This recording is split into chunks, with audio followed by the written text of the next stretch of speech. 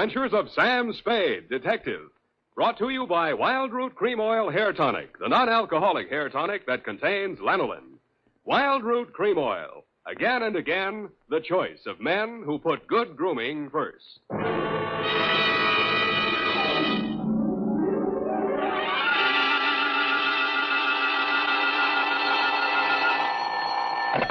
Sam Spade Detective Agency. Hello, sweetheart. It's only me. Oh, Sam. Why so modest? Women, Effie. Age cannot weather nor custom stale their infinite variety. Huh? Against their incalculable wiles, mere man is a leaf in the wind. Oh, Sam, do you really... Oh.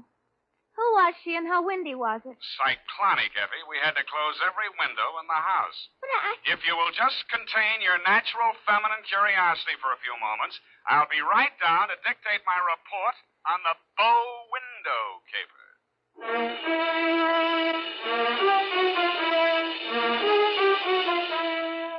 Dashiell Hammett, America's leading detective fiction writer and creator of Sam Spade, the hard-boiled private eye, and William Spear, radio's outstanding producer-director of mystery and crime drama, join their talents to make your hair stand on end with the adventures of Sam Spade. Presented by the makers of Wild Root Cream Oil for the hair. To every man who says, I don't use a hair tonic or I don't believe in a hair tonic, I say this. Decide for yourself. But don't decide until you've tried Wild Root Cream Oil, the entirely different hair tonic. There's not a drop of alcohol in Wild Root Cream Oil, and it contains soothing lanolin. What's more, it grooms your hair the right way, neatly and naturally. So get the big economy-size bottle and the handy new tube at your drug or toilet goods counter. Wild Root Cream Oil Hair Tonic. Again and again, the choice of men who put good grooming first. And now, with Howard Duff starring as Spade, Wild Root brings to the air the greatest private detective of them all in The Adventures of Sam Spade.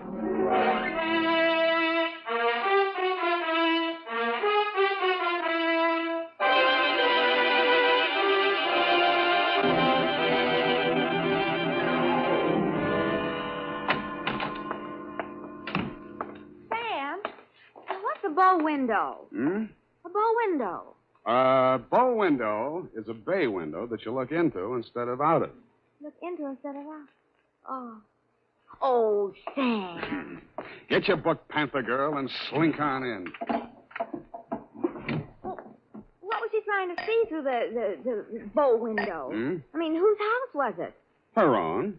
But if it was her own house, then why would she It just goes to show you, darling, what some women will stoop to. It does? There was a low window. Oh. Well, whenever you're ready, Sam. Date November 10. 9th. 9th. Correct. 1947. To Dr. Helmut Ries. I was right for once. Yeah. From Samuel Spade, license number 137596. Subject, the bow window caper. Dear Dr. Ries, I know that this report will not make pleasant reading for you, but you paid for it, so here it is. As far as I was concerned, it all started on Thursday morning when you called at my office. From your story, I gathered it had been going on for some time. You will say these are merely the actions of a jealous woman, Mr. Spade. But I assure you there's more to it than that. It must be a carefully thought-out plan to ruin my career, my whole life. In what way, Dr. Reese? She spies on my private consultations. Insults my women patients. I can no longer even keep a nurse for more than a week at a time. Scenes, hysterics, outbursts of violence. I cannot continue my work under such conditions. Well, why don't you give her a divorce? Why, no. This is not her desire. If it were, it would be simple. No, she wants to bring me to ruin. She wants to see me on my knees in front of the populace. Why? That is what I want to find out. Why? Doctor, I think you ought to take this case to a head doctor. I have consulted a psychiatrist. He examined her. She's perfectly competent mentally.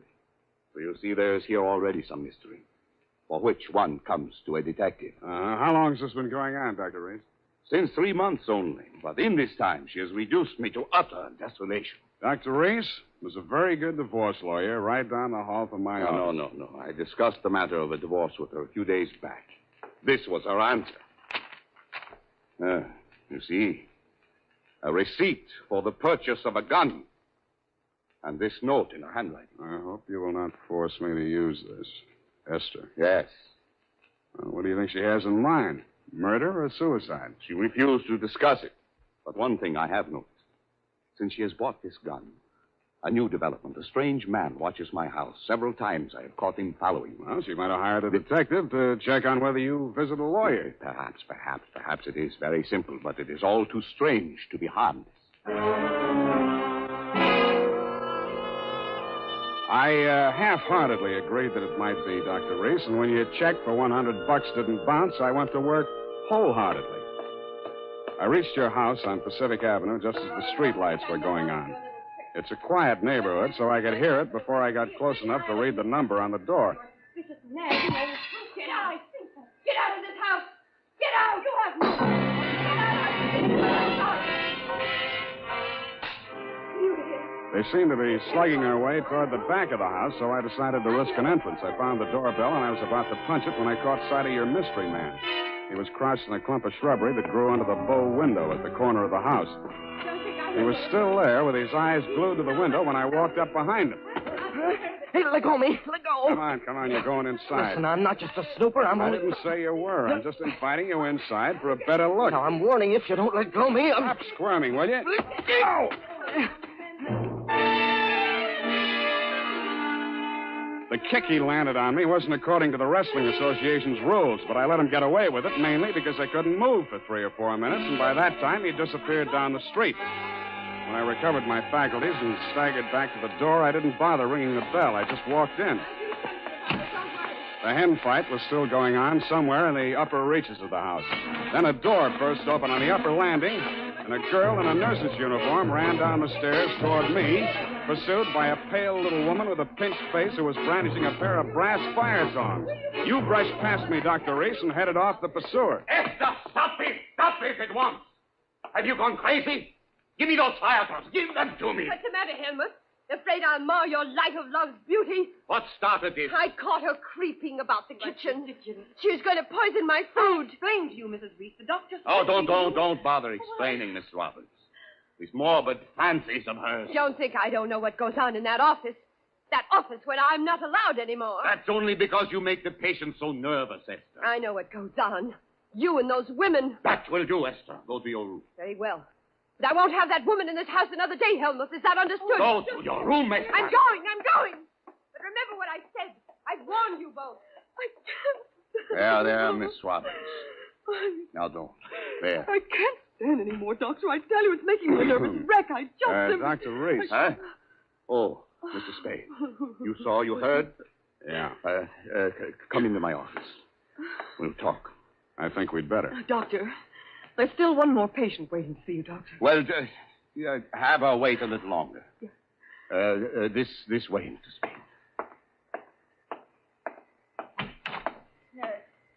How much longer? Well, the doctor will see you just as soon as he possibly can. Have you been feeling any better, Mrs. Campbell?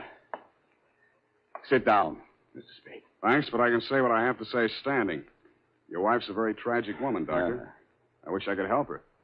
I wish I could help you, too, but I can't. You heard her threat against Miss Robbins. Was that a joke? There's nothing funny about jealousy. But there is this man who watches the house. And the gun she bought. I collared him outside just now. Oh, well, did you get him to talk? No, but I wouldn't worry about him if I were you. And about that gun. The Constitution says every citizen shall have the right to bear arms. Even Parnell Thomas can't do that. Mr. Spade, I've not yet told you all. If I... Oh, Doctor, I'm sorry Yes. to interrupt, but this patient, she's been waiting for more than an hour. Well, who is she? Mrs. Kavanaugh. Kavanaugh? Who? Well, has she been here before? Of course, last week. Here's her card. Oh, yes. I'd better get it over. Send her in. Yes, Doctor, and Doctor, I'm resigning. I'll finish today, of course, and then I'm through. I'm sorry. Yes, well. Very well, Miss Robbins. I can't say that I blame you. Good luck. Goodbye, Doctor. Well, I'll be going along myself now, Doctor. No. You must hear me out, Mr. Spade. I've not yet told all. If you'll just wait until I have seen this patient, please, Mr. Spade, please. Okay, I'll wait outside. Oh, I beg your pardon. I beg Yes. yours. Come on in, Mrs. So, you're leaving the doctor's employ, nurse? I am. Well, Mr. Spade, how does it look from the grandstand? Messy? Mm-hmm. You don't mind if I finish cleaning out his desk? Go right ahead. Thank you. What's the matter with Esther, anyway? I could sum the whole thing up in a single 5-letter word, shall I? You have. Are you going to walk out on him? Aren't you? Yes. Yes, I am. Oh, but Esther isn't jealous of your type, if you don't mind my mentioning it. I feel heartened to think that you noticed I was different. Oh, I did, Mr. Spade. I really did. You don't seem particularly nursey to me, either. I'm not. My, you have a fast pulse, Mr. Spade. Yes, I've been feeling very weak the last few minutes. I need care. Oh, you know, you don't eat enough apples, Mr. Spade. Well, I guess I finished. Oh, there's that old contract. I wonder... Mr. Spade, will you tell the doctor I've left and thank him for me again? Aren't you going to see him before you go? No, I'm not. He'd only begged me to stay, and it's simply out of the question. Oh, the poor guy. I just don't know what I'd do if I were in his place. For you, Mr. Spade.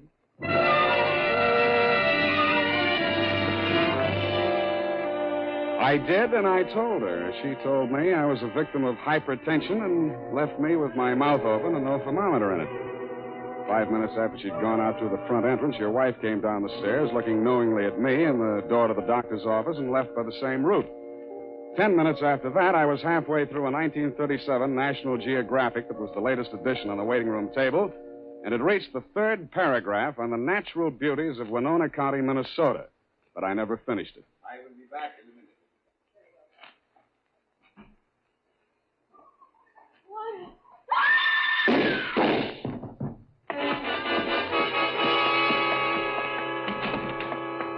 The first thing I saw when I entered the room was Mrs. Kavanaugh, your patient. Why did he do it? You, doctor, were standing over her, nervously twitching off the rubber glove from your right hand. You tested her throat for pulse, then listened through a stethoscope. It was purely a formality. One of the .38 caliber slugs had entered the right temple. The other had torn through the base of the skull. How did it happen? I don't know. I had completed the examination and walked over there to put my instruments away. When I turned back, she had a gun in her hand. Before I could stop her, she pulled the trigger. Suicide, of course. Why? Well, I just told her the truth, that there was nothing I or any other doctor could do for her. But she had perhaps a month, perhaps less. She had suffered great pain, of course, for some time. Uh-huh. You saw her shoot herself, you say? Yes. The gun, she took it out of my desk drawer. I'd removed it from my wife's room earlier today. I see. Well, doctor, this is the neatest suicide I ever saw. No powder burns, and from the way she's lying, she must have shot herself from the direction of that window, at least 10 feet away. She screamed before the shots were fired and had time to fire a second bullet into her head and throw the gun across the room before she fell.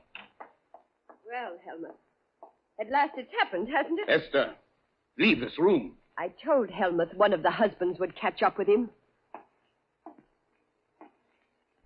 Pretty, wasn't she? I don't remember this one.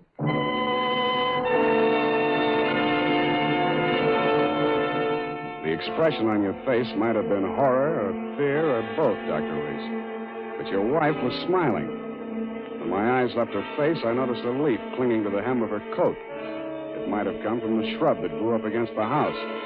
And her shoes were splotched with mud that could have and probably did come from the cultivated flower bed just outside the bow window.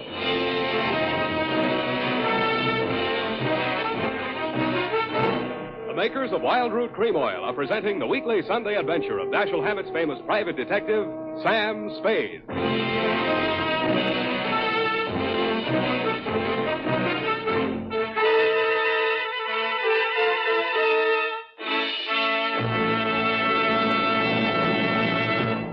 Now, here's important news on good grooming. Better than 4 out of 5 users of Wild Root Cream Oil say they prefer Wild Root Cream Oil to all other hair tonics. Here is new and even more conclusive evidence that Wild Root Cream Oil is again and again the choice of men who put good grooming first. So if you want the well-groomed look that helps you get ahead socially and on the job, listen. Recently, thousands of people from coast to coast who bought Wild Root Cream Oil for the first time were asked, how does Wild Root Cream Oil compare with the hair tonic you previously used? The results were amazing. Better than 4 out of 5 who replied said they preferred Wild Root Cream Oil. And no wonder. It gives you the advantages that men consider most important. Wild Root Cream Oil grooms your hair neatly and naturally, relieves annoying dryness, and removes loose dandruff. What's more, non-alcoholic Wild Root Cream Oil is the only leading hair tonic that contains soothing lanolin. That's like the oil of your skin. So ask for Wild Root Cream Oil. Again and again, the choice of men who put good grooming first.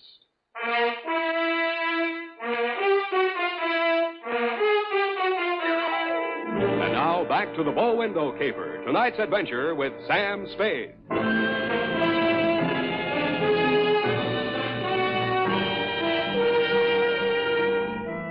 Obviously, there were 2 equally good suspects in the Kavanaugh murder. Either your wife had killed her in a jealous rage, or you'd killed her with your wife's gun to frame her for the murder. I decided to let the police worry it out and went home to bed.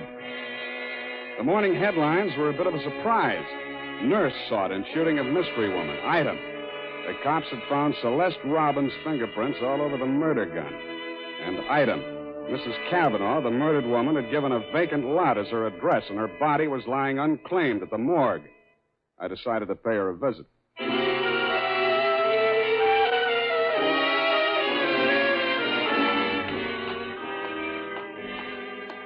Maxie, hey, Maxie.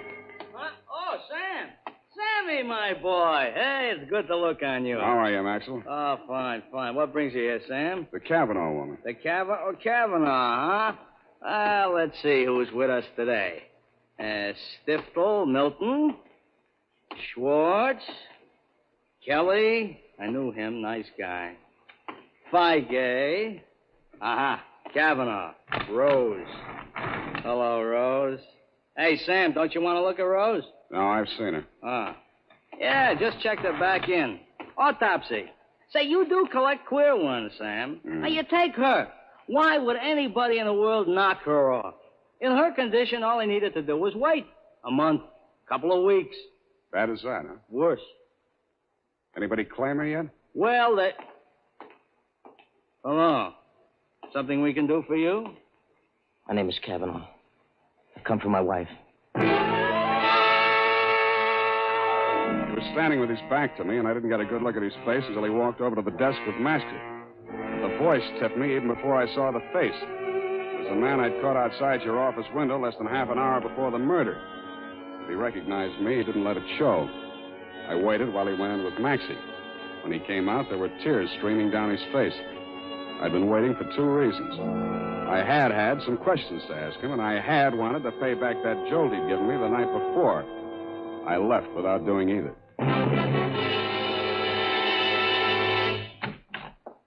Oh, hello, Sam. Oh, sweetheart, any calls? Lieutenant Dundee of Homicide, Yeah. Dr. Reese, Mm-hmm. and there's a girl waiting inside. Wouldn't give any names. So you let her wait in my private office. Well, I don't think you'll mind when you've seen her. She's by way of being a knockout. Well, thank you, Effie. That was very thoughtful of you, dear. You're welcome, Sam. Sam, please don't be angry with me for coming here.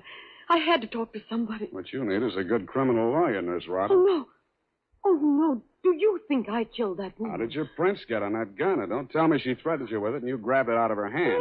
No, I didn't. I did nothing at all. Take it easy, Nurse. Take it easy. Would you like a drink or something? No, of course. Thank you anyway. I'll be all right. Well, she came in from shopping 3 days ago. Just as nice as pie. And she came creeping around. You know how she is. And she said, I bought something today. It's lovely. And with that, she hauled this gun out of her handbag. And so, to humor her, I took it and I looked at it. That was foolish. It certainly was foolish. Well, nickel-plated, ideal surface for fingerprints. And I remember she was wearing gloves. Struck me as peculiar at the time, but I'm so stupid. I didn't think of it until just now. Everything's a little peculiar about this caper. A woman who was dying anyway gets shot. Nobody even seems to know who she was. Doesn't make sense. No, it doesn't make much sense. What should I do, Sam? Give myself up? I think you should. Yes, I thought you'd say that. All right, Phone the police. You got a lot of courage. Sure you don't want to drink? No. No, thank you. I'll be all right. I'll be all right. Homicide. Dundee. Dundee, Sam Spade. I got the Robbins girl here in my office. She wants to check in. Oh? Well, tell her to forget it, Sam. Reese's wife just made a full confession.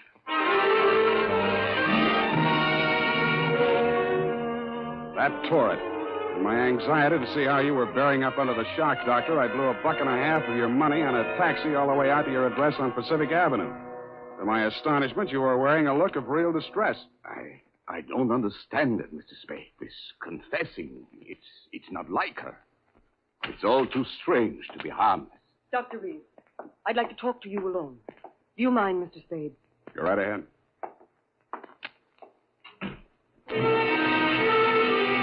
I strained my ears outside your consulting room, but all I could hear was a few vague murmurs. Then, for no good reason, I decided to have a look at your wife's bedroom upstairs. The cops had been there before me, so I didn't expect to find much, and I didn't.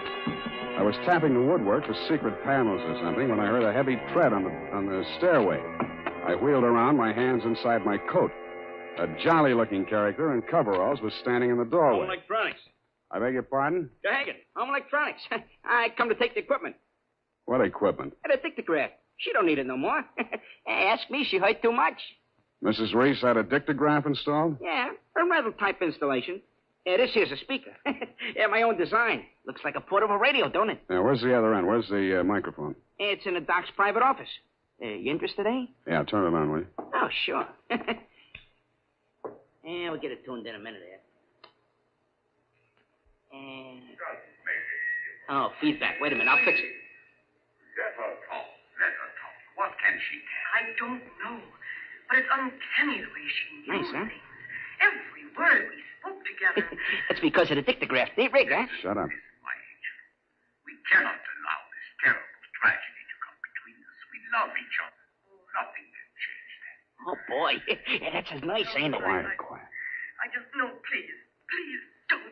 Now stop it, Helmut. I don't want you. Please don't. What is it, Celeste? What has happened to Jane? What has happened? You asked that. When I've been attacked by a mad woman and accused of murder all in the space of 12 hours. But it's all over now. Just so, Helmut. Yes, it's all over. Hey, can't you turn it up a little more? Oh, sure. Turn it up. Hold it. It's over. It's over. And I'm very, very ashamed. I suppose it was my usual thing. I always get sorry for a poor, weak man and get involved. But this time, I'm sorry for her. Celeste, please. When I was a kid, I liked it. It used to make me feel powerful and, well, to watch them squirm. But it's no fun anymore watching another woman in the agonies of jealousy. And you, I thought you were just weak.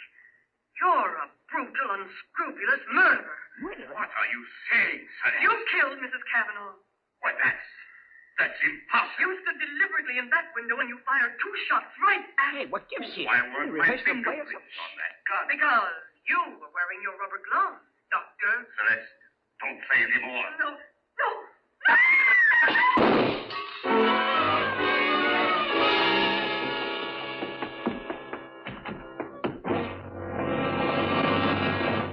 Here, help me. Help me get his shirt off, Mr. Spade. He's been shot. Who shot him, you? Through the window, the same man, the one who watched the house. Hold this tourniquet tight, please. It's nothing. A flesh wound. His aim was bad. Yeah, too bad. Kavanaugh, you still out there? You got nothing to worry about. He's still alive. I missed him. Give me a hand. Come on. That's it. I missed him. That was lucky. You're taking the rap for your wife's murder, too, if you're a better shot. He did it. He killed my wife. I was at the window. I saw him. What I don't understand is why his wife confessed. She loves him, Mr. Kavanaugh. You should understand that. I guess that's what happens to love when it gets crossed up. Why didn't you tell the police what you saw? They'd have hung it on me. She was a stranger to everyone else. I'd been quarreling with her, suspicious, acting like a maniac. She never told me. She must have been going to one doctor after another, trying to find one that would give her one ray of hope. In pain all the time, too, and never letting on. Never. Even after that first visit she made to Reese's office, I didn't tumble. I thought she was meeting him on the sly. And I followed her both times. That last time I carried a gun. I might have killed her if what I suspected had been true. I'm very sorry, Mr. Cavanaugh. I didn't realize. You're pretty late with your regrets, Doctor. I don't quite figure you either. Maybe the prison psychiatrist can. Dundee homicide. Dundee, tear up Mrs. Reese's confession. Come on over and get the doctor. Dr. Reese? Yeah. Oh, by the way, he accidentally shot himself in the arm. Isn't that right, Doctor? What? Oh. Yes. Accident. Why didn't she tell me? Why didn't she tell me? I don't know, Cavanaugh. Women. Sometimes they make too much sense, or we don't make enough, or maybe we're all crazy.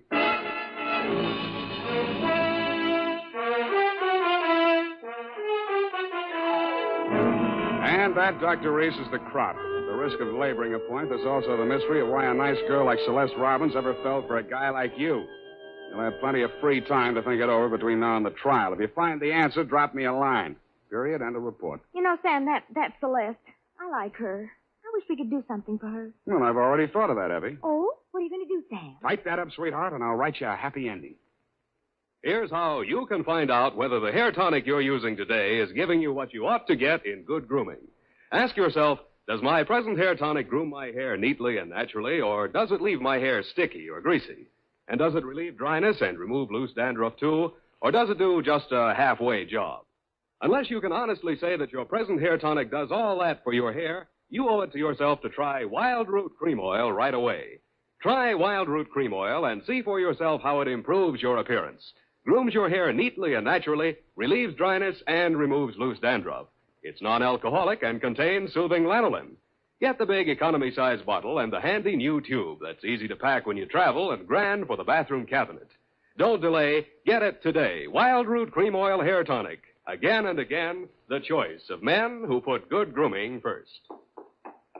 Oh, here's the report, Sam. You want to read it over? I do not. File it under F for forget. About that poor Celeste, Sam. Oh, yeah. Well, I made a date with Celeste to take her dancing tomorrow night. She needs cheering up, you know. Oh, what for? Well, you said she needed help. Well, that isn't exactly the kind of help I had in mind. Oh. I don't see why it's necessary Effie, to take... we must each of us give a particular kind of help each of us is particularly equipped to give. Very well. She used to make over men just to get the other women jealous. That she did. Aren't other women silly to allow themselves to get jealous when they know just what she's up to? Idiotic. Just idiotic. Sure thing. And go home, Effie. I'm a lousy dancer. Oh, very well. Have fun, Sam. Good night, Sam. Good night, sweetheart.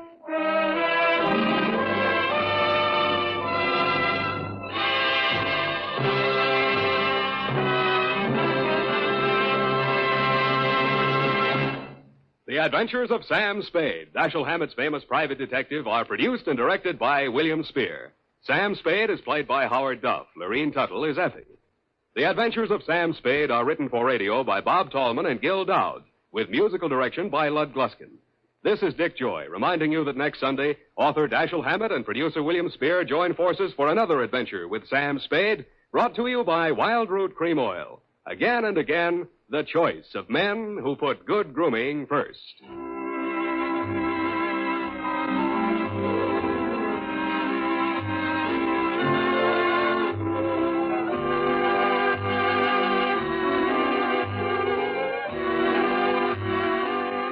Smart girls use Wild Root Cream Oil, too, for quick, good grooming and to relieve dryness between permanents. Mothers say it's grand for training children's hair. This is CBS, the Columbia Broadcasting System.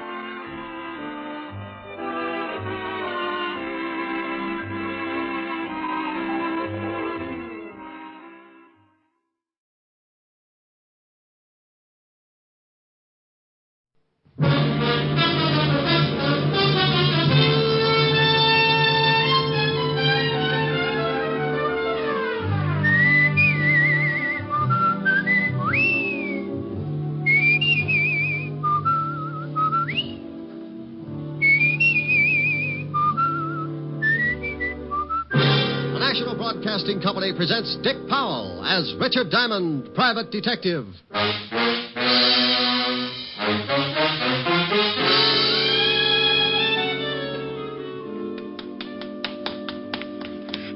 There it is. I've got it. Let me see it. Here you are.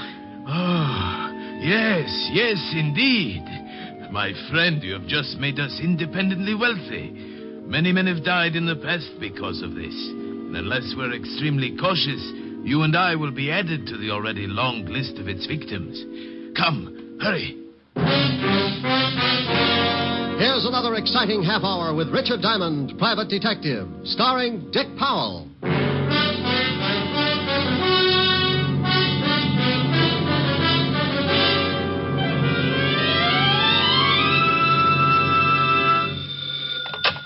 Diamond Detective Agency, where the blue of my eyes meets the gold in your wallet.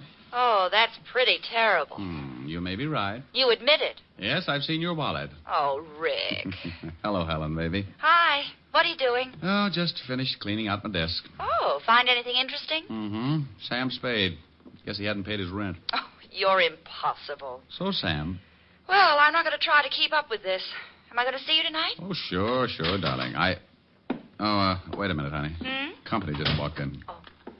Something I can do for you, my friend? Are you Richard Diamond? That's right. Client, Rick? No, I don't know, honey. I'll call you back. Please, Mr. Diamond. I haven't got much time. Okay, what's on your mind? This package. Here, take it. And keep it for me until... Hey, what's wrong? Hide it. I'm being followed. Hide it. Now, take it easy. What's the matter? Hey, fella, come on now. What's...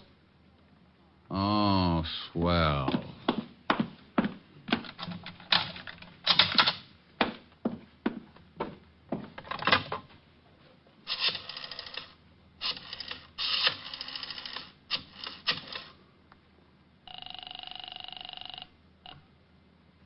Precinct Police Station, Sergeant Otis. Otis, let me talk to the lieutenant. Is this Diamond? No, it's Ponder, and I think I've been doped. Now put the lieutenant on the line. Oh. Homicide, Lieutenant Livingston. Walt, Rick. Oh, no, it's only 4 o'clock in the afternoon. Nobody gets killed at 4 o'clock in the afternoon. You better check up on your statistics. There's a guy in my office who makes a liar out of them. What? Yeah, lying right here in front of my desk. He's dead? Well, if he isn't, he's got a lazy heart. Maybe he just fainted. Maybe he's suffering from some kind of a shock. Maybe he's got some terrible disease, and he'll give it to you. Walt, if this guy isn't dead, he's sure going to have a hard time explaining the bullet hole in his back. Don't touch anything. Can't even scratch my head? Oh, you know what I mean. All I did was lock the door. Now get over here. Knock 3 times and say, Ricky loves Walter, and I'll open up. What did you lock the door for? Well, because this guy came in and gave me a... Gave you a what? Wait a minute, Walt. Come on, what are you mumbling about? Will you shut up? Someone's trying to get in the door. I'll see you when you get here, Walt. I have one of those locks that any skeleton key would fit, and that was exactly what my visitor was using. He opened the door. I moved back against the wall as the door swung in. My visitor was a young, well-dressed man, about 5 feet 8 or 9, red hair, nose full of freckles, and on top of the nose, a pair of black-rimmed glasses. There was a big bulge under his coat that he started reaching for just as I rolled his arm around behind him. You're backing me off. No, not yet. I still got a little way to go. No! Just making you more comfortable. Now, I'll take this big gun. It must weigh you down. You can't do this stuff. Oh, sure I can. See, I just twist a little. No! Just locking the door again. Now sit down in that chair. My arm. I'll be happy you still got it. Now, what are you doing patty-footing it around here, using a passkey to get into my office? I got the wrong office. Look, Sonny, you see that over there? What is it? It's a guy, and it's very dead. I'll send some flowers. Make it enough for a duet. Someone else gonna die? Someone else is going to get pretty close to it if I don't get the answers I want. Well, I'll see what I can find out. That's to see how fast you can talk. I don't have to talk to you. I don't have to talk to nobody. Want to bet? You're going to be sorry for that. You're mixed up. Let me straighten you out. Now, wait a minute. Now, then let's have it. What were you doing busting in here? What do you know about the dead guy? I don't know nothing about him. What gave you the idea you could break into my office? I found out the door was locked. I didn't want to wait around in the hall. You got a permit to carry this gun? Well, of course I have. Let's see it. I haven't got it with me. Oh, well, then we'd better start at the beginning. Dirty rotten! Come on. Ricky loves Walter. Now open this door. I'll have Otis ticket in. Who's that? That's the law, Buster. Now, you stay put while I let the big fat policeman in. Come on, Diamond. Should I, Lieutenant? Oh, not with your head. Well, greetings. Come on in, Walt. I got somebody. Hey, what the... Oh, I had somebody. Some guy jumped through Diamond's window. It's 8 floors up. Yeah, but there's a roof only 1 floor below. Look out the glass. There he is down there. Hey, you, come back here. He ducked behind that sign. Otis, get off of my back. Oh, well, he's gone. That's that. What did he do? Busted into the office. Hey, is that dead guy over there? What does that look like? A bear rug? Oh. You think the guy who jumped out of your window has something to do with the dead man? I don't know. He had this gun on him. Well, why didn't you take a shot at him? Because if you'll notice, I've been holding it by the barrel. I wanted you to have the nice little old fingerprints. Oh. Yeah, oh. Why didn't you take a shot at him? Why didn't I? Yeah, Lieutenant, why didn't you? You shut up. Well, Walt? I don't know what he was, who he was, or what he'd done. Why should I take a shot at him? Lieutenant. Otis, I told you to shut up. Now, let's take a look at the dead man. Looks like he's been shot in the back. Yeah. You said he came in to give you something, Ray. That's right. This package right here. And what's in it? Well, I haven't looked yet. Wrapped in today's newspaper. Well, what in the... Hey, some kind of doll or something. Looks like it's carved out of ivory. Funny looking thing. Look at all those arms. Must be Oriental. You know what it is? No more than you do. The guy just came in and... It sounds like the wagon, Lieutenant. Yeah, when the coroner gets here, Rick, we'll go down to the office and see if we can get any identification on the guy who jumped out of your window. Okay. Here's a wallet off the dead guy. Now, let me see. Yeah, Lieutenant. Social Security card. Name's William Logan. Hey, here's something. Guy's a merchant sailor. Here's his card. We'll check these things. Look, Walt, you've got to wait around for the coroner's report. I've got a date with Helen later, so I'll go over to my place and get cleaned up. Then I'll meet you at the station, huh? Okay. Hey, where are you going with that statue? Well, the dead man, William Logan, gave it to me to keep. That's evidence. It's also something from a client. Client? He give you a fee? No, but he wanted me to have this thing. It looks like he died trying to get it to me. So he's a client until I find out what this is all about. Ain't he noble? Noble schmoble. That thing is still evidence. I'll take good care of it. Now, Diamond, you come back here. Walt, what do I always say when I leave you like this? What? What do I always say? Why, bye? Bye.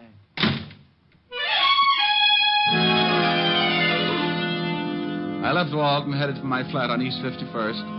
I wasn't about to try and figure the whole thing out because it was still an early case, and sometimes cases like that can stretch out into 2 or 3 murders before things begin to fit together. That's the way you got to figure. One guy dead could lead to another, so you walk on eggs for a while and make sure it's not going to be you. I got to my flat and went in. Smoked a few cigarettes. Looked at the carved ivory figure that William Logan had given me. It looked like a woman sitting cross-legged with all of her 6 arms outstretched.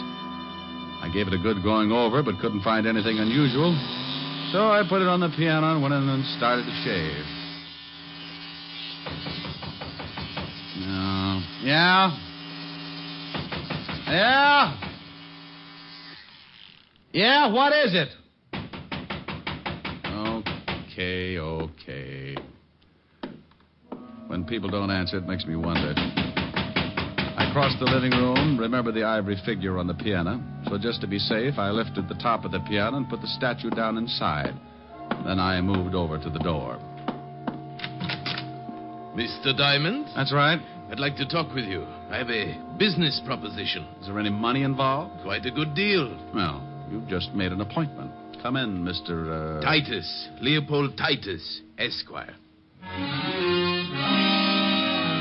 He came in all right, and he had the duck to do it. He must have been a good 7 feet tall, and even with his heavy overcoat, he couldn't have weighed over 140.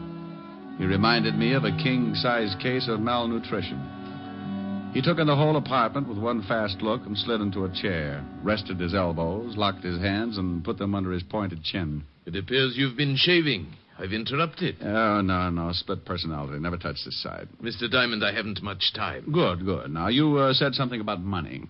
I can see that this is a subject which meets with your approval. Well, it sets off an emotional reaction, shall we say. I can't stand goosebumps for more than a couple of minutes, so let's get to it, huh? Yes, indeed. Mr. Diamond, I am prepared to pay $10,000 for Kali. Oh, Well, outstanding, but I'm not a booking agent. What kind of an act does Kali do? 10,000, Mr. Diamond. Look, to me, Kali is the name of a dog. Kali. Oh. Okay, so he got mixed up with the French poodle. 10,000, and that's my top price. You know, of course, you're running me right into a nervous breakdown. I get the shakes when someone changes $5. Mr. Diamond, I want Kali. I will have Kali, whether I pay you the 10,000 or not. Look, Mr. Titus, really, I don't know what you're talking about. Well, I certainly hoped you'd be more sensible than this. I know that William Logan came to see you this afternoon. Oh? And I know for a fact that he had Kali with him. Well, did he have it when he left my office? I couldn't see. Mr. Logan was under a sheet. Now, either the police have Kali or you do. I'd like very much to know. Maybe I can help you, if you'll tell me exactly what this Kali is. I made an offer of $10,000, Mr. Diamond. That's a great deal of money, but it does not entitle you to play 20 questions. Okay. Now, if you don't mind, Mr. Titus, I'd like to finish shaving. As I explained, Mr. Diamond, I don't have much time. Well, then, good afternoon, Mr. Titus. No, I'm afraid not. Charles! Yes, Mr. Titus. Well, well, well. I thought maybe you'd cut your throat when you jumped out of my window. I hear you got rather ambitious with Charles, Mr. Diamond. He turned such a pretty color when you slap him around. I told you you'd be sorry for that. Yes, and indeed you will, Mr. Diamond, unless you tell me where I can find Kali. You can go to the devil. I'm afraid the trip would be unpleasant and premature. However, I'm sure your passage might be taken care of. Show him your new gun, Charles. Of course. Now you sit down, Diamond. Where is Kali, Mr. Diamond? And you know very well what I'm talking about. The small hand-carved ivory statue. Sorry, Titus. Yes, and so am I. I deplore the sight of blood. Oh, that's all right, Mr. Titus. Just turn your back. Yes, Charles. Excellent suggestion. Do you have a wireless, Diamond? No. But I got a lovely bunch of coconuts. Oh, very funny. All right, where's your wireless? Never mind, Charles. Mr. Diamond has a piano. Yeah, I can manage to raise or lower the volume as the groans dictate. I could make a lot of noise. My old piano teacher assured me I could do the same. Now, go ahead, Charles. Hey, now, wait a minute. Oh! Where is Kali, Diamond? Oh, nuts. Again, Mr. Titus? Again, Charles. Are you using your fist, Charles? Oh, yes. Well, use the barrel of your gun. We haven't much time. All right. Oh, now, wait a minute. Oh, it's not a very good piano, Mr. Diamond. That's an old kazoo over in the drawer. Kali, Diamond, I want the statue. Well, for $10,000, don't you think I'd give it to you? No. Oh, really, Mr. Diamond, this piano is in a deplorable condition. So's Diamond, Mr. Titus. He looks terrible. Shame, but unavoidable. Keep working on him, Charles, until he decides to confide in us. Where's the statue, Diamond? No? Okay.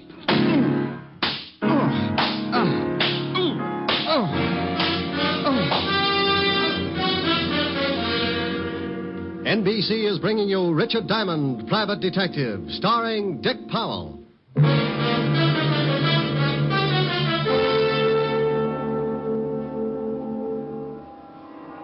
Young man. Young man. Who says so? That is good. You can hear me? Oh, I can hear who? Try and sit up. You look quite uncomfortable. Yeah, you can make book on it. There, that's better. Now take your time. I want your answers to be correct. Well, he got me into a sitting position, and when things finally stopped jumping around, I got a good look at him. Titus wasn't around. Neither was Charles, his little butcher. The room was dark except for a single light in the corner. The man standing before me was short, dressed in a tailored blue suit, his dark face standing out against a white turban on his head. He didn't smile or blink his eyes. I am Ahmed Beneath. Oh, thanks. I'd introduce myself, but I've been pushed around so much I could be anybody.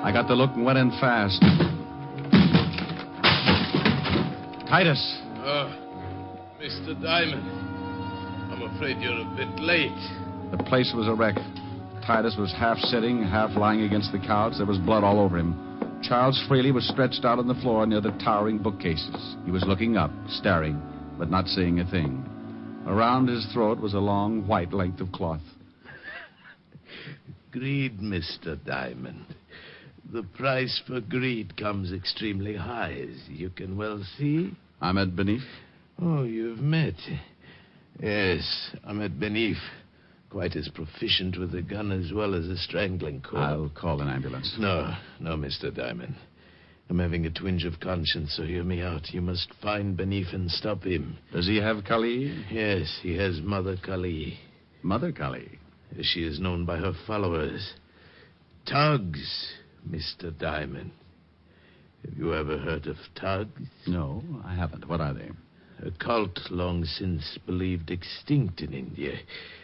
An army of assassins banded together under the guidance of Mother Kali. Assassins? Yes, Mr. Diamond. Trained in the art of strangling. Oh, yeah. Oh, yes. I read something about that in a history book.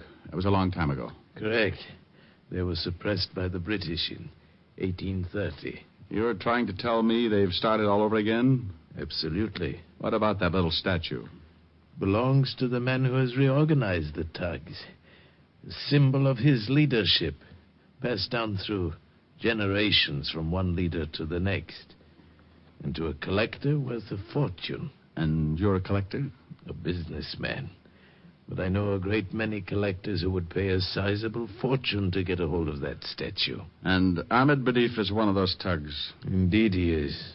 Where did you get the statue? Charles stole it for me from Ahmed Benif. What about William Logan, the merchant seaman? Board ship from Calcutta. Logan discovered its value and stole it from us.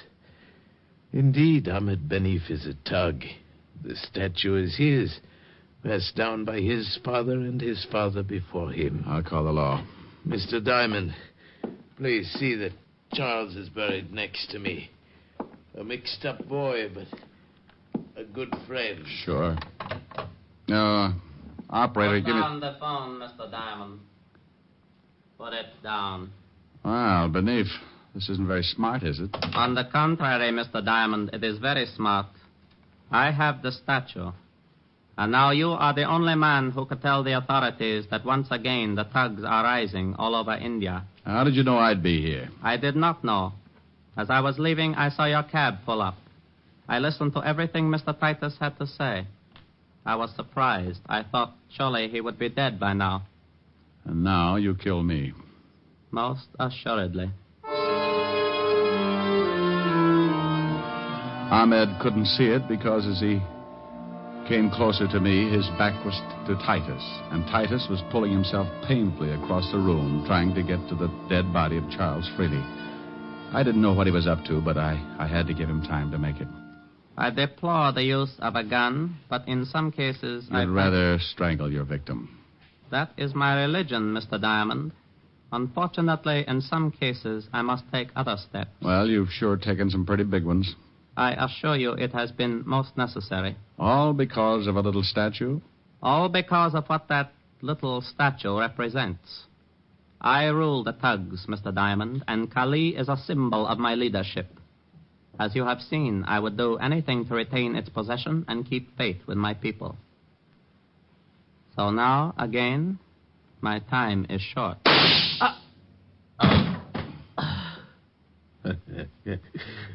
Indeed, it was short, wasn't it, Mr. Diamond? Indeed.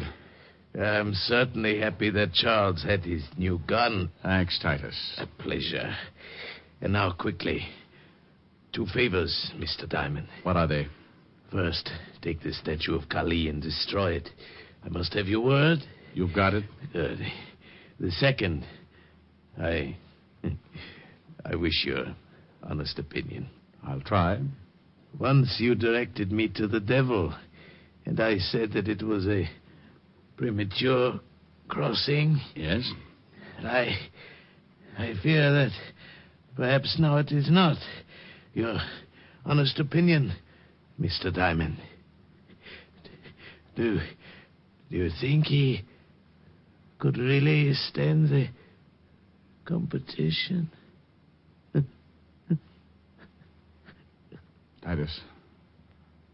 Titus. Well, it'll sure be a good race anyway.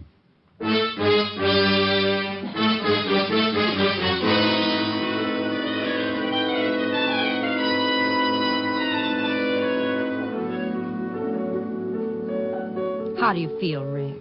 Oh, I don't know. Pretty good, I guess. Want to tell me about it? No, I don't think so, honey. You just get confused with an old argument about right and wrong. Well, I wish you weren't so unhappy. Unhappy? Oh, honey, you said a bad word. I'm just mad about my bruises. Oh, I think the colors are lovely. Well, so do I. I've just got to be careful about wearing plaid. Oh, Rick. Pretty bad, huh? Yeah. Why don't you just sing something? All right, dear. I'd love to. Bye-bye, baby. Remember you're my baby. When you give me... Rick. Did you hear that? I certainly did. He's back. That's the grouch in the next building, isn't it? Yes, he's been out of town for a rest. Oh, my God. What's his name? Mr. Lumpkin. Oh. Good evening, Mr. Lumpkin. Oh, antisocial, huh? You are my sunshine. You are my sunshine. You are my sunshine. You are my... No. Good evening, Mr. Lumpkin. All right. Good evening. Well, now that's better. Now, what would you like to hear? The sound of you cutting your throat. You're fighting me. Oh, I'd love to with a machine gun. Tipper. Control yourself. I may ask questions later. Oh. Good evening, Mr. Lumpkin. You stay out of this. Good evening, Miss Asher. My, you're looking well. Oh, thank you. So are you. If he leans out any further, he'll be hanging by his heels. Now, you just stay right there, Mr. Lumpkin. We've got a lovely surprise for you. Yes? Yes. Now, sing something nice, Rick. Love it. Bye-bye, baby. Remember you're my baby when they give you the eye. Although I know that you care, won't you write and declare that though on the loose, you are still on the square. I'll be gloomy, but send that rainbow to me. Then my shadows will fly, though you'll be gone for a while. I know that I'll still be smiling with my baby by and by. With my baby by and by. Well, how do you take it? How is that, Mr. Lumpkin? Oh, Miss Asher, it's impossible for me to express my feelings at this moment. Especially when a lady is present. He didn't like it. Well, what do you expect from a clarinet player? Come on, let's case the icebox.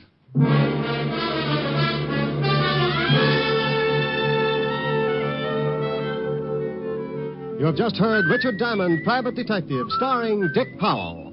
Gypsy Rose Lee visits Duffy's Tavern tomorrow on NBC.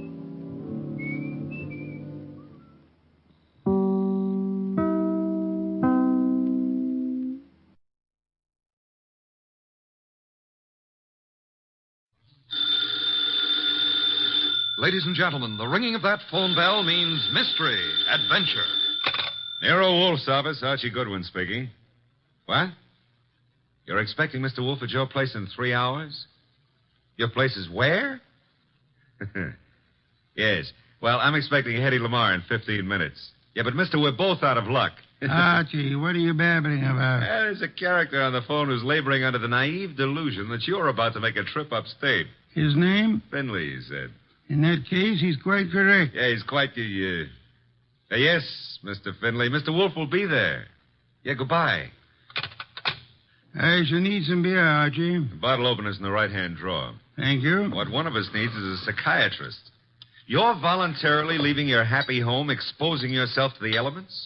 Entrusting your only life to a savage automobile? I am. Oh. Somebody's offered you the United States Treasury, huh? Mr. Finley happens to grow orchids. Among them, he has developed a plant possessing SPADE labelli. I have an opportunity to purchase a couple of the plants, therefore... I don't believe it. But, Archie, according to the reports I have received, he has produced a strain of black cypripedium. Oh, well, in that case. But, Mr. Wolfe, while it's true that black may be the color of your true love's hair, it is also true that black is the color of funerals.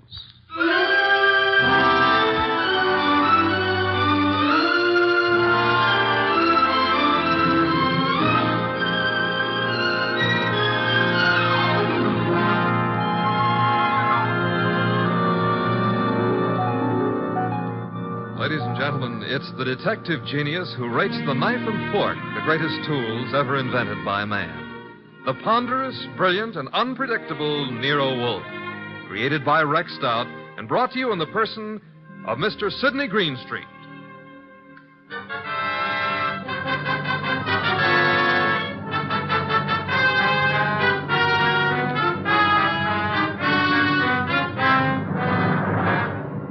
The beginning of the case of the Phantom Fingers actually had nothing to do with black orchids. The first act was played in an old house at the end of an old dirt road. It was short and simple. As short as life. And as simple as murder. Joe, I didn't believe the letters I got. Didn't believe them until now. I've been a lonely man. No wife, children. Joe, it was all coming to you after I died. There was no need for you to steal from me.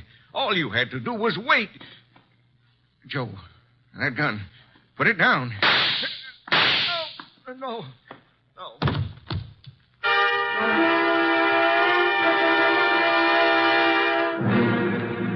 Archie. Yes, Mr. Wolfe. How much longer? Oh, an hour, maybe. Why? I'm a fool. Yeah, well, payday's tomorrow. I refuse to agree with you. Besides, the trip's been fine so far, huh? So there's snow on the road, but, Phooey. Well, it's nice snow. Pretty soon it'll be spring, and in the spring... If you mention old Tidmas once more, I shall strangle you. No, it's against the law. But, you know, that snow melts much faster, the trees won't look so pretty. Trees, are they really necessary? Uh-huh. People cut them down and make paper out of them. And they take the paper and make dollar bills. Mr. Wolfe, we're surrounded by future thieves. I prefer the finished product. What on earth is that? Sounds like a river. Indeed. Except there aren't any rivers around here. Hey. Yeah? Up ahead. What? Huh? It's a river. Only it isn't a river. It's wet. Yeah, it's wet and it's got waves on it. Had to start raining, too. Nature. Phooey. The road behind us is covered with water. We'll just have to keep going onward and upward. Would you like to recite Excelsior to me? Why, sure. Shades of night were falling fast when through an alpine village passed... An idiot of your caliber, no doubt. Oh. That infernal engine has died. No. The road dips up ahead. And where it dips, there's a junior Mississippi growing up. Splendid. Not so splendid. We can't go back and we can't go forward. Why not? They didn't build this model to swim. No foresight. What do we do now? Well, we could abandon the car and, Walk, are you mad? Are you seriously suggesting I indulge in a foot race with the flood? Yeah, well, not seriously, but, Oh, you've decided to give the car a swimming lesson? No. There's what looks like a cow path leading off the highway. To your right. Maybe it's a road. We progress. We now follow the footstep of the cow. Ah, it is a road. An old dirt road. Not only that, it goes up. Is that good? Theoretically. We might get above the water that way. And if the theory fails? Mr. Wolfe, how are you on the Australian crawl? Hey, there's been another car on this road before us. You can see the tire tracks in the mud. Interesting. An indication that there are other maniacs about. I myself would not have chosen this particular spot to picnic in. Well, it's not that. There's somebody lying on the road. People have peculiar habits. Ignore him and drive on. Hold on a moment.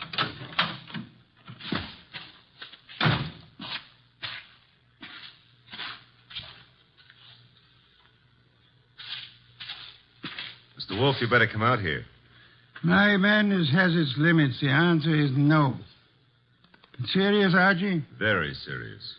Oh, very well.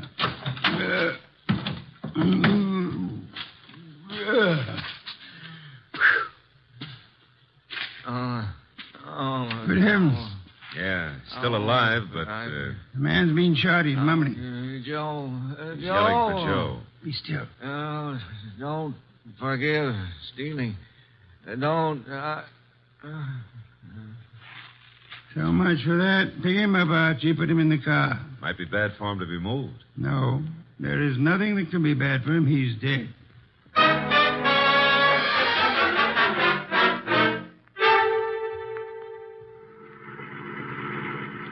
Is this blasted road leading anywhere, Archie? Well, seems to be a clearing up ahead. Maybe... Hey, it's a house. Splendid. I'm not so sure. It's perched up on top of a cliff, surrounded on three sides by nothing. On the side facing us, there's a deep ravine and a small wooden bridge. An island in the air. Yeah. High enough to keep above water, maybe, but... Now, that bridge doesn't look too good. Rain may have weakened it. I have no choice, Archie. I have no intention of being drowned in these barbaric surroundings. The bridge, Archie. Okay, hold on.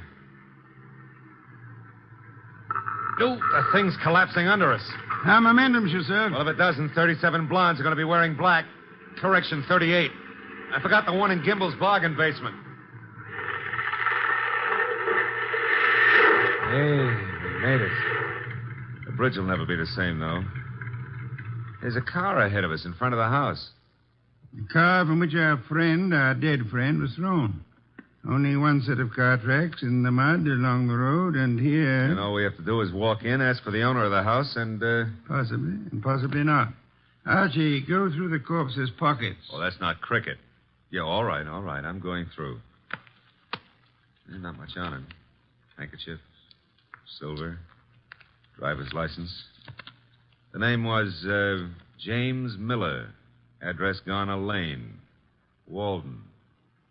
Now, I've got an idea this is Garner Lane, Mr. Wolfe. In which case, someone named Joe was looking after the house for him, committed theft, and murdered Miller. Miller's body was then dumped on the road in the hopes that the floods would wash the body away. No one at the house seems to have noticed our arrival. Nope. Well, let's go in and ask for Joe, huh? Very well.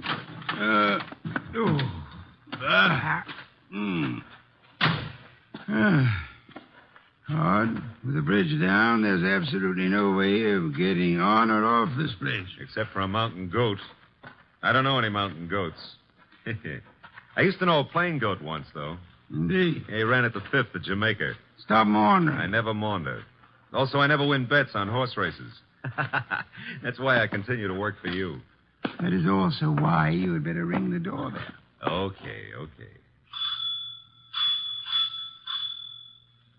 Nobody's going to break a leg rushing to open the door. I suppose you try it. I have had more than enough of the weather. Is that polite?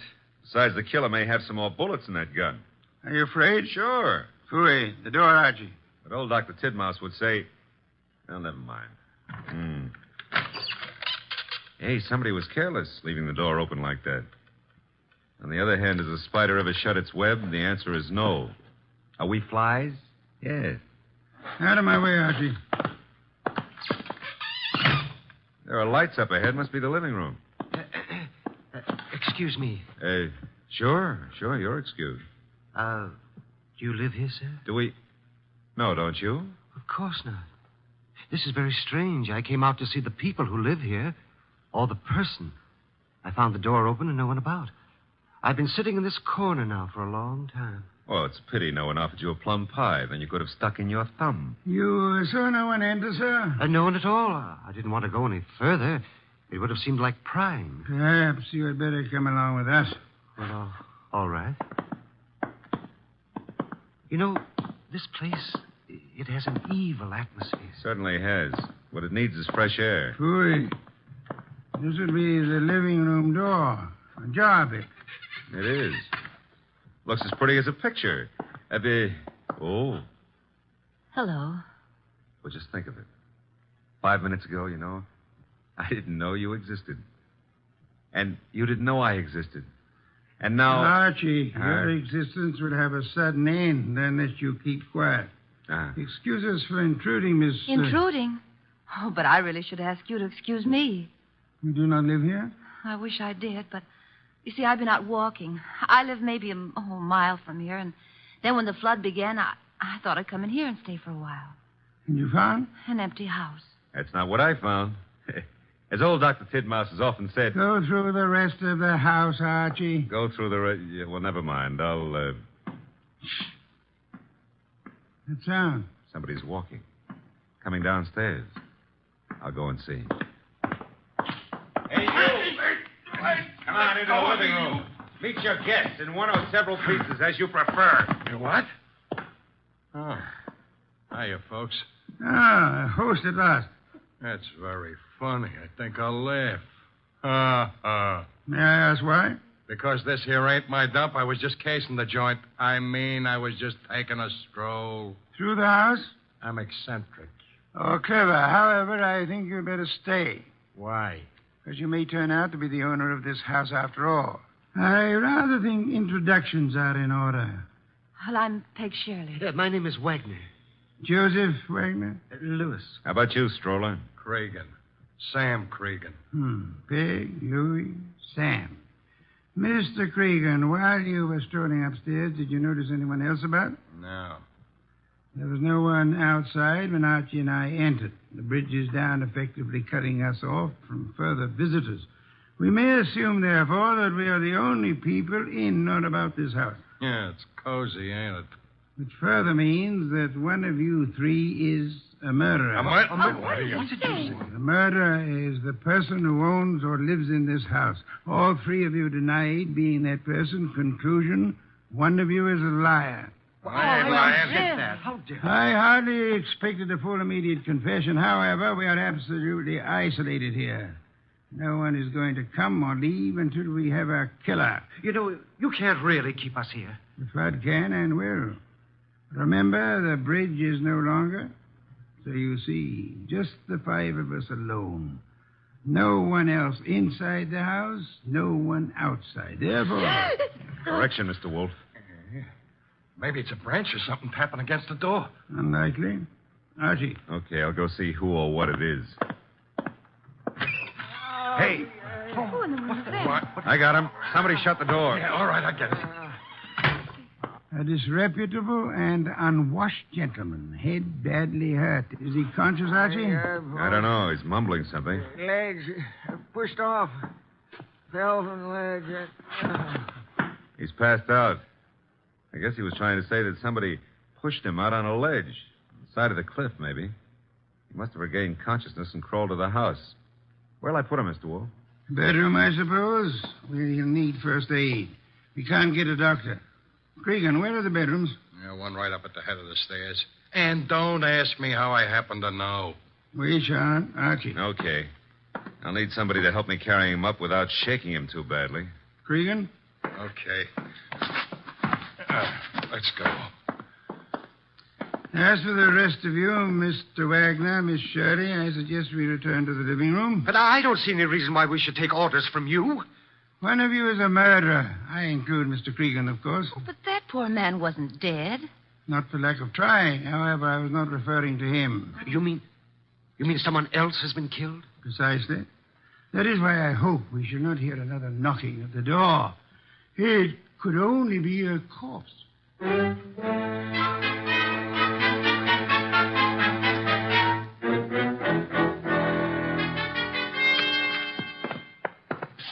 Archie. And Cregan. Yeah. The injured man? Still out. Probably got a concussion. Did he say anything further? Well, he babbled a bit. I don't know if... we should assume we're among friends, Archie. Exactly what did he say? Well, he was pushed over the edge of the cliff because he saw Miller killed. Did he also see who? No. Passed out before he had a chance. He's an old tramp, Mr. Wolfe. He was bumming his way through the country when he saw the murder. He must have decided on a touch of blackmail and receiving a concussion instead, which may last for hours or for days. Somebody's playing with the lights. Some fool. The switch was over this way. Lights are on again. Whose idea was that? I had nothing to do with this. Me neither. Miss Shirley, why did you scream? Well, Someone brushed against me in the darkness. You were standing? Near the table, this table. Archie? No, nothing on the table except a bunch of keys on a ring. Something screwy. Why should a guy put the lights out just to deposit a bunch of keys on the table? Obvious. Without doubt, those are the keys of this house. Possession of them would have disclosed which of you lives here and which of you therefore killed Miller. It's late. I shall sleep down here, lacking an elevator to transport me upstairs. The elevator's lacking. Yes, the rest of you should be able to find bedrooms upstairs. Good night. Archie. Yeah? Follow them upstairs. Spend the night awake. Okay. Good heavens, Archie. On my way. What's cooking up here? Somebody's playing with the lights up Strike here, a match. You don't have to. I got a flashlight. Oh, Yeah. here it is. Light switch. You know, this putting out of lights is getting to be somebody's bad habit. Well, all three of you seem to be okay. Stay here. Where are you going? Tramp's room right here at the head of the stairs. Think of all your good deeds while I'm gone. All right, downstairs again. What, again? Oh, dear. What happened? Well, there was more than a bunch of keys this time. Oh, that knife. There's blood on it. There should be. I just pulled it out of a man's heart. Well, Mr. Wolfe, one of these three babies doused the lights, popped into the tramp's room, deposited the knife in his chest, and popped right out again. The knife you're holding? Yeah. Intelligent of you to wrap a handkerchief around the handle. Well, whoever killed the tramp didn't have time to fool around with gloves, so... There should be prints on the knife handle. Satisfactory, Archie. That's mild enthusiasm. Archie, on that desk, an ink pad. Yeah. Miss Shirley, you carry face powder, of course? Yes, I do. Archie will need it to bring out the prints on the knife. He will then fingerprint each of you. Compare your prints with those on the knife, and we shall have a murderer to hand over to the police. Archie, will you begin, please?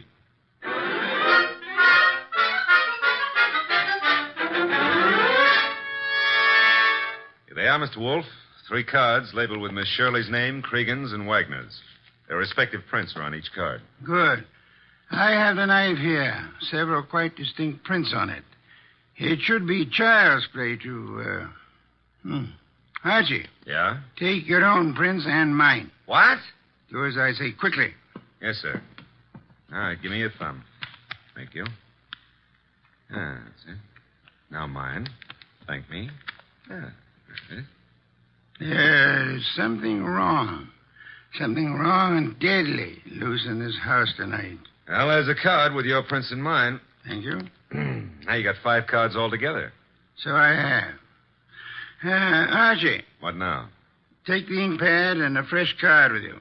Where am I going with them? Upstairs? But, Mr. Wolfe, there's nobody upstairs except the corpse. Precisely. It is his prints I want.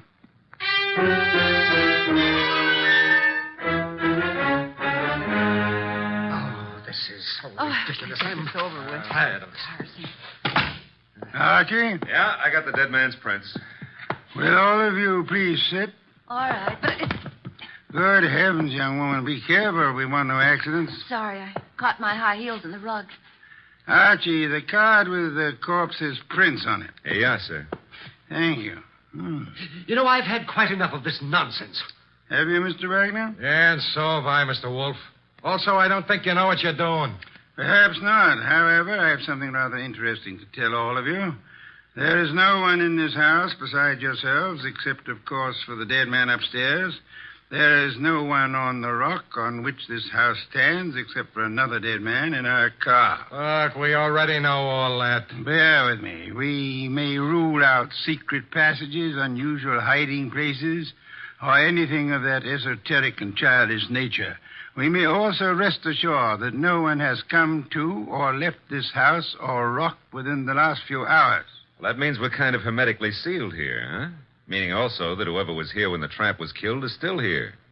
Still here in this room. Correct, Archie. Now then, I have checked the dead tramp's prints against those on the knife.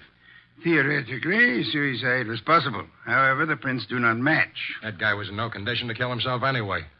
True. Then I checked Archie's prints and mine against those on the knife. No similarity.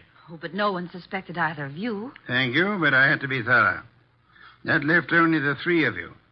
I compared your cards and the prints on them with the prints on the handle of the knife. And? I want you to remember one thing very clearly. We are the only living people in this house or on this rock of land. No tricks are possible and may be ruled out. All right, so what? This.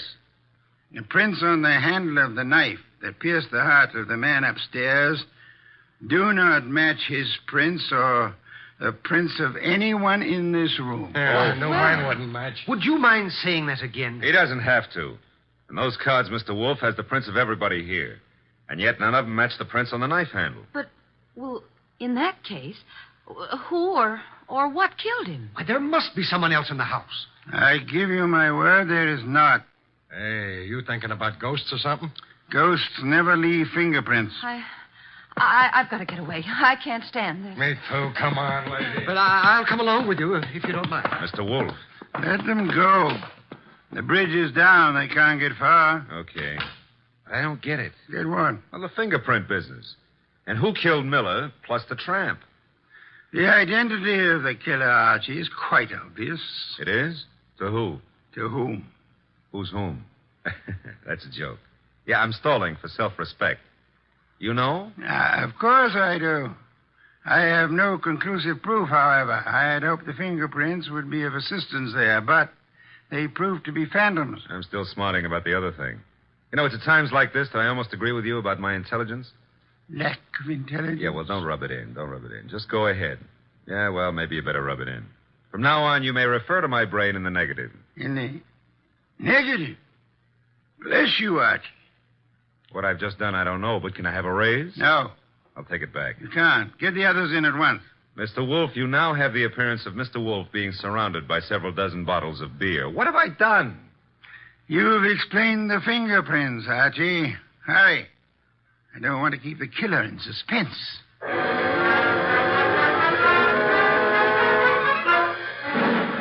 I don't care. No, I'm very nervous. I don't like this. Archie. They're all here. Yes, but they're all making a noise. Stop them. Miss Shirley, Mr. Cregan, Mr. Wagner, will you please shut... Mr. Wolfe, they have. Thank you, Archie. Now then, I have known for some little time which of you killed the tramp and Miller. I lack proof, however. And you have it now? I will admit for a while I was flummoxed by the negative evidence of the fingerprints. They seem to indicate that the tramp was murdered by a phantom. However, the word negative itself has solved the minor problem. Minor to who? To whom? Never mind. Shh. Archie, what is the salient feature of a film negative? Well, I suppose it's the fact that the darks are light and the lights are dark. Huh? Precisely. A reversal, then, of the actual appearances. Now, are there any similarities between filmed images and fingerprints? Oh, in a way. You could call the whorls and hollows that determine the individual characteristics of a fingerprint the lights and darks, huh? You could. I shall. Miss Shirley, would you help in an experiment? Well, of course. Thank you. Archie, I want you to take Miss Shirley's fingerprints once again. Okay. Pad and card. Here you are, Miss Shirley. All right. Archie, quick. Huh? Grab her arm. I got it. Well, usually I don't have to be coached, but... Let go of me. What are you trying to do? Miss Shirley, you already had pressed your fingers on the ink pad once. Why were you about to do it a second time? Well, I just wanted to make a better impression. Phooey. Archie, wipe some of the ink off her fingers. Oh, but then it won't be any good. It'll be very good, Archie. I've done it. And take the print. No, let go of me. Maybe. I never hurt women if I can help it, but right now I won't be able to help it. Mr. Wolfe wants your prints all over again, so down on the nice white card. No. There, thanks. Will you let me have that card now, Archie? Sure. In the meanwhile, hold on to Miss Shirley. A pleasure. Indeed? Would you continue to think so, Archie, if I told you that Miss Shirley's first name is not Peg, but happens to be Josephine, for which the diminutive is Joe?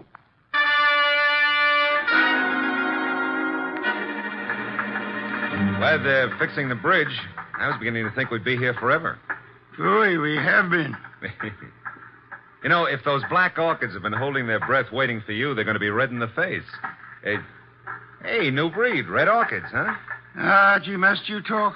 Well, it's fun. Also, you've been holding out on me about the case. I surrender. Okay. You know, when we compared the new prints of Josephine with those on the knife, You could have knocked me over with a sash weight. They were identical. Naturally.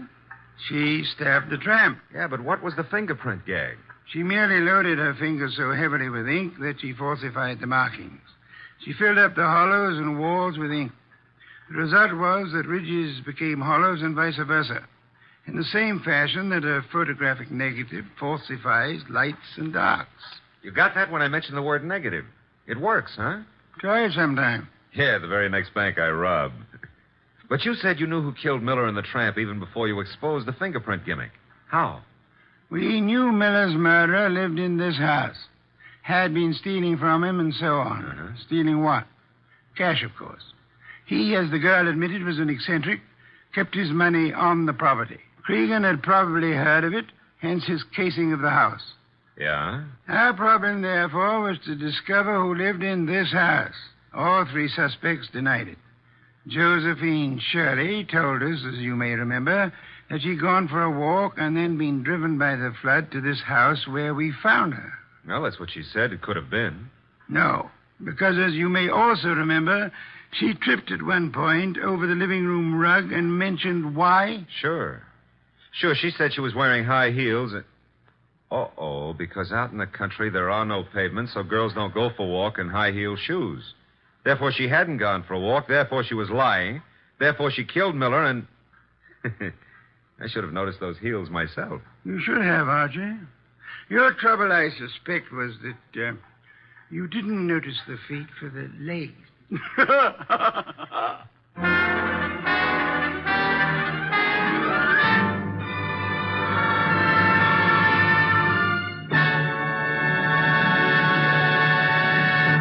You have been listening to The New Adventures of Nero Wolfe, starring Sidney Greenstreet.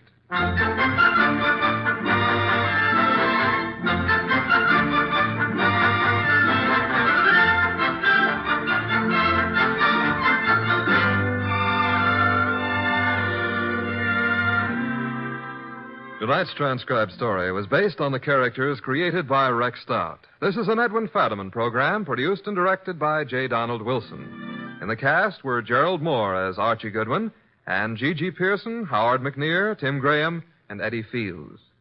Next week at this same time, Nero Wolfe and Archie will bring you The Case of the Vanishing Shells. Don Stanley speaking.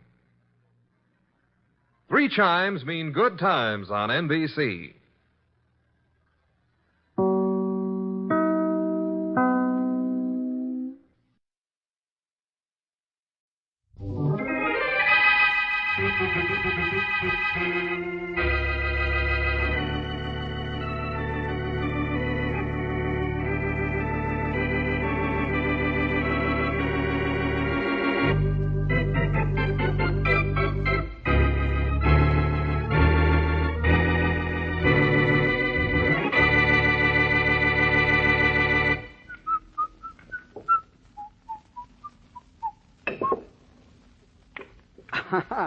Didn't think I'd make that one, did you, Sam? No. Think I'll be the club's billiard champion this year? If you play this way, Roger. But will I? That's the question. Here, see if you can make the same shot. How silly can you get? Well, I'll try. This didn't look easy, and it wasn't. If you want to see a hard one, watch this. You're trying to make me feel worse than I do already. What I'm trying to do is make myself feel better. Watch.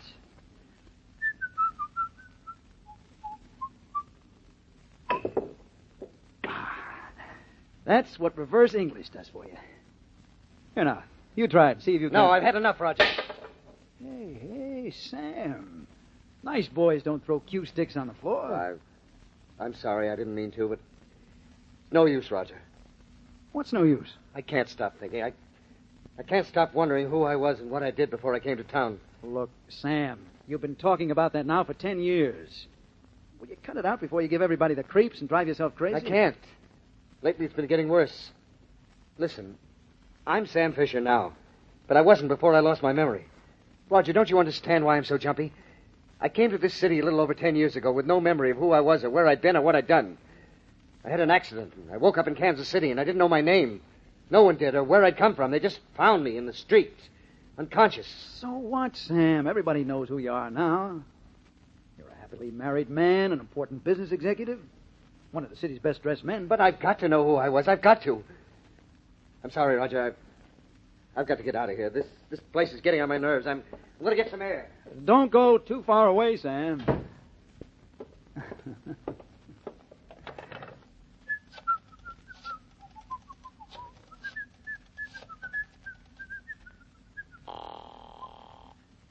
Hello?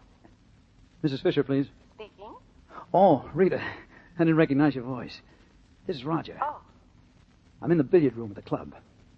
Your husband just walked out on me. Oh, is poor darling Sam upset again? Upset? That obsession of his is driving him out of his mind. Oh, the poor dear. Yeah. Isn't it a shame? Shame it's taken him this long to begin to crack. Pretty soon, Rita, we can do exactly what we planned.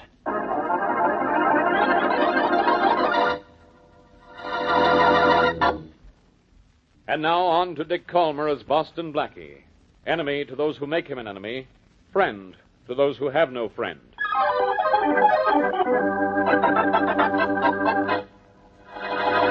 Now, let me get this straight, Mr. Fisher. You don't think you're really Sam Fisher? No, Blackie. How can I be? Just the name I gave myself when I came to after an accident in Kansas City 10 years ago. I see. But why did you pick that particular name? It might have some bearing on your past. No, I'm afraid it doesn't. You see, I call myself Sam Fisher because my doctor's name was Sam, and he was an excellent fisherman. Well, that takes care of that. Tell me this. How much effort have you made to find out who you were before you became Sam Fisher? None. I was afraid to. Afraid to? Why? Well, somewhere in the back of my mind, I had a vague memory that I'd done something wrong. Mm-hmm. But it was just a glimmer of a memory, so faint it never took shape, never gave me an inkling of my past. But it's always with me, always haunting me, poking at my conscience. Blackie, I just can't stand it much longer. So you want to find out who you were, where you've been, and what you did before you became Sam Fisher? Yes, I've got to. I've got to know no matter how terrible the truth is. Mr. Fisher, why are you so convinced that you did something wrong before you had that accident? Well, why do you think that? Just think it, that's all. I can't help it. It's there in my mind. Blackie, you've helped others. I know you can help me. I'll give you all the assistance I can. But how can you help me when your memory stops with that accident 10 years ago? Tell you something I've told only to Mrs. Fisher and a few of my closest friends. It's about a dream I have. A fantastic dream that I have almost every night. Excuse me. Hello. I'd like to speak to Mr. Fisher, please. I understand he's there. This is Mrs. Fisher. Oh, just a minute. This is your wife, Mr. Fisher. Oh, thank you. Yes, Rita? Oh, Sam, I hope I've called you in time. The maid said you left for Boston Blackie's an hour ago. How much have you told him? Well, not very much of anything, dear. You sound awfully upset. What's the matter? Well, Roger just phoned. He's found out something about you. Before the accident? Yes, Sam, and it's awful. Don't tell anybody anything, not until you've seen Roger. He's found out something about me. Yes. What? What did he find out? I don't want to talk about it over the phone. Roger will tell you. He's waiting for you at the club. Now get down there right away. All right, dear, I will. Right away. Well, that sounded important and encouraging. Blackie, I'm sorry, but I'll have to leave. Leave? But you were just about to tell me about... I'm sorry, Blackie, but I can't tell you anything now. Wait a minute, Fisher. Do you... I don't think I'll need your help. I don't think anybody can help me now.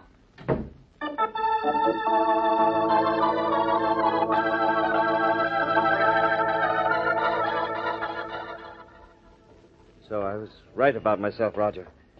I was a murderer before I lost my memory. Well, it isn't positive, Sam. There's only an indication that you were. I'm checking it further.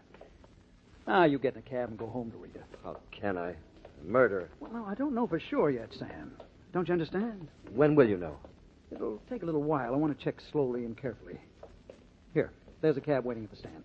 Taxi! Roger, let me help you check up on this thing. No, Sam, you stay out of it. If not for your own sake, for Rita's. Well, you let me know your progress, won't you? If I make any. Now, I'll get in the cab. Go on home and don't worry. Don't worry. I won't sleep till you find out the truth, Roger. Find it out soon, will you? As soon as I can. Night, Sam. Night, Roger. Thank you for everything. Bye, Sam.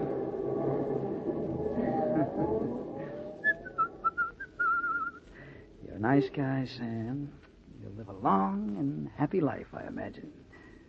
But you'll never be seen again.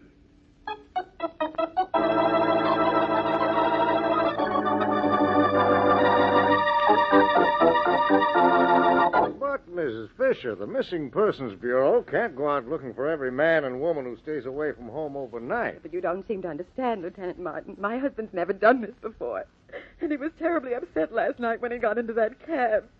I know something's happened to him. Why are you so sure? Because it's something he was afraid of. He thinks he has amnesia. That he's not really Sam Fisher at all, but someone else. A killer, maybe. Are you talking about the same Sam Fisher I'm thinking about, Miss Fisher? He's the Sam Fisher who was voted one of the city's best-dressed men this year. We're talking about the same man. Oh, then I don't have to describe him for you, do I? Oh, no, I know what he looks like.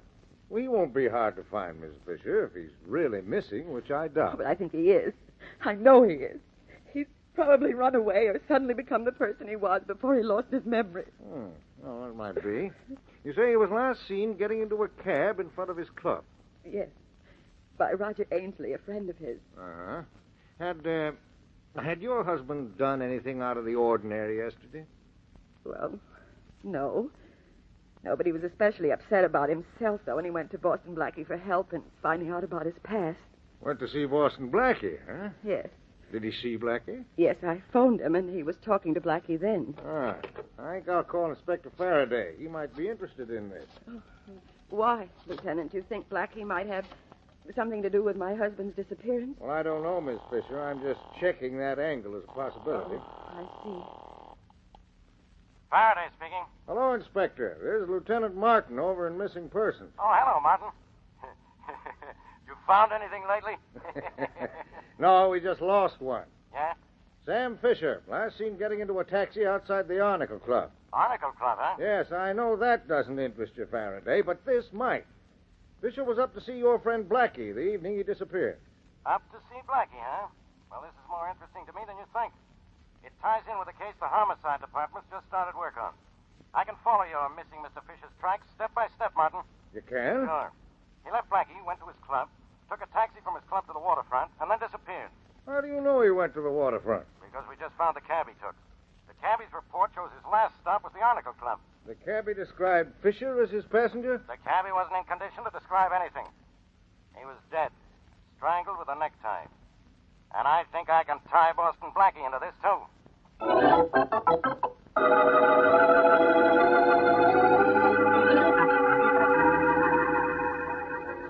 All right, you guys, finish with those pictures and let's get that body out of here. Maybe you guys like the salt air of the waterfront, but I get seasick on a park lake. So make it snappy. Hello there, Inspector Faraday. Hello, Lieutenant Martin. Find Blackie? Yeah, here he is. Yes, here I am, Faraday, and here you are, and here's a dead body, and here's where I solve another case for you. Ho-hum. I'll ho-hum you. I know who killed this guy, Blackie. It was Sam Fisher. The lovely red and green tie around the cabbie's neck came from around Fisher's neck. Only it fits the cabbie's neck a little too tightly, huh? Yeah. And you know why Fisher killed this cab driver and where Fisher is now. Well, do you or don't you? Don't I, Faraday? Say, by the way, Faraday, keep away from the waterfront or you'll wind up mounted on some fisherman's living room wall. And don't try to get me connected with this. All I know is Fisher came to me for help last evening. He thought he was suffering from amnesia, and he wanted me to find out who he was before his mind went blank. And what else? There's no more else, Faraday. He got a phone call from his wife and then beat it out of my apartment. I haven't done anything on the case because I was out with Mary last night. Good. Now you can go out with her again right now. I just wanted to hear your story. I know what happened here.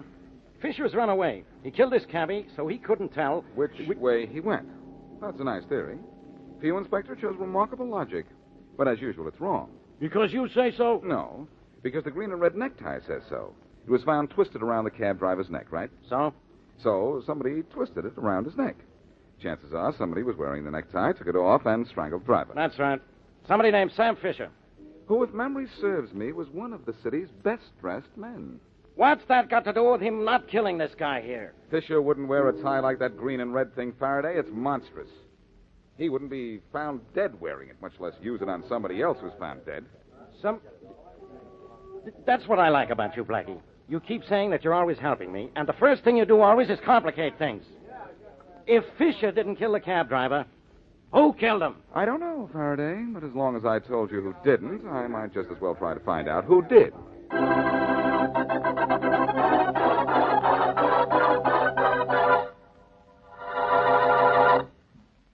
And And now back to Boston Blackie.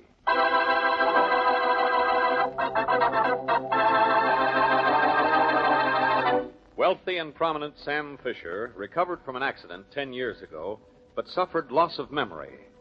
When his friend Roger Ainsley tells Fisher that he has made a mild discovery about the years before the loss of memory, Fisher gets into a cab and is not seen again. But the cab is found, and so is the driver, dead, strangled with a necktie.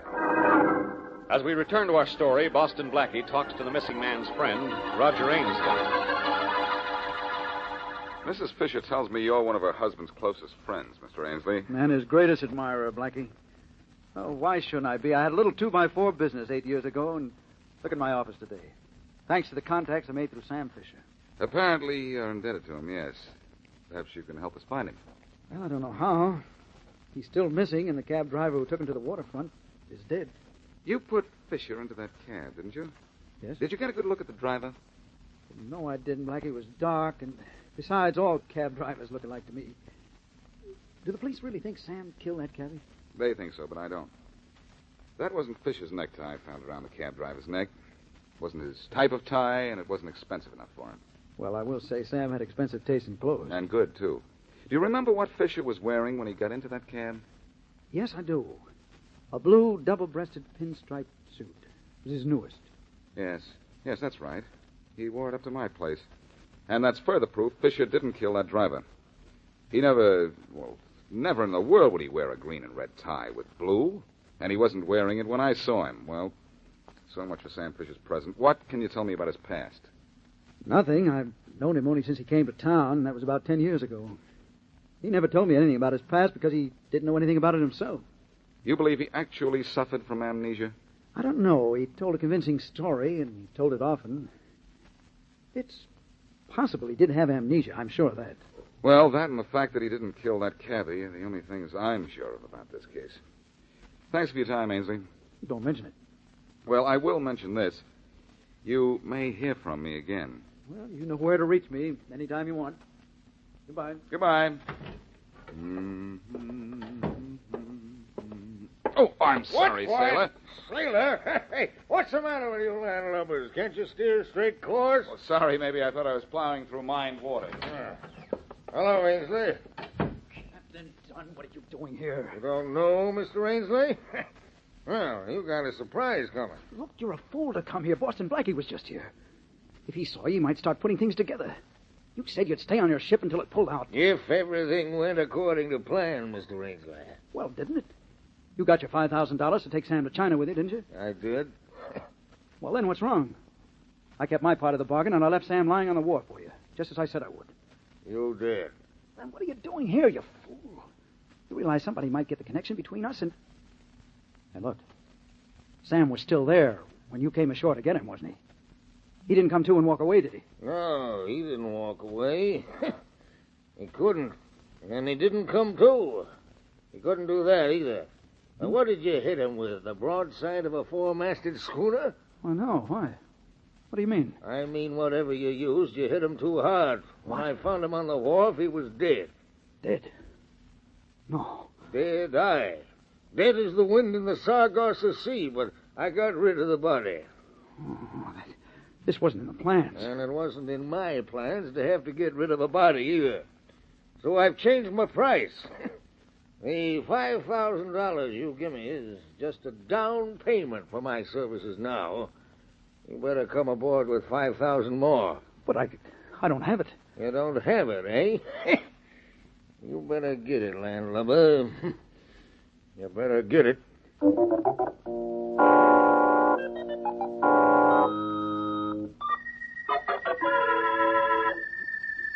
Rita, honey, Sam's dead, and you're going to come into a fortune from his insurance alone. But I'm going to be careful how I spend it, Roger, darling. All right, pinch every penny of it until it squeals if you want it, but you've got to give me that $5,000 for Captain Dunn. You killed Sam. You pay Captain Dunn. I don't have it. Besides, I didn't mean to kill Sam. It was an accident. I hit him too hard. You certainly did. Look, Rita, what's the matter with you? Why don't you stop? You trying to get rid of me, too? No, I'm not. I'm trying not to get rid of $5,000. Yeah. You're willing to do anything to get rid of Sam. You thought it was wonderful. when I came up with the idea of telling Sam I knew something about his past. And then to see that he got lost for good, so it looked like he ran away. It was a brilliant plan, Roger. Brilliant. It was perfect. You were even going to write to him after Captain Dunn shanghaied him to China. You were going to tell him that we were sure he was a murderer, so we knew he'd stay away. I was, but I'm not going to have to write to him now. You killed him. He's not in the mood for letters. Look, will you give me that $5,000 for Captain Dunn? That's all I ask. You killed my husband. That's something I didn't ask. All right, maybe I did kill him. I said, maybe I did. I don't know. All I know is that I got to the waterfront before him in his cab, and I did slug him. But I also know I didn't kill that cab driver. And I think you did. I did? Yeah. Why, Roger, yes, I don't know. You. That's it. You killed that driver. Only you and the cab driver knew my plans. After all, he was well paid to take the long way around to the waterfront so I could get there first. But you were the only one who knew where that cab driver would be and when. Well, what if I did? I had no reason to kill him. Oh, no? No. You killed him so he wouldn't tell that I paid him to drive Sam to the wharf. You killed him so that there'd be a murder involved in our scheme, and I'd have to keep my mouth shut forever about it. You get out of here, Not Roger. yet, I won't. You knew when that driver would drop your husband off at the wharf. You waited up the road until the cab passed, and then you hailed it. The driver and his cab were found just a little ways up the road from the wharf where Captain Dunn found Sam. You have a beautiful imagination, darling. Too bad it imagines all the wrong things. Oh, yeah. All right, go ahead. Deny it if you want to. But that won't stop me from getting your money to keep the words out of Captain Dunn's mouth and us out of a jam.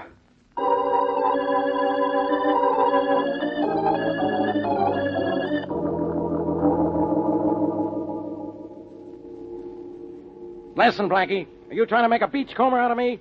We boarded 2 ships in this dock. And there are only 3, Faraday. So come on, let's get aboard this one and find out what we're looking for. Or go home. I don't know why we're looking for anything down here. Do I have to tell you all over again? We're looking for the ship's captain that came to see Roger Ainsley this afternoon. Yes. So there's bound to be a connection between the sea captain and Ainsley, because you think there's a connection between Ainsley and the disappearance of Sam Fisher. And the dead cab driver, too. Let's not forget him. Let's forget to go aboard this ship, and let's remember to go back uptown. Too late, Inspector. We talked our way right up the gangplank, and here There's nobody on deck. Let's go. Oh, but there's bound to be someone aboard. Hello? Hello, anybody home?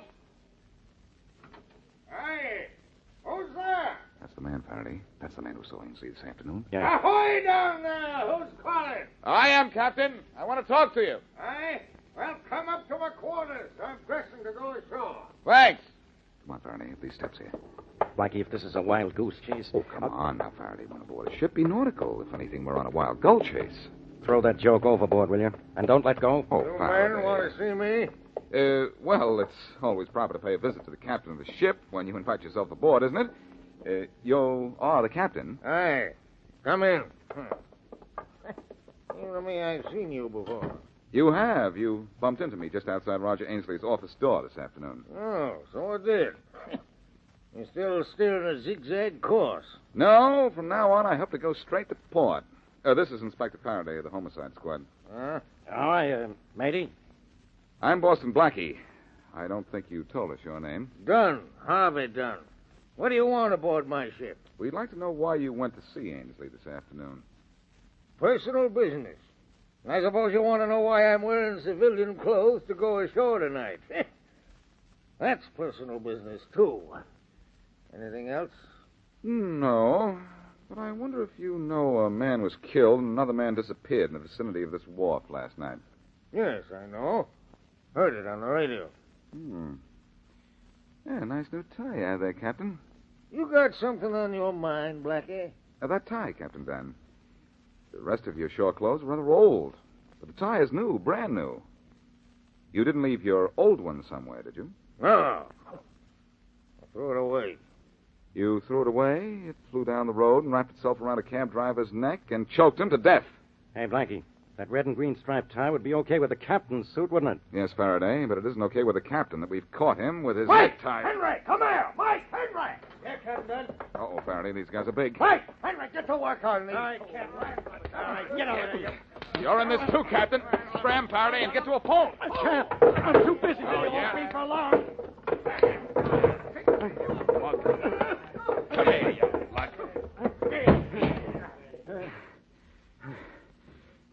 Faraday. A little bruised, but still here. How about you? Present. And Dunn and his slugging chums are all accounted for. Yeah. It was that table leg that accounted for little Mike there. It's a handy little gadget, table leg. I got Henry, boy, with an arm. My arm with a fist on the end of it. And look at our friend the captain. He looks all at sea.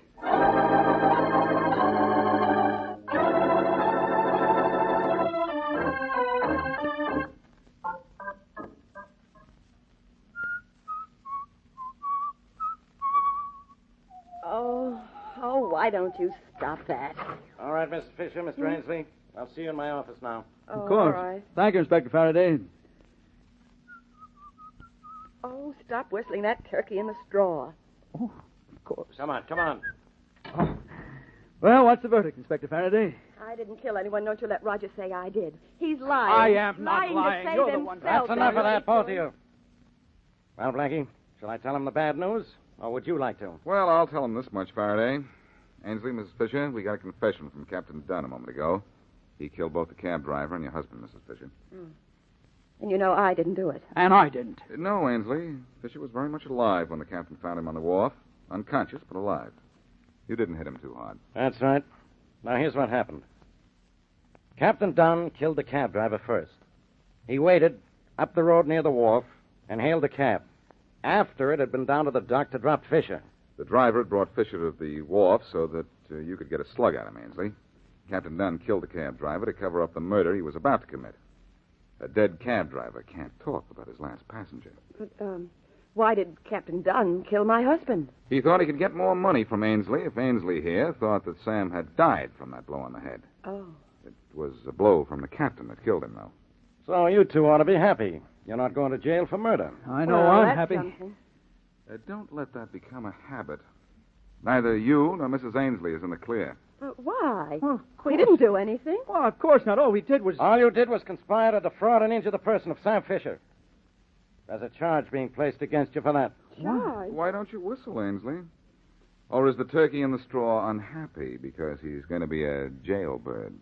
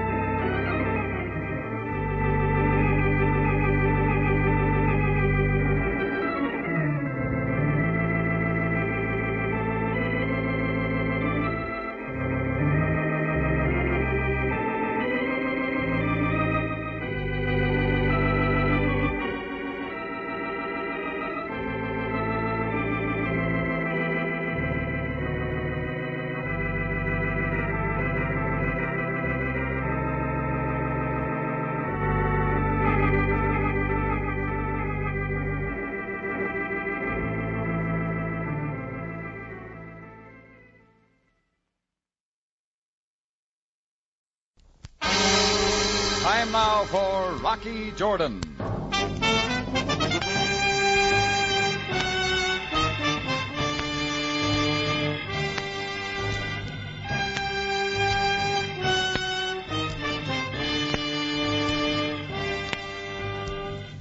Not far from the Mosque Sultan Hassan in Cairo stands the Cafe Tambourine, run by Rocky Jordan. The Cafe Tambourine, crowded with forgotten men, alive with the babble of many languages. For this is Cairo, where modern adventure and intrigue unfold against a backdrop of antiquity. Tonight's story, The Race.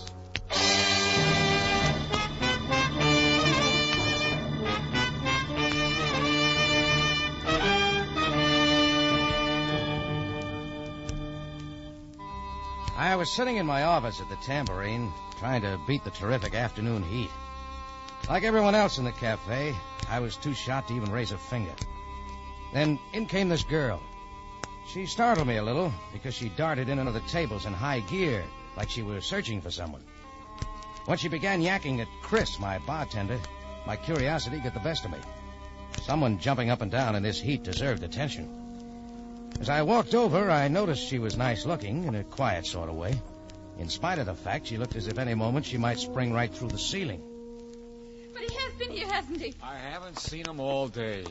What's up, Chris? Oh, Rocky. I've got to find Abdullah, Ben Abdullah. They said he was up here at the Tambourine. You know, Ben Abdullah. He owns that little pawn shop up on the corner. Yeah, sure, I know. It's very important. There isn't time to explain. Just tell me where I can find him, please. Every second counts. Well, I haven't seen him all day. I tried to tell her, Do you know where he is, then?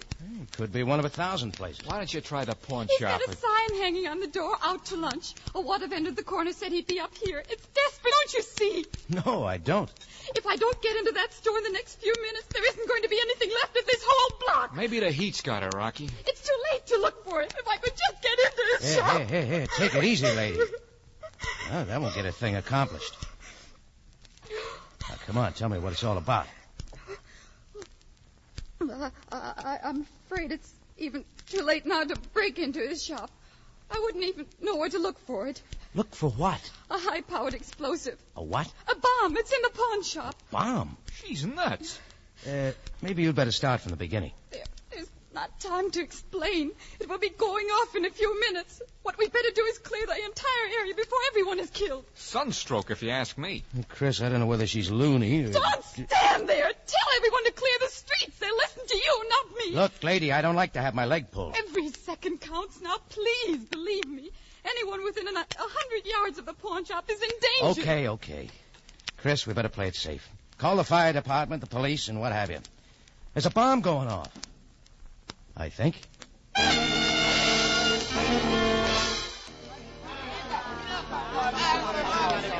Well, maybe Chris was right. Maybe the dame had got too much sun and blown her top. But who could take chances on a bomb going off? I dashed down the street like a poor man's Mel Patton, and in what must have been the world's record, the block was completely empty. The girl had tagged right along with me, and once the block was cleared, we made a run for the safety zone where the crowd had formed 100 yards away. When we were about 60 yards from it, the girl began to tug my arm and scream wildly at me. Down! Down! You need to run any further! What? Down! Fall on your face, quick!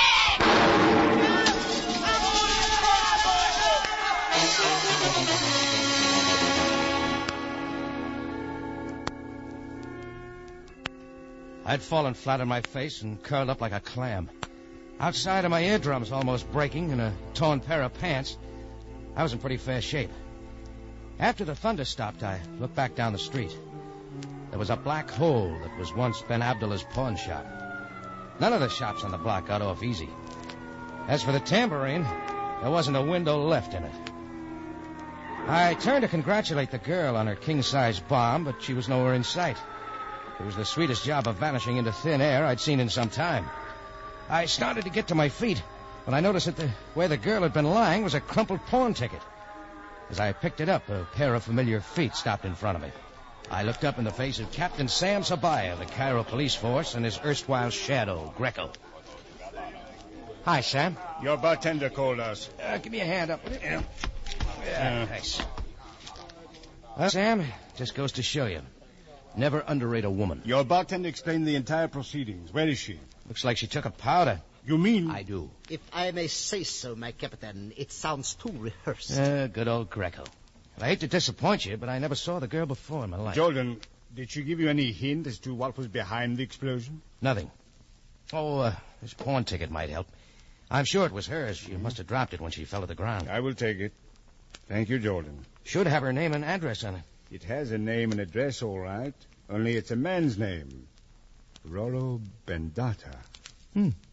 Well, that's one on me. Rocky, you want it on the telephone. Oh, all right, Chris. I'll be right there. I want to ask you some more questions, Rocky. Check with me in the tambourine, Sam. You won't have any trouble finding it. It's the only bill in the block in one piece.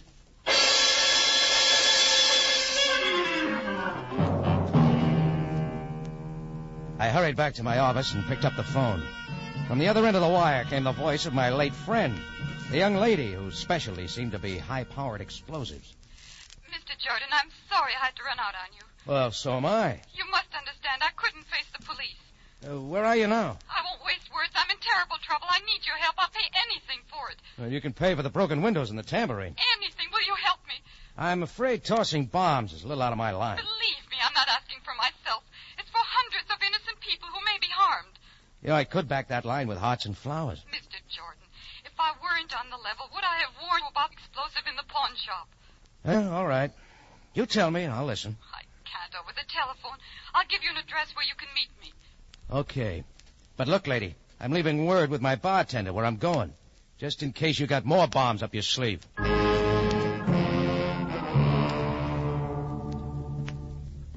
She gave me an address that was on the edge of Cairo.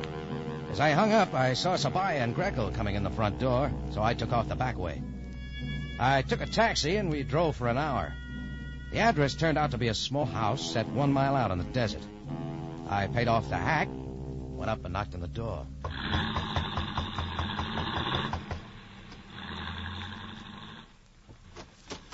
Are you alone? Yeah. You couldn't have picked a closer place. I'm sorry, but I live here. Come in. Huh? Oh, looks more like a laboratory to me. It is. I'm an explosives chemist. I live in the back. Dangerous address. I'd better introduce myself. I'm Suzanne Durand. Won't you sit down? No thanks. Not on a keg of dynamite. And stop jumping up and down. I can't help it. We only have 11 hours left. Hey, look, I've had enough riddles for one day. What's this all about? I'll start from the beginning. It would help. A man by the name of Negri Sear hired me to develop a time bomb that would have a 24-hour action delay. Why? He heads a combine that wants to blast for water in the desert. What? You can imagine what it would mean if you could bring an incessant water supply to Cairo. Well, sure, but why not a regular time bomb or dynamite? He wanted an explosive that would need no wiring so that his company wouldn't attract attention. Why all the secrecy? Why, it's like digging for gold. He thinks he's found a spot where there might be water, and he doesn't want anyone to know till he's staked his claim. Well, I think he's crazy. Where does the pawn shop come in? I made 2 bombs, which I was going to test today. I was afraid my servant might accidentally spoil them, so I hid them in the base of an old clock. I went shopping, and when I came back, the clock was gone. The servant must have needed money, so he stole the clock, never realizing the bombs were in there, and pawned it. Is your servant's name Rollo Bendata? Yes. How did you know? You left his pawn ticket on the street. It looks to me like Rollo's in trouble, not you. Only one of the bombs went off in the pawn shop. Oh, don't you see? The other one will go off. You mean we're going to have to go through that all again? The bombs were set to go off at different times. But the blast of one could have exploded the second one. Yes, but you only heard one explosion, didn't you? Only one exploded, Mr. Jordan. I could tell by the force. Well, maybe Rollo's got the other bomb. I've already talked to him. He swears he knows nothing about them. Oh, fine. I don't know where to look for it, and according to my calculations, the bomb should go off in 10 hours and 46 minutes. Well, what's this bomb look like? A small object made of lead with a screw arrangement. When it's screwed down, the process begins. 2 liquids. One eats through the separation, and I get it. Hundreds of people will be killed. Look, if you want me to help, you got to promise me one thing. Name it. Stop jumping up and down. I promise. This guy, Negri Sear, you mentioned. You know where he lives? Yes. Come on, let's pay him a visit. I'll call a taxi. You're bouncing up and down again. I'm sorry. Now relax, will you? We've still got 10 hours and 46 minutes. 10 hours and 44 minutes.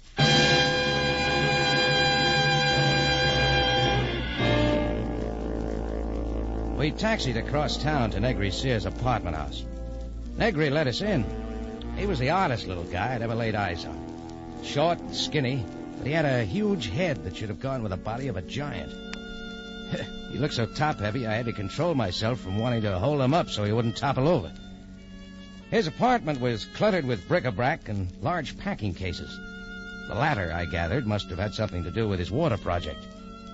When Suzanne told him about the bomb, he got quite irked, to say the least. Really, my dear, I don't know what you expect me to do if you've lost one of your ghastly bombs. Well, coming here was my idea. And just who are you, Jordan? Suzanne, who is this man? He's trying to help me. You didn't tell him, I hope. I'm afraid I had to. You were sworn to secrecy. How could you? Well, Jordan, you'll never find out where I hope to get water. I'm not interested in your plan for digging water. I'm only trying to locate the bomb. Oh, this is dreadful. It will be all over Cairo. Everyone will be digging for water. No one outside of this room will know. Besides, you're the only one who knows the locale where the water might be. Huh? So you're going to blackmail me, huh? Or maybe you're going to torture me till I tell you the exact spot. Look, for the last time. What will my partners think? I will tell you nothing. Rocky, we can't afford to waste all this time. Look, Negri, if you'll just answer a few questions. Never. Were you out at Suzanne's place this afternoon? Yes, but she wasn't home, so I left. I was probably tracking down Rollo. What time were you out there? Our appointment was for 2. I'm always on time. Did you see anyone or notice anything that might help us? No. Is that clear? Very. There are only 8 hours left, Rocky. What are we going to do? All right, hang on to yourself. Suzanne, I want you to take this man out of here right away, or I'll call the police. We're going. So help me, I warn you. You'll never find out where I'm going to get water. Never. What I'm wondering is if we'll ever find out where to find that other bomb. Ever.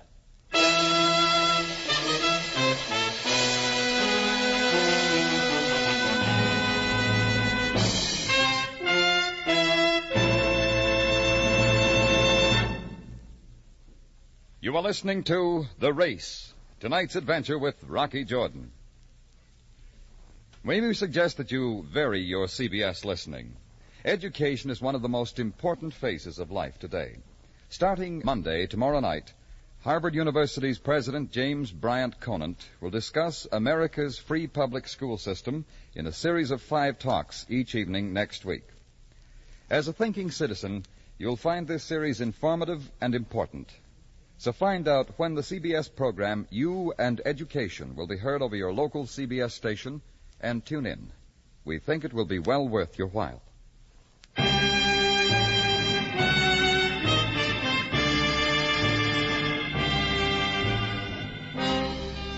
Now we take you back to NERO and tonight's adventure with Rocky Jordan, The Race.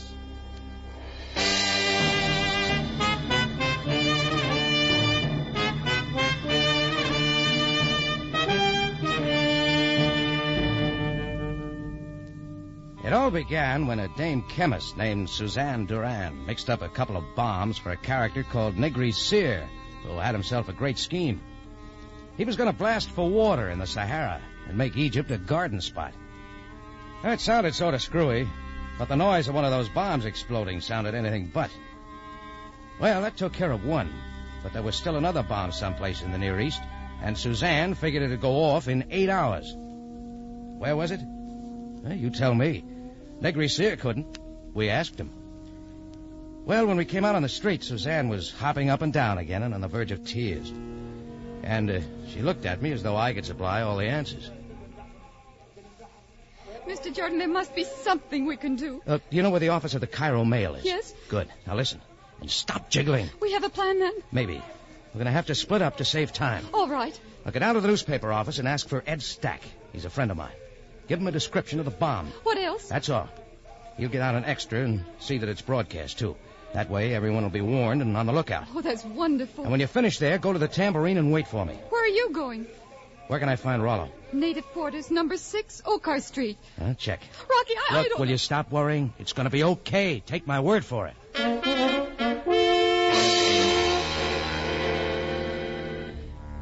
Yeah, it was going to be okay, sure. Only I wish I could have believed it. I was stymied from ear to ear. I put Suzanne in a taxi, and she was whisked off toward the newspaper office. I wanted to cross the street to get a taxi myself when up roared Sam Sabaya, taking the corner on two wheels. Jordan! Well, this is a coincidence, Sam. I traced you through this taxi company. Where's the girl? On her way to the newspaper office. Rocky, I'm losing my patience. You said you did not know the girl. When I finally traced her, I learned she has been with you. Sam, hang on to your brass badge. Got something to tell you. Well, Jordan, I'm waiting. She's working for a character named Negri Sear. Negri Sear? Yes, I've heard something of him. He's a dealer in fine art, a collector and such. Fine art, huh? Well, he's got a sideline. What do you mean? The girl's a chemist. He hired her to make a couple of tickless bombs to blast for water in the Sahara. Jordan, are you serious? So help me, Sam. That's a story I got. Blast for water in the Sahara? Shh. It's a secret. Jordan, this is not an amusing matter. Water in this part of the world is nothing to laugh at. There are those in these desert lands who make of it a religion. Yet is it possible to blast for water in the Sahara? Negri Sear thinks so. Or so he says. What could be done to all this arid land? Jordan, is this a trick? Well, your guess is as good as mine. Then I am inclined to think it is. Well, the bomb was real enough. Yes, of course. We must make every effort to locate the other... But still... Yes, Sam? Jordan, if that girl is not at the newspaper office as you say, I'm going to hold you responsible for aiding her escape.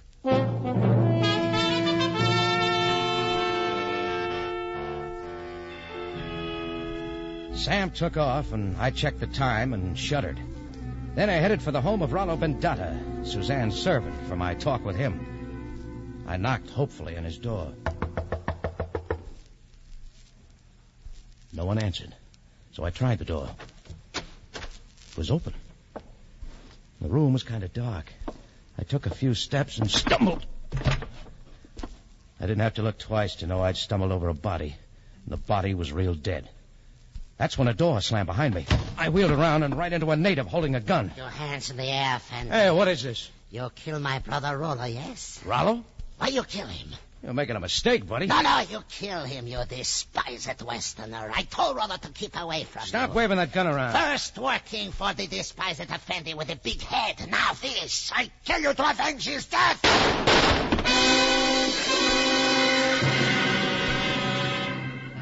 I dove on him as he fired. The shots went wild.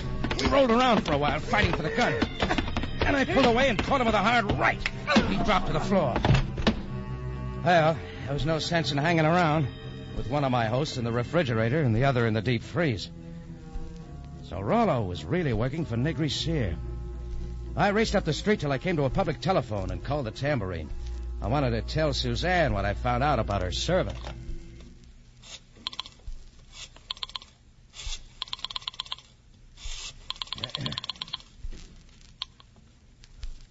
Tambourine. Chris, this is Rocky. Boy, I'm glad you called. Sabaya just left.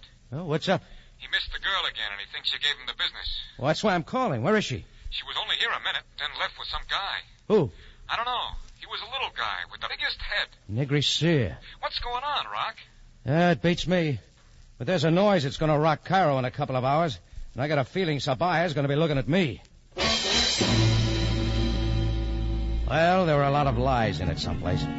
I raced for Negri's apartment, but the place was deserted. Negri was gone. Suzanne wasn't there, but neither were the packing cases that belonged to Negri Sear. That took me to the railroad station, double time. I pushed through the crowd till I came to the gates for departing trains. Waiting in one of the lines was Negri Sear. Jordan, what are you doing here? Looking for you. You better step out of line. Do not be too hasty, Jordan. Come on, out of the line before I drag you. Dear fellow, let us talk this over where no one may overhear us.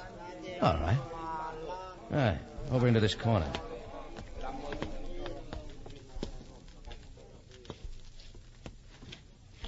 There.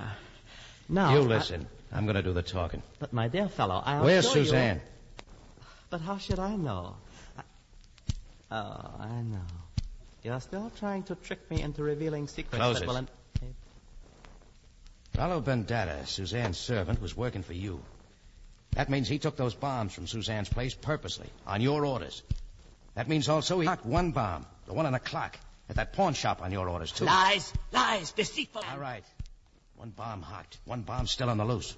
All on purpose, too, Negri. You figured if one went off, Suzanne would think both of them went off.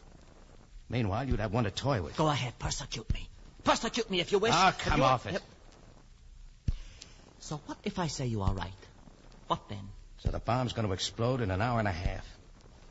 I'll make you a head ring until you tell me where it is. That would never succeed. I will never tell you. I will never tell you where the bomb is or why I have placed it there. That water blasting's a phony deal. Indeed. I bet your packing cases will give me some answer. I am the only one who knows the whereabouts of the bomb, and I will not tell. I will not tell unless... Huh? What's the deal? Allow me to leave Cairo. Allow me to leave Cairo, and I shall reveal the... Either one of you. Oh, Greco. Jordan, you have trapped me.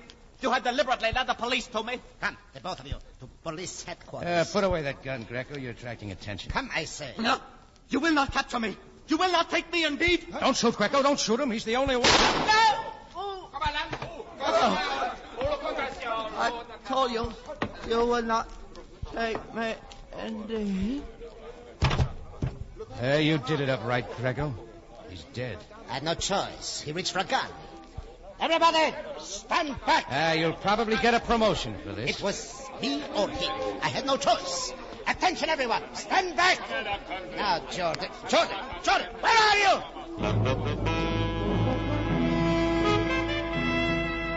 I dove into the crowd and got lost. Well, I was free of Greco, but I was right back where I started. I checked the time again. In an hour and 10 minutes, that bomb would go off, and the only man who knew where it was dead.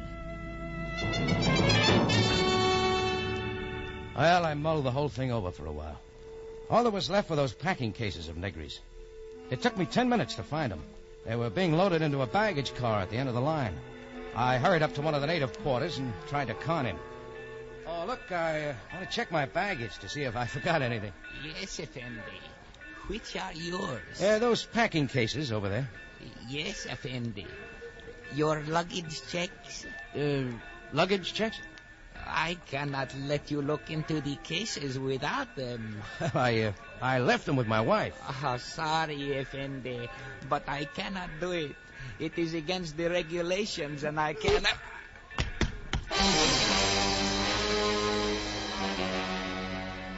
I didn't want to hit him, but who had time to argue or explain? I began ripping into the packing cases marked fragile. The first case had some figures carved in marble and some pictures, but they didn't ring any bells. It wasn't until I got inside the second case that I saw the light. It contained a green jade vase that I knew I'd seen before. And right then and there, Negri's whole deal became clear.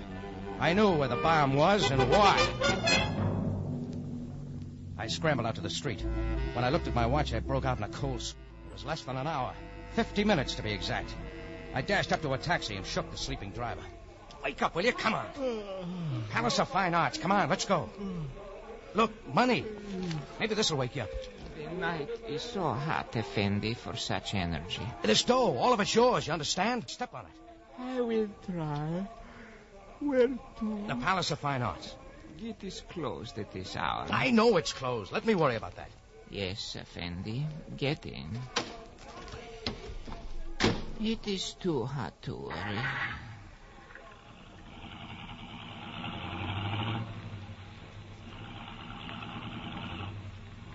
Can't you go any faster than this? In this weather, the motor gets hot. Well, excuse me. I didn't mean to keep you awake.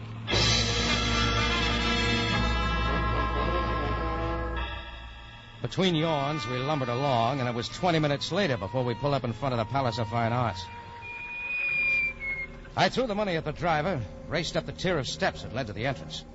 The joint was dark, but I saw a woman waiting in the shadows of the doorway. Suzanne. Rocky said you... Yeah. I was beginning to get worried. Negri said you had located the bomb and instructed me to meet you here. No, double talk. Now, don't start jumping. The bomb is in this building. But Negri said Never mind, Negri. I'll explain later. We've only got a few minutes. This building covers a square block. There's be a guard around. Inside. Look, start screaming. I'll bang on the door. Help! On the door! Help, please!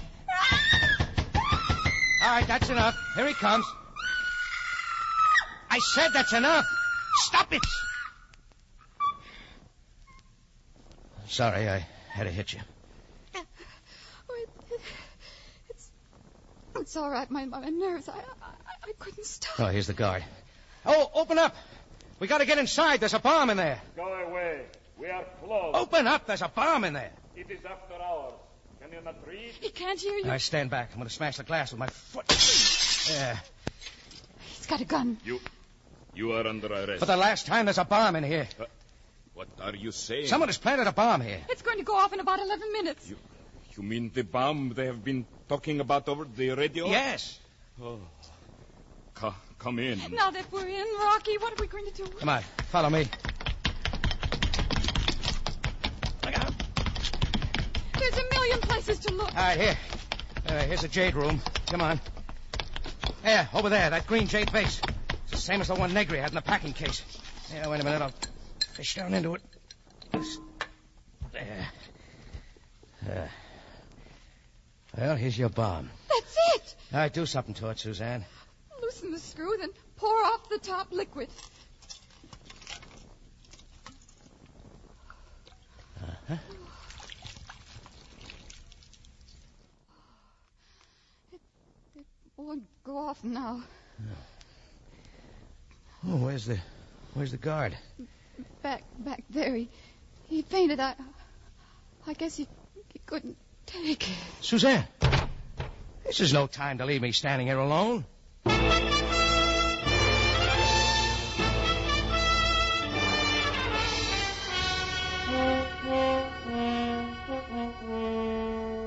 Well, that was about it.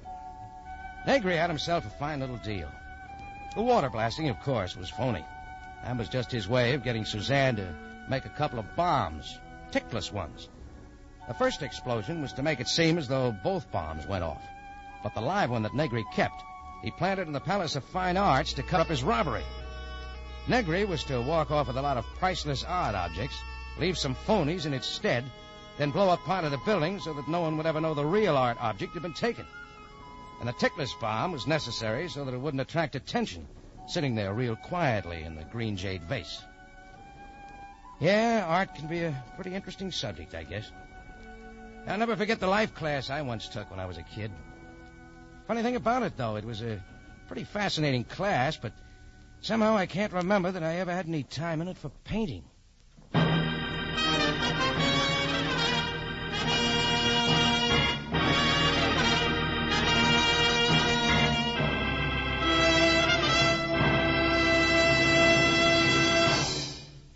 It's CBS again at this same time next week for another story of adventure and intrigue when we take you back to Cairo and the Cafe Tambourine, run by Rocky Jordan.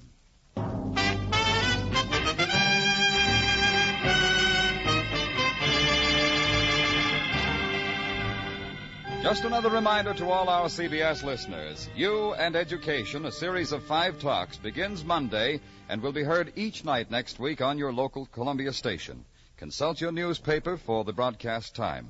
You and Education brings you the views of a distinguished American, James Bryant Conant, president of Harvard University, in a discussion of the free public school system. Be sure to listen to CBS for You and Education.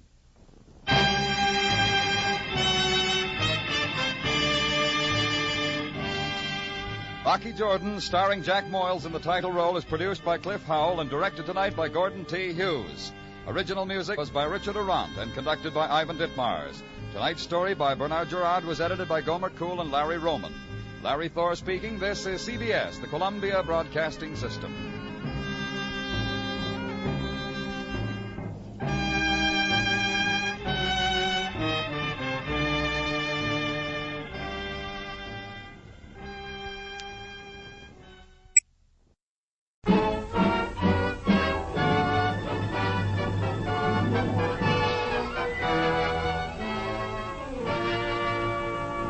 The F.W. Fitch Company presents Dick Powell as Private Detective Richard Rogue.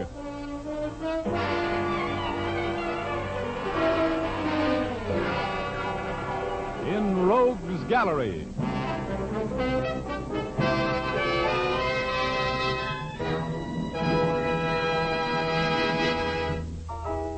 Rogue speaking. Well, tonight you're going to meet some charming people. And you're going to run into a little bit of very fancy murder. The name of the story is Little Drops of Rain. But before we get into our story, here's Jim Doyle, the man from the Fitch Company. Did you know that there are over 50 million men in the United States who shave? Yes, that's a lot of men. It was in the interest of these 50 million shavers that Fitch Company chemists and technicians went to work in their laboratories and came up with Fitch's No Brush, a shaving cream especially designed to give a solid comfort shave.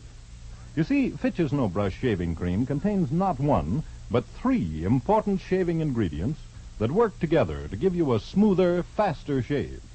It also contains a special skin conditioner ingredient. Men appreciate this ingredient because it has a soothing effect on the skin the instant it's applied, and it keeps the skin feeling smooth and refreshed long after the shave is finished. Men also like the just right consistency of Fitch's No Brush. It's neither too thick nor too thin.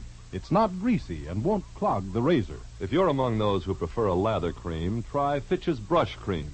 It gives a rich, dense lather that wilts whiskers completely soft for a clean, fast shave. Both Fitch's Brush and Fitch's No Brush shaving cream come in big 25 and 50-cent sizes. Try a jar. You'll find it easier on your razor and easier on you. Thank you, Jim. And now I'd like to tell my story. Okay, here's Dick Powell as Private Detective Richard Rogue in another personally conducted tour through Rogue's Gallery.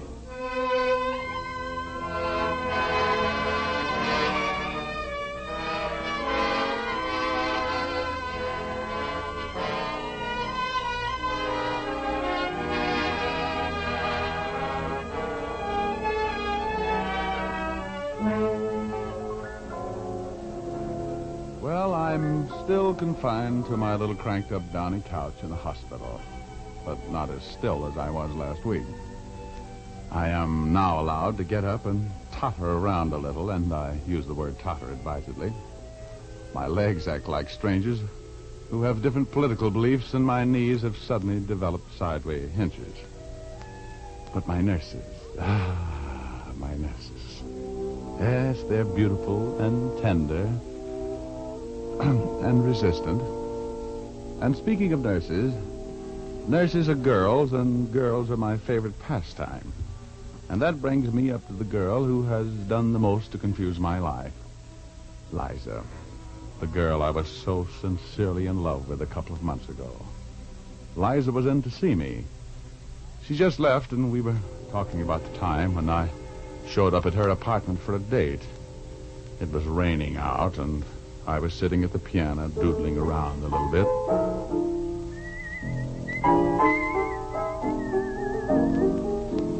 I don't want to go to a nightclub tonight, Richard. I'm too tired. Let's just go to a show, shall we? Anything you say, baby. That's the kind of guy I am. I want to see Two Girls and a Sailor. It's playing at the Rialto. June Allison's in that, isn't she? Mm-hmm. Uh-huh. That's for me, then. You think so? Definitely. You think she's prettier than I am? Well, you're not in pictures, Angel. Do you think she's prettier than I am? Well, you're a different type. Are you going to answer me? Oh, if you're jealous. How can you be jealous of a girl I don't even know? Give me a kiss. No. No, but baby, I love you. I love you like anything. All right. Pout then. I don't care. June is busting out all over the meadow and the hill. Busts are busting out of bushes, and the romping river pushes every little wheel that wheels beside a mill. June is busting out all over. The feeling is getting so intense that the young Virginia creepers have been hugging the bejeepers out of all the morning glories on the fence, because it's June, June, June, June. You're insufferable, Richard Rogue. Oh, now quit pouting. Come on over here. On the bench by me. Are we going to a show or not? Sure. Get your lipstick on again, and we'll see what... Oh. I'll get it. No, I'll answer. It's probably George. Oh, George. Well, I'll tell him, that homewrecker. Hello. Is Mr. Rogue there? Speaking. This is your call service, Mr. Rogue. We got a call for you. Oh. Who is it? Mrs. Harvey Burgess. Says it's very important. Okay, put her on. Right. Oh, put her on. Who is it? Hello? Richard Rogue speaking. This is Mrs. Harvey Burgess. Yes? I must see you at once, Mr. Rogue. Oh, well, any time tomorrow, Mrs. Burgess. I will see you tonight, immediately. It is most important. Well, can't you tell me about it over the phone? Oh, no. Could you come to my house at once? What's the address? 485 Hillcrest. You'll be well paid for your time. Please hurry. I'll be right out, Mrs. Burgess. Wait for me. I'll be right back, honey. Go on. Go on out to see Mrs. Burgess. Don't mind me, Dick Tracy.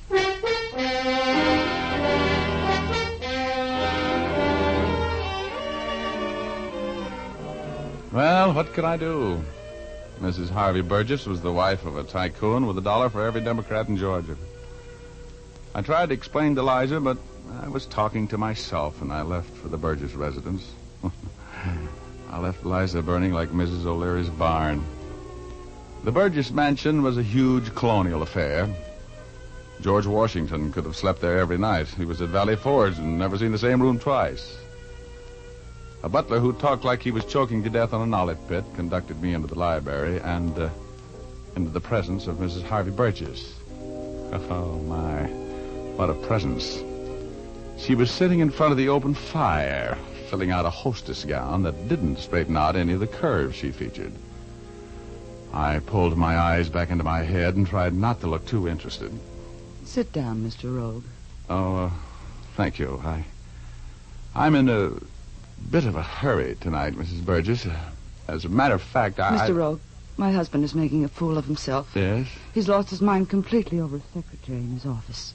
His secretary. A girl by the name of Helen Stark. You mean that... Yes, I mean he prefers her company to mine. Well, that doesn't sound reasonable, if you'll pardon me for saying so. What do you want me to do? Somebody has to bring Harvey back to his senses, Mr. Rogue. Well, I'm afraid you've called on the wrong man. I'm not very good at long fatherly talks. Oh, Mr. Rogue, please, I'm so alone. Hey, now, wait a minute. Good grief. You mean to tell me that Harvey is neglecting you? What you need to straighten Harvey out is a psychiatrist, not a detective. Harvey is definitely off his trolley. Please, help me, Mr. Rogue. No, Mrs. Burgess. He's with her right this minute. How do you know? When he left the house tonight, I followed him. He went to the home of his best friend, Clarence Roman. I parked across the street. I was going in and face them, but I saw Mr. Roman leave, and I lost my nerve. That's when I called you. Oh, Mr. Rogue, I want you to go out there and talk to Harvey. Tell him I know all about him and that Stark girl, and I'm suing him for divorce.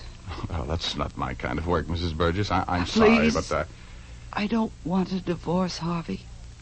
But I do want him back. And I'm sure that if you will do as I say, he'll come back. You must do it for me, Mr. Rogue. Here... Oh, where is it? I have $500 here in an envelope. You did? Oh, wait a minute here. Let me see. Oh, is this it? Yes, that's your fee. For going out there with me, Mr. Rogan. Trying to bring Harvey back to his senses. You'll do it for me, won't you, Mr. Rogue? Well, You'll do it for me, won't you, Mr. Rogue? Okay, come along.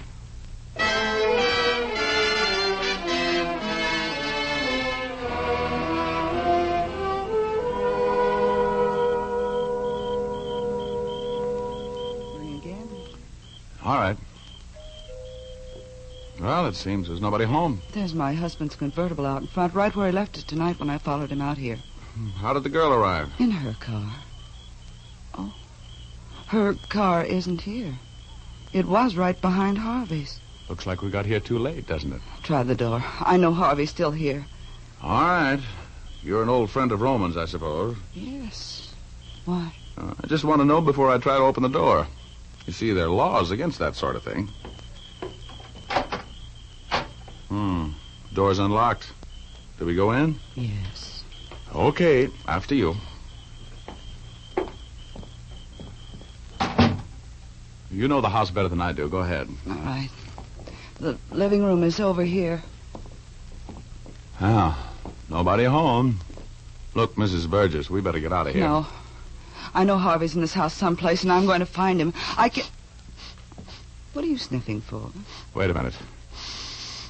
That smell in the air. You get it? What? Oh. I don't smell anything. You don't? I smell chloroform. Chloroform? Yeah. You take a look upstairs. I'm going to shake down the first floor. That smell of chloroform can mean trouble, you know. Mr. Roque, what do you mean? You're frightening me. Mrs. Burgess was very fetching when she was frightened, but I calmed her down a little bit. Now, this may sound fantastic, but I've got a little bell in my head that rings an alarm every time I really get around serious trouble. And it was playing a tune that sounded too much like a death march right that minute. I had to get her out of the way. She finally went upstairs, and I went to work. I took the living room first and looked behind all the couches and in all the dark corners. I was bending over, looking under a huge Italian carved table when I thought I heard a stealthy footstep behind me. Don't move. Oh!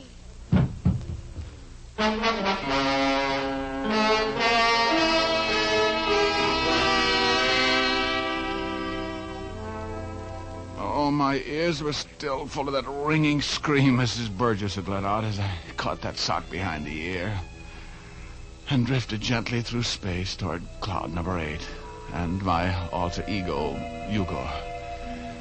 I was hoping he wouldn't be there, but he was. Sitting there with that silly smirk on his face with his little short legs pulled up under his chin and his funny little arms around them and his long white beard waving the cosmic breeze. Hello, Richard. Welcome home. No, shut up. That's a fine attitude. You go prowling around a strange house and get caught at it and knocked out. Then you come up here and take it out on me.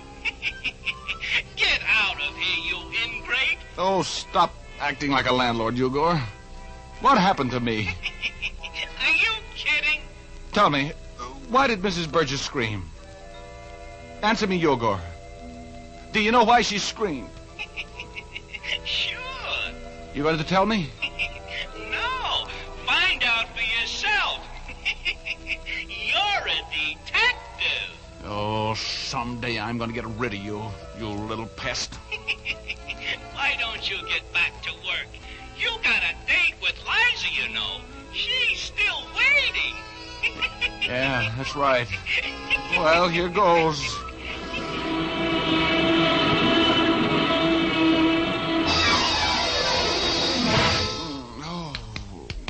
Come on, Rogue. Please, come on. You didn't have to hit him so hard, Clarence. Oh, who hit me? I'm Clarence Roman, Rogue. I came home, I found the front door unlocked, I walked in, I saw a strange man prowling around my parlor. A woman screamed, and I hit you with my cane. Oh, well, what do you carry for a cane? A ball bat? Why did you scream, Mrs. Burgess? I found my husband upstairs. He's dead, murdered!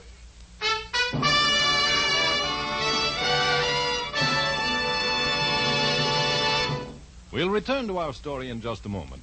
But now I'd like to say something to the ladies. Do you ever feel like hanging your head in shame because your hair isn't, looking as nice as it should? Perhaps you get discouraged because every time you shampoo your hair, it seems dry and difficult to set. Then for your next shampoo, why not try Fitch's Saponified Coconut Oil Shampoo? This clear golden liquid shampoo is made from mild coconut and vegetable oils. These pure natural oils keep your hair from becoming dry and brittle. When you use Fitch's Saponified shampoo, you can have a shampoo as often as you like, and after each one, your hair will be soft and lustrous, easy to set into your favorite hairstyle.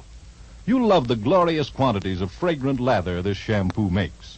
It cleanses thoroughly and then rinses out completely without a special after-rinse. You see, Fitch's saponified shampoo contains its own patented rinsing agent. All you do is rinse with plain water, and the rinsing agent contained in the shampoo ensures the removal of all particles from your hair, making it sparkle with cleanliness. Ask for Fitch's saponified coconut oil shampoo at your drug counter, barber, or beauty shop. Look for the bottle with the bright yellow label.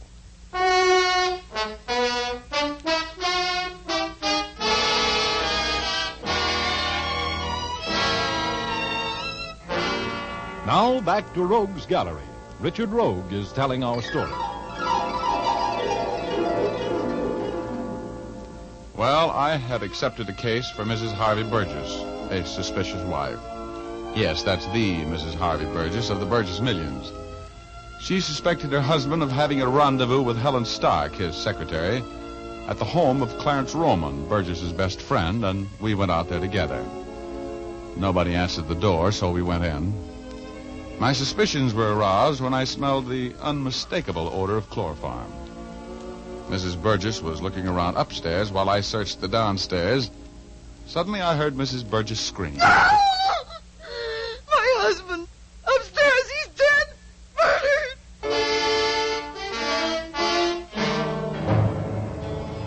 Well, that snapped me out of it. I got to my feet and ran up the stairs. Mrs. Burgess and Roma were right behind me, and she directed me into the library, which was just off the main hall. And there he was, as dead as last summer's romance, with a neat little blue hole right below the part in his hair. He was a nice-looking old guy, about 50, which made him a good 25 years older than his wife. And his widow was really taking his death big, which was natural. A woman doesn't have a husband murdered every day. Poor Harvey, this is horrible. Has anything in this room been moved or touched? Well, I just arrived home. When I looked in here and saw Harvey, I knew he was dead. I screamed. Yes, I heard you. Then you ran right downstairs. Yes, huh? I saw Mr. Roman hit you, and I ran down to tell him who you were. That's a little late. Okay. Just don't touch anything. Stay right there in the door, both of you. Just who are you to be giving us orders? You'll find out. You ever see this gun before? Yes. Where? It was Harvey's. He kept it in his desk at the office. Oh, you recognized it mighty quickly. How? It has his initials on it. I can see them from here, inset in the butt of the gun. Oh, his gun, huh? Yeah. Well, it wasn't suicide. Not with the gun clear over here on the opposite side of the room. This is murder. Hey. What's the matter? Well, this ought to do it. What is it? It's a handkerchief. A very nice linen handkerchief with initials in the corner. And blood on it. What initials? H.S. Helen Stark. That's her handkerchief. She killed Harvey. She killed my Harvey. Is there a phone upstairs here? Yes. You'll find an extension in the hall. Thanks. Come on out of this room. I don't want anything touched or moved. No. Dear, please. You two wait for me downstairs. I'll be down just a minute. As soon as I call the police.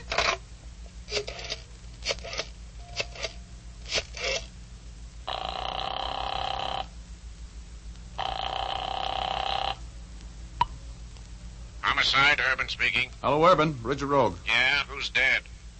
Harvey Burgess, wise guy. You mean it? You mixed up in another murder, Rogie? Sure. You'd never find about it if it wasn't for me. Where are you? At the residence of Clarence Roman on Cypress Avenue, 2120. Better get the boys and get out here. Be right there. Got any leads on the killer? A couple of vague ideas. Stay there until I get there, Rogue.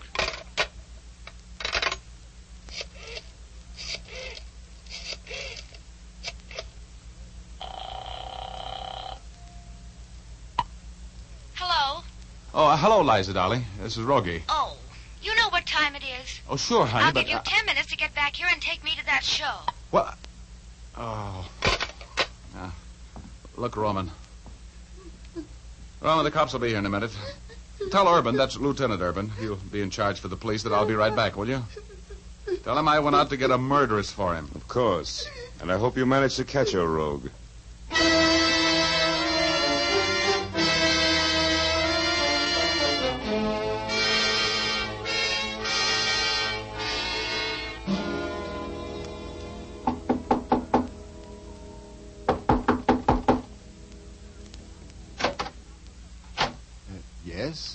good evening. Is Helen Stark at home? I beg your pardon. I'm a bit deaf. I couldn't hear you. Oh, I said, is Helen Stark at home? Oh, Helen? No, she isn't home this evening. Has she been home? I say, has she been home in the last hour? No, she hasn't. I don't know what time to expect her either. But I imagine she'll be home soon, though. You know where she is? Well, she didn't come home from the office tonight. She's working late. Oh. She called you and told you she wouldn't be home? Yes. She said she was going to work with Mr. Burgess. That's her boss, you know, the millionaire. Yes. Well, thank you. Could I tell her who called? No. That won't be necessary, thanks. Thanks very much, Mr. Stark. You and Helen live here all alone? Yes, since her mother died several years ago. Are you an old friend of Helen's? No, a very recent acquaintance. Oh. I'm sorry I bothered you, Mr. Stark. Good night. Good evening. Nice out after the rain, isn't it? Yeah, sure is. Good night. Good night.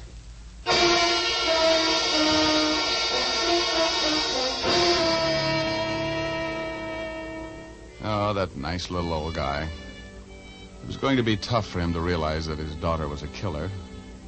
I hated the world as I walked down the steps from that porch and started for my car. I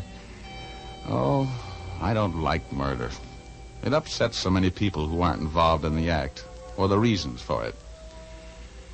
Yeah, I guess I'm a chicken-hearted patsy. But if I am, I'm glad.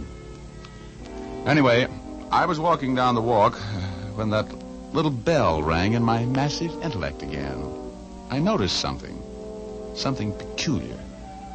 There were tire tracks running into the Stark garage. It had only stopped raining about 45 minutes before, and if that car had been driven into the garage while it was still raining, there would be no tracks. They would have been washed away. Now, very peculiar.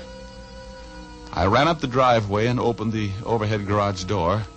Then I jumped back. The garage was full of carbon monoxide. I wet my handkerchief in a puddle of rainwater, held it over my nose, and ran into the garage. I wrestled the door of the small coupe open and saw a young girl, unconscious, slumped over the steering wheel. I pulled her out of there. She was dead weight, and carried her into the house. Oh, Helen. Helen. I'm afraid it's a little late for that, Mr. Stark. Where's your telephone? In the hall. Right in the hall. Thanks. I'll get a pull motor squad out here right away.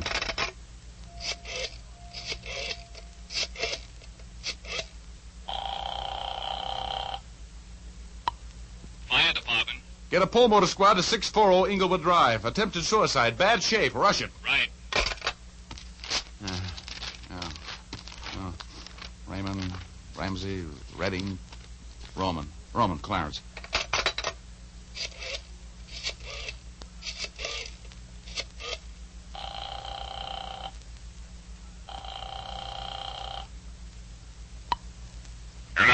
Hello, Lieutenant Urban, please. This is Richard Rogan. It's important. This is Urban speaking, Rogue. I thought I told you to stay here. Look, never mind the arguments. Get out here to 640 Inglewood Drive.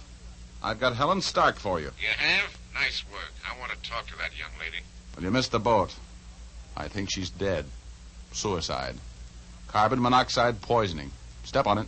Okay, Rogie, I'll be there in 10 minutes. Don't go away.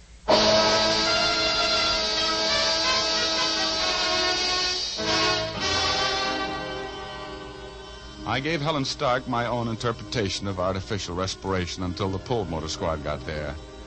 Urban arrived on the heels of the fire department, and we went out and looked around in the garage. Made some fascinating discoveries, too. The car had run out of gas and stopped turning over, for one thing. And one thing led to another, to coin a phrase. Anyway, Urban and I made a little deal. I went back to the Roman residence, and while he and his boys were being scientific, I sat in a parlor and talked with Mrs. Burgess and Clarence Roman. Mrs. Burgess had recovered her poise to some extent. They were both very anxious to know all about my daring capture of the Stark girl. glad she's dead. I couldn't stand a trial. I'm glad she committed suicide. Yes, I guess it seemed like the only way out.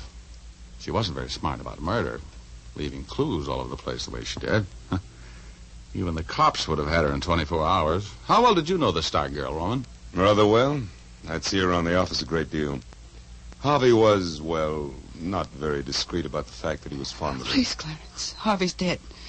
We should forget those things. He was a good husband. I don't know what life is going to be like without him. I just have an idea that it's going to be pretty simple, Mrs. Burgess, and possibly rather short. What do you mean? I mean that the police suspected you and Mr. Roman murdered your husband and Miss Stark. That's a serious accusation, Rogue. Your husband was suing you for divorce, wasn't he, Mrs. Burgess? He knew you were going to be there with Mr. Roman, his best friend, tonight. So he came and surprised you with Helen Stark for a witness, didn't he? And you, Mr. Roman, you killed him, and then you had to kill Helen Stark to shut her up. This is preposterous. Sit down, Roman. You were right, Rogie. We found Roman's fingerprints on the steering wheel of Helen Stark's car. One of the boys just got back with a report that Roman's shoe is a perfect fit in that shoe print outside Stark's garage. I had nothing to do with it. Clarence killed Harvey, and then he chloroformed that Stark girl, and then... You're in this as far as I am. Shut up! I've got more news for you, Roman. Helen Stark isn't dead. The car ran out of gas just in time. She'll be there to appear against you when you're tried for murder.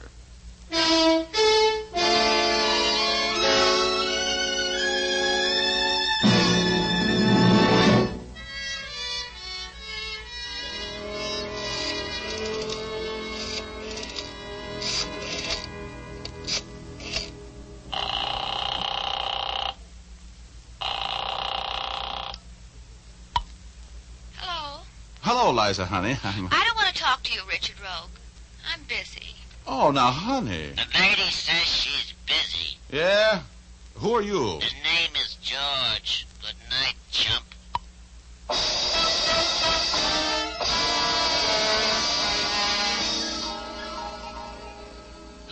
Little drops of rain. The stuff we're getting so much of out here in California right now saved Helen Stark's life. Because if I hadn't noticed those tire tracks, she would have stayed in the garage until it was too late for the Pull Motor Squad to save her. Yes, sir. Little drops of rain put the curse on what was almost a perfect double murder. With the help of my massive intellect. There's only one thing I can't understand. How come a guy as smart as I am gets hit on the head so often? Answer me that, will you?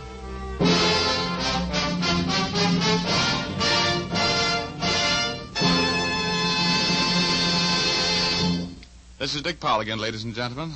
How did you like our little story tonight? Ray Buffum wrote it. Leith Stevens composed and conducted the music, and Dee Engelbach produced and directed. Don't forget to tune in next Thursday night. We're going to present a strange story of a house where everybody was scared. We call it the House of Fear. So make a date with us, will you?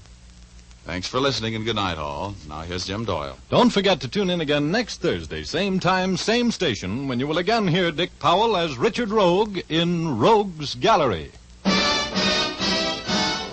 Remember, if dandruff is your problem, ask for Fitch's Dandruff Remover Shampoo. Removes dandruff the first time it is used. Fitch's Dandruff Remover Shampoo is the only shampoo whose guarantee to remove dandruff is backed by one of the world's largest insurance companies. This statement can be made by no other shampoo. Ask for Fitch's Dandruff Remover Shampoo at your drug counter, barber, or beauty shop. Fitch is spelled F-I-T-C-H. Folks, when we see a wounded veteran, we can thank him with our eyes and with a smile. We can also thank him in more material ways, like helping make sure he gets all the benefits of the GI Bill of Rights. That takes money. The money we lend when we buy victory bonds. Buy victory bonds.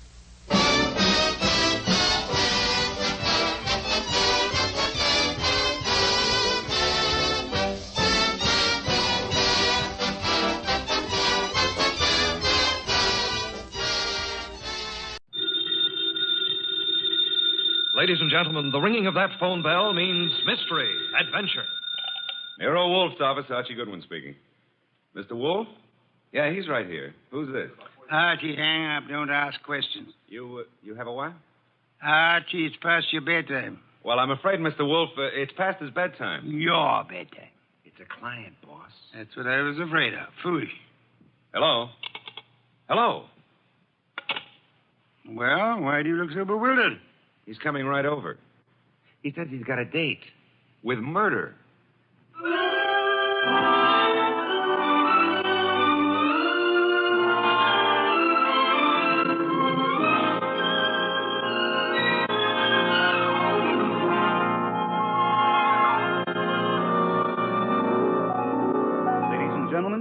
The detective genius who rates the knife and fork the greatest tools ever invented by man. The ponderous, brilliant, and unpredictable NERO WOLFE.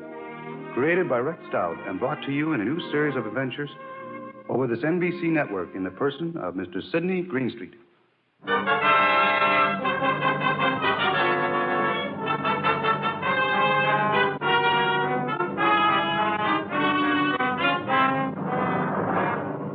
Tonight's story, The Case of the Calculated Risk, was as strange and baffling as any NERO Wolfe had to deal with. It started late one night when a big-shouldered man sporting a reddish beard and billing himself as Dave Caffrey pushed his way in, walked up to NERO Wolfe's desk, and rocked him with this opener. Tomorrow morning, Mr. Wolfe, I'm going to kill a man. I beg your pardon, sir? I'm going to kill a man with these two hands. I've been told strange things across this desk, Mr. Caffrey. This is the first time a murderer has confided his intention to me in advance. This man you speak of. I'm not telling you his name. I'm not telling you where I'm going to meet him. The session tomorrow is going to be private and personal. But if anything happens to me between now and then, I want you to take over. Mr. Caffrey, do you seriously think I could assist you in a matter of private vengeance? That's not what I'm asking. This guy deserves to die. I plan to kill him with these two hands, me, myself. But if I slip up, if he gets me first, I want you to see that justice is done. But I assure you, sir... I told you this guy deserves to die. Let me tell you why. Years ago down south, there were three men in business together, partners. Me and two others. Your notebook, Archie, if Mr. Caffrey doesn't mind. You're wasting your time, Wolf. The names I'll use will be phony. I won't give you anything you can check back on. We'll take our chance, sir. Please proceed. It happened in a town about 40 miles from the place where we had our business. We'd gone there to collect some money, the three of us. Carl, Mitch, and me. Dave Caffrey. But all we collected was bad news. So bad that Carl hadn't even given our right names at the hotel. Said he was scared some of our creditors would come hitting up on us for what we owed. Three of us had some drinks, and we'd been pacing around for nearly an hour. I can still remember the way Mitch stood and looked at me. And then up at Carl, when Carl suddenly pulled to a stop and came out with this idea of his. So, Dave, you've got $6,000 cash on hand. You counted it, Mitch. Well, didn't we make it $62.40, Carl? Whichever. We've got this $6,000 odd, plus some slow accounts receivable against debts of $38,000. With three of us trying to live from the business, we haven't got a chance. Well, we ain't got much of a one, Carl, but... It's hopeless, Dave. With two partners, though. Two partners? You reckon on pulling out, Carl? I say we cut cards for it, Mitch. Low man drops out. Break up the partnership? After sticking together all these years? Wait a minute, Dave. Wait a minute. Maybe Carl's right. Maybe this could work. Carl, you mean the low man drops out clean? Right now? Right now, Mitch. Other two to take over assets and debts and see if they can get this thing back in the black. Okay, Carl. Get the cards out. Dave? Well, that's what you guys want. Okay, then. Here's a new deck. Shuffle them, Mitch. All shuffled. Cut them, Dave. Go ahead, Mitch. You get first pick. Spread them if you like. Here goes. 6. Your turn, Dave. Okay. 9 of clubs. Lucky guy, Dave. That puts you in whatever Carl pulls. I'll pull it fast. There she is. An ace. Sorry, Mitch. That leaves you elected. Well, Mitch, I'm sorry, too. I guess we all had a fair whack at it, but... Hey, wait a minute. Let me see that ace again, Carl. Easy, Mitch. I said I was sorry, Look, Dave. Yeah, what is it, Mitch? All the aces are marked. Carl, I'm going to cram this deck right down your crooked throat. Look out, Mitch. He's got a knife. Sure. Oh. Carl, you... All right. I've cut him for keeps. What do we do now? What do we do? Look, Carl, I didn't mark those cards. I didn't kill Mitch. And what's more... Shut up, Dave. We're both in and out now. Come on, let's get out of here.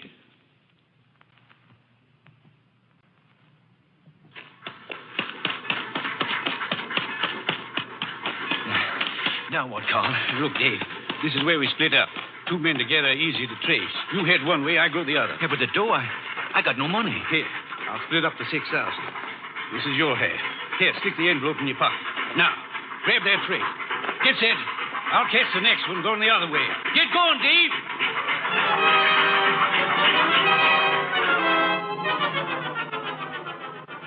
That's how it was, Mr. Wolfe. It all happened so fast that I... This man you call Carl, he would seem to be one of the world's choice creatures, Mr. Gaffrey. When I thought to look in that envelope he gave me, I found $40 and a few folds of wrapping paper in it. I was mad enough to... Well, I got off the freight and intended to go back, but... Then I picked up a paper. And read all about the murder of your friend Mitch with the statement that Carl had accused you of the crime and that the police believed him in view of your escape. That's it. Classical, but not at all original. Well, I was young then and stupid. And I'd had those drinks to start with. And you spent the intervening years hunting down the man Carl, am I correct? Yeah. I tramped the country from east to west, from north to south. Tramped it for years, searching for him. And yesterday I located him. He's a big wheel these days up on that 37th floor of his. But tomorrow when I get... Yes, Mr. Gaffrey, the 37th floor of... Never mind what building. Now, wait a minute, Caffrey. If you expect Mr. Wolfe to help you... I don't want him to help me. I'll help myself. But if I slip up, I know Wolfe's reputation well enough to know that he'll never rest till this rotten, chiseling murderer is sitting in the chair. That's why I've come here. Just to provide a backstop in case my dear friend of long ago manages to get the best of me. How will we know? You see this envelope? Read what it says. NERO WOLFE, 601 West 35th Street, New York. Delivered to him in case of my death. That's right. And this envelope is $500. Nearly all I've got in the world. Along with it, the full details on that knifing. Real names, dates. The proof you'll need in case I don't finish it up. Go on. Tonight, Mr. Wolfe, I'm going to give this envelope to the manager of the hotel where I'm stopping.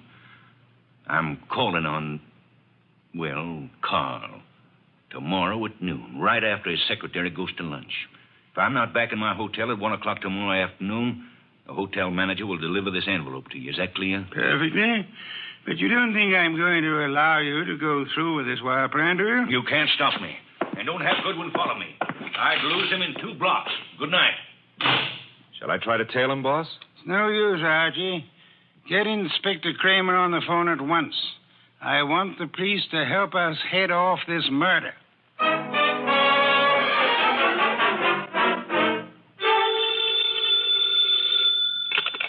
NERO WOLFE speaking. It's Archie. I'm calling from the morgue. And? They found Caffrey's body in a subway washroom, mugged and stabbed. Wallet gone, pockets cleaned out, no envelope. Just 2 hours ago he was here. No envelope, eh? Gone. Witnesses? None so far. Homicide's calling it straight mugging and robbery. As it well might look, except for a guy named Carl.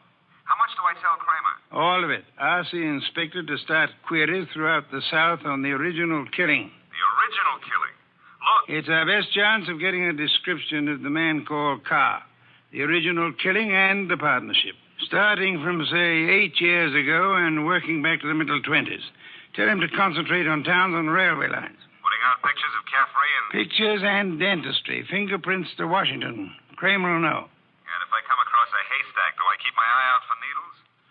We are going to find Carl, Archie. We are going to find him if it takes from now till doomsday.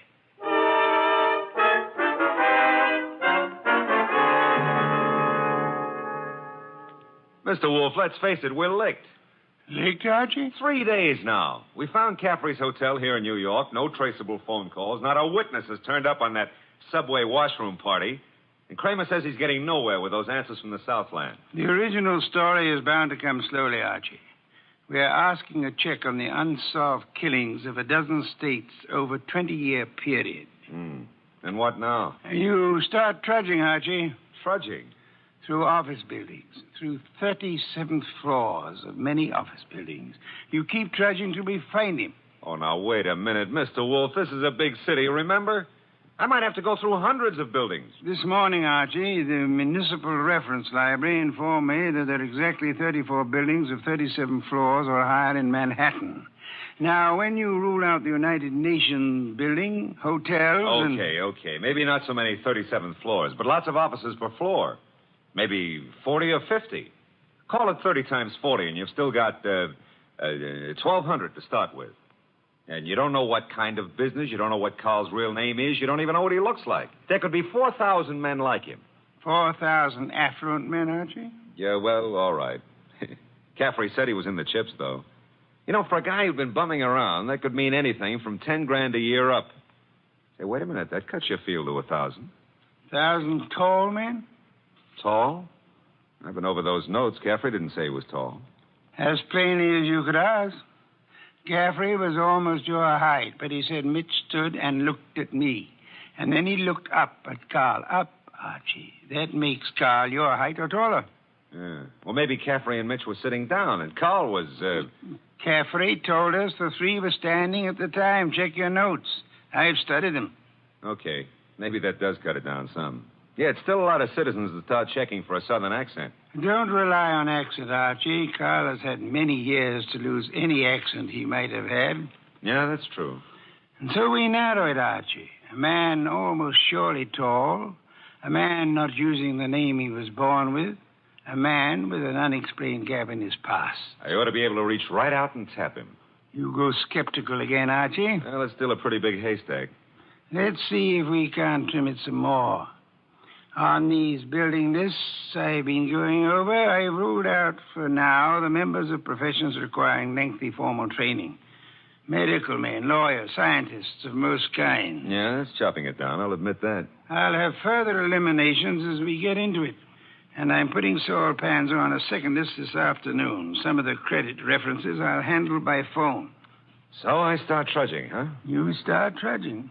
And remember, Archie, since you'll probably be operating through secretaries, you're looking for a murderer named Carl, not for a new set of telephone numbers to brighten your winter.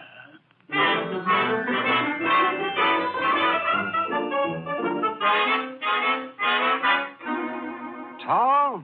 Well, I don't know what you're peddling, Goodwin, but if my boss put his elevator shoes on and stood on a box, he'd still be down somewhere around my necktie. If he stood on his money, though, we'd need a helicopter to get up near his shoelaces.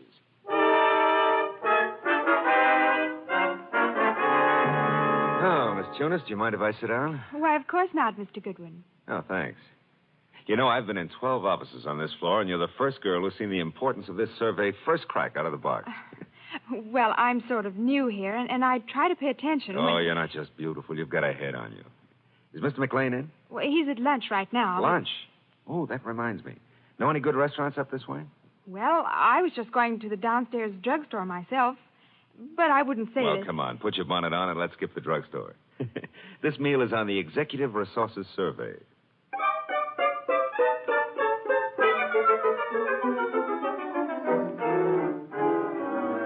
There you are, boss. The boil down. Tinsley, McLean, Fernandez, Tesoro, and Kaplan. All five of them tall, all five a little misty in the background. You and Saul have done well, Archie. Very well. But I'm crossing off Fernandez and Kaplan. Why? The Credit Bureau report clears Fernandez, and Kaplan was on a special war job. The FBI x-rayed his record twice. Leaving J.P. Tinsley, Carson McLean, and Philip Tesoro, huh? I'd like to see all three here, Archie. Get them here one way or another.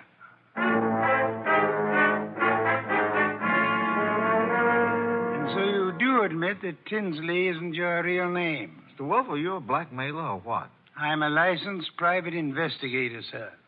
Any disclosure you make will be kept in confidence, provided it doesn't touch on the case I'm engaged on. You haven't said what the case is. I don't intend to. If you prefer to explain this mysterious gap in your background at the district attorney's office... Well, I'm using the name Tinsley because I've got an undivorced first wife out on the coast. We broke up 20 years ago, but she said she'd see to it that I never married again. And she knew where I was today. Well, I don't say I'm a saint, but she's a vindictive woman. I see. May I have names, dates, and places starting 1924?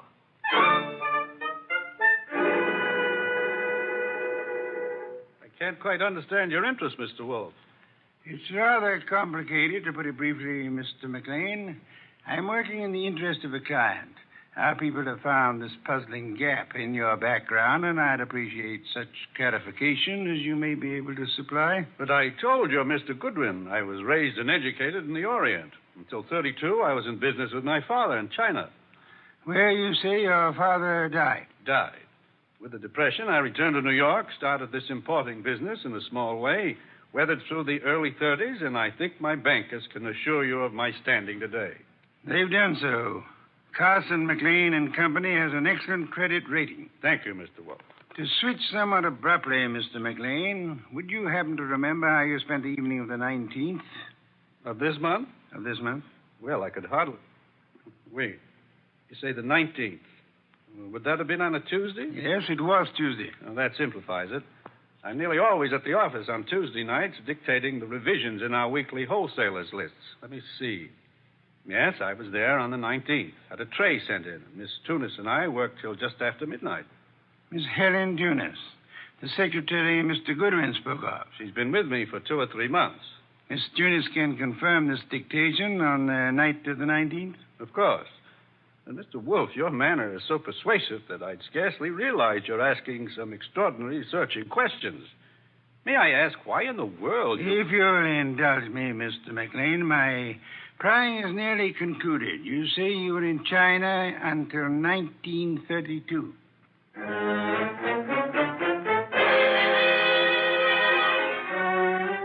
Mr. Tesreau, I'll be brutally frank. We know that your name is not Tesreau. And we know that you served a prison term from 34 to 38 for arson. I'd like some straight answers. I didn't say I wouldn't answer your questions. The past can remain your own, provided... Look, Mr. Wolfe, I've been going straight for 12 years. And this business of mine is on the level. Now, if this is a shakedown... I'm asking where you were on the night of the 19th. And I'm telling you I stayed in town. I ate alone. And I went to a movie. I caught the 11:35 for Stanford. And that's all there is to it. You're denying that you were ever in business in the South? I was born in the South, but I haven't been back there since I was a kid. What about the arson? I put in 4 years squaring for that mistake. Let's start again, Mr. Tesreau.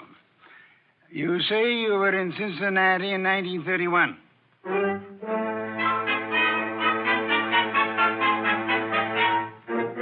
Okay, Mr. Wolfe, 3 candidates, and we're still on the 1-yard line. Our 1-yard line. Tessereau, McLean, Tinsley. No, rule out McLean. He gave references enough for those years in China.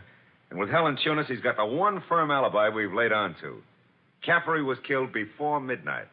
With conditions as they are in the Far East, Archie, it'll be weeks before cables came back on McLean's claims. Claims? You figure the whole Chinese background's a fake? I want you to see Miss Tunis again, Archie, taking all precautions for her safety. And this is one time I give you permission to ply her with all the attentions you can contrive. Are we far enough to pull tails on any of these 3?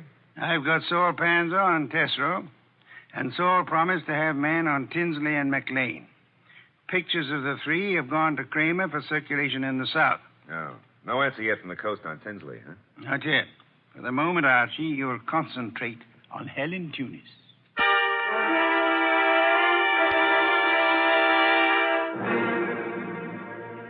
Helen, I've got to see you tonight. I'd love to, Archie. Now, look, but... Helen, I phoned you to come out in the corridor this way because I didn't want McLean to know we're talking.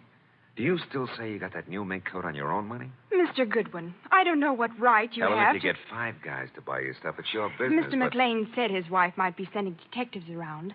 Well, you can go right back to your old Mrs. McLean and tell her that I... Easy, Helen, easy. He was dictating to me. You know, baby, the harder you lie, the prettier you look. But if this is a fake alibi, and if you keep propping it up, you're going to find yourself in trouble. Bad trouble. Now, how about it? Do I see you at your apartment tonight, or would you rather come down with me to Nero Wolfe's right now? Archie, All right. I can't go with you now, and I've got a dinner date with my aunt tonight that I can't break, but I'll try to be back at my apartment by 11.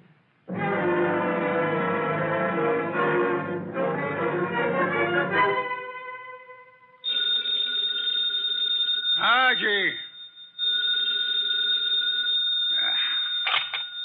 Nero Wolfe speaking. This is Archie, Mr. Wolfe. I'm at Helen Tunis's apartment.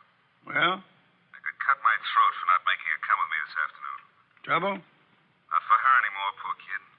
I got here 3 minutes ago and found her strangled. Couldn't have happened more than half an hour ago. McLean. McLean. Didn't Saul Panzer say he was getting a tail on him? He was a new man, and he lost him. I should have left you on McLean, Archie. No, we were both wrong. What do you want me to do? Phone the police immediately. Well, this is 32nd Street. I'm only 3 blocks in a job from the office. What if I come back and call from there? Come back then. I'll phone Kramer myself.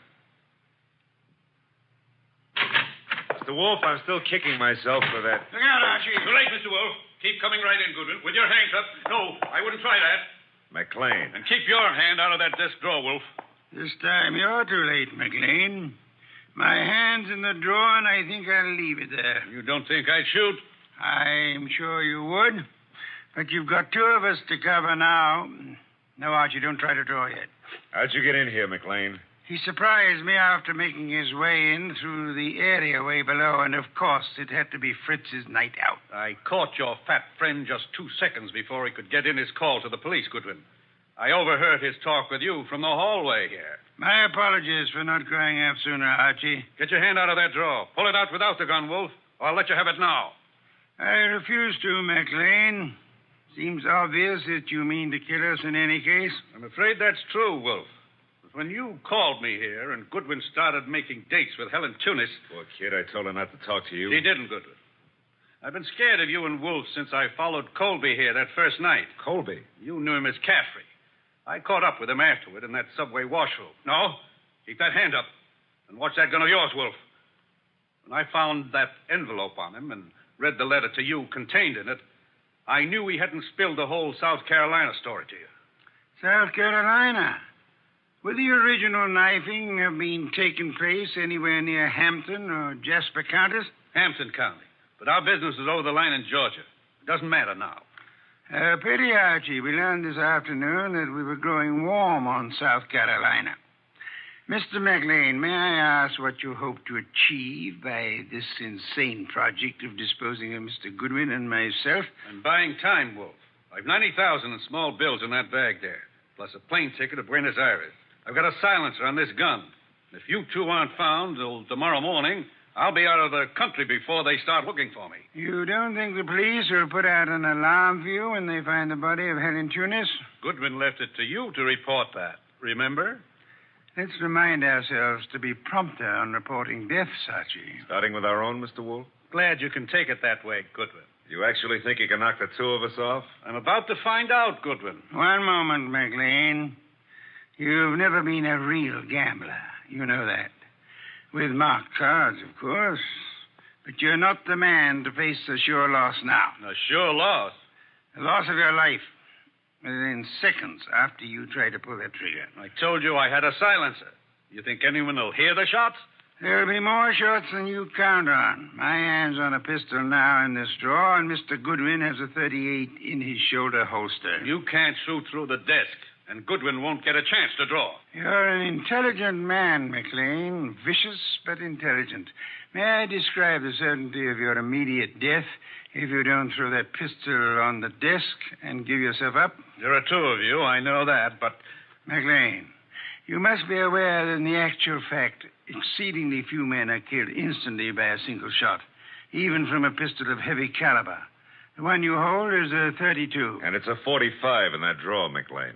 I assure you, McLean, that neither of us will surrender the weapons we have. Should you start shooting, we'll both do our best to draw and keep firing till you're dead. You're stalling, Wolfe. What have I got to lose by trying for you both now? Your life? I'll correct that. The loss of some 6 or 8 weeks of your life, possibly months. Whatever the time necessary to bring you to trial and to convict you and execute you for the murders you've committed. Suppose I cancel you out and then take my chances with Goodwin. A better choice, but still a dubious one. I'm fat, exceedingly fat. And for perhaps the first time in my life, I'm thoroughly grateful for that. My bulk affects the calculation, McLean. McLean, you could pull off all 7 shots and still not hit Mr. Wolfe where it counts. you have to start, you better start on me. You exaggerate, Archie, and I thank you for the gallantry of it. No, it's quite likely that with 2 or 3 shots, McLean might well dispose of me, but not with your first shot, McLean, and will not permit you many more than your first. Look, if I promise to do no more than tie you two up to give me my head start, will you toss in your guns? Of course not. Do I speak for us both, Archie? Check. I say let's start it now. Wolf, if I give you half of what's in that bag, would you forget these admissions I've made and help on my defense? I've told you I refuse to bargain. I think that I shall count 5. If your weapon hasn't been tossed on the desk by then, I'll do my best to get my pistol into action. Are you in accord, Archie? Start counting. Wait a minute, Mr. Wolf. 1. If I trade half that bag for no shooting and 1 hour's start, no tying up, just your promise that... 2. All the bag for a half-hour start, 90,000. 3. Are you ready, Archie? All set, sir. Except if you're the one who walks out of this, call up every number in my little red book, huh? And tell each girl I was thinking of her just before you got the 5. Agreed. I resume 4. Okay. You win. Holy sweet Susan, it worked. A commendable choice, McLean, for us at least. You see, I'm afraid I forgot to mention one slight factor which might have operated in your favor. What's that, boss? I must confess, Archie, that my 45 is in the upstairs den where I took it to oil it last night. Holy cow, you didn't have a gun? Why, you... Take it easy, McLean. I've really got one. Oh, by the way, Mr. Wolf, signal's off on those women, huh?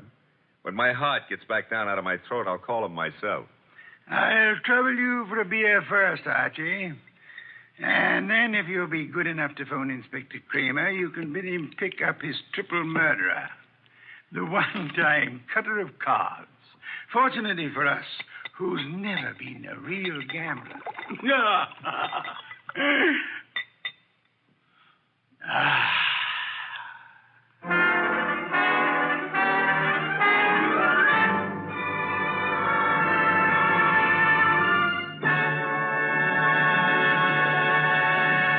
You have been listening to The New Adventures of Nero Wolfe, starring Sidney Greenstreet.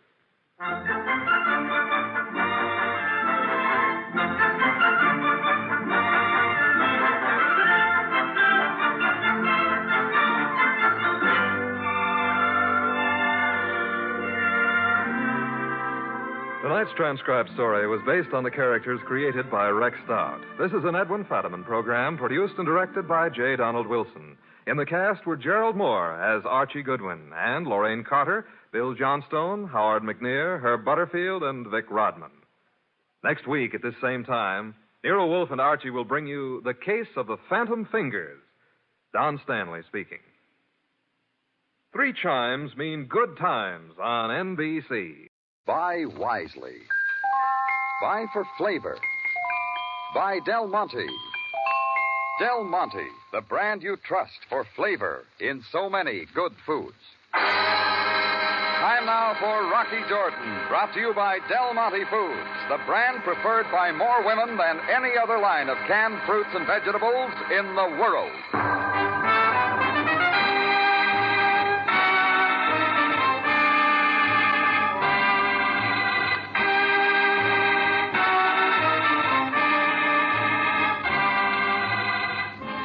Far from the Mosque Sultan Hassan in Cairo stands the Cafe Tambourine, run by Rocky Jordan. The Cafe Tambourine, crowded with forgotten men, alive with the babble of many languages. For this is Cairo, where modern adventure and intrigue unfold against the backdrop of antiquity. Del Monte presents Rocky Jordan and this week's story, Black Ball.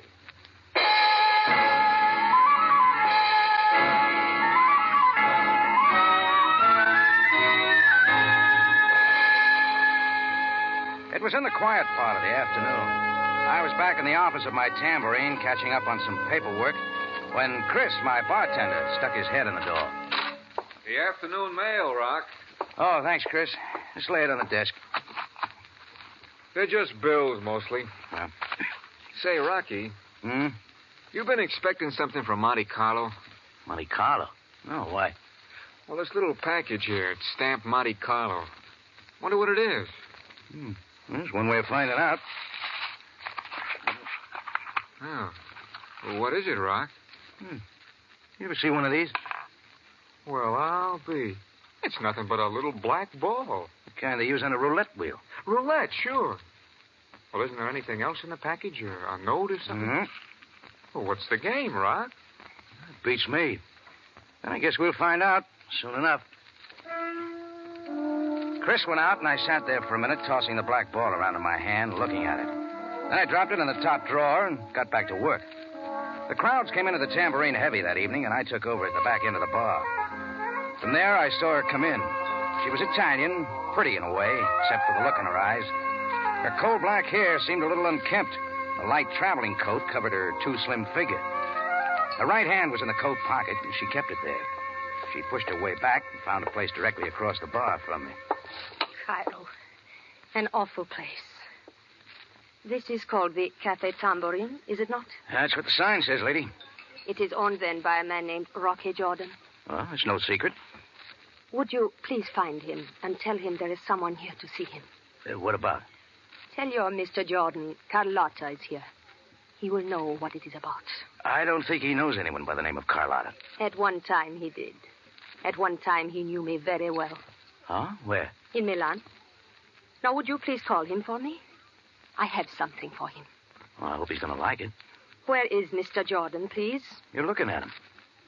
I ask you not to jest with me. It's a fact. I'm Rocky Jordan. Do you not think I would know Rocky Jordan when I see him? The wavy brown hair, the thin, smiling lips, even the cleft of his small chin. Somebody's been playing a game with you. Hey, Chris. Yeah. What's up, Rock? Tell this lady my name. Your name? Oh, but can't Just you... tell her. It's Rocky Jordan, of course. Oh, I see. Thanks, Chris. Sure. Well, want to see some identification? Driver's license? Tax receipt? No, that is not necessary. I believe you. Again, I have been made such a fool. It happens to us all, one time or another. And I had something so nice for him. Something I have carried all the way from Milan. His present, huh? There in your pocket. Makes a bulge like a gun. You wish to see it? Very well. I'll cut it. Put it away. Of course. That's better. I will find him, no matter what his real name is. Let me know when you do. I don't like guys passing themselves off as me. Or if you meet him before I do, please tell him Carlotta is at the Hibbert house, waiting. She went out, and I kept wondering who'd been in Milan passing himself off as me. I stepped to the door and watched her walking aimlessly down the street. That's when I noticed a man in a white suit and broad-brimmed Panama hat to match standing across the way under a street lamp. He was watching Carlotta, too. He looked vaguely familiar, so I started out to have some words with him. I never made it because he and his white suit saw me and slipped away into the shadows.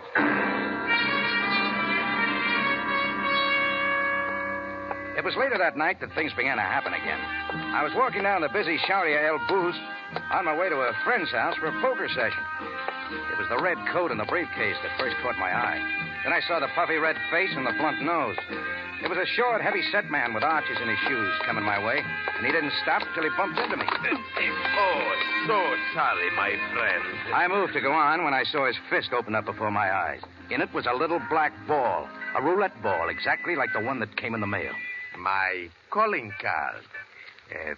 We should talk now, Mr. Jordan, no? Yeah. The sidewalk cafe is most convenient.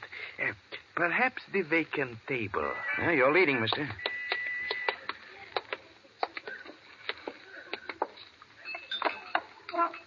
Here we are. Mr. Jordan, I am Emil Karnak. You are Rocky Jordan, are you not? That's right. Your orders, monsieur. Oh, just coffee for me. The same for me. All right, Mr. Karnak, you've got business with me. Let's hear it. Good. Right to business. That's what I like. I am employed, Mr. Jordan, by the International Club of Monte Carlo. You, of course, understand now why I am here. As a matter of fact, I don't. I have the figures. Let me see now. Yes, here we are. July 2nd, 1949, you, Mr. Jordan, spent a session at a roulette wheel in the Monte Carlo International Club. I did. You lost at the roulette wheel a sum of 100,000 francs. You wrote a check for that amount, which was not good. That's what your notes say. Oh, they are correct. Thus, the management of the International Club have dispatched me to Cairo, Egypt, to find Rocky Jordan, owner of the Café Tambourine, to make collection. Your coffee, monsieur. Oh, thank you. Wait. Here, you may keep the change. Merci, monsieur. Now, let's get this straight, Mr. Karnak. You mean you've been sent clear from Monte Carlo to collect 100,000 francs from me? Oh, I flew in only this morning. Oh, Mr. Jordan, delightful trip. The Mediterranean is a beautiful sight from the air at this time of year. Don't you think... Why all this hocus-pocus with the black ball? It was sent in hopes you would have the money ready. Only you don't come to the tambourine, you collar me on the street. Oh, it is my method to handle these affairs with a minimum of embarrassment. Yeah, that's all very good, Karnak. Only you got it wrong. I haven't been playing any roulette wheels, and I haven't been to Monte Carlo in years. Indeed. There's a guy passing himself off as me. He's the one you're after. Well, I have a photograph of the Rocky Jordan I am looking for. The one who wrote the bad check. It is a photograph of you. Now, 100,000 francs payable in cash this time, plus my expenses, which I shall itemize. And if you don't get it? But, Mr. Jordan, there is no such thing. I always get what I am after. But I am not unreasonable. It is night now. I am perfectly willing to wait until tomorrow morning when the bank opens. If you want me before then, I am at the Pyramid Hotel. Good night, Mr. Jordan. Emil Karnak tipped his hat, snuggled the briefcase under his arm, and walked off and down the street. After a second, I moved to follow, till I saw somebody else lingering a couple of doors away. It was the same fellow I'd seen outside the tambourine when Carlotta had left me that evening. The one in a Panama hat. I moved over to him. Bother you for a light, mister? Oh, sure. Hey, Rocky. Hiya, Rock. I thought I'd seen you before. Sure you remember me, Al Margo. Yeah. Real big newspaper man around the Near East, as I remember. That's it. Haven't seen you in a long time, Rock. No, not since they kicked you out of Cairo. Oh, now, Rock, that's unfair. Discredited, maybe, but reporters got to take chances. All right, skip it, Margo. We got other things to talk about. We have, Rock? Yeah. Why were you watching me and Carlotta, and now Karnak? I don't know what you're talking about, Rock. Rocky, look out! Come on, Rocky, let's get out of here. I stayed with Al Margo as he raced through the streets and the alleys. Then he cut back, and not far from where he'd started, he ducked into a third-rate rooming house, up to a back room on the upper floor. His key opened the door, and we were inside. After cutting on a light, the first thing he did was reach for a bottle. It looks like you got girl trouble, Margo. What do you mean by that, Rock? That hole in your hat will explain. You got an angle? Sure. Her name's Carlotta, the Italian girl you were watching at my cafe this evening. The description she gave me fits you to a collarbone. Tall, brown, wavy hair, thin lips. She give my name? No. She said you were Rocky Jordan. That means you've been passing yourself off as me. All I want to hear is why. Just a little gag, Rocky, and lots of times you don't tell a girl your right name. And there's something else I want cleared up. You been to Monte Carlo lately? Put down that bottle and answer me. Take it easy, Rock. So I've been to Monte Carlo. What about it? Using my name and my address in Cairo? You got a sense of humor, Rock. You can take a joke. Not when you write bad checks in my name, Margo. Not when a guy named Emil Karnak shows up from the International Club to collect your gambling debts from me. You want some more? Okay. Sure, I used your name. I did lose a few pills at the International Club. All right, that's all I wanted. Right now, you and I are going to hunt up Emil Karnak. You're going to tell him you're the one who's been passing himself off as me. Rocky, I'm not going anywhere. Oh. Your gun says that, too. I can't tell Carmack I'm the one he's looking for. Now, Rocky, I can't do that. Why not? Because I haven't got the money to pay him. And Karnak won't like that. And that's Karnak's problem. No, Rocky, that's your problem. Because as long as I don't tell him I'm the one, he'll be looking at you. So it looks like you're going to have to pay it yourself. That's just the way you got it figured, huh? Suit yourself. But if you don't cancel the debt, Rocky, Karnak's going to cancel you.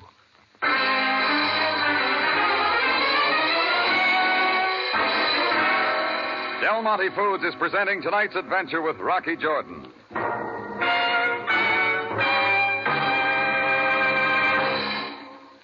Let's turn back the clock about 24 hours and drop in on Mr. and Mrs. Johnson. They're just returning from a football game. Well, here we are, home at last, and boy, am I hungry. Oh, so am I. Let's start thinking about some food. Big, juicy hamburgers, maybe. Say, that's for me, with plenty of catsup. Uh-huh. Del Monte catsup. It has such marvelous flavor. And Mrs. Johnson really knows her catsup. Del Monte catsup, the zestiest, liveliest catsup that ever pleased a man. Now that football season is in full swing, you'll find Del Monte catsup a bigger help than ever when planning lunches before the game or supper afterwards. It's a smart hostess who serves hearty food and lots of it, with plenty of Del Monte catsup handy to add bright, rich, spiced tomato flavor. Yes, that marvelous tomato flavor you find in Del Monte catsup, the only catsup made with pineapple vinegar. That superlative vinegar that coaxes out all the best in tomato flavor. Remember, for real zip and zest, it's Del Monte catsup every time. Next time you go shopping, look for Del Monte catsup. You'll like its quality, and you'll like its thrifty price.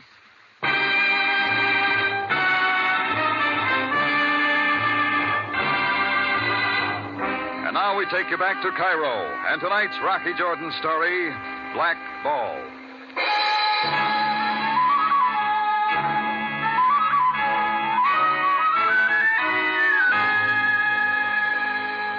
Yeah, Al Margo had admitted everything. That he'd been a lot of places posing as me, Rocky Jordan. And now he held a gun that said the conversation was over. And a lot more. So I got out. I had one job before I made my next move, and that took me to the Hibbert house, where Carlotta had said she'd be waiting. She hadn't been waiting long because her overcoat was lying across a chair as she opened the door. Mr. Jordan, for what reason do you come here? I figure I'll find it here in your overcoat pocket. The gun, a couple of shells, empty maybe. Then you will be disappointed. The gun is not there. Where is it, Carlotta? If I tell you, you will take it from me. So why should I? I don't want you throwing any more shots at Al Margo. Not yet. Al Margo? In Milan, he used my name. So, his name is Al Margo. I'm glad you told me. Now, please, tell me where I can find him. It works both ways, Carlotta. You haven't yet handed over the gun. And you have not yet told me why you should care. Because there's a real smooth bill collector in from Monte Carlo named Emil Karnak. He's looking for Margo, too. Only he made the same mistake you did by coming to me. Oh, I see.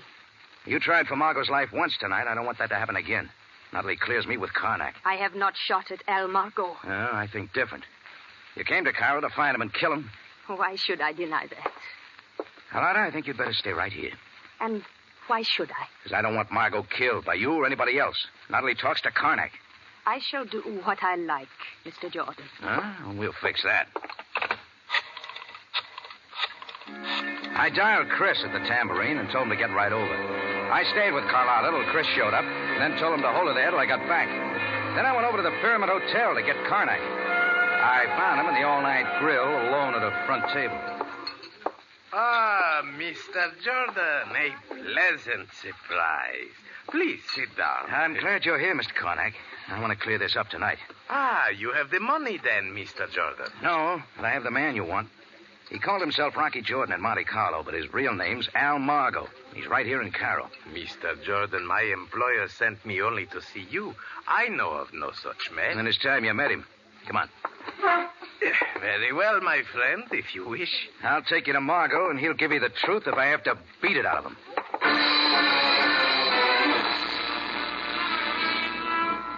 Our taxi made it in a hurry through the night streets to the little rooming house. Karnak and I went right in. At my first knock, the door was open, but not by Al Margo.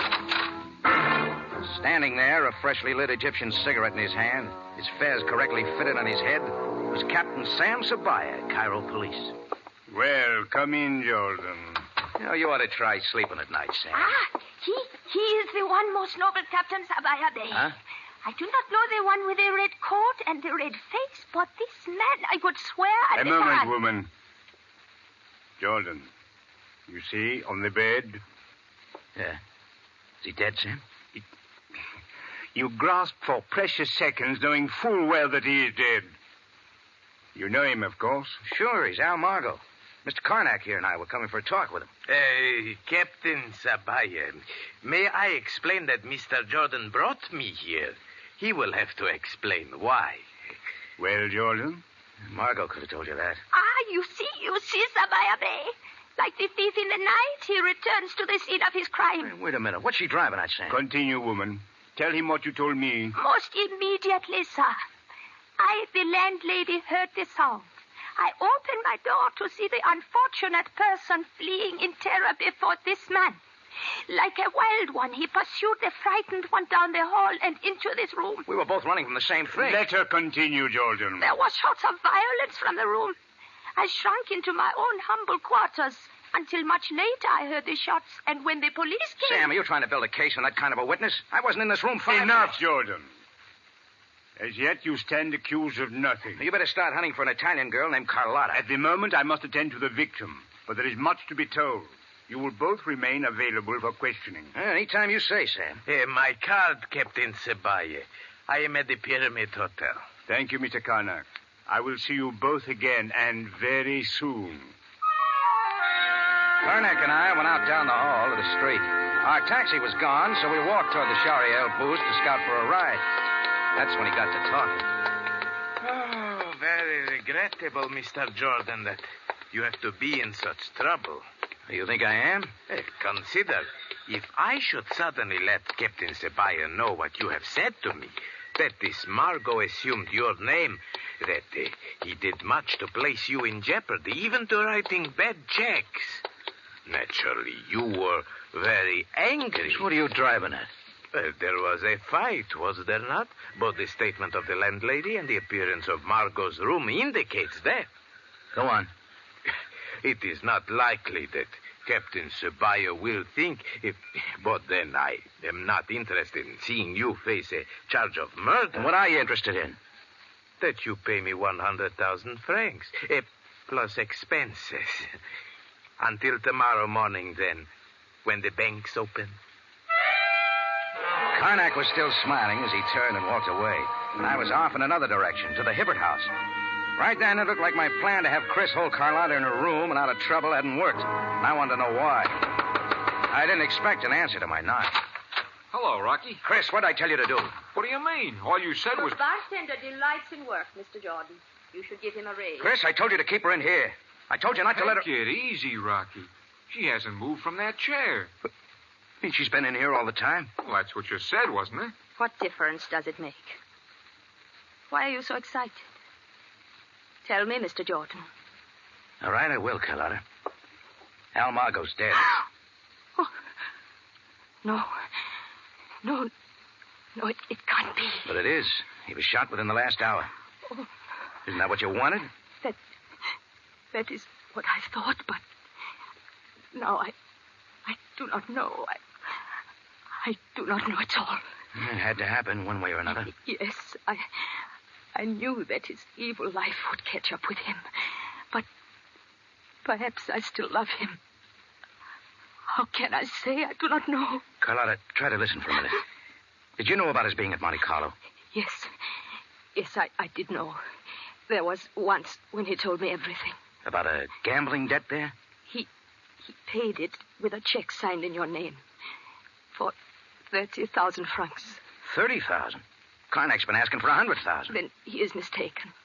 Al owed the International Club only 30,000. I am sure.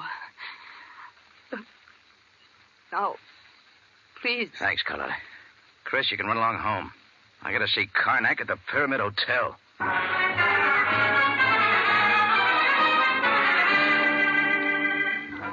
In less than a quarter of an hour, I was in the lobby of the Pyramid. The room clerk was dozing at his desk. I didn't bother him, just had a look at the register, took his pass key from a hook, and went up to Emil Karnak's second-floor suite.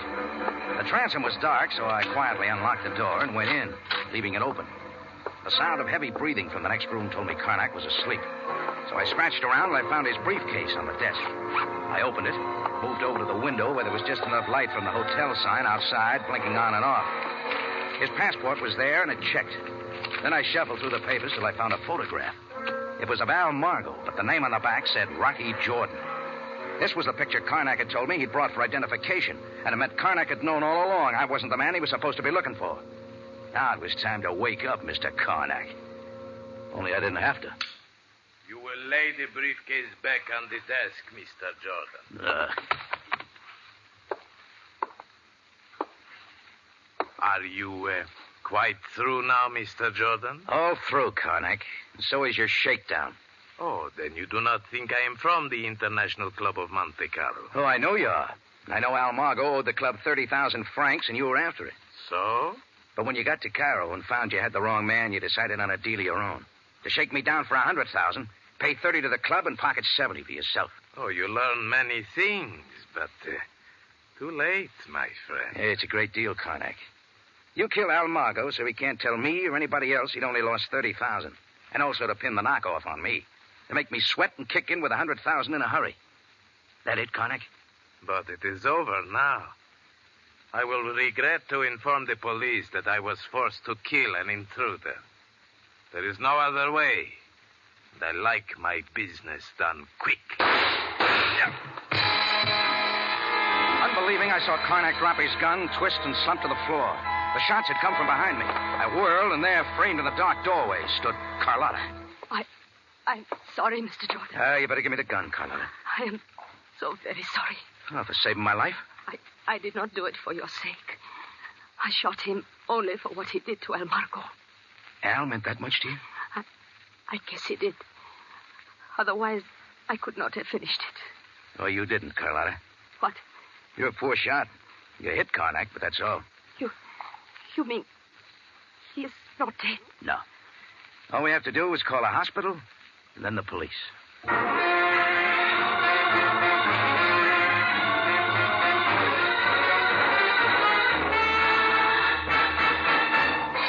In just a moment, Rocky Jordan returns to conclude tonight's story.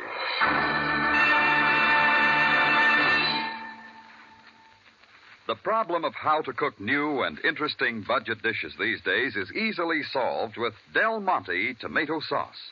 That's because the rich, spiced tomato goodness of Del Monte tomato sauce really brings out the best flavor of the food you cook with it. Plain dishes become special dishes. Mrs. Irwin C. Jones of Los Angeles knows how helpful Del Monte tomato sauce can be. She's been cooking with it for 20 years, and she said, "We're a family of hearty eaters, and we love good food with lots of flavor. And there just isn't anything like Del Monte tomato sauce for flavor. It has a nice fresh tang, and it keeps so bright when you cook it in. And that's mighty important, especially with plain food such as pastes and leftovers. Oh, I'm sold on Del Monte tomato sauce, all right. I'd hate to be without it." And once you have tried Del Monte tomato sauce, you'll hate to be without it too, friends. So take a tip from Mrs. Jones. Pep up those plain foods. Give a zesty, hearty flavor to everyday dishes with Del Monte, the original tomato sauce. You can depend on its matchless flavor just as you depend on all Del Monte foods for flavor. Back now to Rocky Jordan for the conclusion of tonight's story.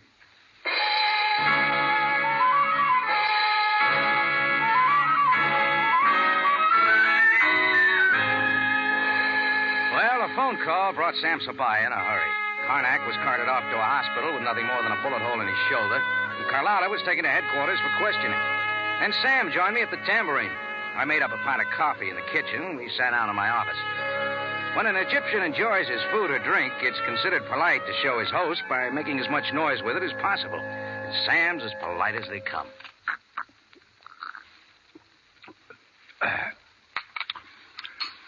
Most excellent coffee, Jordan. That's what I hear, Sam. The manners of the East bewilder you at times, do they not? Just as I do not understand certain ways of your people. Sometimes they all confuse me. Yes, indeed. Yet the inherent traits we find in all people, do we not? Love, hatred, avarice, fear. Yeah, and we saw them all today. With the pitiful Carlotta, it was love. Mixed up with hatred. You know, after Margot left her in Milan, she came to square things. Didn't help when she found out he hadn't even told her his right name. And the avarice we find in Emil Karnak. Yeah, good employee of his company till he saw the chance to get rich. He found out Margot was his man, but he also found out Margot didn't have any money. Karnak thought I did, so he killed Margot and kept the heat on me. It's too bad he didn't get a look at my bank account. I fear that Karnak has quite enough trouble ahead. We shall get a confession.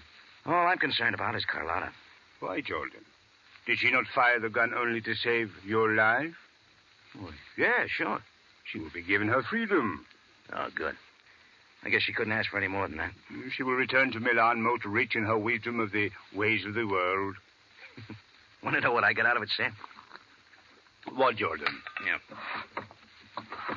Here it is. A little black ball? Off a roulette wheel in Monte Carlo. As you Americans would say, you have been behind the black ball? Oh, you're a little mix, Sam. You mean the 8 ball? In your case, is there any difference, Jordan?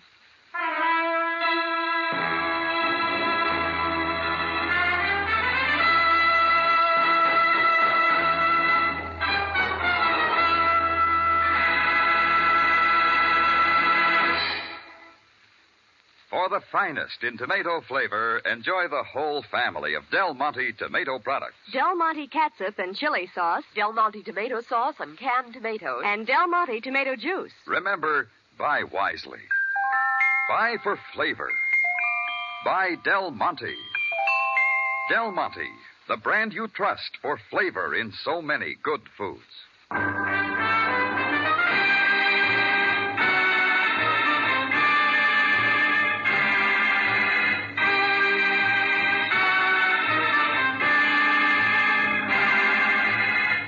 Rocky Jordan, written by Larry Roman and Gomer Cool, stars Jack Moyles in the title role with Jay Novello as Sam Sabaya, and is produced and directed by Cliff Howell, with original music composed and conducted by Richard Arunt. Remember, you have a date next week at the Cafe Tambourine, run by Rocky Jordan. Same time, same station. And the story is The Strange Death of Van Dorn.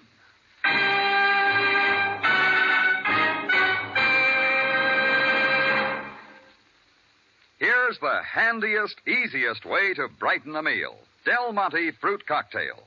5 luscious fruits ready diced to serve as is. Everybody likes colorful, delicious Del Monte Fruit Cocktail. Now, just a reminder. The Community Chest helps you by helping others. Have you given your share? Support your Red Feather Community Chest services.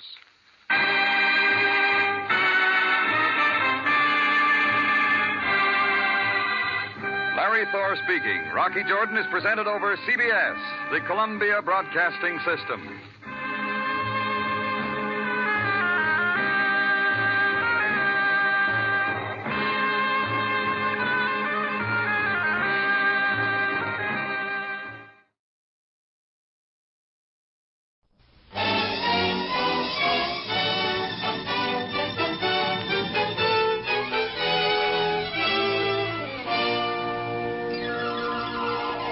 The F.W. Fitch Company, makers of those fine Fitch products, presents Dick Powell as Private Investigator Richard Rogue in Rogue's Gallery.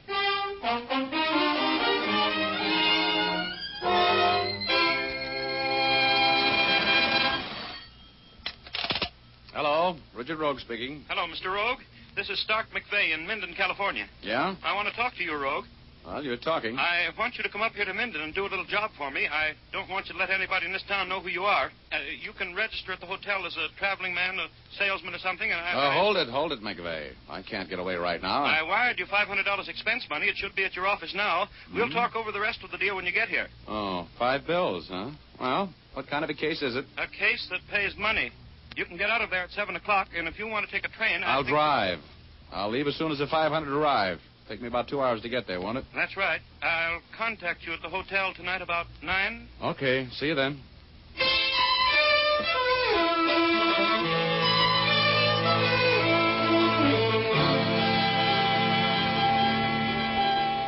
Hey, boy, get me a paper, please. Carry your bag, sir? Oh, yeah. I want to check in. Here. Thanks. Hey, clerk. Yes? You got a room? Well, I don't know. No, I didn't ask the price, did I? I'll take anything from a broom closet to the bridal suite. Here, buy yourself a box of cigars to smoke while you're thinking it over. Oh, thank you, sir. If you'll just register, I think we can take care of you. Thanks.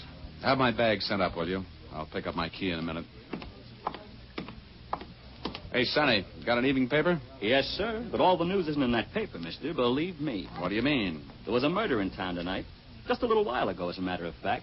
A man was shot. Killed. Dead. All that? Well, Minden is an enterprising community.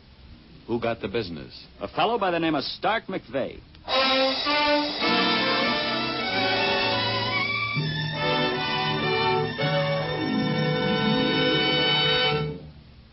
We'll return to our story in just a moment, but first here's Jim Doyle to give you some smooth talk on a smooth subject. Yes, smooth is the word for it, Dick. That describes Fitch's No Brush shaving cream to a T.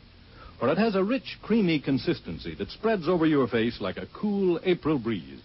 There's nothing heavy or greasy about Fitch's No Brush, yet it does a man-sized job when it comes to wilting a tough beard. You see, Fitch's No Brush is a blend of 3 important shaving ingredients. These are balanced in such a way that you get efficiency in softening whiskers, plus a skin conditioning action that protects your skin from irritation. Yes, they all add up to a shave that's really solid comfort. You men who say there's nothing like lather for a swell, smooth shave will like Fitch's Brush Cream. It gives lots of dense lather that stays moist all during the shave and rinses off easily. It, too, contains the special skin conditioner for sensitive skins. Both Fitch's Brush and Fitch's No Brush shaving cream come in handy jars, big 25 and 50-cent sizes. For smoother, happier shaves, switch to Fitch. And now we return you to Dick Powell as Private Investigator Richard Rogue in Rogue's Gallery.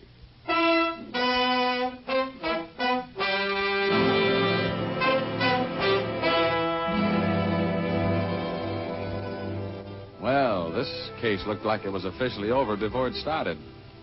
The man I was working for had just been killed. I found that out while I was registering in Minden's only hotel with running water. A bellboy gave me the news, and while I was just standing there with my mouth hanging open, a big, beefy guy eased up to me and said, "You're Richard Rogue, aren't you?" "Oh, my name's Richard." "Yeah, I know you're Rogue. I've seen your picture in the paper too often to be mistaken.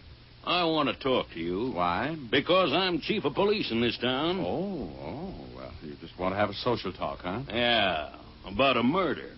Come on, Rogue, let's retire to the bar and play questions and answers." "What about?" "About what you're doing in town, among other things. Come on, get moving, big shot."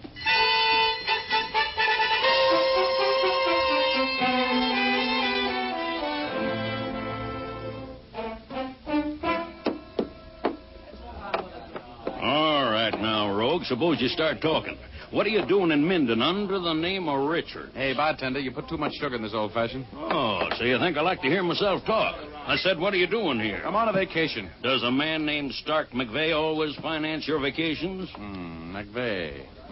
Yes, well, the name sounds familiar. "I'll bet it does. He had a call in for you all day down at the city. He reached you at the Hunt Bar Room a little before 5 o'clock, and he wired you $500 to your office this afternoon." Maybe that's why his name sounds familiar. Well, could be that. Well, what was it that made McVeigh think he'd need you $500 worth, Rogue? He didn't say. Who was McVeigh, anyway? I never met the guy. Never heard of him till he called me. You think I'll believe that? How do I know what you believe? I'm telling you the truth. That's all I can be sure of. And what's the idea of the pressure? You got ambitions to hang McVeigh's murder on me? Uh-huh. You know he's been murdered. How did you know that? Well, the bellboy told me. Who did it, Rogue? Who was McVeigh afraid of? I don't know anything about the guy. I didn't murder him. I hardly ever murder strangers. And now, thanks for the drink, and so long. Wait a minute. You leaving town, Rogue? I don't think so, no. I like the climate here. It's so peaceful. Well, don't you leave without seeing me, or you'll come back with your hands cuffed behind you, lying down. Oh, well, if there's anything I love, it's a clever conversationalist. Huh? Now, I'll make a rule, egghead. Don't put any of your rural gumshoes on my tail if you like them personally. I don't like to be shadowed.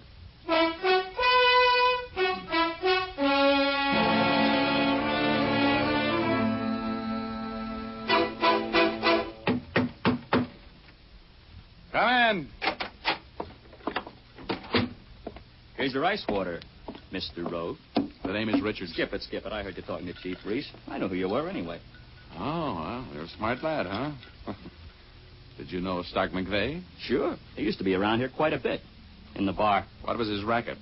What did he do for a living? How long had he been living here in Minden? Nobody knows where he made his money. He didn't work since he moved here about 2 years ago. Retired, I guess. That's what everybody thought. Always seemed to have plenty of money. Oh, he did, huh? Well, who were his friends? Was he married? Look, if I'm going to answer all of those questions, I want to work on the case with you. You need somebody who knows the town. Now, I'm an ex-GI. I work with intelligence. I can be a big help to you. Okay. Okay, you're working. Now, was McVeigh married? No. Didn't run around with women much either. I mean, here. Some blonde came down to see him once in a while. Drove a Cadillac convertible. Looked like a movie star. Did McVeigh make many trips? Was he out of town much? Yeah, he traveled quite a bit. Did he have any enemies in town? Nobody knew him well enough to hate him. He was a kind of a stranger, Mr. Rogue. Nobody got to know him very well. You live alone? Yeah. He had a woman come in a couple of times a week to clean up. That's all. Good. Well, who do you think killed him? I don't know. Any suspicious-looking characters been seen around town lately? Not that I know of. But they could have been here without me knowing it. Okay. Hey, what's your name? Buzz Walters. What time are you off duty? About an hour, 9 o'clock. Good, I'll see you then. In the lobby, right? Yeah. What are you going to do now? Oh, I'm going out to the house, McVeigh's house, and take a look around. You know where it is? I'll find it. See you at 9.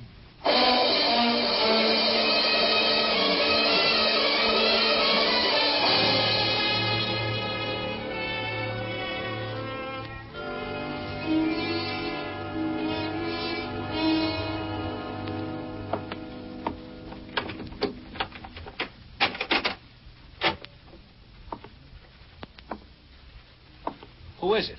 Turn on the lights. Who is it? Is that you, Hank? Yeah. Turn on the lights. Hey, you're not Hank. Who are you? What are you doing here? Will you turn on the lights so we can talk this thing over, Junior? Oh, you're the guy who bumped McVeigh, huh? Okay, Junior. Stand right where you are. And let you shoot at me? That doesn't sound practical. I've got my gun out now. How about taking another shot so I can spot you? Who are you? The law? Oh! Okay, Junior. Throw that gun away. Oh, don't shoot anymore. You hit me. Let me hear that gun hit the wall. Throw it. Okay. Now, maybe we can talk. Keep your hands down to your sides. Look, I'm shot. I'm bleeding. You gotta do something for me. Later. First, Junior, you're going to answer some questions. Hey. Did I startle you? Huh? Just hold that pose. Who is this guy, Shorty? I don't know. He came in here and I thought it was you. I took a shot at him but he got me. Yeah, I see. Well? You better get somebody to take care of your friend here. He's got a bad chest. Don't let that worry you.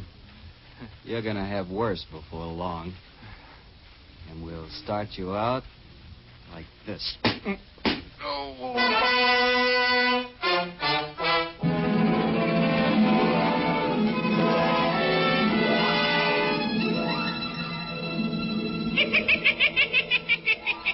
Hiya, Rogie. Welcome home. Oh, hello, Igor. How's everything on Cloud 8? Oh, it's fine. Say, Rogie, I missed you last week. Well, yeah. I had the flu. Yeah, didn't Dennis O'Keefe come up to see you? Nah, not that Irishman. He doesn't use his head the way you do, Rogie. Say, who did it this time? I don't know. But I'm going to get him. If it's the last thing I do. Oh, you better hurry back downstairs then. You're getting further away every minute. Huh? What do you mean? You got a surprise coming, Rogie. You're a side door tourist right now. Huh? Oh, well, that settles it. I'm going over the side. So long, Igor. So long, Rogie.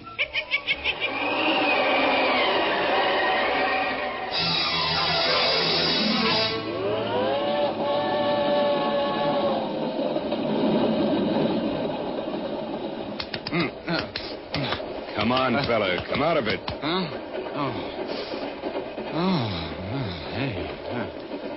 Hey, this thing's moving. Sure, friend.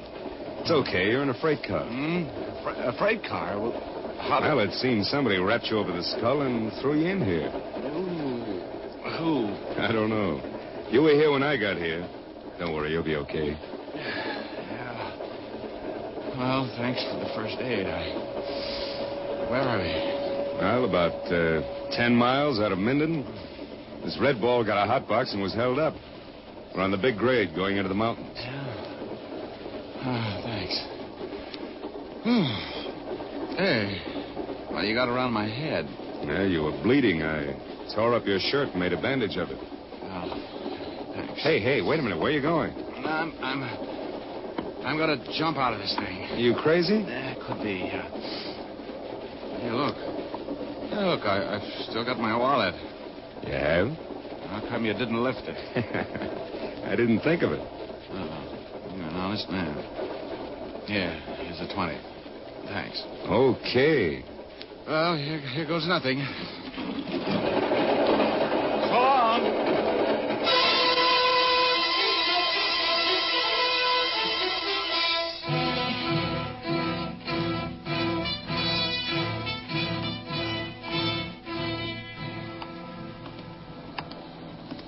Hey, ride. Hey, driver. Ride. Driver.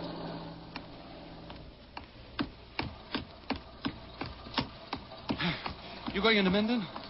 Yeah.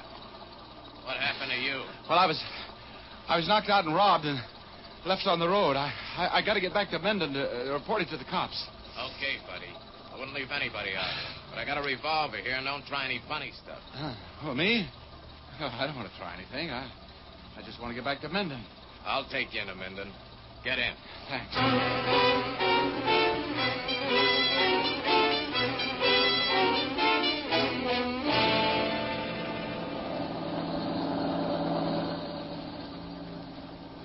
You can let me out here. Oh, no. Just stay right where you are.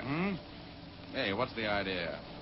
Will you get that heater out of my face? I'll tell you where to get out. Oh? Well, when will that be? When we get to the police station. That's where you're going, mister.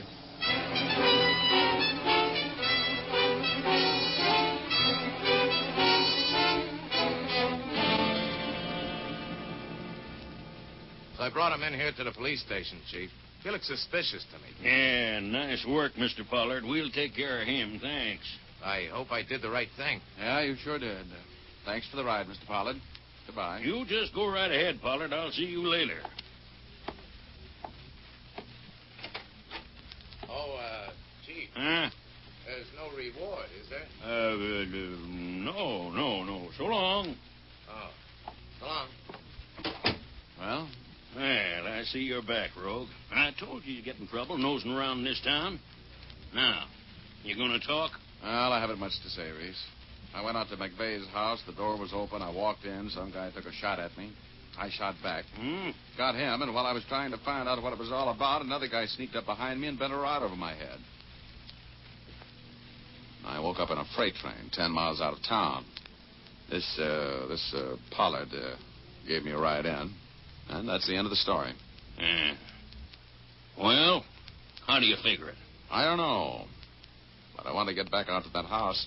You coming with me? Well, what do you expect to find out there? We combed the house from one end to the other. Well, there's something going on in your charming little town that needs taken care of, Chief. And how come you don't have men at that house? There was a murder there a few hours ago. Now, don't you tell me my business, Rogue. Something smells. Come on. Let's get out to McVeigh's house. I want to do a little combing myself. Now, you'd better stay in line, Rogue. After all, I'm the chief here, and Yeah. I've read your star. I don't know whether you're a dumb chief or a smart operator. But we're going to McVeigh's house, and we're going to tear it to pieces until I get a lead. Now, come on.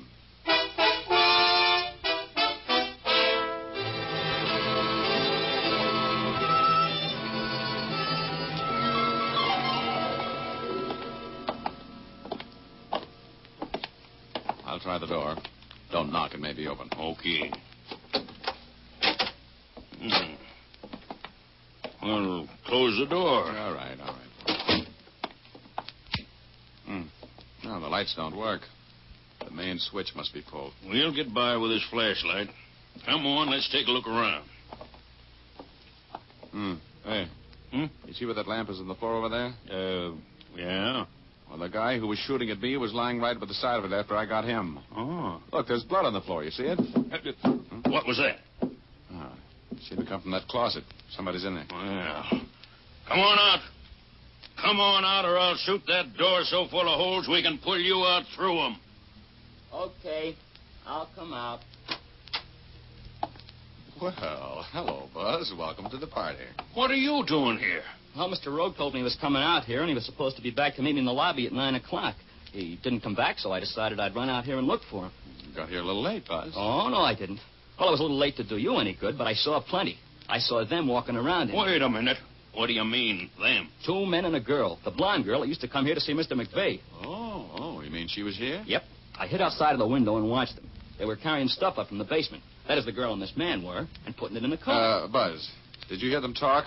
Did the girl mention his name? No, she just called him sweetheart or honey or something like that. There was something funny about the other guy. What? He never did come out. The other 2 came out, got into that Cadillac convertible, and drove away about 10 minutes ago. Well, then there must still be a man in the house. Yep, he'd been shot. He had trouble getting around. Must have been the guy I shot. I've been looking for him. Well, why didn't you call me? I was working for Mr. Rogue. I know he'd be here. Oh, good boy, Buzz. Now, come on, let's shake this house down. If that thug is in here, we better find him before he finds us.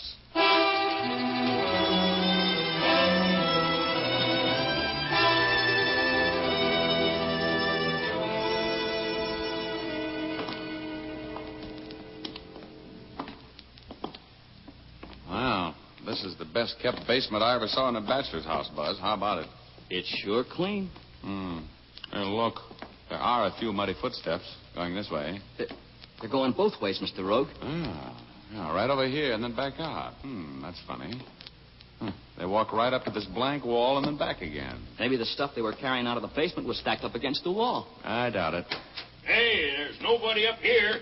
Shook down every room, every closet up here. There's nobody. Well, we're even. There's nobody down here either. I tell you, that guy they called Shorty never came out of the house. I was watching, and I know he didn't. You're imagining things, kid. People don't just disappear. If he was here, we could see him now, couldn't we? If we could find him. I've got an idea. Yeah? Oh, there must be a hidden door or something in this wall here someplace. Oh, now, wait a minute, Rogue. Okay. So I've been reading too many comic books, but I'm making my guess, and I'm going to see if I'm right. You see these footprints coming over here and going back again? Yeah. That's what it is. Maybe there's a loose tile in the wall or something. Yeah. Listen now. There it is, Reese, you die-hard. You hear that? It's hollow in there. Now, come on, let's figure this thing out. Hey, there is a loose tile right here. Huh? Let me see. Yeah. Well, I'll be... Are you sure you're surprised, Sheriff? Why, There's a regular doorknob in there. Yeah, there is. Well, it's locked, but I think I can take care of that. Look out. Now, that ought to do it. Flash your light in there, Reese. Okay. Oh, brother, look at that. Huh? Hey, he's dead.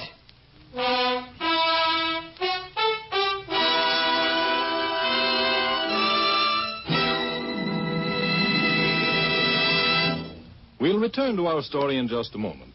But now I'd like to ask the ladies a question. Have you ever had the shampoo blues? The shampoo blues, of course, is that dejected feeling you get when your hair becomes dry and unmanageable after a shampoo. If that's been your experience, then here's a way to beat those blues. Try Fitch's saponified coconut oil shampoo.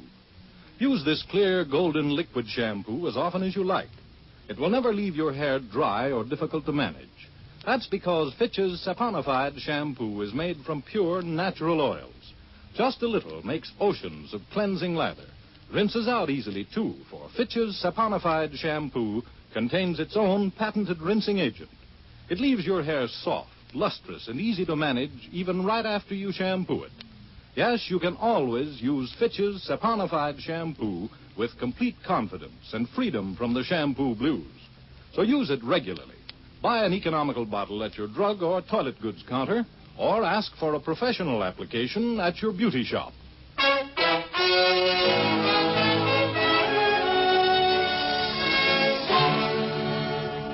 And now we return to Dick Powell as Private Investigator Richard Rogue in Rogue's Gallery.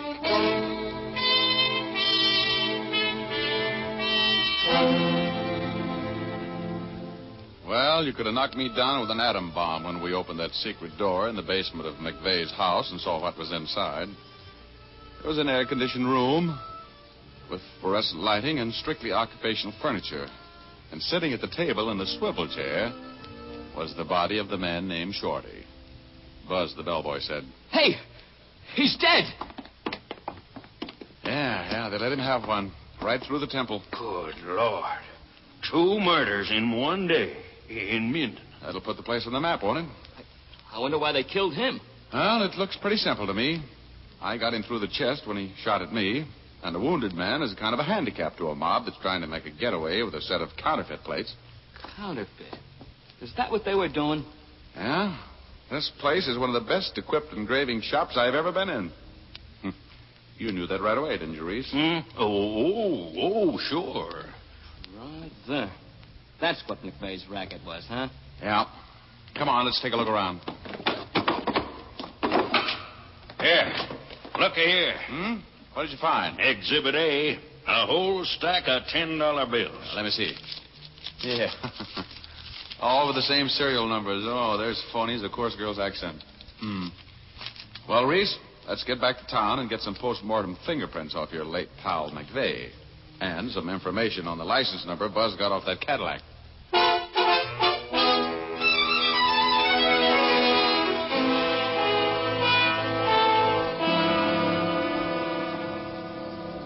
Do you think we'll get him, Mr. Rogue? Oh, we're a lead pipe cinch, Buzz. You know, if you hadn't been sharp enough to jot down that license number, we'd have been out of luck. Even Reese can trace that. Yeah, I think it could use a guy like me. Regular, Mr. Rogue? Oh, well, I'm sorry, kid.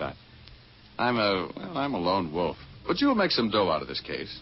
You can bet your shirt there's a reward out for this mob, and we'll split it. Oh. You know, Junior, if you hadn't been around that house and seen those 2 drive away without Shorty, this crime may have never been solved. That's right, I guess. Nobody would ever have looked for the secret room. You know, I've always wanted to be a detective. Well, Rogie, the Department of Motor Vehicles says this is the address that car's registered to. Miss Sylvia Adams, 1924 Euclid Avenue in Los Angeles. Well, that makes it my meat, Reese. Oh, yeah. Come on, Buzz. You want to drive to L.A. with me? Sure, Mr. Rogue. I want to be in at the kill on this case.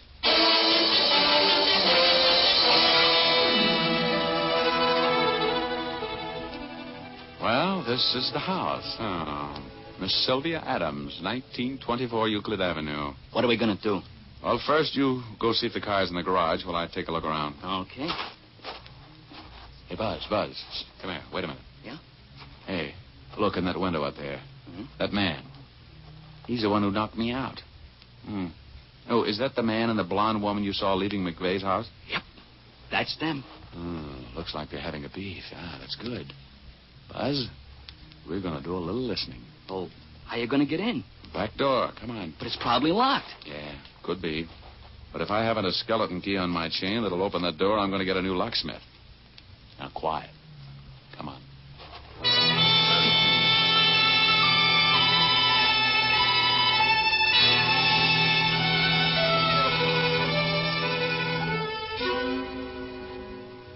You didn't have to kill them both, Hank. You're a trigger-happy fool. Will you stop harping on that? They're dead. That's all there is to it. We're rid of them, and we got the counterfeit plates. We got no more troubles, baby. From now on, it's you and me. It is? What do you mean? Just that I don't have to put up with you anymore, either. One word out of me, and the cops will put you under the jail, Hank. That's what they do with killers, you know? I don't like you. I never did like you. But you're going to keep me in money and minks and everything I want as long as I live. Killer. It may not be long, you little double-crossing. Hank, put that gun away. Hank, no. So you were going to double-cross me? Hank, no. So all that sweet talk was just an act? No. Well, here's my act, baby. Next one, touch your eye, Hank. Drop the gun. Pick it up, Buzz. Yeah. Who are you? Well, now, that's not very flattering. I'm Richard Rogue. But we'll talk about that later, lovely. Right now, get up against that wall, both of you. Start singing and make the lyrics cover a couple of murders. Come on, sing!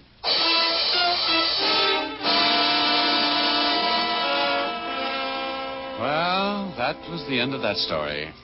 It all happened over a woman. Almost everything does. When I got through chatting with Sylvia, I had the whole story. McVeigh and Hank had a sweet little counterfeiting deal all set up and running smoothly. McVeigh, a master engraver, made the plates and hand-printed them in his shop in Minden. Hank wholesaled the stuff. Everything was just too divine. Until Hank moved in on McVeigh's girl, Sylvia, and got caught at it. McVeigh wanted to hire me to front for him in exposing Hank as a counterfeiter, and that's what started all of the excitement and the murders. We found the counterfeiting plate in Sylvia's Cadillac, and I collected $5,000 reward for cracking the case. I split it with Buzz. He was a happy kid. Yes, well, as I've always said, sure she left him, to coin a phrase. It means find the woman. And by the way, if you have any luck, sure she one for me, too, will you? I'm feeling much better and not doing a thing tonight. You know what I mean.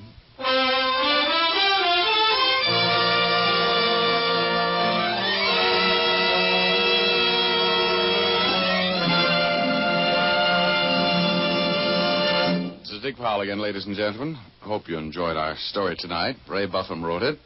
Leith Stevens composed and conducted the music, and Dee Engelbach produced and directed. But don't forget now, you've all got a date with us next Thursday night. We have a story for you about a man with $1 million, a beautiful wife, and an overpowering jealousy. We call it Best Laid Plans. So make a date with us, will you? Thanks for listening, and now here's Jim Doyle. Don't forget to tune in again next Thursday, same time. And be sure to see Dick Powell in his newest RKO picture, Cornered, at your local theater soon. And remember, tune in again next Thursday, same time, same station, when you will again hear Dick Powell as Richard Rogue in Rogue's Gallery.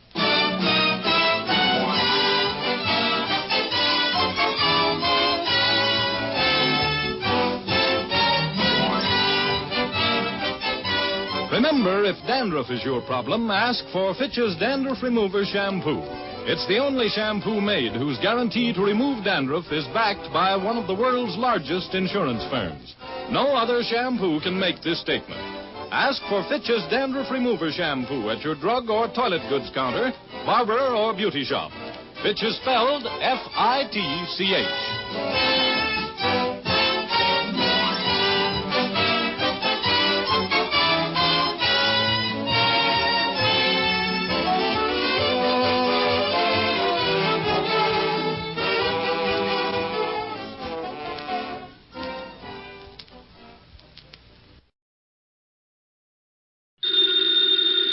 Ladies and gentlemen, the ringing of that phone bell brings you mystery, adventure. NERO Wolfe's office, Archie Goodwin speaking. No, I'm sorry. Mr. Wolfe is busy planning a menu. I'll see if he can talk to you. What's the name again? You want to talk to a dame named Mrs. Collins? Hang up, Archie. Do we know a Mrs. Collins? No. I don't suppose you care, but I think her voice is very charming. Doubtless. Every female has a charming voice to you. Hang up. Okay. I'm sorry, Mrs. Collins, but at the moment, Mr. Wolfe is too involved with his digestive system to be interrupted.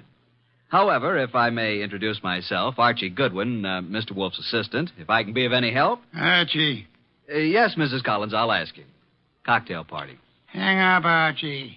Mrs. Collins, I'm afraid it would be better if you didn't expect Mr. Wolfe. Goodbye. Cocktails. Phooey. Absurd. Perfectly absurd. She says you promised to come to her cocktail party, and why aren't you there? Because you are going to attend the cocktail party and the probable unpleasant ending.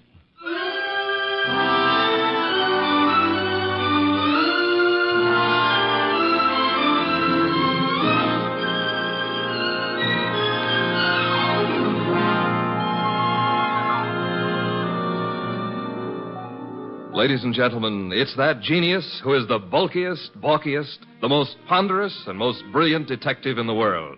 Yes, none other than that chair-borne mass of unpredictable intellect, Nero Wolfe, created by Rex Stout and brought to you in a new series of adventures over this NBC network in the person of Mr. Sidney Greenstreet.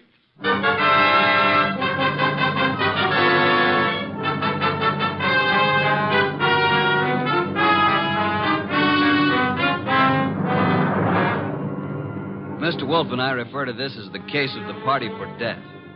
Nero Wolfe really should have gone to the party since he'd accepted, but I was delegated. I can't complain now, since it was there that I met Georgia, the most beautiful redhead.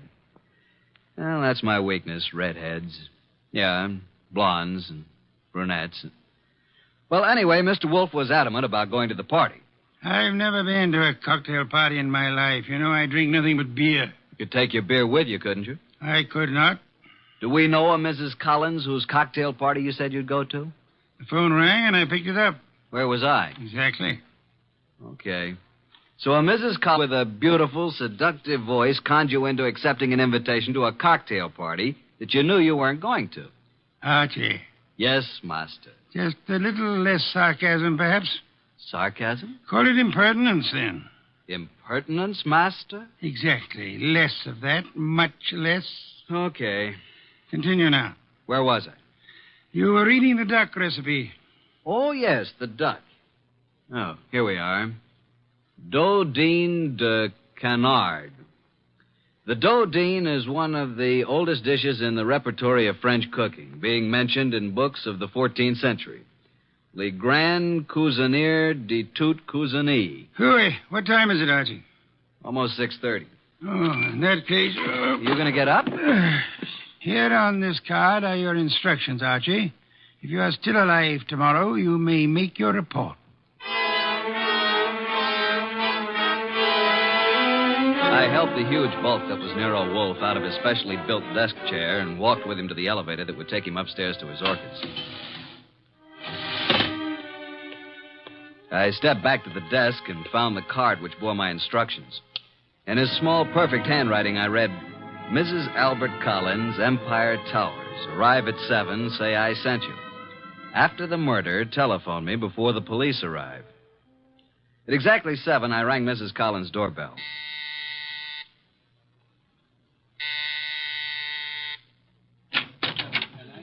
Mrs. Collins? I'm Mrs. Collins. I'm Archie Goodwin. We talked on the phone a little while ago. Oh, yes. Well, come in, Mr. Goodwin. Mr. Wolfe begs to be excused. At the last moment, he was unable to attend. Well, I'm glad you could come. You're not disappointed? No, I don't think so. I'm rather upset. I'm afraid, Mr. Goodwin, for my life. That's why I called Mr. Wolfe. Oh, just drop your hat and coat there, Mr. Goodwin. May I tell you something, Mrs. Collins? Well, of course, Mr. Goodwin. Archie will do. Archie? When I spoke to you on the phone, I thought I knew what you'd look like. And? You do. Well, is that good? It's not bad, Mrs. Collins. Janie will do. Janie will do. Archie, Mm-hmm. I think it would be best if I say you're an old beau of mine. From where? In Hollywood. When I went to Hollywood High School and you went to USC. Okay, but don't expect me to remember much about it. I'll be flattered if you remember anything about it. I want you to keep your eyes and ears open. Observe everything tonight. Well, now shall we join the party? Oh, Albert, this is Archie Goodwin. Archie, this is my husband, Albert. How do you do? Hello. And this is Joe Boyce, my husband's partner. How do you do? Boys? I've told you about Archie, Albert, but well, I guess you probably don't remember, do you? No, I don't. When I was in high school and he went to USC. Oh, yeah, sure. What'll you have, Goodwin? I'd like a plain lime and soda. Oh, now, really? A teetotaler now? Yes, I used to overdo it, remember? So you knew my wife in Hollywood? Quite a while ago, though. Uh-huh. Been here long? Oh, a while. Did you and my wife run into each other again just lately? Yeah. A few days ago? About. Joe Boyce here is my partner, chemical business. Makes this sort of an old home week, doesn't it, Joe? In a way, Al. I guess it does it that. Joe knew my wife back in those days, too. And they're still very friendly. Yeah. Yes, indeed. You two have got something in common to talk about, haven't you, Goodwin? Mrs. Collins, you mean? We never knew each other very well. No? Okay, Goodwin, let it go. Why, look. Look what I found. A new man. Just what I need. I'm Georgia. Archie. Archie, dear, will you fix up my drink, please? Anything for a lady. Let's go to the bar. Eh, Archie?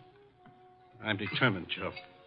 If it were only the money, or only Jane, I might listen. Oh, Al, can't we talk about it later? I like talking about it now, Joe. You're going to be sorry about this, Al. I am already.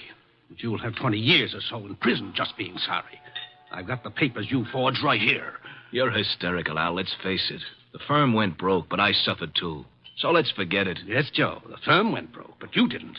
And I don't think my wife did either. The two of you had everything figured for yourselves. Well, I'm turning the papers over to the DA tomorrow.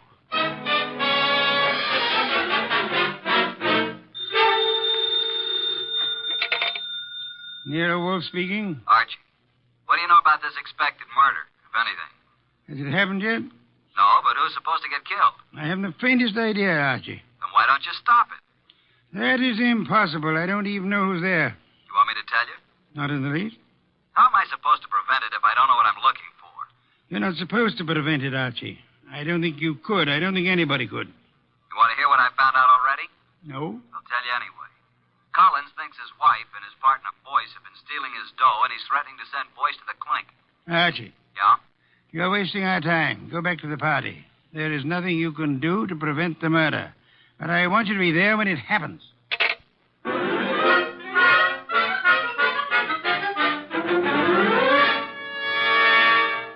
Now that all the guests have gone, let's sit down here, Georgia.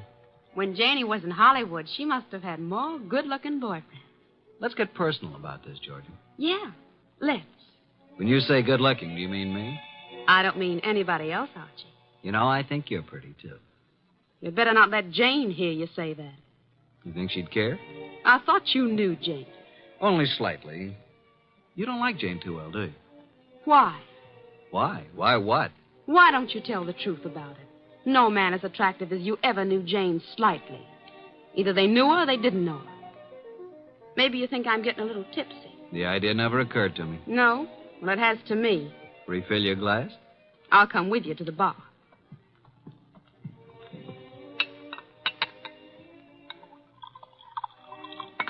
Here's your drink, Georgia.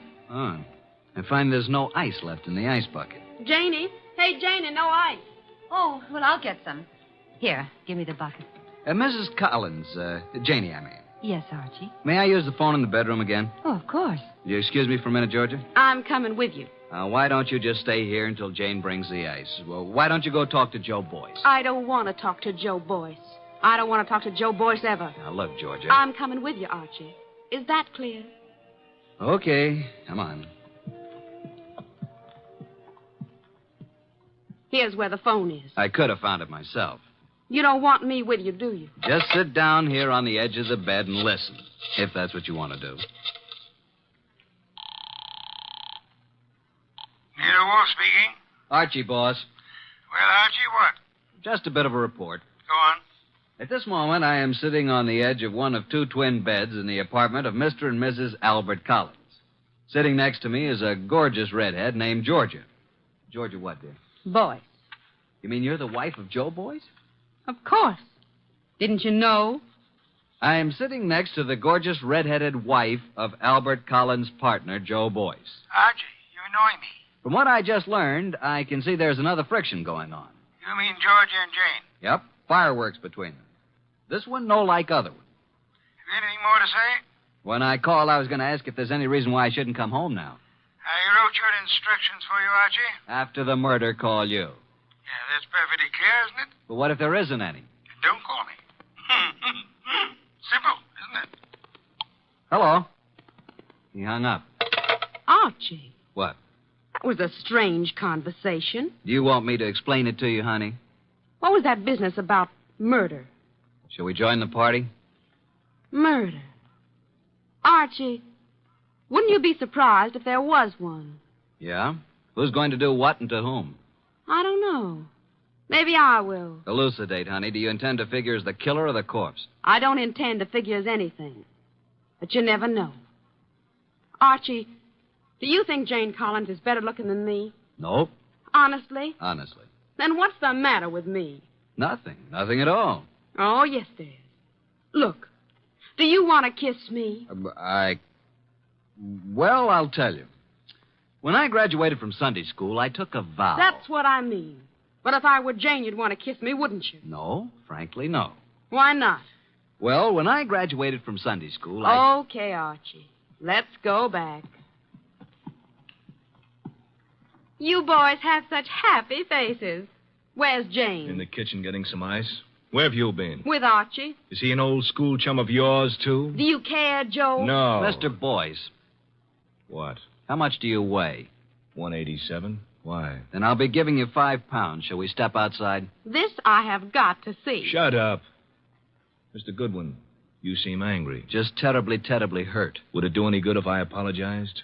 Today I'm a little upset. If I said anything to offend you, I do apologize.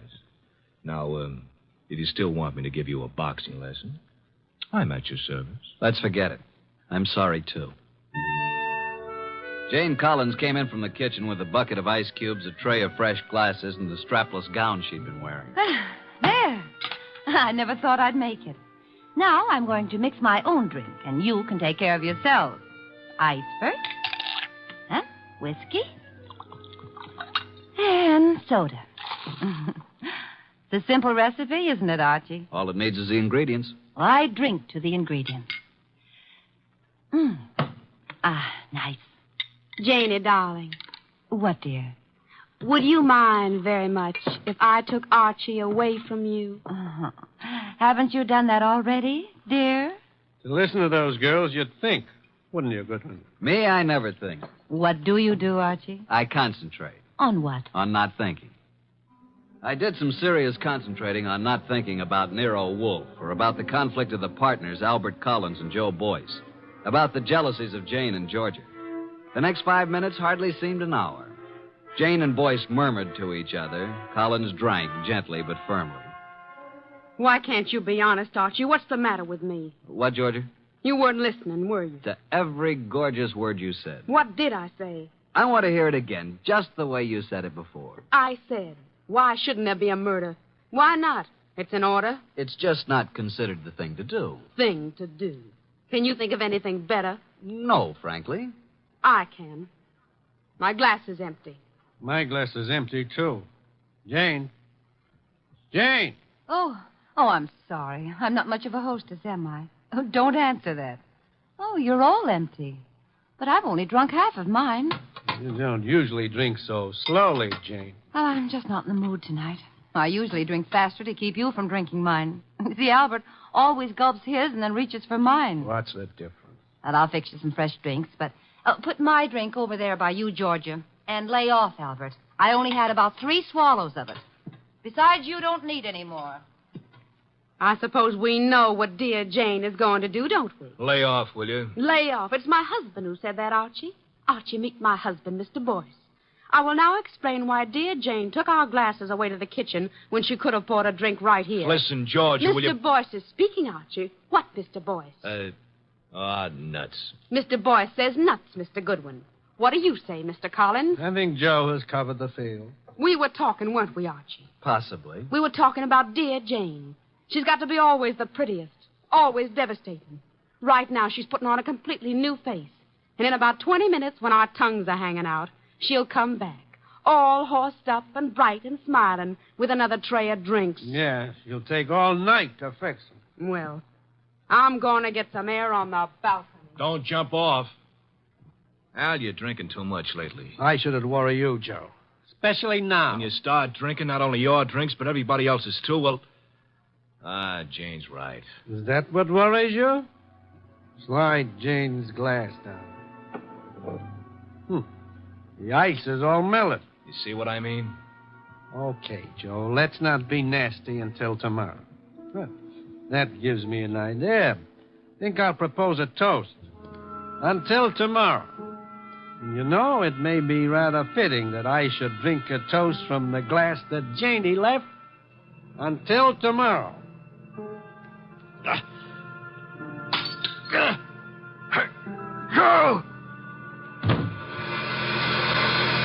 Al? Al? Jane? Janie! Albert! Oh, Albert.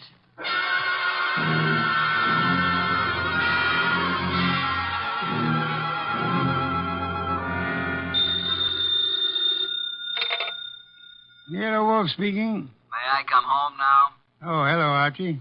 I said, may I come home now? Have you sent for the police, Inspector Kramer? Of course. Who was killed, Archie?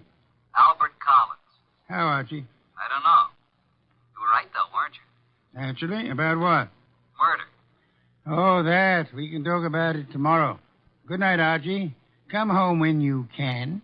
What do you mean? come home when I can. You'll be held as a witness, won't you? Try not to wake me with the elevator when you come in. Well, Inspector Kramer, you've had me here at headquarters for a long while. For quite a long while. Haven't you asked me enough questions? Goodwin, you say you never saw these people before, Collins or Boyce or their wives. Yet when all the other guests had gone, you were still there. I guess I just don't know how to say goodbye. You didn't know they were partners in a chemical company. You didn't know that Boyce had forged a lot of papers with Collins' name. All I know is what you tell me. Goodwin. Yes, sir? I'm trying to be nice. Yes, sir. Now, I know, of course, that you went to that party because Nero Wolfe told you to. Do you? My question is, how did Wolfe know it was going to happen? Why don't you ask him? I already have. He told you? He says he never heard of Collins or Boyce. Did he say he'd ever heard of me? He says he isn't responsible for you or your shady friends. Maybe he knows I found a poison pellet in George's bag. Inspector, may I make an important call? Go ahead.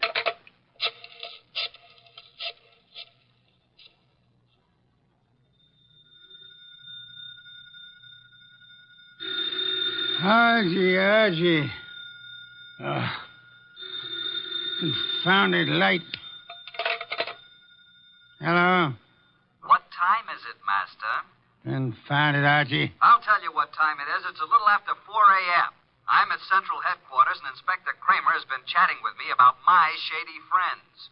Kramer is a jackass. Just a second. Pick up the other phone, will you, Inspector? Sorry, Mr. Wolfe. What was that you were saying about Inspector Kramer? I said Kramer is a jackass. Thank you. Wait a minute. Wolfe. Oh? Eavesdropping, Inspector. I was just talking about bringing you down here for a little questioning, Wolfe. Phooey. What's that? Phooey. It can be spelled in several ways. I spell it P-F-U-I. Phooey. You think I won't bring you down here as a material witness?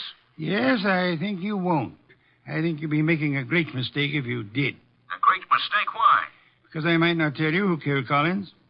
Then you wouldn't know which one of these people to prefer charges against. Now send Archie home. Even he needs an occasional night's sleep.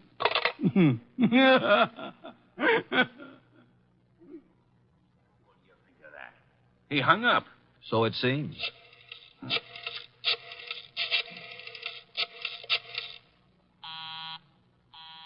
Busy? He's probably left the phone off the hook, Inspector. By now, he's probably asleep again. You know I can go out there, don't you? Sure you can. More important men than you have tried it. And where are they now? Goodwin? Yes, sir? I'm going to let you go. I'm sure Mr. Wolfe and I are very grateful, Inspector. You want to know why I'm letting you go? I know why. Why? Because if you're nice and cooperative and don't make too much trouble, Mr. Wolfe will solve this case for you and tell you whom to prefer charges against. Goodwin. Sir? Get out. Thank you, Inspector.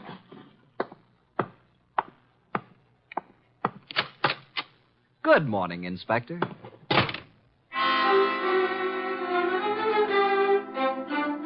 At 3 o'clock the next afternoon, I was rearranging the furniture in Nero Wolfe's office while the great man sat behind his desk watching me perspire. Are you finished now, Archie? Yeah, I guess so. And tell me where they sat. There were 2 couches, like this, in front of a fireplace. Collins and Boyce were sitting together on one couch. When Georgia and I came in, they were looking at some canceled checks. Where was Mrs. Collins? I told you she was getting ice and fresh glasses. Why was she getting fresh glasses, Archie? Where were the empty ones? I don't know. Maybe they were the same ones she brought back, washed and polished. Archie, I trust your powers of observation absolutely. That's why I sent you to Mrs. Collins' cocktail party. Okay, how did you know there was going to be a murder? If it was a murder. It was a murder, Archie. But isn't it obvious? How is it obvious? Suppose Collins slipped a few drops of the poison into his drink himself. It's very strong, very deadly poison, with a remarkably strong odor. Like almonds, I know. I smelled it when I picked him up. Archie, was anything found on the body that might have contained the poison? A fountain pen? Whatever? Not even that. Inspector Kramer found a poison pellet in Georgia's handbag. He thinks she poisoned Collins' drink. Say, could be. But it wasn't his drink, it was his wife's. Then Georgia was trying to kill Jane, and Collins got it by mistake. We shall soon see, Archie. I was expecting a murder because you told me to expect it. I watched every move that everybody made. There's no possibility that Jane's glass, the glass with the poison in it, was tampered with by anybody. Yes, I believe. Okay. Archie, you're sore, aren't you? Have you ever spent the night with Inspector Kramer? He's really a good man, too. Why did you say he was a jackass? Because he didn't know who killed Collins? Do you? Of course. Was there ever any question about it? Just a moment, please. The only trouble is it may be difficult to prove. That's why we are giving this little cocktail party this afternoon with the help of Inspector Kramer. By the way... Yes? Call Mrs. Collins and tell her to bring a bucket of ice from her refrigerator. Why? Because our refrigerator's broken down. No, it hasn't. I was just out in the kitchen a minute ago. Our refrigerator has broken down. And it would be very helpful if Mrs. Collins would bring a bucket of ice cubes. What makes you think she'll do it? She will. Call her. 6:45. There we were in Wolfe's office doing a repeat performance of last night's smash hit. Two couches faced each other, a cocktail table between them. On one couch, red-headed Georgia and me. On the other couch, it was a big one, Joe Boyce, Jane Collins, widow of the lately defunct Albert, and NERO WOLFE. Jane had been drinking a little slower than the rest of us. Our glasses were empty. Hers was still half full. Wolfe said... Archie. Yeah? At this point in last night's party, Mrs. Collins got up and left to get some fresh drinks. Repeat what she said. Approximately? Approximately will do. I think she said something like this. She said, put my drink over by you, Georgia. Lay off, Albert. I've had about 3 swallows of it. Besides, you don't need any more, Albert. Am I right, Jane? Close enough, Archie. But what of it? Now, what is this nonsense all about, Wolfe? Mr. Wolfe is trying to make something out of nothing. I think Mr. Wolfe is going to turn up something mighty interesting. Don't look so perturbed, Joe. Since I'm playing the part of the late Mr. Collins, pass me Jane's glass. I'll keep my glass, Mr. Wolfe. I haven't finished my drink. You're a very clever woman, Mrs. Collins. Would it be too much if I ask what this is all about? What worries you, Archie? You make it sound as if that drink she's holding is poison. But it can't be, because as yesterday, she's already drunk half of it herself. When our freezer broke down, she was more than willing to bring a bucket of ice cubes, wasn't she? So? What would happen, Archie, if you froze a gelatine-coated pellet of poison in the center of one particular ice cube? Mrs. Collins hasn't finished her drink. Notice the ice is all melted now. She hasn't taken one sip since the ice melted completely. She came prepared in case she was exposed. Smell it, Archie. No, Archie, stand back. I can easily swallow this before you can reach me. Mr. Wolfe, in a few seconds, I'll drink it. But tell me something first. Tell me how you knew. Jane, listen to me. I knew there was going to be a murder last night because you said so. I knew that it was you who would commit the murder because it was you who invited me. You hoped an expert witness would prove that you couldn't have killed your husband. So I sent Archie Goodwin, whose observations are always exact, even when he doesn't know the import of what he's observing. She brought back clean glasses. She poured the drinks out of bottles already open. And if anybody had put anything in or touched one of those glasses, I would have seen it. Exactly. The poison pellet was frozen in a certain ice cube. Mrs. Collins put that cube in her own drink, drank it until the ice had almost melted down to the poisonous pellet center. And then she took all the other glasses away, leaving only hers half full. And as usual, her husband drank it. No, Jane, don't. Too late, Joe. Too late.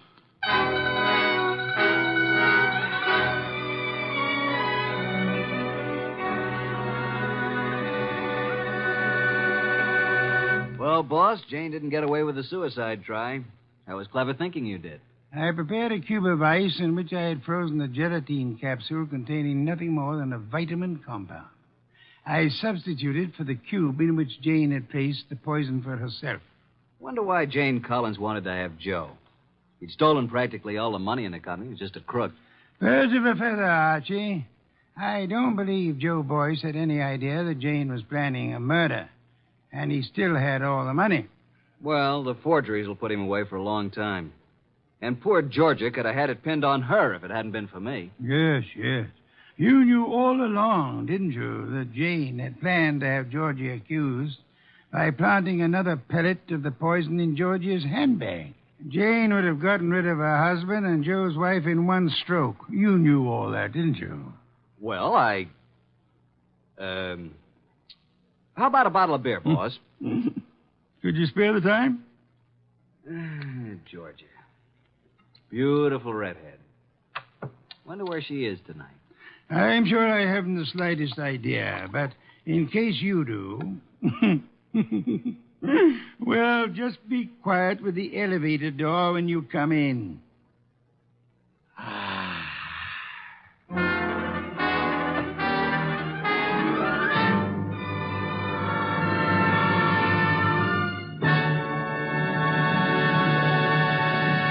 You have been listening to The New Adventures of Nero Wolfe, starring Sidney Greenstreet.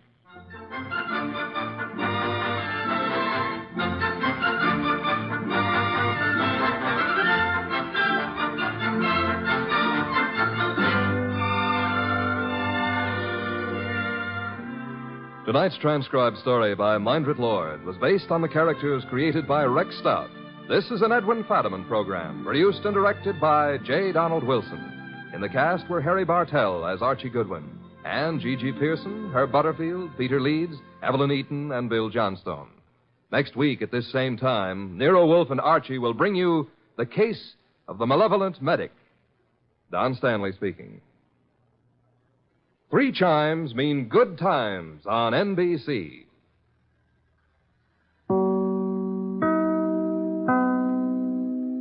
It's the Rocky Jordan Show. And I'm Rocky Jordan.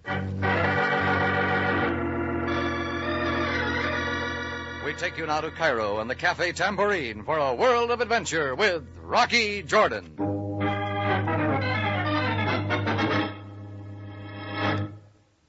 Did you ever hear of the Munda Oasis to the south of Algiers? It's surrounded by sand, miles of it in all directions. It's called the Land of Fear. And how did I know? They told me. They were tall, wore blue flowing robes and long black veils, and each had a knife sheathed to the wrist. From a little ways off, you might think they were women. They weren't. They were men on a mission of murder.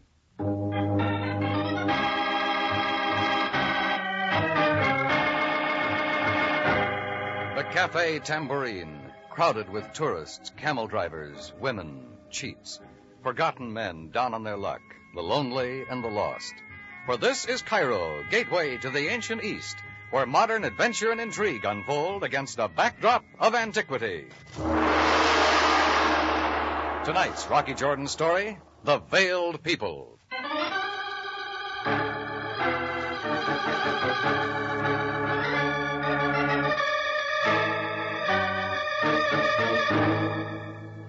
The Tambourine gets all sorts of people, but this kind of man was new to me. Tall, muscular, with piercing dark eyes, black silken hair and thin beard, sun-baked skin that turned light below the eyes. In spite of his size, his hands were delicate, and he might have been graceful except for the ill-fitting white robe and his complete uncertainty. I watched him as he came back to where I was wiping some glasses behind the bar. My name is Gerard. I would work for you, sir. I get all the help I need, sorry. I need money. I will work very hard for only a few francs. They don't pay in francs around Cairo. Where you from, anyway? If I do good work, you do not care. Well, you ought to be a good caravan driver. Look up Ali Ben down at the camel stalls. I do not want to drive camels. I would work hard for you, scrub floors, sweep. With this broom, I will show you. I stay on the other side of the bar. I said nothing doing. I clean up very good. You will see. Cut it, will you? Look out with that broom. Gerard! Oh, I am most sorry. I'll bet you are. That was expensive liquor. It'll cost you plenty. But there is no money. So now you see, I have to work for you. Is that not so, sir? Yeah. All right, get busy, Gerard.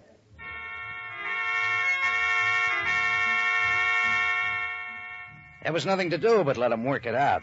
It was all new to him, but he was tireless. And by night, he had the place as spotless as my grandmother's kitchen. The Cairo streets had him confused, so I helped direct him to an address on the Sharia El Gama. But he was back bright and early the next day, hard at work. That evening, I told him he'd worked off his debt, gave him a few piastres, and said he could stay on. Whoever he was or where he came from, he seemed like a good man to have around. He thanked me and hurried away. I figured the tambourine had had its fill of strange characters for a while, but a few minutes later there were two more. They were tall and erect, dressed in blue robes. It wasn't just the fact that they blocked the door that sent me hurrying up front, but something else.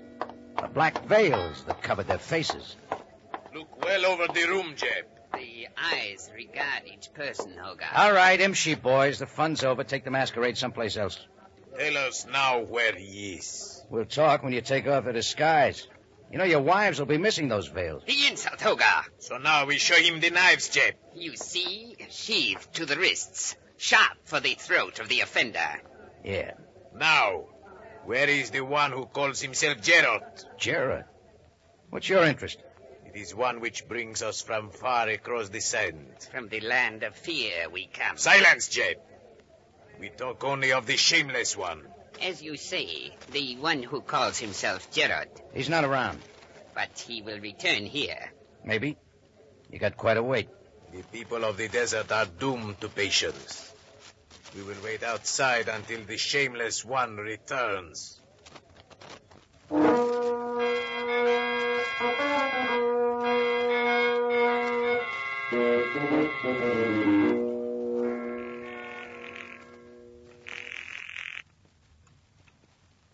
Police headquarters, Sergeant Greco speaking. Hello, Greco. This is Rocky. Put Sam on, will you? The Captain Sabaya is not here, Mr. Jordan. And where do I find him? He is in Port Said on an extradition matter. Now, kindly state your business. I want some of your men over here on the double. And why? A bunch of characters are scratching around outside, a little too anxious with knives. Indeed.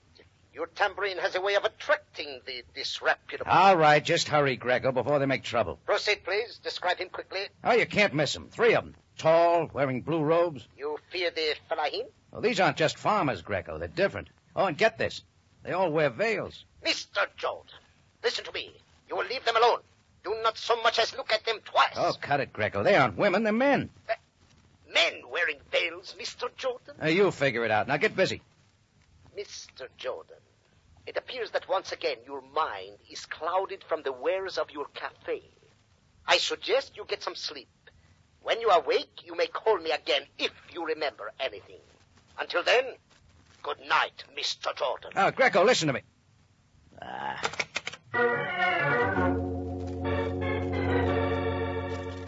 That meant I had no help from the police, not with Greco on duty. As though that wasn't enough, Chris popped his head in the door just then with some news. He'd just been checking the cash in the register up front, and it was almost 100 pounds short. In spite of all the confusion, Gerard had only been gone 15 minutes. Chris had an idea, and so did I. That gave me one more good reason to look up Gerard. I ducked out the back way and headed east up the hill into the native quarter on my way to the Shari El Gama. I thought I'd shaken the veiled characters, but the blue robe flapping half a block behind told me different. I stepped it up, then hopped into a doorway and waited. As he came by, I was out, twisting his robe at the throat. Talk fast. What's it about? Why do you want Gerard? The knife will answer. He suddenly twisted away, and I couldn't hold. His hand went for the sheath of his left wrist. My punch landed right below the ribs. He doubled, but had the knife. I swung again. The knife clattered away, and that's when I yanked the veil off his face. No, not the veil, no. In the struggle, I had a good look at his face. Black, silky, thin beard, pale skin below the eyes. Not the face of Gerard, but a lot like it. By then, the noise of the fight was bringing a lot of people. A smart foreigner doesn't get caught brawling in the native quarter, so I let him have one right in the button, and he went down. I stuffed his veil in my pocket and then dug for an alley, kept it up till I was sure I was safe. Then I went on to the Shari El Gama.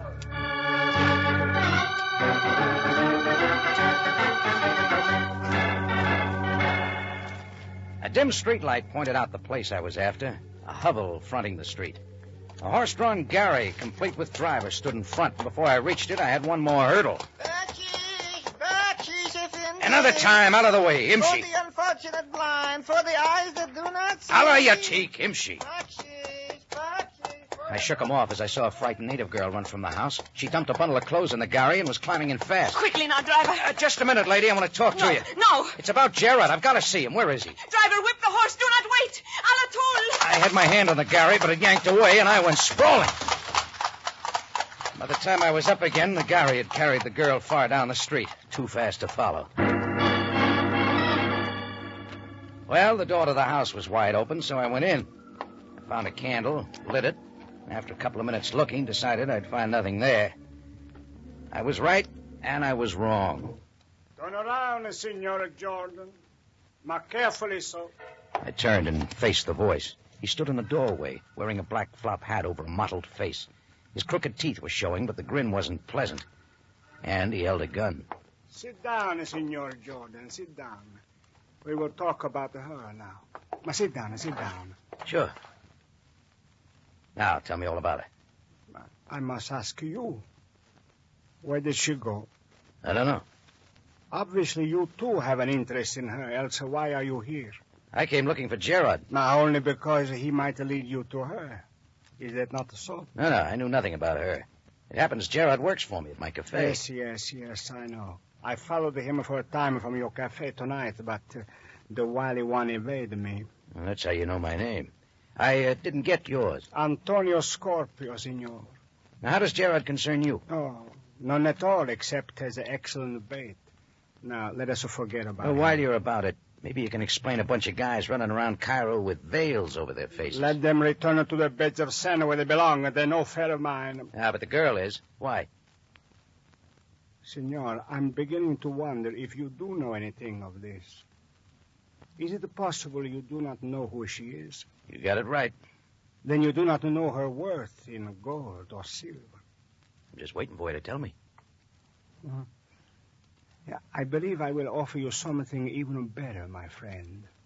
This begins to shape up like a deal. Well, perhaps it is. It seems that you have won the confidence of this Gerard. It is possible that he places a certain trust in you. You will wait here for him. Yeah? You have only to obtain the whereabouts of the girl whose name is Sheila. Bring the information to me, and you shall be well repaid. And what happens to her and Gerard? That need never concern you. Well, senor? You think I'd go for a deal like that? Well, we who for reasons cannot return to our own country must live as best we can. Now, you answer. You tell me all of it. I'll decide then. Then you will get out of here. I will wait alone and you will get nothing. All right, have it your way, Scorpio. Si. Arrivederci, signore. Mark you. Keep your lips sealed. Your life means no more to me than those of the desert. Now get out.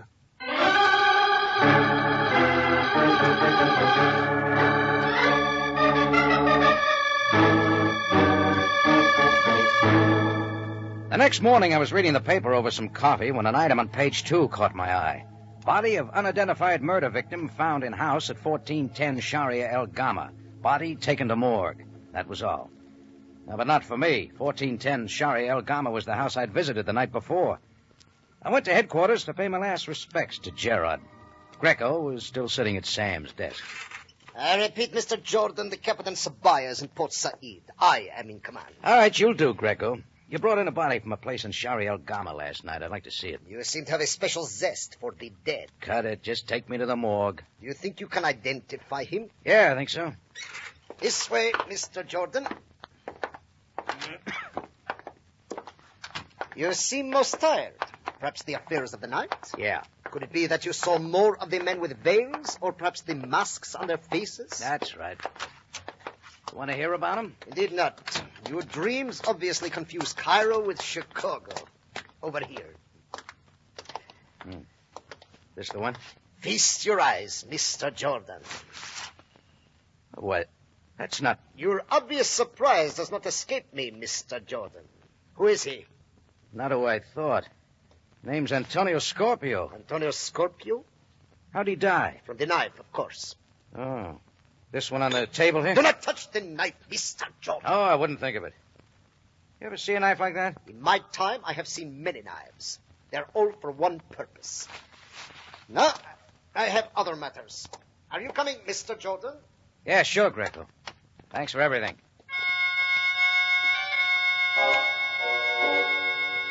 I followed him up and went out.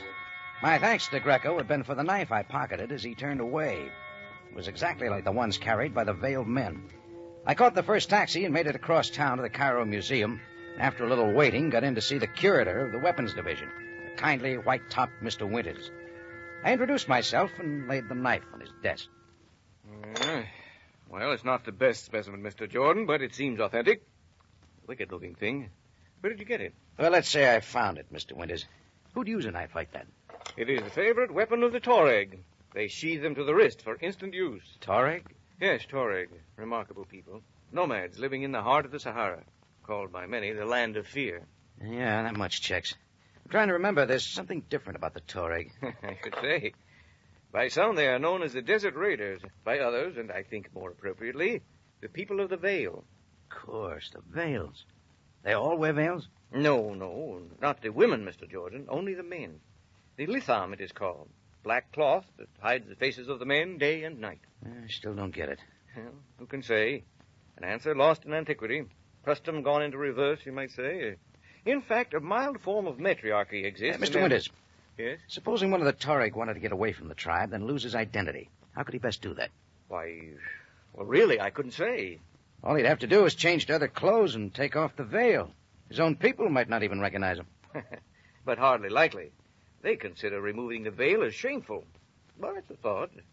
Is it possible that you are a writer, Mr. Jordan? Nobody'd ever believe this story. Well, thanks, Mr. Winters. Oh, not at all, not at all. Please let me know how your story turns out. Sure. If I ever find out myself.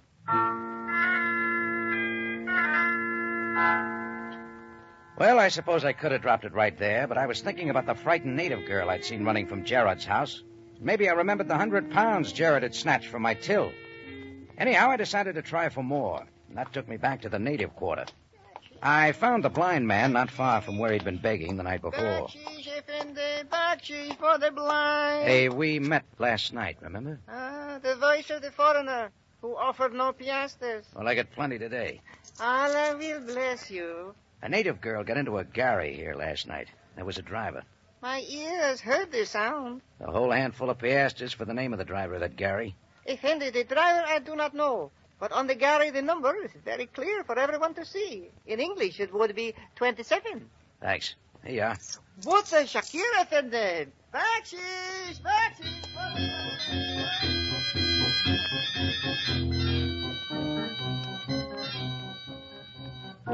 It took half an hour to locate the driver of Gary 27, and a £50 to get him to tell me where he'd taken the girl.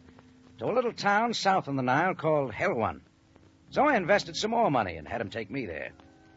Helwan turned out to be nothing more than a tiny boat stop. There were a few windowless shacks along the Nile banks. The driver pointed to one and was gone. I got to the open door of the shack and went in. I waited for my eyes to get accustomed to the dim light. So even to this sad place you choose to follow. I saw her then, standing across the room at the wall. It was the girl, Sheila. Small, oval-faced. She stood erect, but helpless. Like those of the Tuareg. Like the vicious Scorpio you come to torment us. I only came to find Gerard. Find out what this is all about. Where is he? I would not tell. What do you know of Gerard? He worked for me in my cafe. Oh, then you are the good Effendi Jordan of whom Gerard speaks well. Yeah, and from whom he took £100. Oh, he will repay.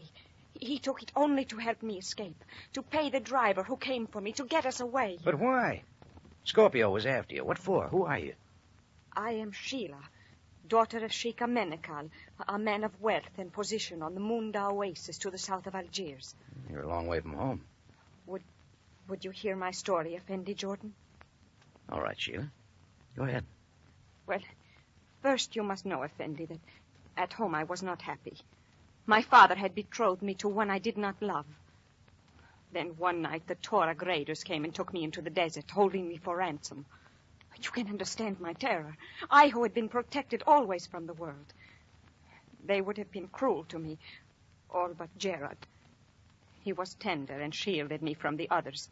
Such is fate, but for the will of Allah that I should come to love Gerard, and he loved me. He aided me in my escape. Together we went to the city, and I became his wife. I dared not return to my father, who would not accept Gerard as my husband. Gerard removed the blue robes and the veil, hoping that the vengeful tribesmen would not find him. But it was not so easy. We went from one place to another, even to Cairo, but still they followed. Well, that's quite a story, Sheila. Well, what about Scorpio? Oh, somehow he learned of me. Perhaps for reward, perhaps for the ransom he would take me, but I am not sure. That's why Gerard killed him?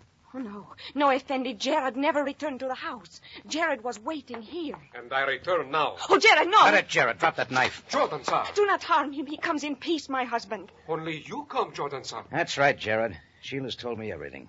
You should have told me to begin with. No, then you would not want me to work for you. For money to take her away. Well, you found other ways of getting it. Those of my tribe came too quickly. I will repay. The promise of the Torek is good. What's your plan now? A small passenger boat arrives at dusk. We would board it and travel far south to the interior. Where we trust they will not find us again. You would not stop us, Effendi Jordan. No. Not even if I could. We are eternally grateful. I waited there with him the rest of the afternoon. When evening came, Sheila picked up her few belongings, and we went down to the small dock on the river. And well after sunset, a boat slid up to the dock's edge. A narrow gangplank came down, but the deck was strangely deserted. All we could see was the pilot up in the cabin, and his face was straight ahead. Something didn't look right. Gerard, I do not understand this. Come, Sheila. We must not wait. Hold it, Gerard. Who's on there? Speak up! Where's the crew? If you are coming, get aboard, quickly. As he says. No. Better let me check. Wait here with Sheila. Hey, where is everybody? So, again the offender. Gerard, get up here. I come, Jordan, sir, I come. I was pinned from behind. He was heavy but too anxious, and I sent him sailing over my head, blue robes and all. As Gerard reached the deck, a second of the veiled men was mixing in. A third was scrambling down from the pilot's cabin. My foot slowed him. By then, a lot of knives were flashing, and I looked to the safety of Sheila. That's when I saw something else. A horse-drawn Gary racing down to the water's edge, loaded down with uniforms that came piling out, headed by none other than Sergeant Grego. What is the meaning of Step this? it up, will you? Onto the boat, quickly! He's on the boat! How'd you get here, Grego? So, Mr. Jordan, is not the fact that I am here enough? Yeah, can't say I ever cared for your face, Grego. But I'm sure glad to see it now.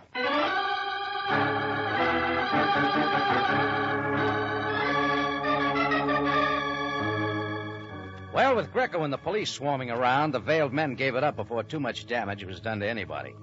About that time, the pilot of the boat, who'd been held at the wheel by the Toreg's knife, came scrambling down. He was glad enough to turn the boat around. And with all of us aboard, we went back down the Nile and docked at Cairo. The three veiled men got a cell apiece. Gerard and Sheila waited outside as Greco commanded me into Sam Sabaya's office.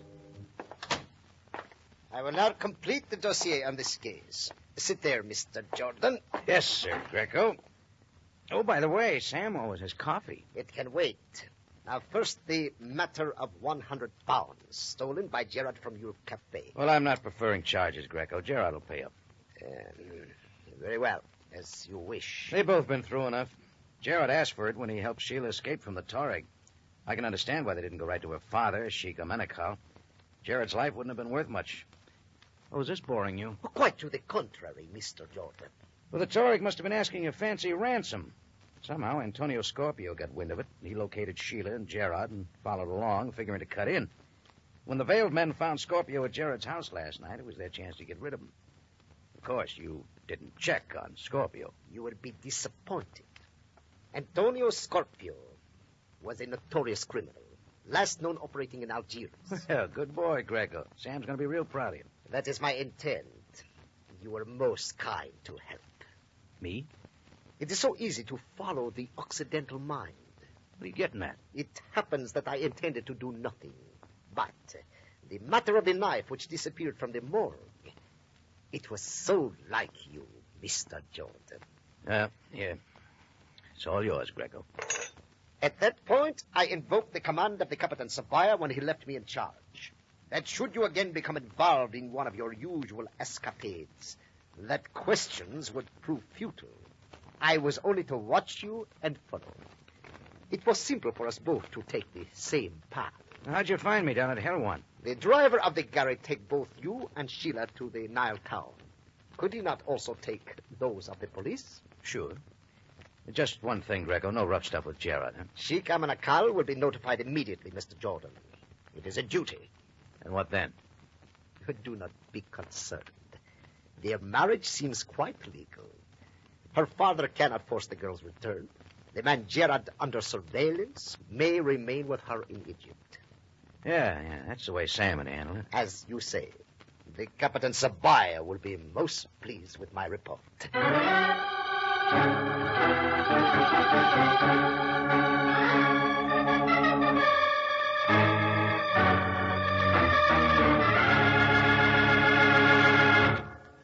This is Rocky Jordan again. Next week, I want to tell you about the trouble I had trying to figure whether something was very old or very new. I'll tell you this much now. It had to do with a bird who kept bees.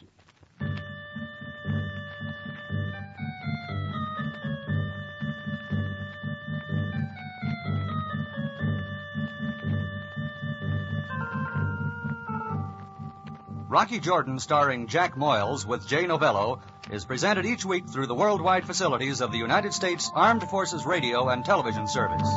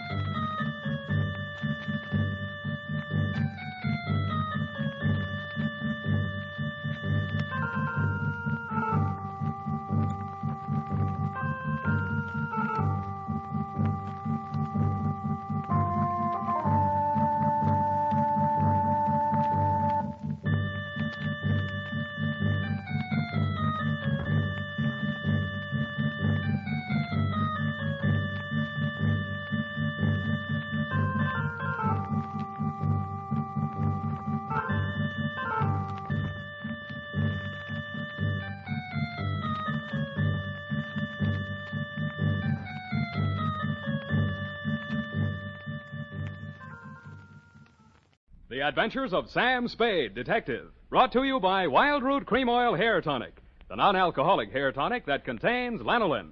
Wild Root Cream Oil, again and again, the choice of men who put good grooming first.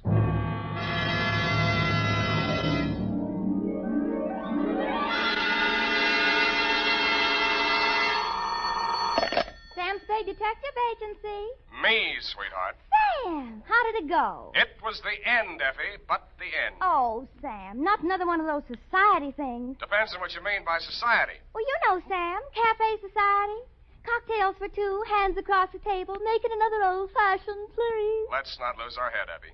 Nothing but double martinis, very dry, with 2 olives, sweetheart. 2 olives? Oh, Sam, isn't that overdoing it? It was all overdone, sweetheart. That's what cracked it. Now, stay right where you are. I'll be right down to mix up my report on the dry martini caper. Get it?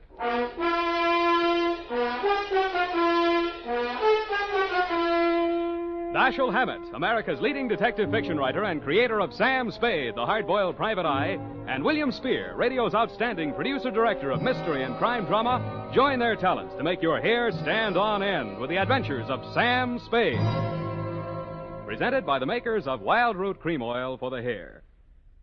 August is always a great vacation month, and for those of you planning to take your vacation soon, let me suggest that when you're packing, be sure you include a bottle and a handy tube of Wild Root Cream Oil Hair Tonic. For no matter where you go, you can always depend on Wild Root Cream Oil to groom your hair neatly and naturally, relieve dryness, and remove loose dandruff. Yes, you can take it with you on your vacation, and you should. Wild Root Cream Oil Hair Tonic. Again and again, the choice of men who put good grooming first. And now, with Howard Duff starring as Spade, Wild Root brings to the air the greatest private detective of them all in The Adventures of Sam Spade. You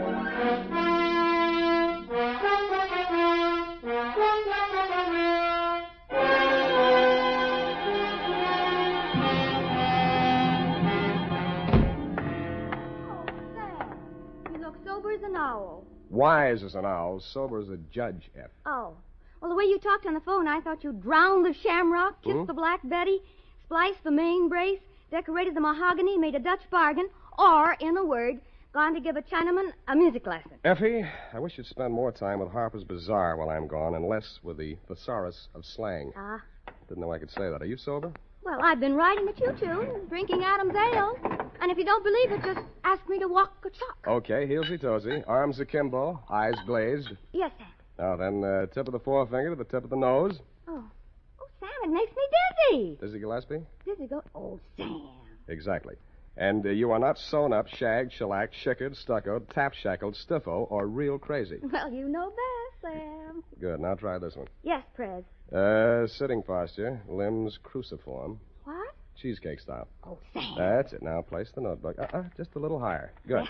Now apply the tip of the pencil to the top of the fool's cap and proceed viz. Viz. Date. August 1st, 1948. To Mrs. Netta Martini, 1000 Marina Boulevard, San Francisco. From Samuel Spade, license number 127596. Subject, Dear Netta. The first I knew of the caper was day before yesterday morning when I saw your husband's picture in the paper. It was one of those lovingly retouched executive-type photographs of a man in his late 40s or early 50s, graying at the temples and wearing an embalmed man of distinction look. The story was headlined, Corporation Head Waylaid by Mysterious Assailant. Chauffeur foils would-be kidnappers at offices of Martini Trading Company. The item under it wasn't as thrilling as the headline. Sounded as if he'd been knocked down for his wallet and the attempted kidnapping had been dreamed up by a bored city news reporter. I tossed it into the wastebasket along with my morning mail and went back to the Police Gazette. On page 3, the phone rang. Unique Garage, Harry speaking. Mr. Spade? One moment. Who's calling? Gordon Martini. Not Gordon Martini, the corporation head, waylaid by mysterious assailant. Chairman of the board, and there's nothing mysterious about it. Then what are you doing on this phone? I can't talk on the phone. Where are you? In a hospital? I left that pest house this morning. I'm at my residence, 1000 Marina Boulevard. Mm-hmm. It will take you exactly 20 minutes by cab. You will meet me in front of the building, and we'll have our conference in my car en route to the office. Where's your office? Downtown Post Street. Oh, why don't I meet you there? I'm a busy man. Have a full calendar. I'm already late due to all that hospital red tape. But I can fit you into my schedule if you'll hurry. Now, look alive, man. Well, it's a little early in the morning, but I'm trying hard. Good. What will you want for a retainer? I'll let you know if I decide to take the job. Fair enough. 20 minutes. I'll expect you. I should have looked more alive. It took me 2 minutes to get onto the street, 1 minute to flag down a cab, and 18 minutes to reach your address, Netta. A total of 21 minutes. As my taxi drew up to the curb in front of the canopied entrance to the corner apartment house at 1000 Marina, I saw your husband pacing indignantly up and down in front of the entrance, pausing only to glare at the outsized chronometer on his left wrist. His gray Homburg was perched atop an outsized turban of gauze bandage that decorated his head. You're Spade. You're exactly 1 minute and 22 seconds late.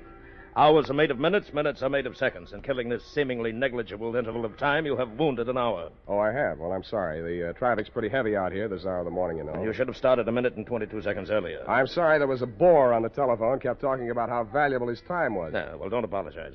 Only waste more time. Now, here's your check, $100. My car's just around the corner. I paid that chauffeur a large salary. We mustn't keep him waiting. In the meantime, you may as well start earning your fee. I've been earning it for the past 22 minutes and 22 seconds. Wait. I suspected as much. Do you drive a car? Yeah, you mean one man drives all that? I see him, that rascally chauffeur of mine. Asleep in the back seat. All right, come out of there, you. Hey, watch it!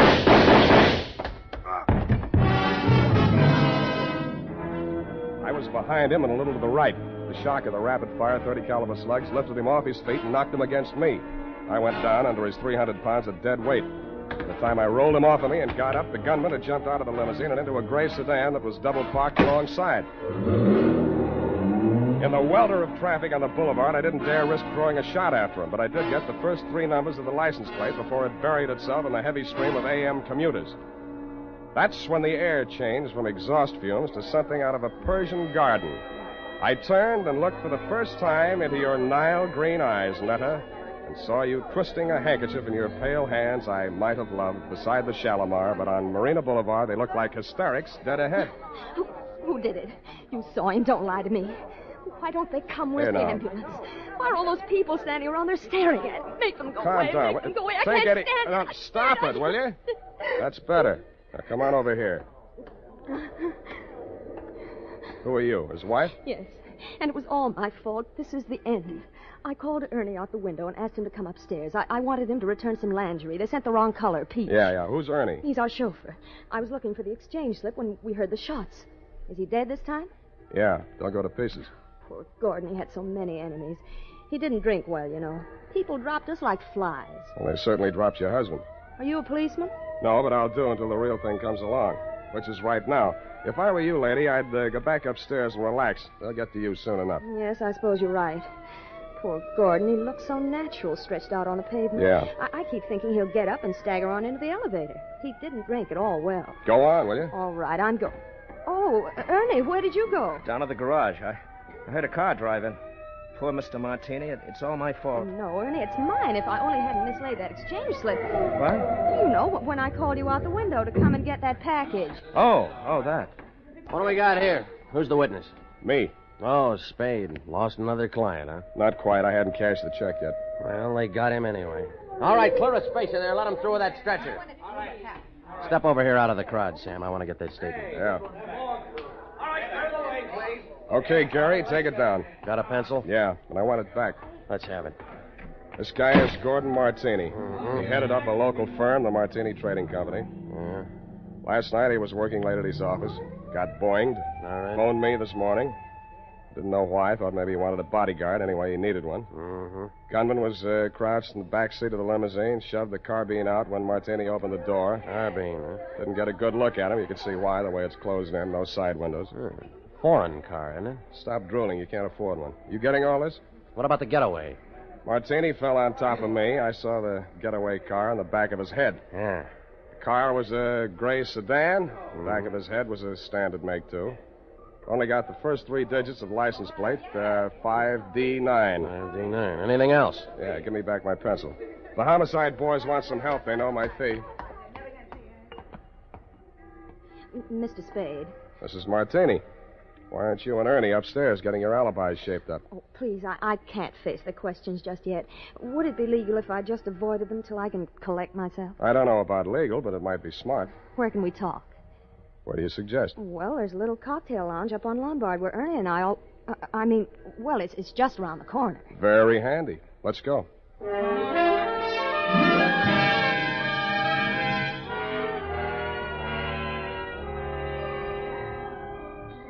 Against my mother's advice, I should have listened, but, well, that's why I married Mr. Martini. Well, that brings us up to 1943, and it's only 11:45. You're just like him, always holding a stopwatch over my head. Always? Well, he drank, you know. You told me that. But it's much more important than you think. He often fell down and bumped his head. You mean that mysterious assailant that waylaid him last night in his office was a double Martini? 2 pitchers full before dinner. 2? Ernie had to carry him up to his office. Well, what did he go up there for? Oh, we had an appointment with the vice president of the firm, Mr. Nesbitt. Something had come up, and he wanted Gordon to sign some papers. I don't know what. It wasn't the first time. I waited outside in the car. After Ernie had taken him upstairs, he came back to the car, and we talked. Ernie has alibis upstairs, downstairs, and all around the house. Well, then when the others came out and Gordon didn't, Ernie went upstairs to see why. Others? Mr. Nesbitt and who else? Mary Callahan. Secretary? No, she's an attorney. And if you think everything was legal between those two, well, but after all, who am I to call the kettle black? Now, what are you trying to tell me? That you got him drunk so they could make him sign some papers? That he got himself drunk so he couldn't write his name? Or that he just got drunk and fell down? Between you and me, I think she pushed him down a flight of stairs. In his condition, he'd never remember. Why are you putting the finger on the Callahan dame? Well, what would you think? She was the last one out of the building. Why didn't you want to tell all this to the police? Well, I didn't want to talk about his drinking. Things were bad enough already. That would have been the end. Well, that's as good an answer as any.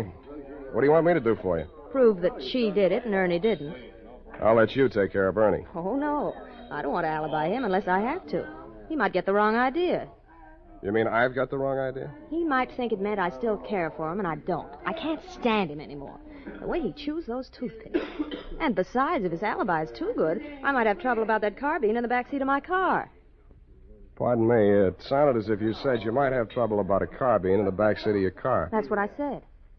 Where is your car? In the garage.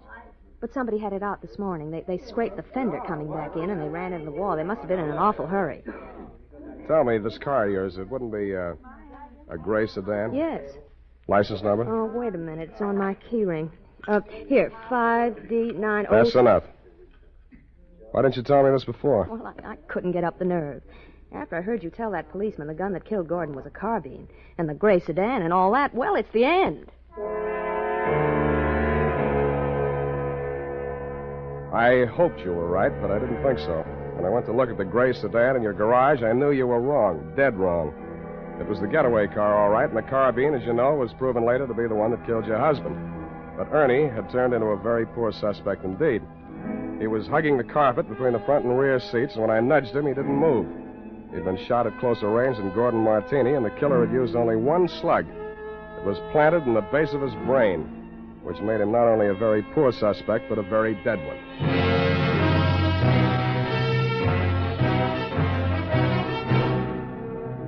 The makers of Wild Root Cream Oil are presenting the weekly Sunday adventure of Dashiell Hammett's famous private detective, Sam Spade.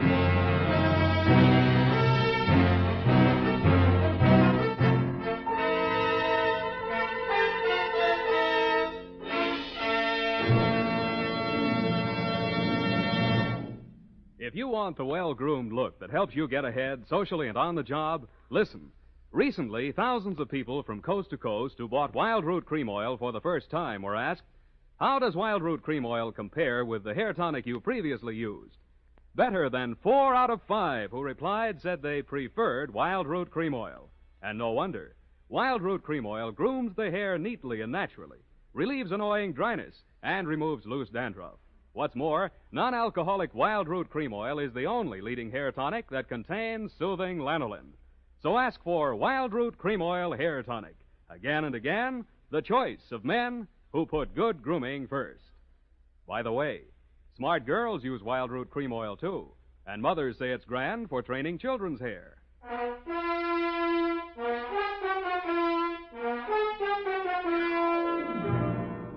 And now, back to the Dry Martini Caper. Tonight's adventure with Sam Spade.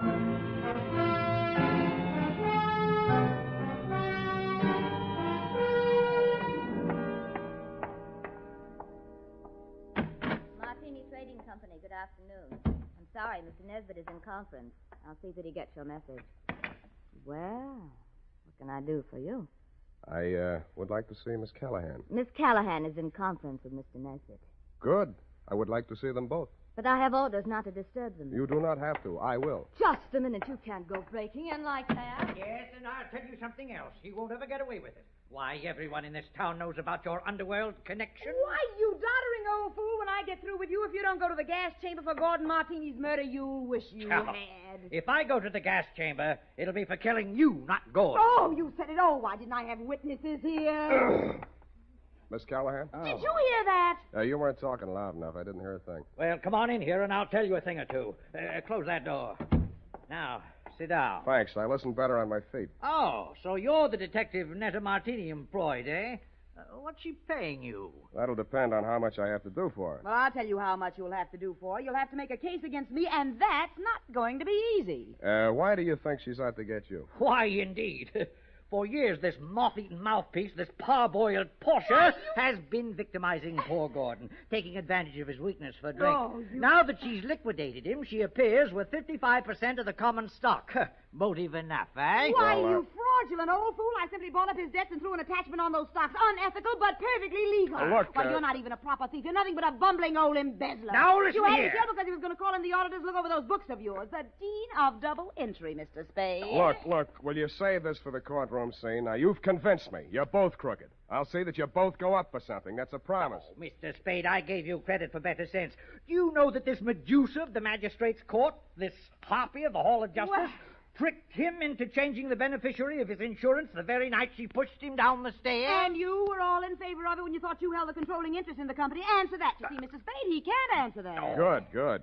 I'm glad one of you is temporarily lost for words. Now, I only want to know one thing, and I want a straight answer. And if either one of you starts off on another speech, I'm going to push you into the nearest cloakroom and lock you in together. Why, you wouldn't dare. Try me, sweetheart. Well, what do you want to know about this Amazon ambulance chaser, this Trilby of the traffic court? Watch it.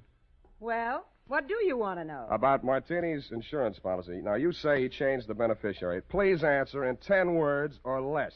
Who was the beneficiary, and who is the beneficiary now? I'll have to answer that question in 2 parts. The beneficiary was his wife. He changed it to the Martini Trading Company, a corporation of the state of California. Thank you, and goodbye, Mary Callahan.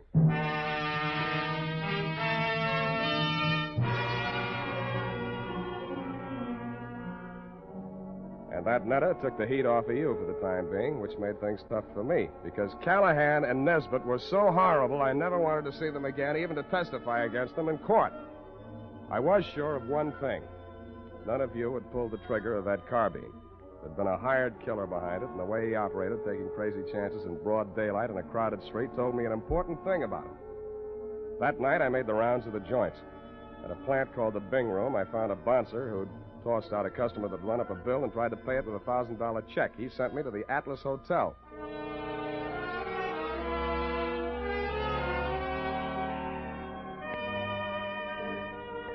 The Atlas Hotel is off of 3rd Street down near the railroad yards. Not even a flea bag. The fleas sickened and died a long time ago. They couldn't take it. And from the look of the guests sprawled out in the mission furniture of the lobby, they wouldn't be able to much longer. A half-dead room clerk came back to the land of the living long enough to mutter a room number and wave me feebly toward a flight of crummy stairs.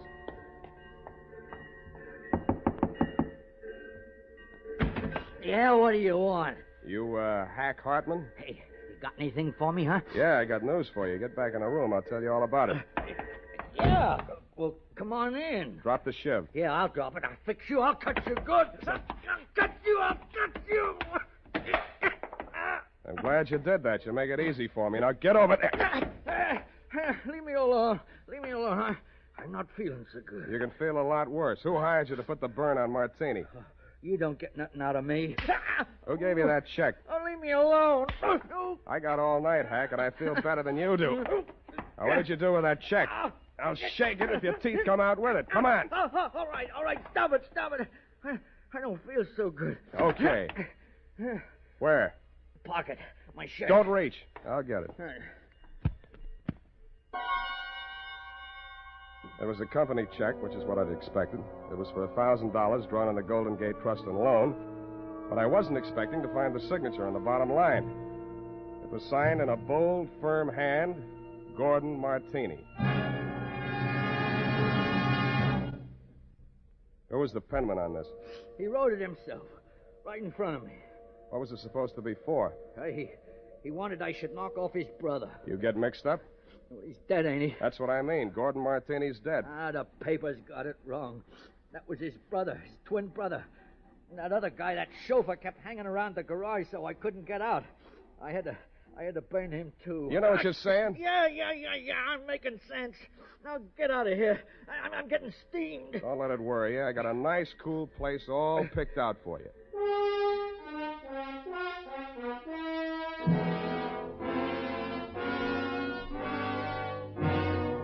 After I turned Hack over to the cops, I did what checking I could on my own at that time of night.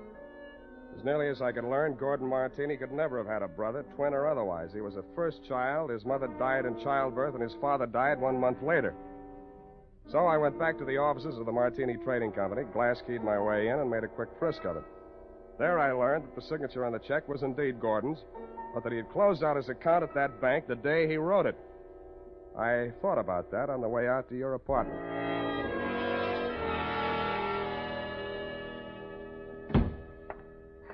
Sam, I've been calling and calling, trying to reach you. I've been so worried. It's the end. This time you might be right. Fix me a drink. Well, there's nothing in the house but those prepared martinis Gordon used to drink. Is that all right? No, but fix me one anyway. Never mind the ice. It's not morning yet, but I hate myself already. Why don't you just relax and let me get it for you? I'll relax. You get the martinis. What happened?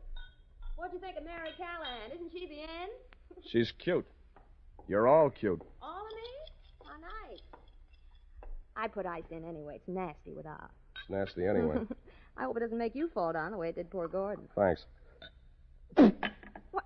Well, what's the matter? Too dry? You open this bottle fresh? Why, yes. What's the matter? Where are they, the rest of the bottles? Oh, yeah. More of the same.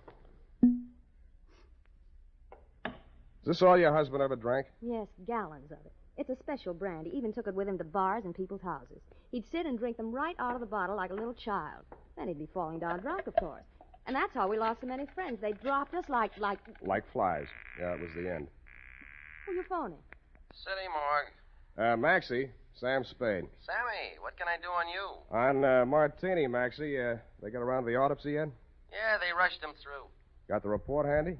Right in front of me. Funny thing, Sam. The doc said they should have saved themselves the trouble. He'd have been dead in a week or two without no help. What from? Brain tumor. Malignant, it says here.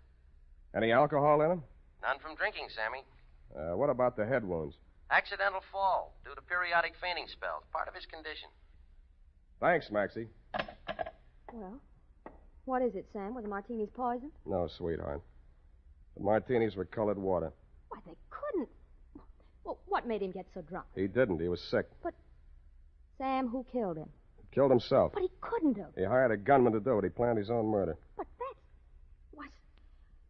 Well, why didn't he leave a note or something? He could have ruined us all. Come here, sweetheart. Put your little head on Uncle Sam's shoulder. Why, Sam... That's, just what he wanted you to do. He wanted to ruin you. He let Mary Callahan fleece him out of his interest in the company. He let Nesbitt juggle the books. He let you go your way with Ernie. He let all three of you fix yourselves up with as nice a set of motives for murder as a jury could ask for. Oh, couldn't have... The real joker was the check he used to pay off the man he hired to kill him. It bounced. It also proved he'd planned his own murder. But he still has his revenge. Because the insurance that would have kept the corporation from going broke won't be paid off on account of the self-liquidating cause. Oh, Sam, darling, what's going to become of us all? Well, Callahan and Nesbitt will probably sue each other to death. You might have to go to work and earn a living. Well, I have $500. I might invest it in something. You already have. Here's my bill. But, Sam, you didn't help me. What? This is the end. No, it isn't, sweetheart. This is the beginning. Come here.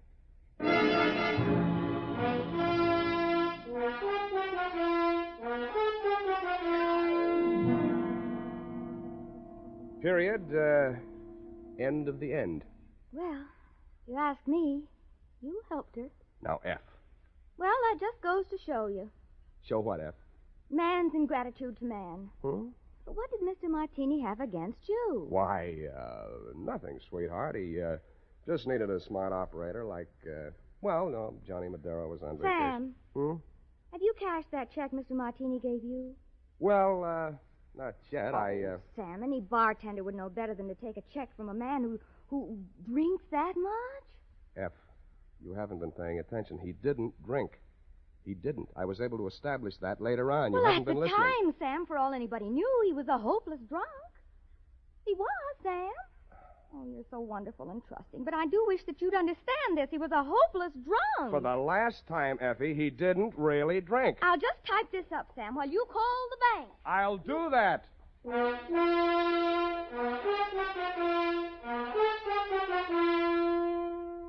A final reminder, friends. Whether you're going on a long vacation trip or just a weekend to the beach, be sure you've got a bottle and tube of Wild Root Cream Oil tucked away in your suitcase. Do this, and you'll find it's easy and quick to spruce up again after stepping out of the water or off the tennis court. For no matter where or when you use it, Wild Root Cream Oil grooms your hair neatly and naturally, relieves dryness, removes loose dandruff.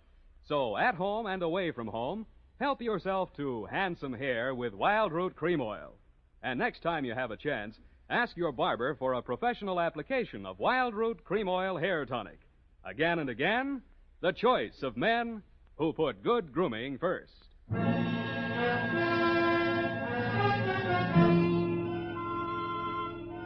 Well, here it is, Sam. I hope it was worth the price of the paper and carbons. You made carbon copies of that? An unimportant report like that? Oh, it bounced? Well, the estate isn't settled yet. Oh, Sam, you're so wonderful and trusting. Effie, I am not wonderful and trusting. I am a hard-boiled private eye. I know. Just a pity there's no money in it. And I'm also two-fisted. Sam, Hmm? have you ever thought of ceramics? Of what? Ceramics. It takes virtually no capital. All you need is a small furnace and some clay. And if you don't have any talent, you can just make ashtrays. Thanks, I already have one. Oh, flower pots are fun. You can pot them on a wheel. And you can pot your hat on and wheel on out of here and also take your furnace and clay. Oh, I love you when you're so gay and carefree. I am not gay and carefree. You are a hard-boiled private eye. Good night, Sam. Good night, and sue me for your back salary, sweetheart.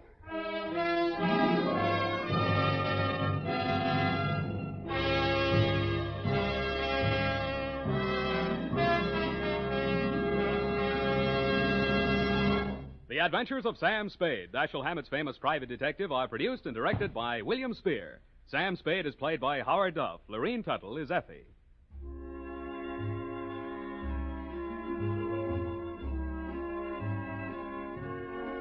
The Adventures of Sam Spade are written for radio by Bob Tallman and Gil Dowd, with musical direction by Lud Gluskin.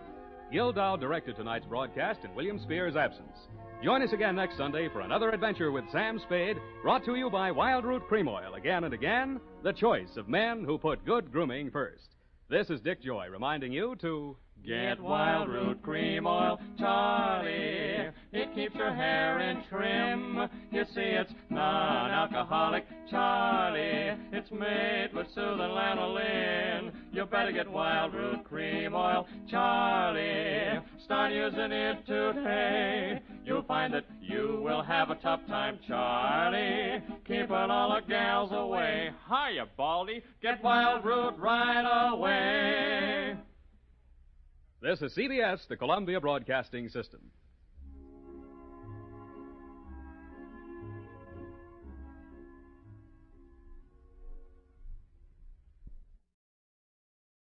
The Adventures of Michael Shayne, Private Detective.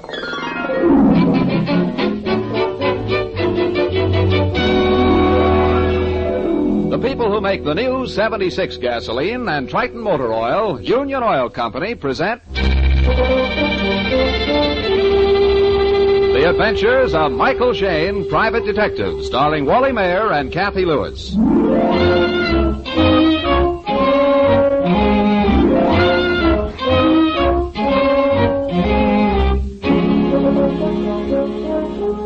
A detective as well known as Mike Shayne is in the limelight pretty much of the time. This evening, Mike is not in the limelight, but behind the footlights. Or rather, he is just about to be. A new revue is opening at the Empire Theater, and for reasons still unknown, Mike has been asked to attend the rehearsal. Right now, Mike and his pretty associate Phyllis Knight are waiting at the stage door. Yes, what do you want, son? We'd like to see Miss Beverly Pryor, please. I'm sorry, son. Rehearsal going on But now. she asked us to come. It's business. Oh, business. Well, then, I guess it's okay. Come on in. Miss Pryor's dressing room is number 4. Well, thanks. Mike, how long is it since you've seen Miss Beverly Pryor? Oh, years. 10 years. We got to be good friends when I spent a couple of vacations down in New Orleans. Seems to me she could have told you what she wanted over the phone. Well, we'll know in 3 seconds. This is dressing room 4. Come in. Oh, Mike. Hello. You old darling. Let me give you a... Bev. Mike, it squished you to Beverly. pieces, Mike. It's so wonderful to see you again. Oh, I'd almost forgotten you were so handsome. Yeah. Oh, I almost forgot, too. Phyllis, Beverly, I want you to meet I want you to meet Miss Well, Phyllis. Mike, you haven't gone and got yourself married. No, Miss Pryor. Not yet. I'm Phyllis Knight, Mike's associate. Oh, just in a business way. How do you do? Beverly, I didn't know you'd gone on the stage. Oh, I was always good at dancing. You remember, Mike. I've got a specialty number in the review. Oh. South American dances, rumbas and sambas. Do you like my costume? Oh, sure. It's very colorful. Shows off my legs very well, don't you think? Uh-huh. You remember what skinny legs I used to have. Miss Pryor, Mike and I don't want to hold up your rehearsal. Oh, no, that's right. Beverly, you said on the phone that you were afraid of something serious happening. Somebody connected with your show. Oh, yes, I was pretty scared yesterday. But some changes are being made tonight, and, well, I think things will all straighten out now. Well, what was wrong? Well, maybe it was my imagination. We've all been so nervous and hot-tempered. Yes? Well, I thought somebody was planning a murder. Somebody would... What made you think so? Hiya, beautiful. Ready for your spot? Larry says you're going to follow Oh, come in, boys. I want you to meet an old friend of mine. Mike, this is our comedy team. Sweeney and March. Mike Shayne and Miss Knight. Hello. Is the salt sent to the pepper? Shake. How do you do? Just dandy. Snug as a rug in a bug. You get the switch? Snug as a rug. All friends of Bev's, huh? Well, you believe me, this little gal's going places. You know, this show's just third base for her. Next strike will be home plate, the Hollywood plate. Yes, indeed. Sweeney thinks he can sell me to Hollywood. If he'd stick to comedy and forget the agent business... You wait. You'll see I'll have Sammy Goldwyn and Louis B. strangling each other for you. Hey, come on, Sween. We're late for us. Okay, yeah, we'll be seeing you. Yeah, sure. A slap-happy pair. Mike, why don't you and Miss Knight go out in the wings and watch their routine? Well, I want to get your story first. Now, who was planning a murder? Oh, it's all straightened out now, Mike. After rehearsal, we can have a little supper, and I'll tell you all about it. Now, go on, scoot. I've got to finish dressing. Well, all right.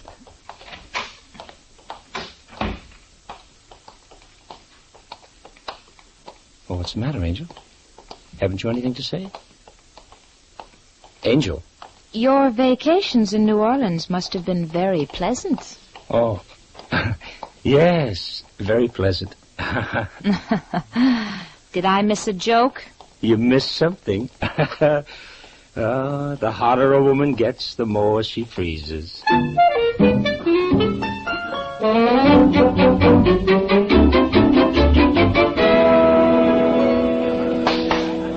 Okay, Sweeney, let's take that railroad spot again. All right, fine. You all set? Let's go. Right. It doesn't really matter, Mr. March. Any train will do, but I must have a ticket for Hollywood. Well, I understand that, Mr. Sweeney, but I can't let you have a ticket unless your trip is essential. What sort of business are you in? Oh, well, I'm president of the 12 Flavors to a Foot Sausage Company. 12 flavors to a foot sausage company, Mr. Sweeney? Yes, you see, we manufacture a sausage that's 12 inches long and contains 12 different kinds of meat. Well, what's the advantage? What's the advantage, Mr. March? Just this.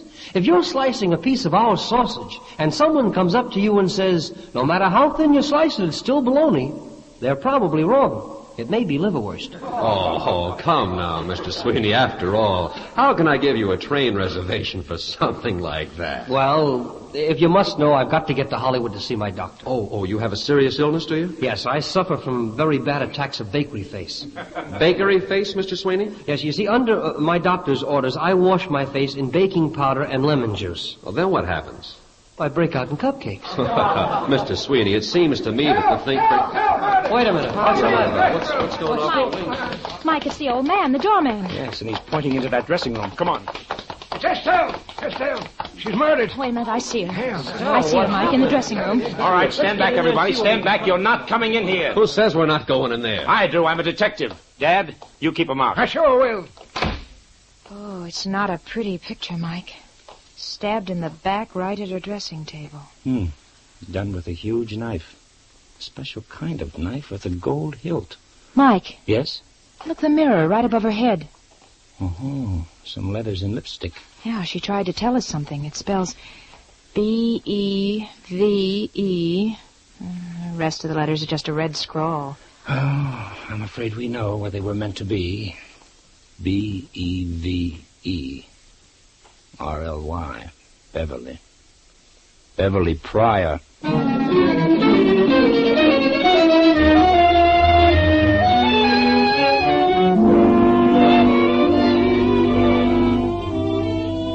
We'll return to the adventures of Michael Shayne in just a moment. Ladies and gentlemen, since we told you last week that post-war gasoline was here, many of you have already tried a tankful of the powerful new 76. But just in case the Minuteman in your locality hasn't been able to supply you with the new 76 gasoline, be patient. As fast as the modern 100-octane refineries of Union Oil Company can make and blend it, our tankers and trucks are hurrying post-war 76 gasoline to you. Watch for the signs to go up in your neighborhood announcing its arrival. Then, for a real thrill, drive in for your first tankful of the new 76. Performance of the new 76 gasoline far exceeds pre-war standards. You'll like its lighter, faster, more powerful action. And you'll like the price, too. It sells at regular prices, no increase. So, to make your old car act like new, put in a tankful of the gasoline of the future, the new 76. Now going on sale wherever you see the sign of the big orange and blue 76. Your Union Oil Minuteman station. Mike's backstage visit to the Empire Theater has taken a grim turn. Mike and Phyllis have found a girl stabbed to death. Behind a closed door in the Dead Star's dressing room, Mike and Phyllis tell their story to the inspector. And that's about it, Inspector. The old fellow who watches the stage door discovered the body. We were out in the wings watching a comedy routine when we heard him yell. The murdered girl is Estelle Caro, Inspector. She was the dance partner of Vic Hunter. Caro and Hunter, they're listed on the billboard. Yeah, sure, kids. But this gal, Beverly Pryor, you say she called you here tonight because you thought a murder was cooking? How'd this Beverly know so much? Well, you see, Inspector... I see plenty. I see in that mirror right above Estelle's head the letters B-E-V-E written in lipstick. Estelle tried to write the name of her murderer. I was coming to that. Just give me time. Now, Phyllis checked through Estelle's purse, and according to Estelle's driver's license, she was 5 feet 4 inches tall. Mm-hmm. Now, I'm 6 feet tall, Inspector. Yet these lipstick letters are 3 or 4 inches above my head. Now, I've heard you, Inspector, lecture your boys on the squad. That a person will usually write on the level with his eyes. Sure, it's a safe generality. Well, then, Mike, you think somebody else wrote the letters B-E-V-E, huh? Some tall person to give us a false clue? That's possible, Phil, but we can't prove it. No, but I would like to see a woman who has been stabbed in the back rise clear out of her chair, take a lipstick, and scrawl some letters 12 inches above her eyes. All right. While we're on the subject of clues, what else have we got? Well, I searched her dressing table. It's just the usual stuff. Except for one thing, this old-fashioned locket necklace. Smear of blood on the locket. Yeah, from the murderer's fingers, probably. We found it thrown in the bottom drawer. Yeah, but more important, Inspector, look at the inside of the locket. There, you can see a patch of glue and a trace of paper sticking to it. Yeah. Well, there was a photograph pasted inside this. And if we can find out whose photograph it was, I think we may know why Estelle was murdered. Okay, let's start asking questions, beginning with Beverly Pryor. No, if you want, Inspector, I'll go get her for you. Thanks, Phil. Mike, has Beverly seen the body and this writing on the mirror? No, we kept everybody out of the dressing room. Good. Then I think I'll drape this towel over the mirror. Just as well if Miss Pryor doesn't see her own name on the glass. Or any of the others, for that matter. This is a peculiar-looking knife. Gold-painted hilt. Must be a theatrical prop. Probably. Whoever the killer was, he or she must have stood behind Estelle as she sat at the dressing table. And while they were talking, plunged the knife in. Assuming the killer was supposed to be her friend. Well, sure. There's no signs of a struggle. And no closet for a murderer to spring out of. Maybe this window here seems to open into an alley. No, we checked it, Inspector. It was locked. Miss Pryor, this is the Inspector of Homicide. How do you do, Miss Pryor? If you don't mind, I'd like to ask you a few questions. No, of course not. You want to ask me how I knew there was going to be a murder? Yes. Well, I didn't know. But I saw something during rehearsal last night. Well, that's why I telephoned for you, Mike. And what did you see, Beverly? Well, I was standing in the wings, waiting to do my number. Estelle was out front rehearsing her solo. She was supposed to do pirouettes clear across the stage into the opposite wing. And, well, just as she reached the curtain, I saw a long, thin sword slide out through the curtain. I screamed, and, well, Estelle stopped. That's all that saved her life. You didn't see who held the sword? I couldn't. Did anyone else in the cast see who it was? Well, I didn't tell them. I said I screamed because I saw a rat. May I ask why the deception, Miss Pryor? I didn't know who it might be. I mean, I wasn't sure. Maybe I just imagined I saw a sword. The stage lighting is so uncertain. Yet you took it seriously enough to ask Mike to come here tonight. Beverly, we want you to examine the knife here in Estelle's back. Oh, it's ghastly. Yes, but do you recognize the knife? Is it a theatrical prop? Yes. It's from Harry's act. Harry? Harry Frazee, the magician. The famous Frazee. Would he have any reason to kill Estelle? I don't know. Okay, let's find out. Let's talk to everybody. Oh, Hey, hold on. Come back here. Yes, sir. Who are you? I'm the doorman, sir. I was just passing. Oh, yes, and you're the man who found the body. Yes, sir. I had a telegram to deliver to Miss Carroll and her partner. I thought they were both in the dressing room. When I opened the door, man alive, there she was. You didn't tell me anything about a telegram? Well, I forgot. Here, I got it in my pocket. Let me see that. Oh, it's addressed to Vic Hunter and Estelle Carroll. Yeah, 2 or 3 telegrams in the last couple of days. And so? Oh, Sergeant. That's Inspector. Check with the telegraph office. I want the text of all wires received here in the past week. Right away, sir. Inspector, listen to this. Yeah. Carroll and Hunter have booked you 3 weeks, Club Belvedere, starting next Sunday. Stop. Top deal. Regards, signed McGlynn. May I have that telegram, please? Huh? I'm Vic Hunter. Oh, Estelle's partner. Mr. Hunter, do you know if Estelle had any enemies? No, not real enemies. She had several bad quarrels the last couple of days with March and with Beverly. I heard that, Vic. You know it wasn't Beverly's fault. Estelle was jealous. She knew Beverly was going to steal the show. Don't be silly. Nobody can steal a show from Estelle. Then why did she tell me she'd fix it so I'd never dance again? Okay. Estelle was jealous. Let it go at that. Now, what about this fight with March? All right, I'll tell you. I suppose everybody knows about it anyway. I was trying to get Estelle to marry me, but she kept turning me down. We began a fight. I told you, March, you were wasting your time on her, but no, you wouldn't listen to me. You even had to take our paycheck, my paycheck, to buy her an engagement She ring. gave it back to me. Yeah, she gave it back. She'll get your money. Don't worry about your money. Quiet. Did any of you notice anything strange in Estelle's action the past few days? Did she seem afraid or worried?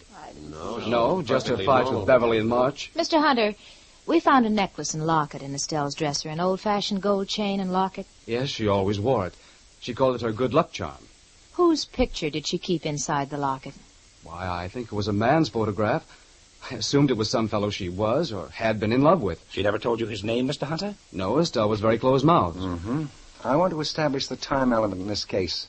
Estelle and Mr. Hunter finished rehearsal, and then went back to their dressing rooms. Sometime during the next 15 minutes, the murder occurred. Now, during those 15 minutes, where was everybody? Well, I was in my dressing room. Part of the time Mike and Miss Knight were visiting with me. Sweeney and I were just buzzing around. We stopped in and gabbed a minute with Beverly and her pals. Yeah, we're in the clear. A comedy guy couldn't carve a hole in a gal's back and then go out front and panic him with gags. Sure. We'd be laying turkey eggs all over the place. I'm not the one to say that you didn't, Mr. Sweeney. Huh? Didn't which? Say, listen, if you mean that Inspector, we were going to talk to the magician, the famous Frazee. Yeah, it's about time. Anybody know where we can find him? Well, he was in his dressing room a few minutes ago. I'll show you where it is. Never mind if you'll just tell us. Oh, all right. You go right down here. The famous Frazee's dressing room is the last on the left. Okay, thank you, Beverly. You kids got any ideas yet? I have. Huh? Mm-hmm. I'd like to know why none of these people voluntarily mentioned the famous Frazee.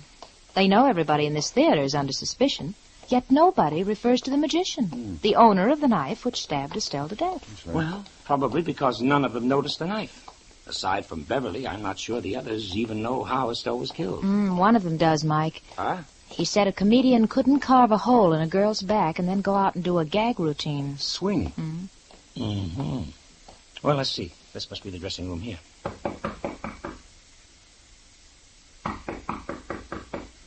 No answer. Well, there's his costume on the chair, but no Mr. Frazee. That's blamed funny. We haven't seen him anywhere around the theater. He just disappeared. It's not surprising for a magician.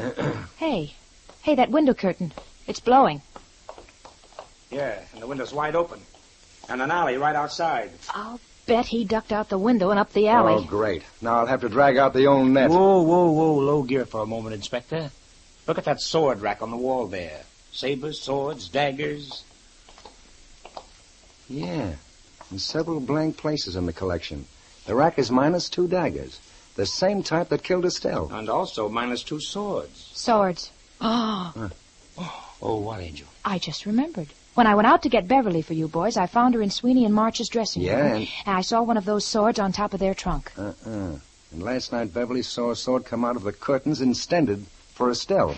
Mike, Inspector. What's the matter? Beverly, what's wrong? I just got a phone call. A man told me he knew who killed Estelle. Huh? He asked me to meet him in my hotel room. I didn't know what to do. Well, I said yes. Could you recognize his voice? Well, I think so. He was trying to disguise his voice, but it sounded like Harry Frazee. Frazee, swell. Then we know where to find him. Oh, I'm scared, Mike. Everybody in the troupe knows I called you in tonight because I knew something. Maybe he's trying to lure me outside. That's exactly what he's trying to do, Beverly. Now, you're going to stay right here. We'll keep that appointment for you. Give me the key to your room. Here it is. It's 9:05. Frazee is right across the hall, number 906. What time did he say to meet him? At 9:30. And it's 9:10 right now. Okay, Inspector, we've got ourselves a date.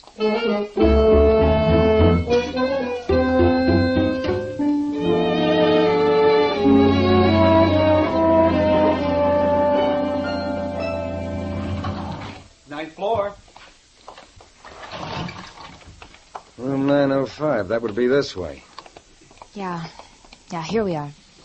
That's Frazee's room across the hall.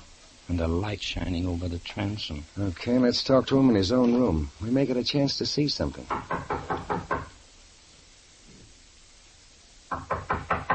It's funny. His lights are on. This is another vanishing act. Let's try the door.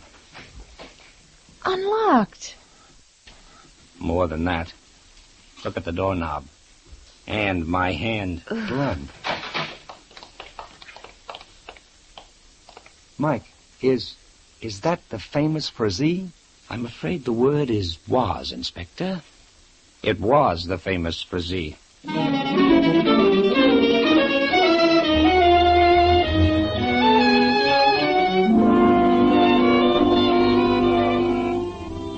In just a moment, we'll rejoin Mike Shayne in his adventures.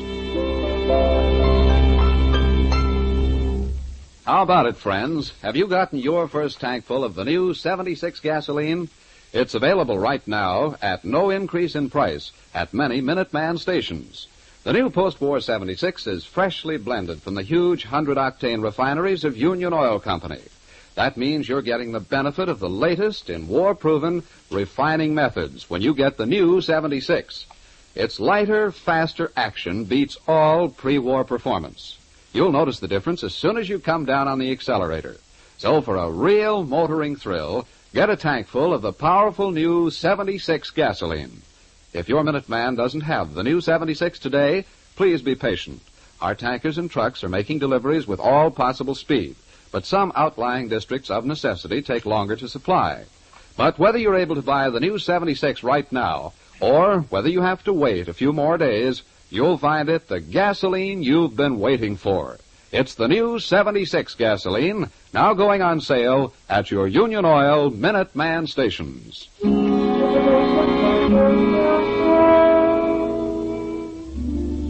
For the second time tonight, a murderer's knife has struck. The prize suspect, the famous Frazee, has been killed. Mike, Phyllis, and the inspector have just completed a search of the dead magician's hotel room. Ransacked, turned upside down, pulled apart. I wonder what under the sun the killer was looking for. Well, we haven't the foggiest idea what to look for or what's missing. But at least this time we know the motive.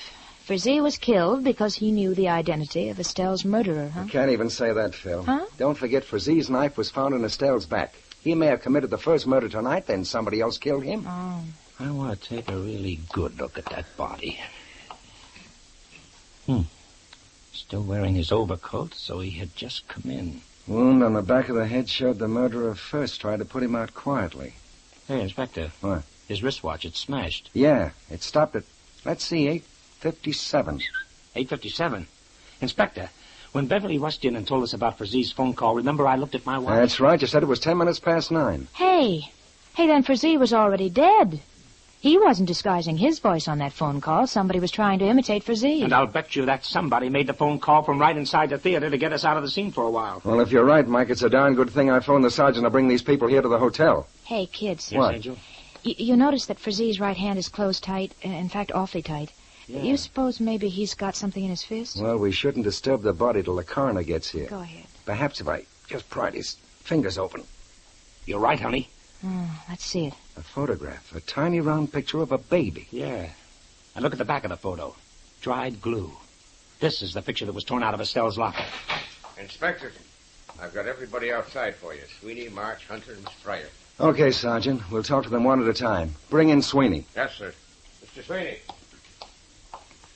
This thing gives me the creeps. When are you guys going to stop finding bodies? Mr. Sweeney, you have one of Frazee's swords in your dressing room. Mind telling us what for? Oh, that. Well, March and I borrowed a couple of them from Frazee. We were cooking up a burlesque on his magic act. We figured we could get some laughs. I see. And now, will you look at this photograph here? Sure. Do you recognize this baby? No. That's all, sir. Okay, Sergeant, bring in March. March. Mr. March, would you explain why you had one of Frazee's swords in your dressing room tonight? Sure, we've had him a couple of days. Sweeney and I were going to do a takeoff on Frazee's act. Oh, that checks up. Do you recognize the baby in this photograph? No, sir. Okay, thank you. That's all. All right. Sergeant, Mr. Hunter.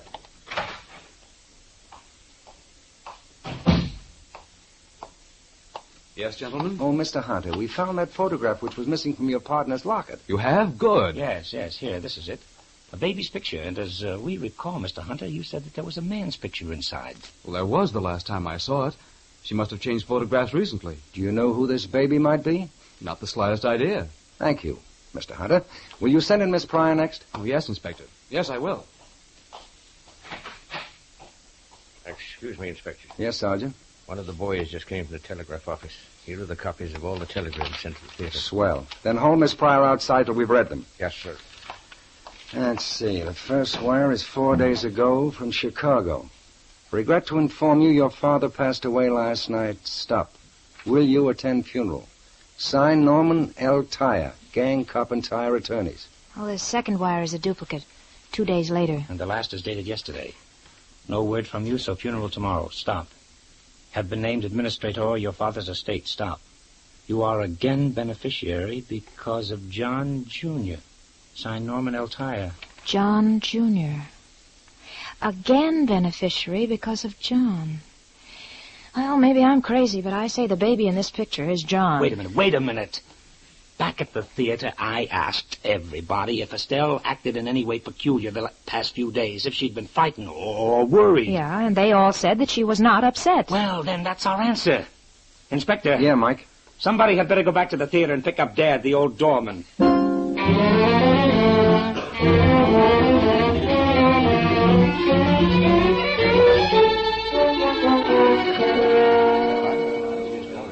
Now, Dad, I want you to be very careful.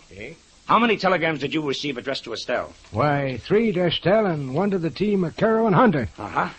Now, you all remember that I asked whether or not Estelle had shown any signs of being worried or upset? And you all said no. Yeah, that's right. 3 of these telegrams told of her father's death. Well, she certainly didn't say anything or show any signs of grief. The answer to that is easy, Mr. Hunter. She never saw those telegrams. They were deliberately withheld from her. But I delivered them. At least I gave them to Mr. Hunter. You're right.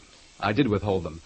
I didn't want Estelle to go to pieces and ruin our act. How long did you and Estelle work in that act, Mr. Hunter? Over 3 years. And during that time, your impression was that the locket she wore as a good luck charm contained a photograph of a man? Some fella she was or had been in love with, I think you said? That's right. You're lying, Mr. Hunter. What do you mean? Does this look like the photo of a man? It's a baby. Estelle's baby. I don't know. I told you. You told us a lot that you didn't mean to, Mr. Hunter, but you didn't tell us that Estelle's baby was your baby, too. That you and Estelle were married, that you had to kill her. I didn't. Oh, yes, you did. And you killed Frazee because he knew. Frazee found the baby's photograph. How, I don't know, but that doesn't matter. Frazee put 2 and 2 together. You had to kill him. I can only guess at your original motive, but that's something I'm quite sure the inspector will wring from you when he gets you down to police headquarters.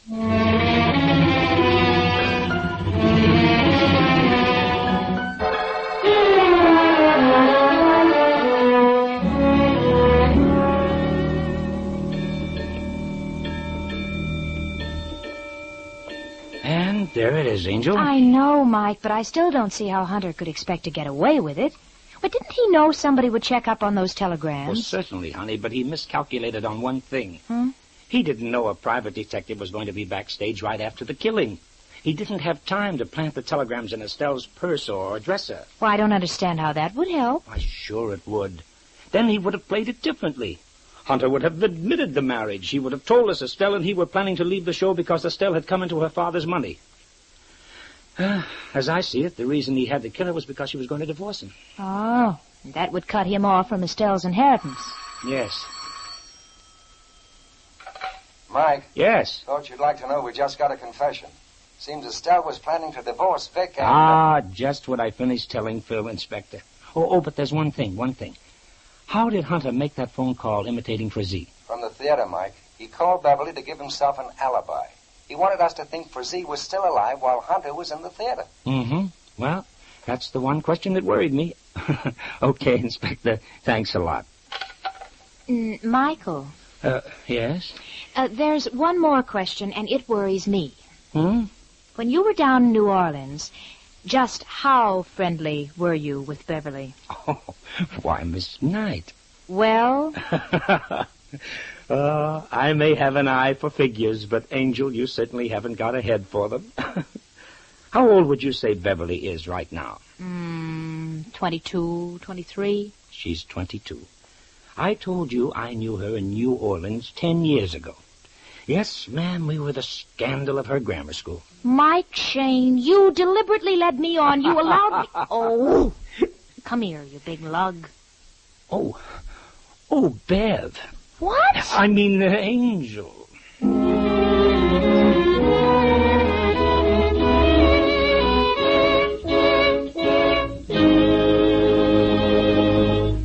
Remember, friends, the new 76 gasoline will give you a driving performance that will make you think of jet propulsion. Watch for the signs to go up in your neighborhood announcing the first shipments at your Union Oil Minuteman stations. Then, for a real thrill, drive in for your first tankful of the powerful new 76 gasoline, freshly blended from the huge 100-octane refineries of Union Oil Company. Now going on sale at your Minuteman stations.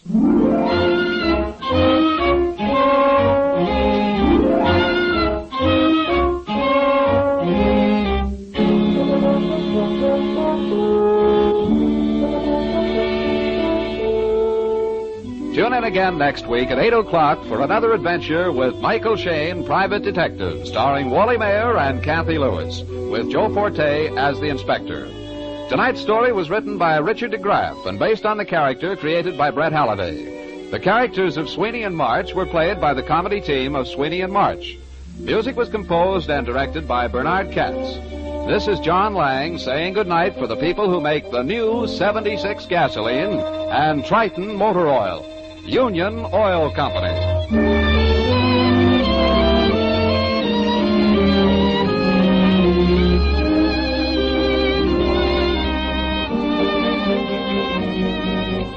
This is the Mutual Donley Broadcasting System.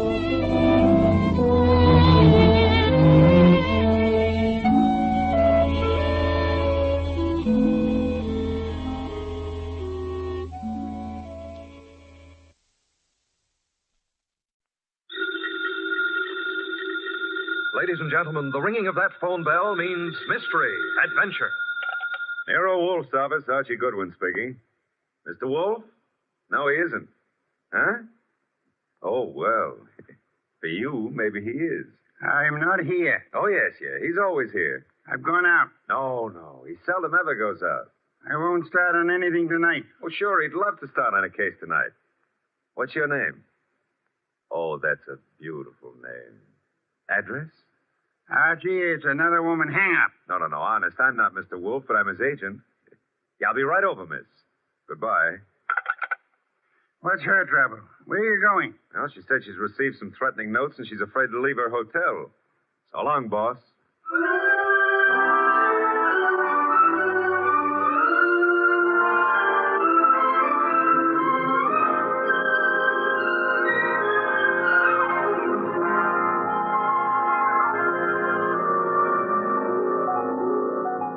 Ladies and gentlemen, it's that genius who is the bulkiest, balkiest, most ponderous, and most brilliant detective in the world.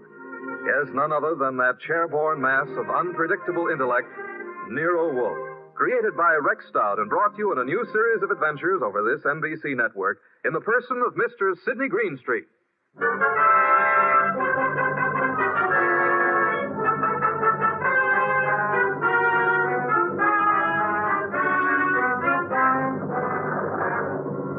We prefer to call tonight's story the case of the vanishing shells. It didn't seem to be difficult at first, but, well, I'm not a stupid individual, but so often I allow myself to become mesmerized by beautiful women. Heaven bless them.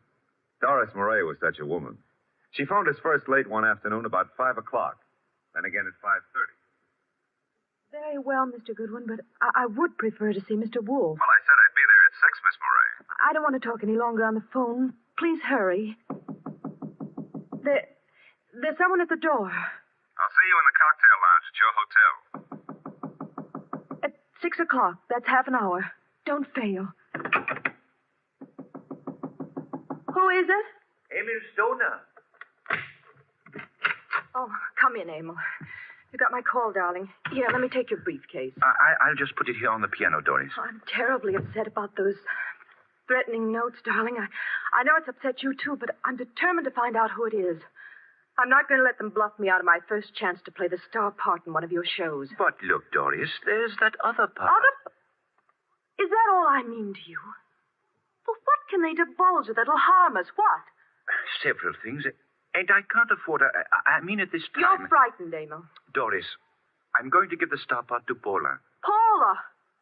You've been divorced for 4 years. Why? Because I feel she can... play it better. Is that what you're going to say? Well, I can act rings around her. Now, look, Doris. I know it's a big disappointment to you, but that's the way it is. Get out. Get out. Go on across the hall to Paula. Give her the part. Louse up your show. She and that playwright of hers. Get out, Emil. But, Doris... You frightened little... Get out!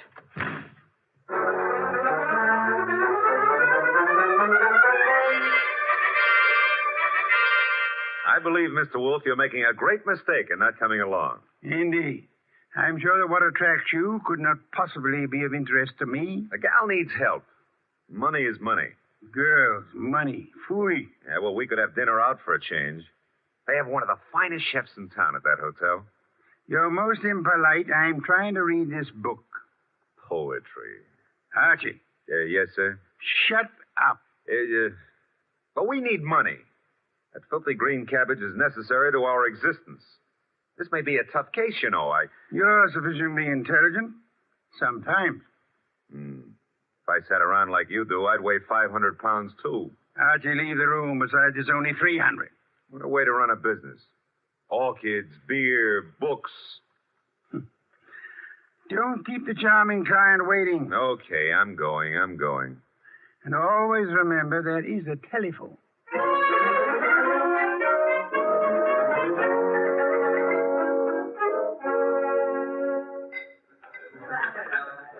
Thank you, waiter.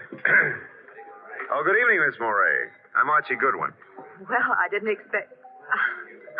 please sit down. Well, I think I should explain the absence of NERO WOLFE. There's so much of him that it's not too convenient to transport it about. I do all the outside work. And I'm sure you do it well. Mr... Well, you know, some women call me Goodwin and some call me Mr. Goodwin, and, Yes. The unattached call me Archie. Hello, Archie. Oh, splendid. I'm glad to hear it. Now we can get right down to the nasty old business that's troubling you, Doris. First, here's the 500 retainer fee. We thank you. Now, what's the note about? Well, there are 2 notes, both printed by hand. Uh-huh. Oh, will you hand me my purse, please? Oh, sure. Thank you. I see. Doris Moray. If you fail to withdraw from the cast of Stoner's next production by start of rehearsals Monday, both you and Stoner will have a blasted reputation and perhaps other injuries from which you will be unable to recover. The other one is like it, only more vehement. Someone or a group of someones are intent on keeping you out of Stoner's shows, huh? It's too bad. His next one is said to be a sure smash hit and a star-making part for the leading woman. Yes, Emil Stoner wants me to play it. He's been planning on it ever since David Banning wrote the play. What does David Banning think of you playing the part? Well, I don't think he's too enthused about it. You see, Mr. Stoner and Paula Kenyon have been divorced for 4 years, but she has continued to be his top leading woman. Now she's engaged to David Banning, who wrote this play. Oh? Makes things a bit difficult. Well, of course, Rick Hunter, Stoner's director, is... Hunter's somewhat in favor of your playing the part. Well, Rick Hunter is very fond of my work. And very fond of you as well, huh? Yes, unfortunately. I like Rick Hunter tremendously, but Emil Stoner has been of greater interest to me. In fact, we're more or less engaged, Mr. Goodwin. Oh, well, had any words lately with the ex-Mrs. Stoner? Paula Kenyon, is that her name? Paul and I were great friends when I first joined the Stoner Productions, but I don't know, I don't think she appreciated the fact that Mr. Stoner and Rick Hunter, the director, took such an interest in me. Tell me, did you ever think you were in love with Rick Hunter? Yes, at first I was thrilled by his artistic imagination. And then as time went on, I realized that he was subject to melancholia. Mr. Stoner was more stable, and I needed someone older to advise me. Well, what's wrong with your reputation and Mr. Stoner's? Well, there's nothing I fear, but I'm afraid Mr. Stoner is somewhat disturbed by these threats. He feels there's something in his past of sufficient import to really harm him. I think it's nonsense. Well, then what we have to do is uncover this person or persons before you end up with ruined careers on Broadway. Where does the ex-Mrs. Stoner live? Well, as a matter of fact, she lives just down the hall from me. Lived here for years. Oh, well, I think it's advisable, honey, that you stay close to your room until we solve this thing. Oh, but I'm not afraid for my life, Archie. No? Well, I am. I'll see you into your room, Doris. Oh, now, please, Mr. Goodwin, if you... You don't trust the boy, huh? Well, Such beautiful eyes. Well, Lovely red hair. Yeah. You could have the lead in my new play. I never wrote one, but for you, I'll try anything. Come along. Here's your bag. Well, hello, Doris. Oh, hello, Rick.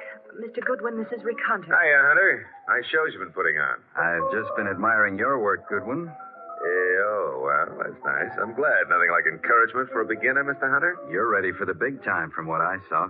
Heard from Emil Stoner today, Doris? I talked to him once this morning.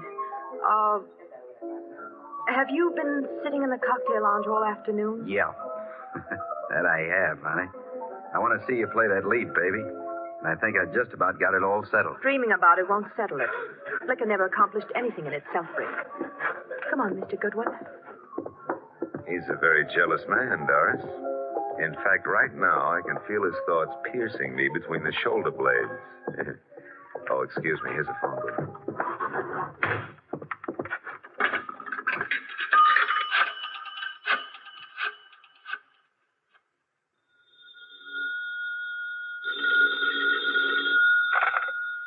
Yes, Archie? How do you know it's Archie? I felt the time was exactly right for you to call. I wish you felt it was time to earn some money. Is this a worthwhile case? Well, she's a beautiful redhead, and, That, of course, makes it very worthwhile. yeah, well, I got 500 as a retainer. Phooey, a pittance, and probably all you'll ever get. What do you mean by that? She's probably guilty. Now, look, boss, she's the victim. Received notes threatening her reputation and her health if she plays the star part in Emil Stoner's new production. Also, they threatened Emil Stoner likewise. The playwright, Dave Banning, is engaged to Paula Kenyon. Incidentally, she lives here at the hotel, too, just down the hall from Doris. I remember her. And the playwright wants Paula Kenyon to play the part. Well, Archie, you have only the beginning. It is probably too late to prevent whatever is going to happen. Like what, for instance? Have you found a body yet? Call me after you find the body. What body? There's no body. But there will be, Archie. There's always a body where you are concerned. Either a body beautiful or a dead one. Bye.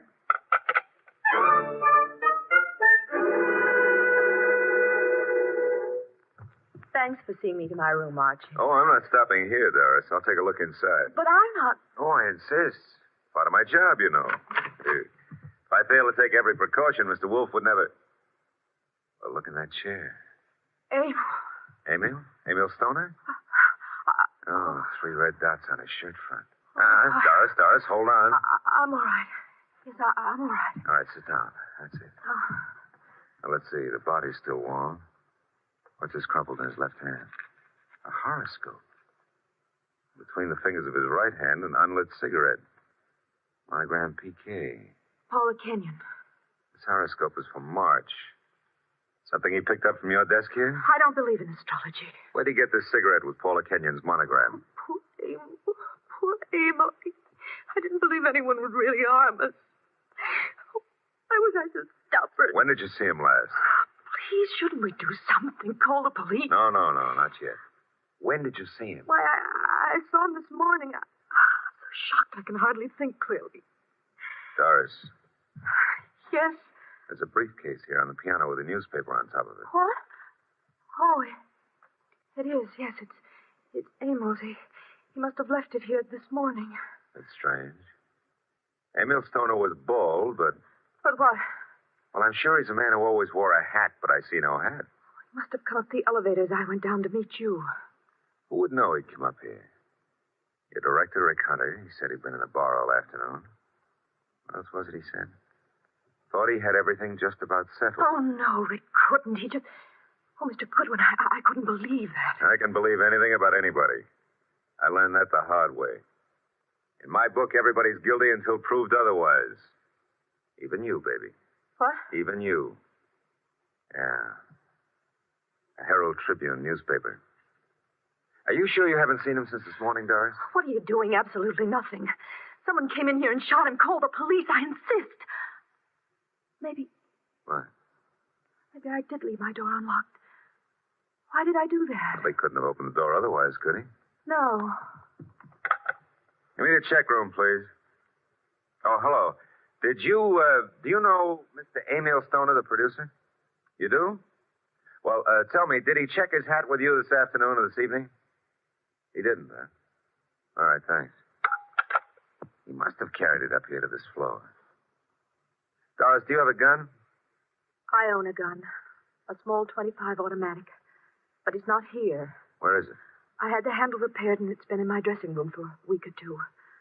I hate to do this, Doris, but I'm going to move the body away from the back of that chair. Oh. There. Yeah, 3 wounds. 1 bullet went through the upper part of the chest, out the middle of the back. I'd say right through the heart. By the angle of the wound, he was shot while sitting down. Please, Mr. Goodwin, must we stay here? I want to give this room a thorough going over. We'll go down to the lobby. I want to use that phone booth again. And, Doris, I hope... I know what you're going to say. You hope that gun of mine... is still in your dressing room at the theater.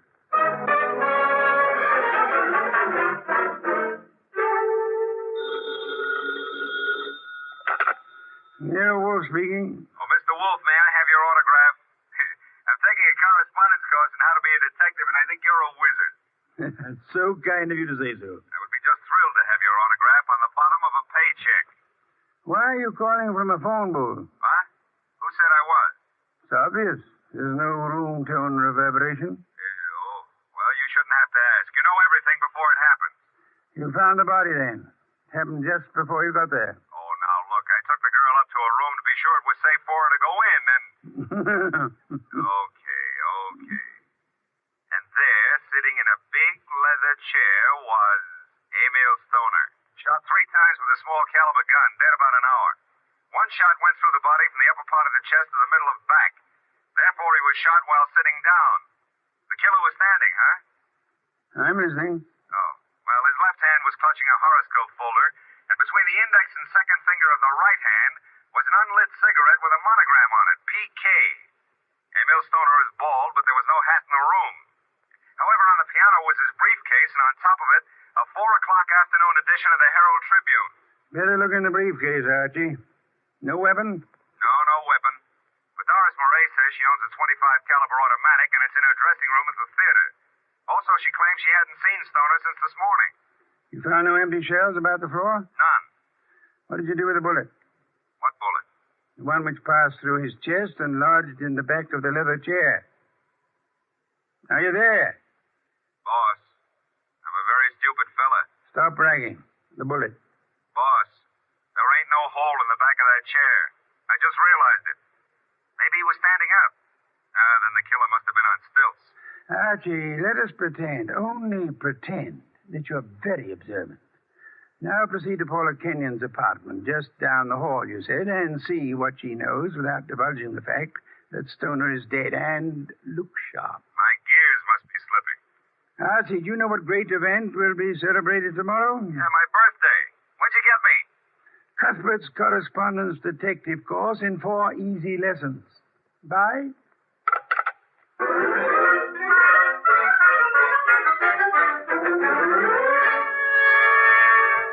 This is Paula's apartment.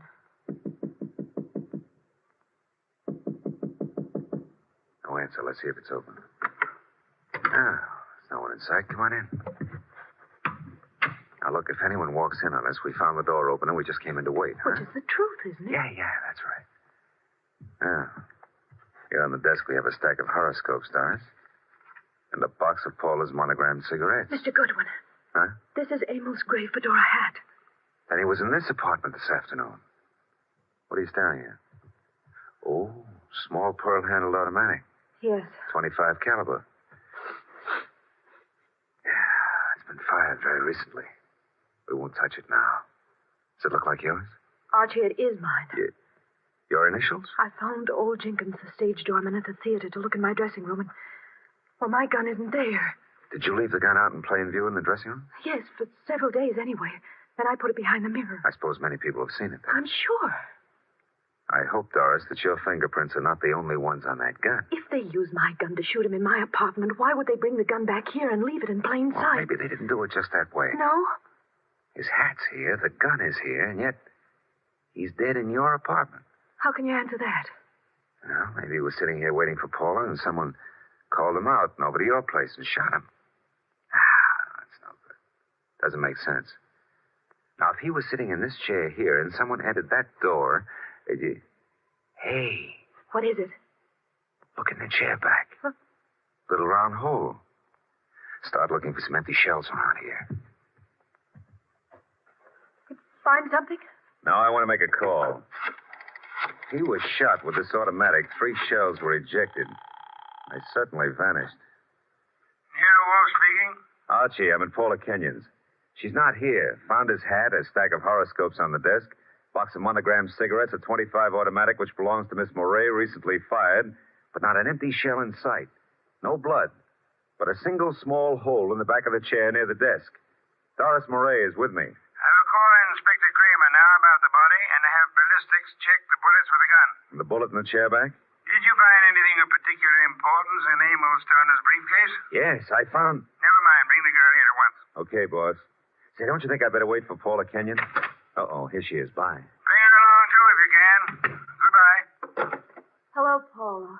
Well, Doris, what are you doing here? I wasn't aware that I left the door unlocked.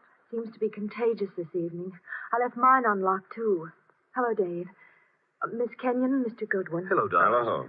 Archie, this is Dave Banning, the playwright. How are you, Mr. Banning? How do you do? I've heard all about your new play, and I wanted to meet you. Doris thought you might be over here, and the door was ajar, so well... I've just walked in.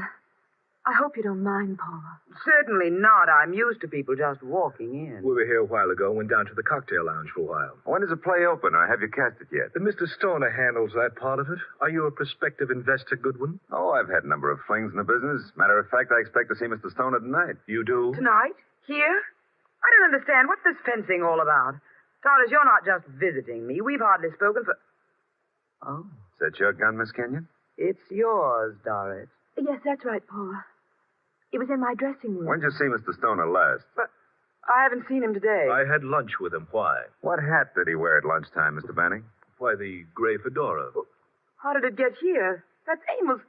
What is this? What are you two doing here? Where is Emil? Come on, cut out the melodramatics. Mr. Stoner is dead. He's what? Paula. And without any further explanation, I shall have to ask you to accompany me downtown. Police? If you will, please.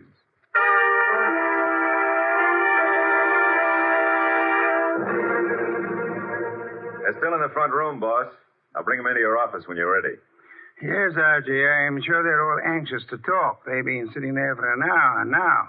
Maybe we ought to make some sort of explanation to them, huh? Why?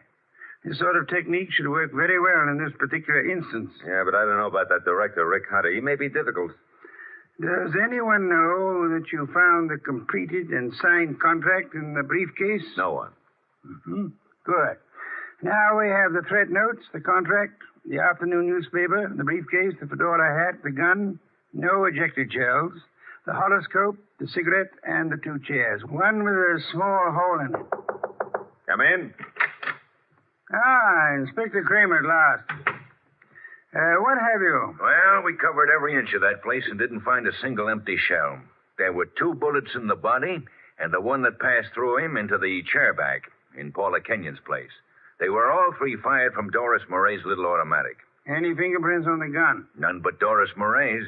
Not unexpected, to say the least. The bullet that was lodged in the chair in Paula's place went through his heart. Now, he was apparently shot in her room, but... But how did he get into Doris Murray's place? I'll be able to explain that when we locate those 3 empty shells, Inspector. Bring our guests in, Archie. Come in, please. Ladies and gentlemen, Mr. NERO WOLFE. Miss Paula Kenyon. Hello. Miss Doris Murray. Hello. Rick Hunter, the director. How do you do? David Banning, the playwright. How do you do?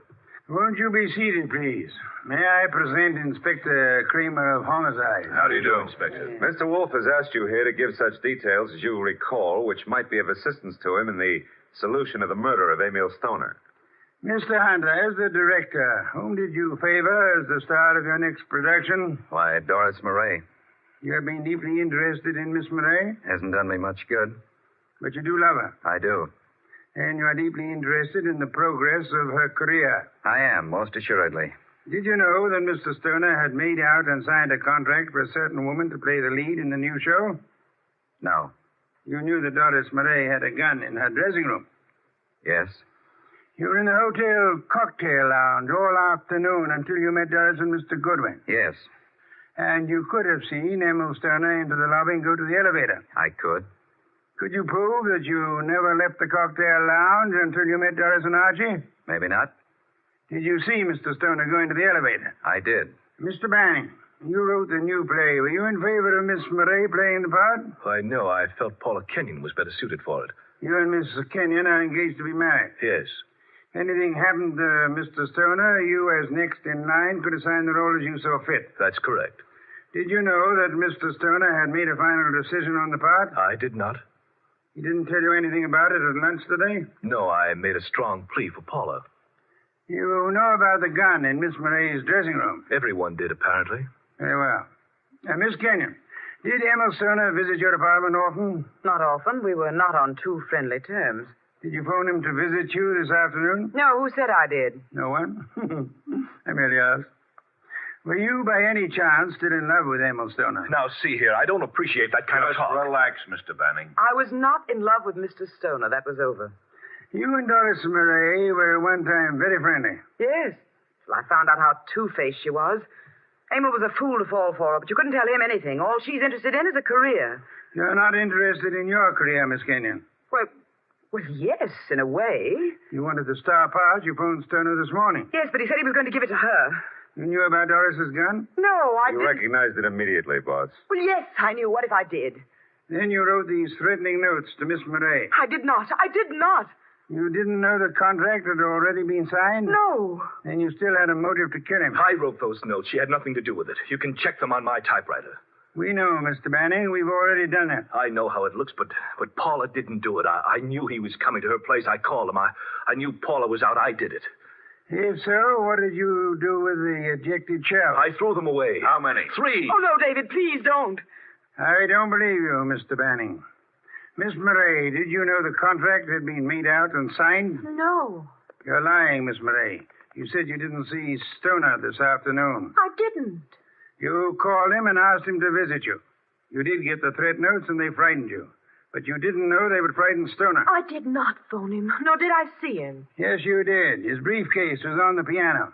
And he was there in the late afternoon because he brought with him a 4 o'clock edition of the Herald Tribune. What if he was there? I didn't kill him. He told you then about his decision. He left hurriedly, forgot the briefcase, and went to Paula's apartment to wait for her. That's not true. That's not true. Filled with rage, you got your gun, which you said had disappeared from your dressing room, then calmly put it into your bag, walked across the hall, and shot him as he sat reading a horoscope. No. Archie, a handbag. Thank you. Notice, I run my finger through a hole in the corner. She fired through the bag. And see, 3 empty shells. No. And here's the contract made out to Paula Kenyon. Too bad, Miss Murray.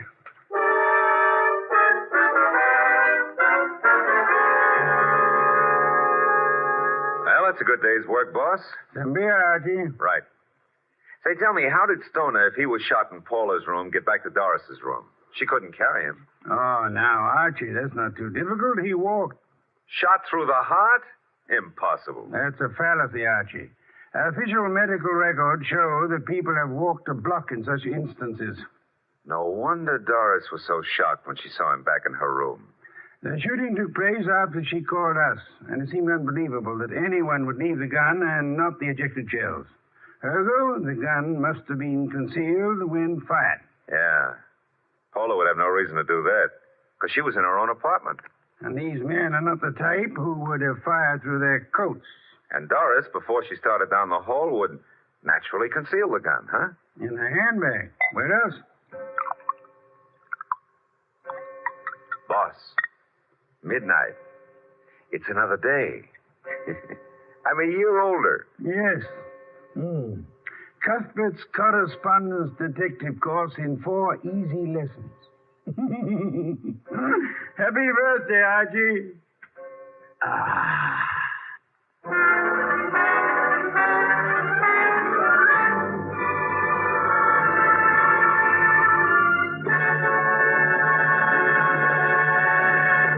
You have been listening to The New Adventures of Nero Wolfe, starring Sidney Greenstreet.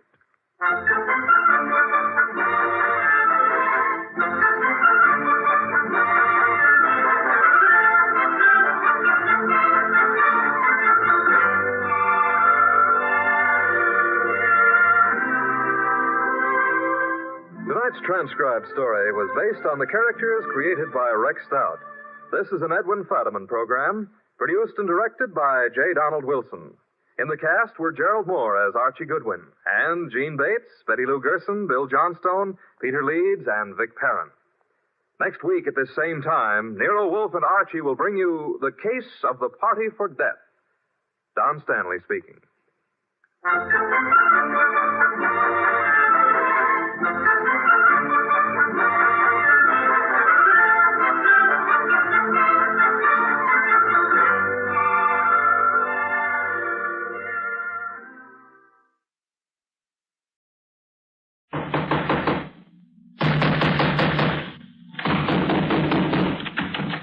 What's the matter? What is it? Another case for Nick Carter, the master detective.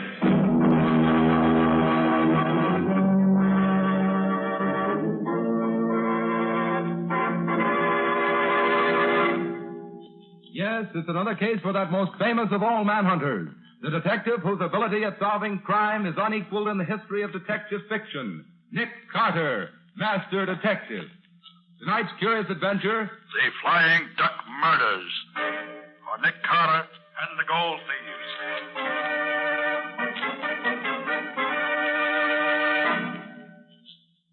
Carter, unless you think more of a large fat fee than you do of your life, I advise you to throw up the case at once. Apparently, we don't look at this in the same light, Mr. Dalrymple.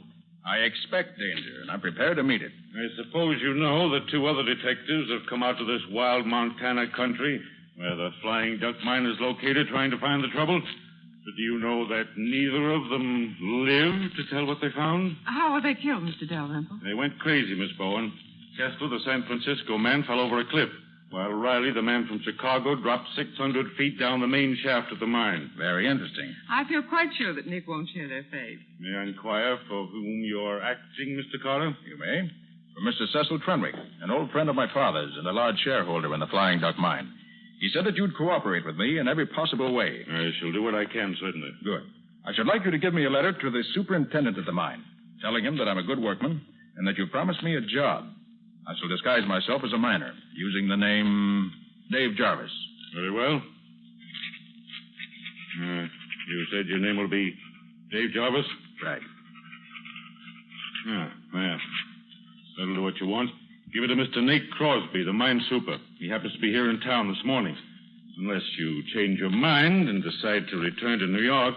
Thank you, Mr. Dalrymple, but I'm staying here until my work is finished. Good morning. Goodbye. Good morning.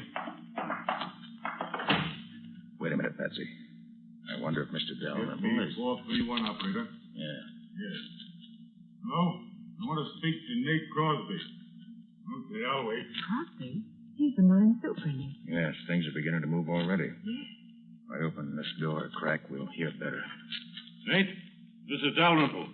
Nick has done what he's been threatening to do for so long. He sent Nick Carter out here to investigate. Yes, Nick Carter, the one man in the world I'm afraid of. They've got to market the stuff right away. We can't wait any longer now. I've given him a note, give him the job he wants, and then take care of him.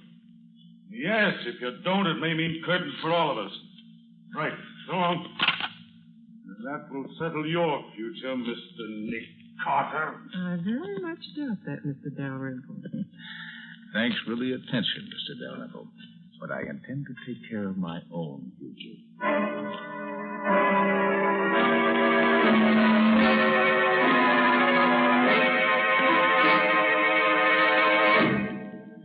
So, Mr. Dalrymple is in on the deal. He certainly is, Gubby, up to his neck. Well, at least we start off with one good hot prospect. What do we do now? Get into your miner's outfit. Then take this note down to this address and give it to Nate Crosby, the mine super. Now remember, your name's Dave Jarvis, and Crosby's to give you a job in the mill. Okay, Nick. Then what? Well, first and foremost, keep your eyes open. Crosby will believe you're Nick Carter. So watch out for him. He'll try to put you out of the way. And don't forget, Scubby, the detectives from Chicago and Frisco both came to grief. Well, it's going to be different with the guy from New York. Now, Patsy, you wait here at the hotel where we can get in touch with you if we need you. Sure, Nick. All right, get going, Scubby.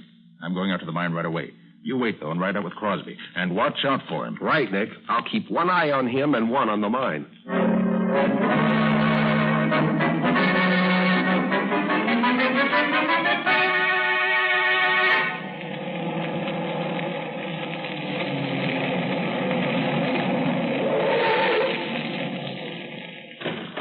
Thanks for the lift, Bud. That's okay, pal. That's the super's office right there. Thanks. I'll be seeing you.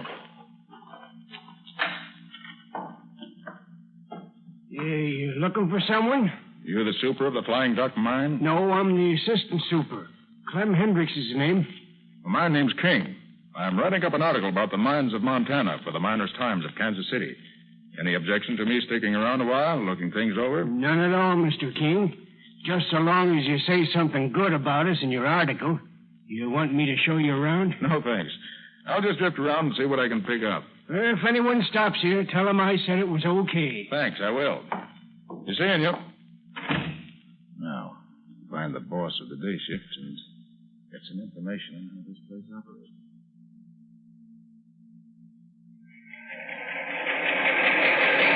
These are the mill stamping machines, Mr. King. They crush the ore very fine, and it is then sluiced through the battery boxes and carried over to plates. I see. The plates are coated with quicksilver or mercury, and the quicksilver picks up most of the gold and from the crushed ore. Now, this combination of quicksilver and gold we call amalgam. And you scrape this amalgam off the plates and take it to the refinery? Yes, Mr. King. The refinery separates the gold from the quicksilver and casts it into bars. Very interesting. Well, thanks very much. I'll roam along and look the rest of the place over. See you later. That's where you belong, you old hag. Down there with your flat your face in the dirt. You try, Killjoy. You bag it, you old Indian witch, and I'm going to finish the job right. Put down that knife. I had to drop it between your ribs. Never mind. Drop that knife, I said. You're the fool. Knock me down, will you? I'll show you. Hey, Ledyard, put up that gun. But Nate, this fella. Put up the gun, I said. What are you trying to do? Well, I was trying to make Zolanda behave. This fella interfered. It made me mad. Zolanda, where is she? She's right. Well, I'll be darned. She must have run away while me and him was arguing. So you interfered, did you, mister? Certainly I did. You're King, the newspaper man, aren't you? That's right. I'm here to... I've been looking for you. I'm Crosby, mine superintendent. I'll give you just 15 minutes to get out of this camp. So you're Nate Crosby. I am, and I'm the boss here. And I say get out. All right, Crosby. I'll get out. But I'll be back. I never leave a job unfinished.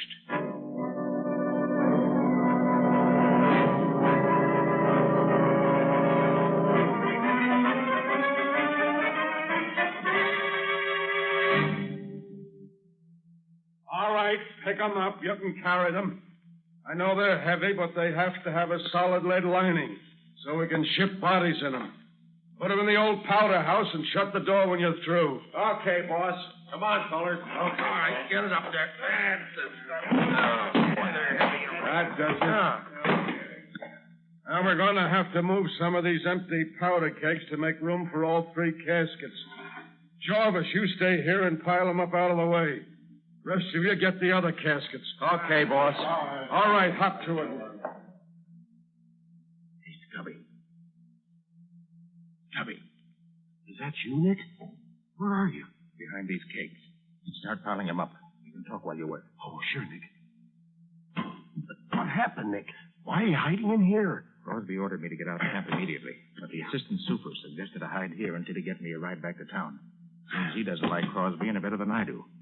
What's with you? Well, I got a job as crusherman on the night shift at the mill. What are these boxes you're bringing in here? Caskets.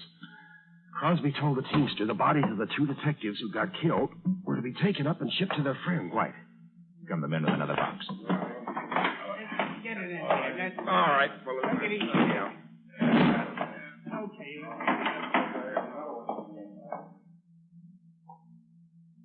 Nick, there were only 2 detectives who were killed. Who do you suppose the 3rd box is for? For you, I imagine, Scubby. What? Remember, they think you're Nick Carter. I'm only Mr. King, newspaper reporter. Well, I'll certainly see that casket stays empty. Scubby, you know where the detectives are buried? Well, the teamster told me that Crosby knows because he and a couple of the mill hands took the bodies away. I see. Scubby, I've got an idea. When the men bring in the other casket, you go out with them. Then make some excuse to come back in here again. Okay, Nick, I'll fix it. Quiet now. All right, fellas, right here. That's it. All right, that'll do it, I think. Oh, hey, boss. I must have dropped my knife inside the powder house. Do you mind if I get it? Do what you want, so long as you're not late for your shift at the mill. Okay, boss, I'll be there. Oh, clear, Nick, they've gone. Now, what's your idea? First, shut the door, Scubby. Oh, sure, Nick. Now, Scubby, I want to see what's in these caskets. Here, I've got a screwdriver and my knife. Oh, so have I. Look, I'll help you. Good. Well, I'm glad they only use 4 screws to fasten these covers down. Makes it simpler. But why do you want to see what's inside, Nick? Got a hunch, that's all. Yeah. There, it's got it. You all ready? Yeah. All right, let's lift her up. Give me a hand. Yeah. Right. There. Uh-huh. My hunch is right, Scubby. The caskets are not lead-lined. The extra weight is due to this scrap iron in the bottom. Like Crosby said, they had to have lead lining so they could be shipped with the bodies in them. These caskets figure in this game more than just as caskets, Cubby. Well, Crosby told the teamster to have a fresh team hitched to the large wagon for him at midnight tonight. I thought so. Cubby, he's going to take these caskets somewhere tonight. And I want to know where. Yeah, but how are you going to find out? I'm going with him. Hidden in this casket. I'll get in it and you put the lid back on. Oh, but Nick, you'll smother in there with the lid down. Look, Cubby, you can put 4 small pieces of wood under the coffin lid before you screw it down. Oh, but Nick, I wish you would. Now, hurry up. All right. Pretty good fit. All right. Now hurry up. Okay, Nick. Keep your head down while I put the lid on. Okay. There we are. Have you learned anything yet, Cubby? Well, the only place in the mill where the gold could be stolen is the room where the battery boxes and the plates are. Well, have you found out how they did it? No, not yet. I hope to learn tonight when I'm on duty in the mill. Good, Cubby. You take care of that end. Now, what's this end? Yeah. Well, here's good luck to us both. I suspect we both may need it.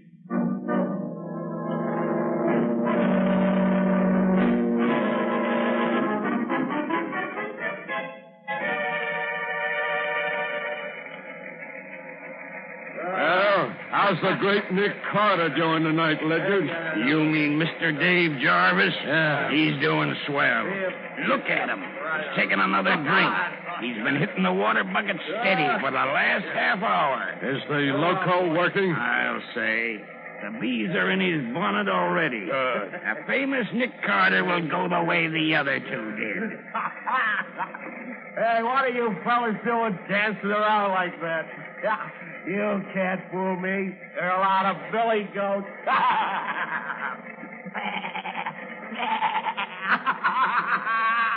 Oh, I'm thirsty. You gotta get me a drink. Keep your eye on him. If he starts fighting, lay him out with a crowbar. Don't take any chances. Okay. Say what I like in my shot.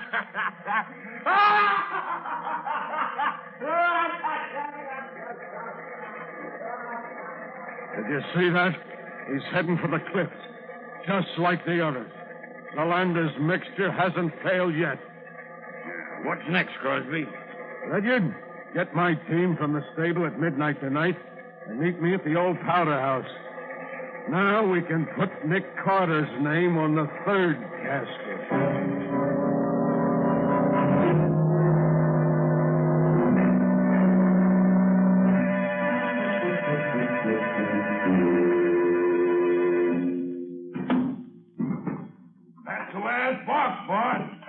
Ledyard, you sit on the top box. I know that, boss. That's Courtney. I'd like to see his face if he knew I was in this casket. What did you take such wild broncos for, Super? They're the only fresh team in the stable. We got a hard run tonight over rough country, where no truck could possibly go. All right, Sam. Let them go and then climb up here with me. Here they go. Watch them. Okay.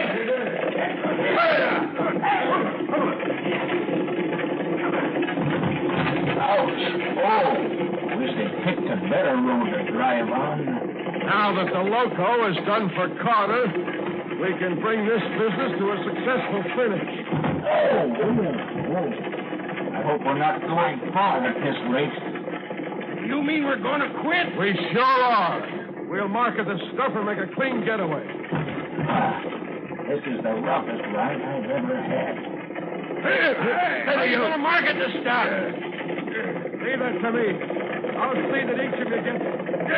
Stop them, boss! Stop them! Hold them in! They're running away. One of the reins is broken. Running away? I didn't count on this. We're going to smash! Jump for your lives!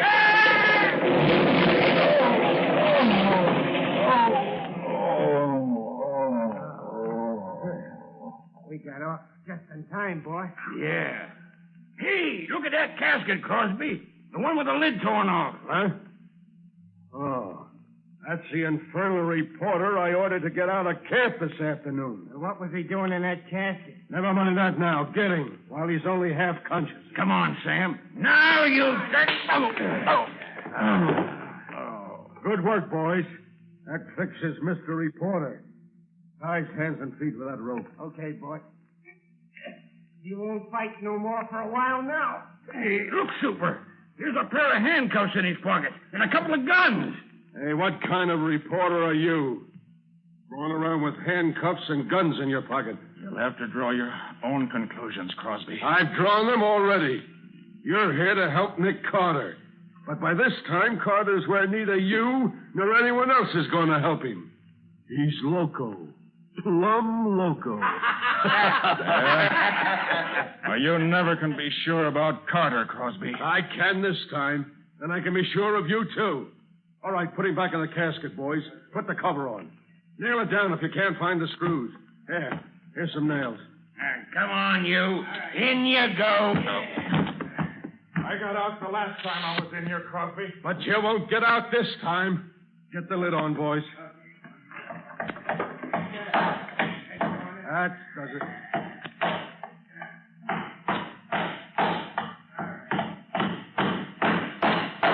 That's swell. That's enough. He can't do anything with his hands tied. Lydiard, you and Sam get the shovels that were in the wagon and dig a nice, deep hole. We'll bury our reporter friend with our blessings.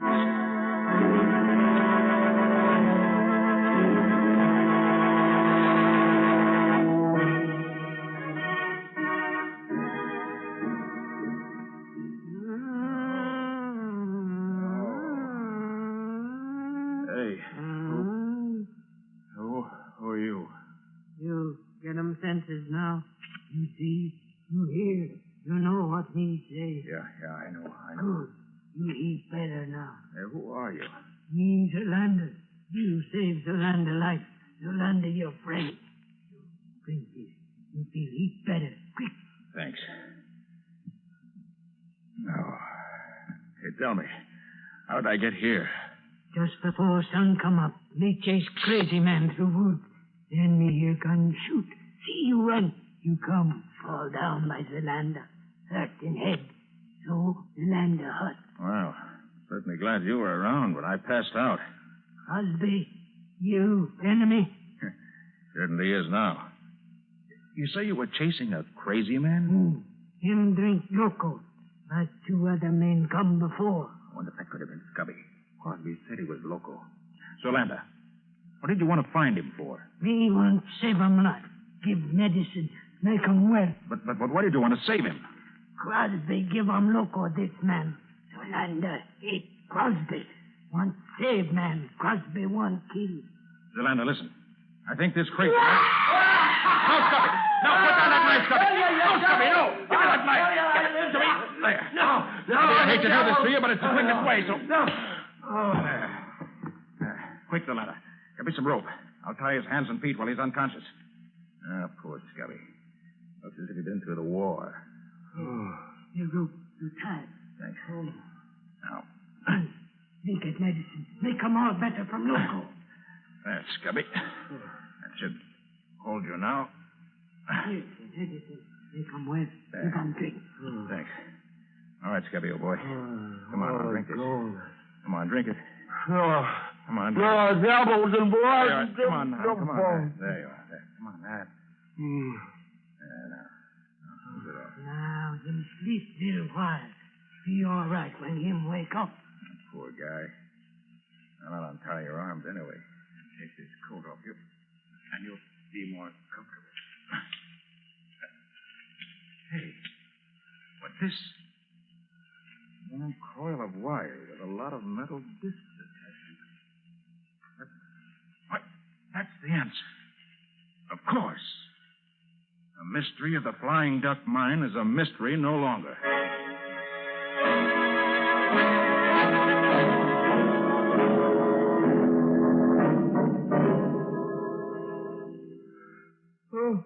Well, Scubby, you feeling better now that you've had some sleep? Yeah, I feel pretty good. Why? You don't remember what happened to you yesterday morning? Well, the last thing I recall is going to the water bucket and taking a long drink. Seemed as if the more I drank, the more I wanted. Well, that water bucket was loaded with loco weed juice. What? Surprised you didn't notice it. Well, I'm surprised at myself now. But both the amalgamators, even Crosby himself, kept drinking. Or pretending to from that same bucket. Well, they certainly had me fooled. Look, Scubby. You remember seeing these discs strung on this coil of wire? Well, yeah. Yeah, I recall seeing one of the amalgamators have it last night. Why, did I bring it here? You did. and it breaks the case wide open. Well, good for me, even if I didn't know it. Hey, tell me, Nick, what are those discs used for? Here, I'll show you. Yeah. Now watch. Now you see? This stuff I'm scraping off is amalgam, a mixture of quicksilver and gold. The men who worked in the battery boxes in the mill, the amalgamators, hung these discs and a lot more like them in the battery boxes right where they'd catch the best of the gold before it flowed over the other plates. They took out over half the gold that flowed into the boxes this way. So that's where all those thousands of dollars worth of gold disappeared to. Yes, Scubby. A very clever method of stealing the gold. Now, if we could only find out what Crosby and his gang do with the amalgam after they scrape it off their discs. You want catch, Crosby? I'll say we do if we can. Hey, Nick, who is she? Oh, that's Zolanda. She saved my life. Oh, and yours too, incidentally. Saved my life? How? Well, that local weed juice you drank is fatal. Well, Zolanda gave you an antidote for it. Oh, gosh, thanks, Zolanda. Gee, I'm sure much obliged. Crosby try kill me. Me fix him. The land they know all about Crosby. You come with me. Well, where are you taking us? Crosby got cave inside mountain where he hide stuff. Come, me show you.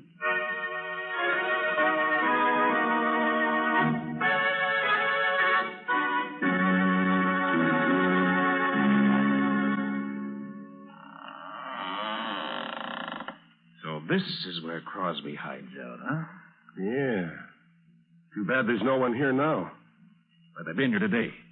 Look there, Scubby. Well, that looks like the scrap iron we took out of the casket in the old powder house before you hid in it. Right, Scubby. And this scrap iron was in the other two caskets.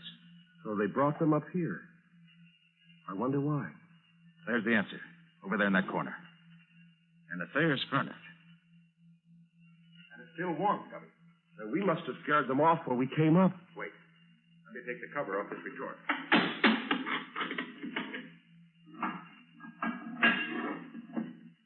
Nick, is that gold in there? That's just what it is. Part of the gold stolen from the mine. This is where the gang refined the amalgam they scraped off their discs. Much easier to handle gold this way because it weighs so much less. Now, since we know from what Dalrymple said that they never disposed of any of the stolen gold, they must have 800 or 900 pounds of it by now. Hey, maybe they've got it hidden around here somewhere. They did have, Scubby. But not now. Well, what makes you think so, Nick? Here. Take a look outside there. Been digging there very recently. Oh, but of course, Nick, they had to dig up the bodies of the two detectives to ship them back home. No, Scubby. The way it looks to me is this. After I got away from them last night, Crosby and his men took up the casket they tried to bury me in and tried to bury you in? Hey, you didn't tell me about that. I'll about it later, Scubby. Right now I'm interested in what happened here. They brought the 3 caskets up here early this morning, loaded them up. How could they load 3 of them? They only had 2 bodies. No, Scubby. 3 caskets were loaded up. Don't you understand yet? No, Nick, I'm afraid I don't. How could they be Scubby, loading up? How good are you at riding a horse? Riding a horse? Yeah. Oh, I used to ride years ago. Why? Good. Zolanda, can you get us a couple of good fast horses right away? For you, me, get 2 good horses quick. Good. Come on, Scubby. Let's get the horses and ride to the railroad station before the eastbound train gets in.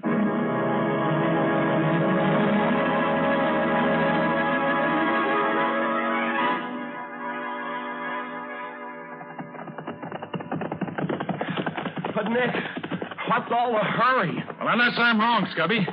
These 3 caskets are going east on the next train. We've got to get there in time to stop them. Oh, even Crosby himself would recognize us, these Indian costumes. The line to let us. Well, we may need to be disguised before we get through. Hey, you didn't finish telling me how you got away from Crosby and his gang when they started to bury you alive. What did happen, Nick? Well, they dug the hole, and they put the casket down in it. I tried to pry the lid loose, but my hands were tied behind me. I worked on them, and just as they started throwing the dirt back on top of the casket, I finally got my hands free and untied my feet. Just then, I heard shooting and some female screaming. A female? Out there in the wild? Yeah. It was Zolanda, I found out later. Well, I managed to loosen the cover and push it up enough to see that Crosby and the men were watching something across the clearing. So I seized my chance and climbed carefully out of the hole on the opposite side. I started to run, but they saw me and started shooting. Fortunately, though, they were bad shots, and I was almost free when a bullet grazed my head. Must have stunned me, because I remember nothing more till I woke up in Zolanda's hut this morning. Well, do you know what it was that distracted the men's attention? Well, Zolanda told me that you were chasing her, trying to shoot her. She was screaming. You chased her around the other side of the clearing and then went off after something else. It was just about then that you saw me running toward her. When Crosby saw me drop, he gave up the chase. Zolander waited until they went back and then dragged me to her hut. Gosh, Nick, we owe a lot to Zolander. Right, Scubby. And the best way we can pay that debt is to see that Crosby and his murdering pals end up where they belong, behind bars or in the electric chair.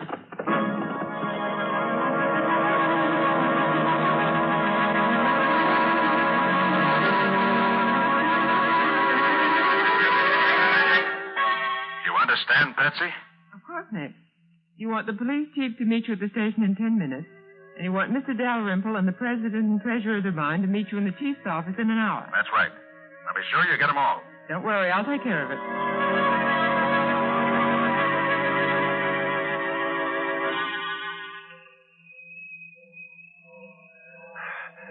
These are the ones, Nick. These three here on the baggage truck. Did you notice the names on them, Scubby? Yeah. Joe Briley, Phil Kessler.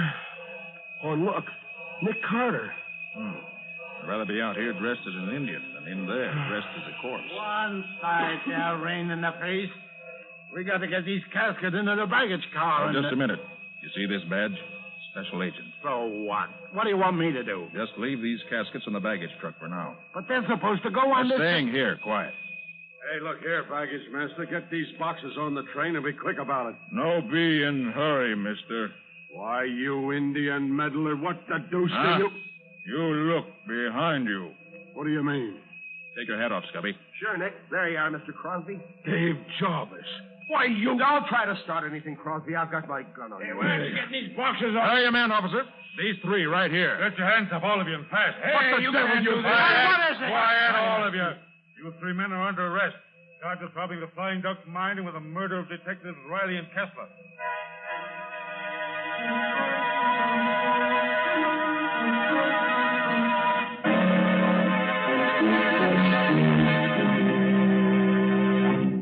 Now, Mr. Dalrymple, I asked you and the officials of the Flying Duck mine to meet me here in the office of the chief of police because I want to show you what's in the casket that Crosby was taking back east with him. Now, the first casket is supposed to contain the body of Phil Kessler. All right, Scubby, open it. Sure, Nick. Gold. Gold bullion. Yes, Chief. In these three caskets, you'll find the entire amount of gold stolen from the mine. Stolen by Dalrymple, the mine manager, Crosby, the mine super, and four of the workmen who worked in the amalgam room of the mill. They stole the amalgam, refined it in their own furnace, and buried it in two holes in the ground, which was supposed to be the graves of the two dead detectives. Mr. Carter, that much gold would make the caskets pretty heavy. Wouldn't that extra weight be noticed? No, Chief. Because when you ship a body by train, the casket has to be lead-lined and hermetically sealed. That means it weighs much more than the usual casket.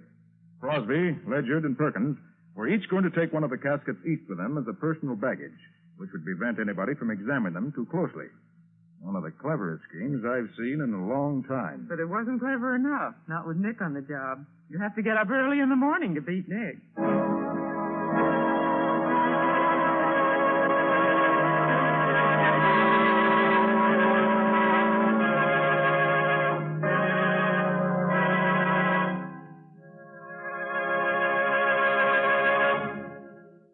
This was another strange experience of Nick Carter, master detective, called the Flying Duck Murders or Nick Carter and the Gold Thieves.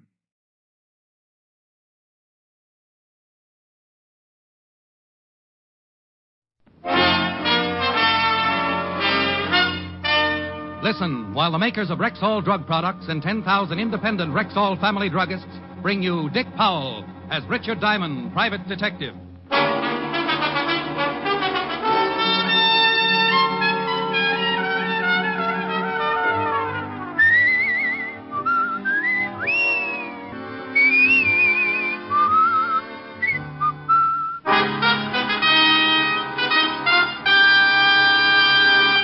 Good evening. This is your Rexall family druggist speaking to you for the 10,000 independent druggists who have made the word Rexall part of our own store names and who recommend and sell the 2,000 or more drug products made by the Rexall Drug Company. Like Rexall MI-31, for example, America's popular all-round mouthwash, gargle, and breath deodorant. Full-strength MI-31 kills contacted germs in a matter of seconds. yet will not harm delicate membranes of the mouth and throat. What's more, Rexall gives you a full pint of MI31 at the same price as smaller quantities of other leading brands. Ask for Rexall MI31 at Rexall drugstores everywhere. And remember, you can depend on any drug product that bears the name Rexall. Good health to all from Rexall. And now your Rexall family druggist brings you transcribed another exciting half hour with Richard Diamond, private detective, starring Dick Powell.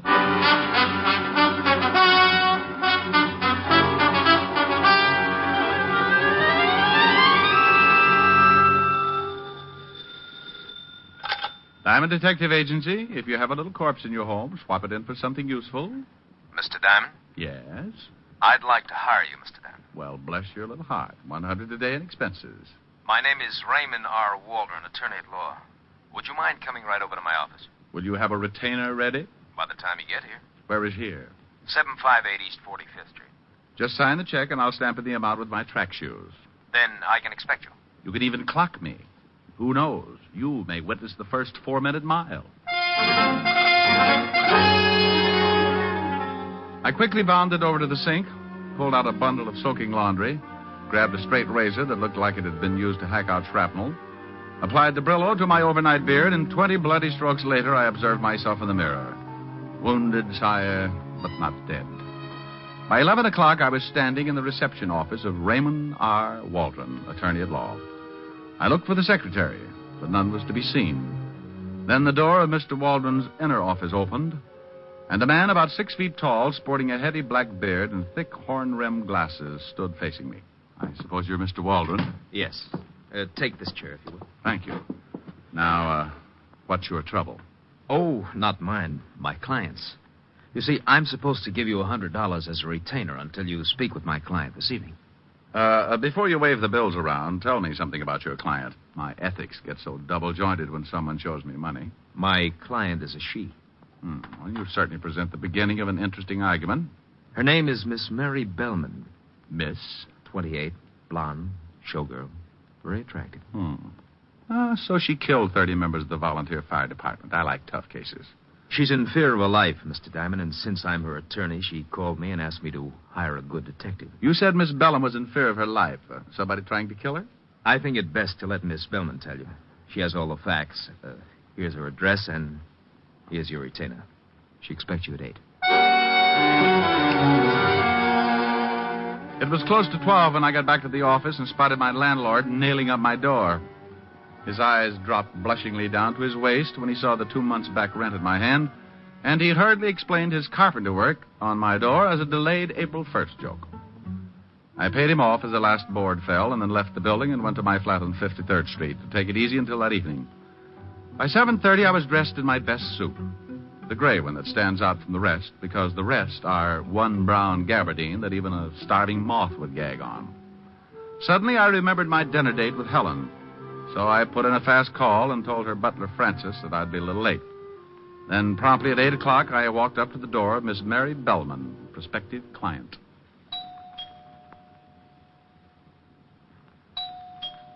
Yes? Who is it? Richard Diamond.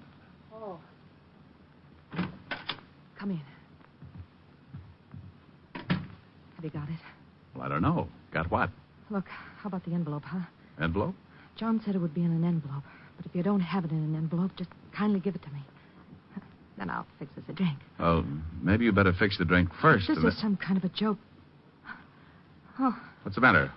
what are you doing here? Who? Oh!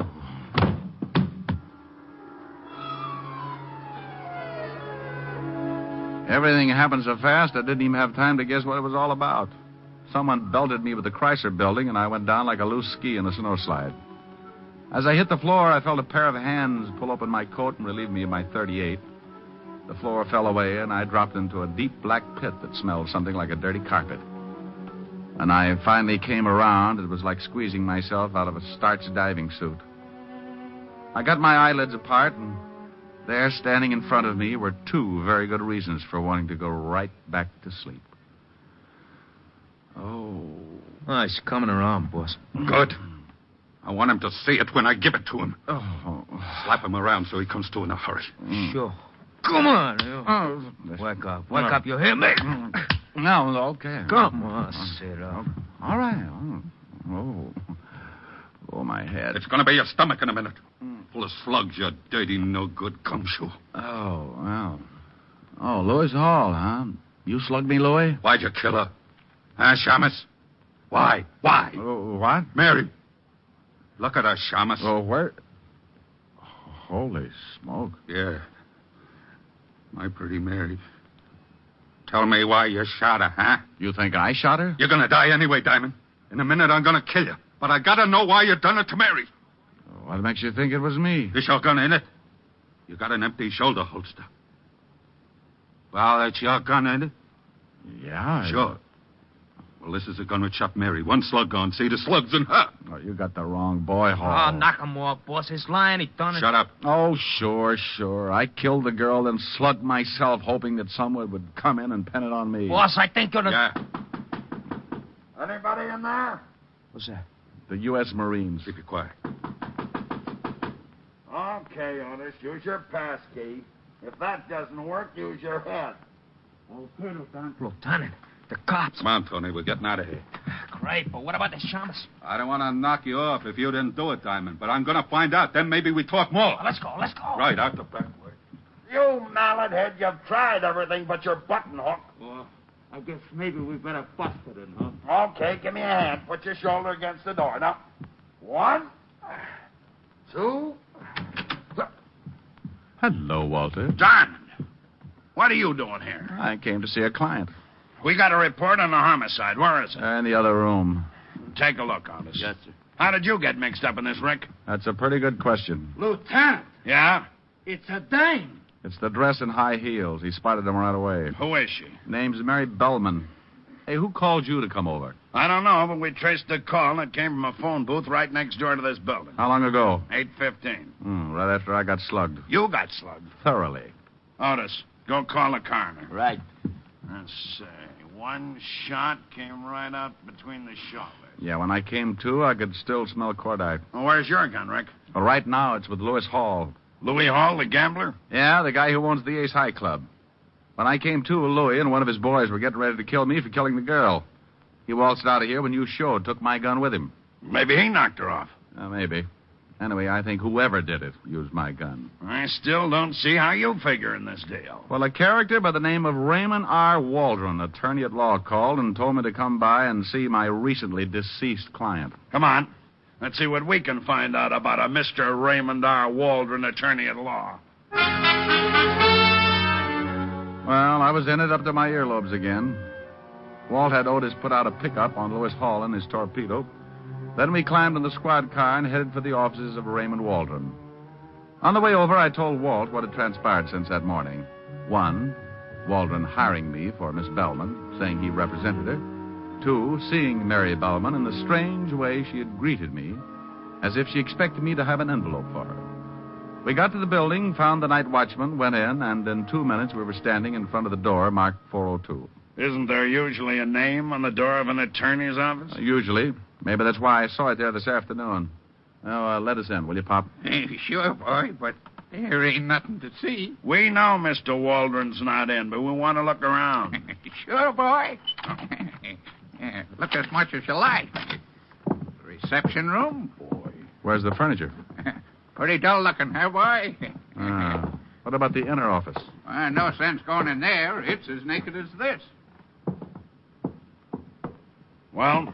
It was all here this afternoon. Was there someone in this office this afternoon, Pop? You think the boy's lying? Sure, like he said, some lawyer fella. Had all the furniture moved out, run out on a week's rent, too. Landlord's in an oxygen tent.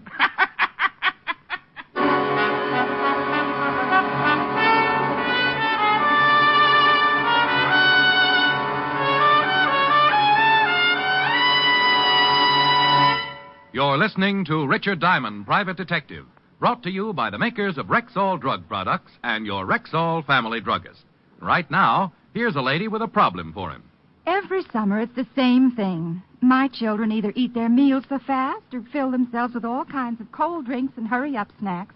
And then we have our usual siege of what I call summer stomachs. Well, ma'am, a lot of mothers have that same trouble. And a whole lot of them have solved it with Rexall milk with magnesia. Why, how's that? Well, it's a quick and effective way to neutralize excess acidity and a remarkably gentle laxative.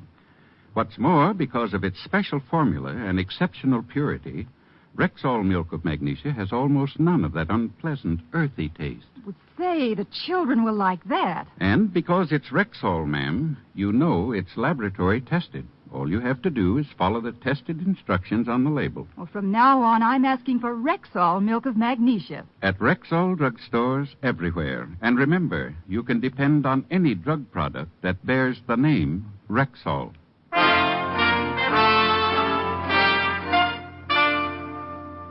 And now, back to tonight's adventure with Richard Diamond, Private Detective, starring Dick Powell.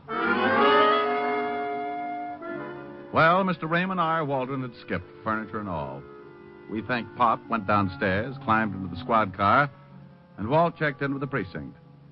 He put a tracer out on Waldron and learned that Lewis Hall and his henchmen were yet to be found. The coroner's report of the dead girl, Mary Bellman, confirmed the obvious. Death by 38, the slug having been found in the wall. Ballistics had a full report and were waiting for the gun to show up. It was 6-2 and even that Louis Hall still had it and that it was mine. On the way over to Hall's nightclub, Walt told me that Hall had been going with a girl named Willis, Jean Willis. And he was a little surprised when I told him of Hall's recent interest in the late Mary Bellman. It seemed that Jean Willis and Louis had been an item for nearly a year. In fact, she was working as a headliner in his nightclub.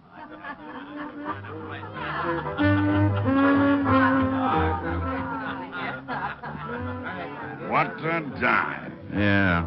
Better not leave the doors open too long. The smoke will run out and the walls will fall down. I'm going to see what I can find out about Louis Hall, Rick. You want to try looking up Jean Willis? Meet you back at the bar. Rick, I'm on duty. Well, who said you got a drink? You've got on shoes, but you're not walking. Oh. A table, sir? No, thanks. Now, where can I find Jean Willis? Your friend? I might be. I'm afraid Miss Willis... Oh, my goodness. I dropped $10. So you did. Looks a little messy. I hate to see you dirty your hands, sir, so I just keep it and you can go wash up. Huh? Washroom's right next to Miss Willis' dressing room. Right down that hall. I'll see that you're decorated by the Department of Sanitation.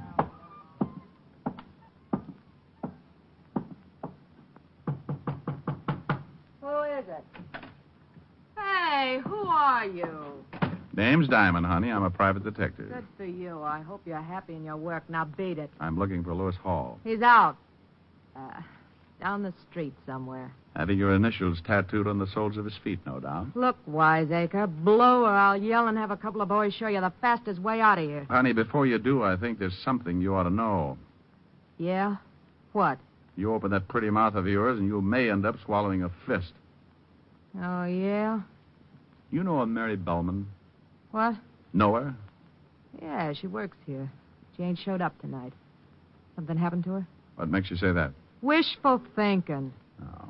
You used to be Louis Hall's girl, didn't you? Yeah, until she came along. Now, look, what is this? What's going on? What do you want Louis for? You really don't like Mary Bellman much, do you? Yeah. She's all right. What would you say if I told you someone put a bullet in her tonight? What? Where's Louis, Jean? Somebody took care of the little... Well, what do you know? Good. If Louis did it, I'm real happy. Because he found out what kind of a... No. I don't know where Louis is, and if I did, I wouldn't tell you. Now get out of here. Okay. But the law may be around to see you. Dandy. Now beat it. Do me just one favor, will you, Jenny? What is it? Don't move. I want to remember you just as you are. Why, you crummy... You moved. Well, I went back to the bar just in time to see Walt look around the room like a shoplifter on bargain day. Then he slipped the bartender a bill and donned a stiff belt with the speed of an alcoholic 30 seconds before prohibition was to set in. Good evening, Lieutenant. That was a dirty trick. I just saw the girl got nothing but a fast shuffle. I couldn't find out anything about Hall or his boy either. Now, get your breath and let's get back down to the station and think about this thing. Let's go.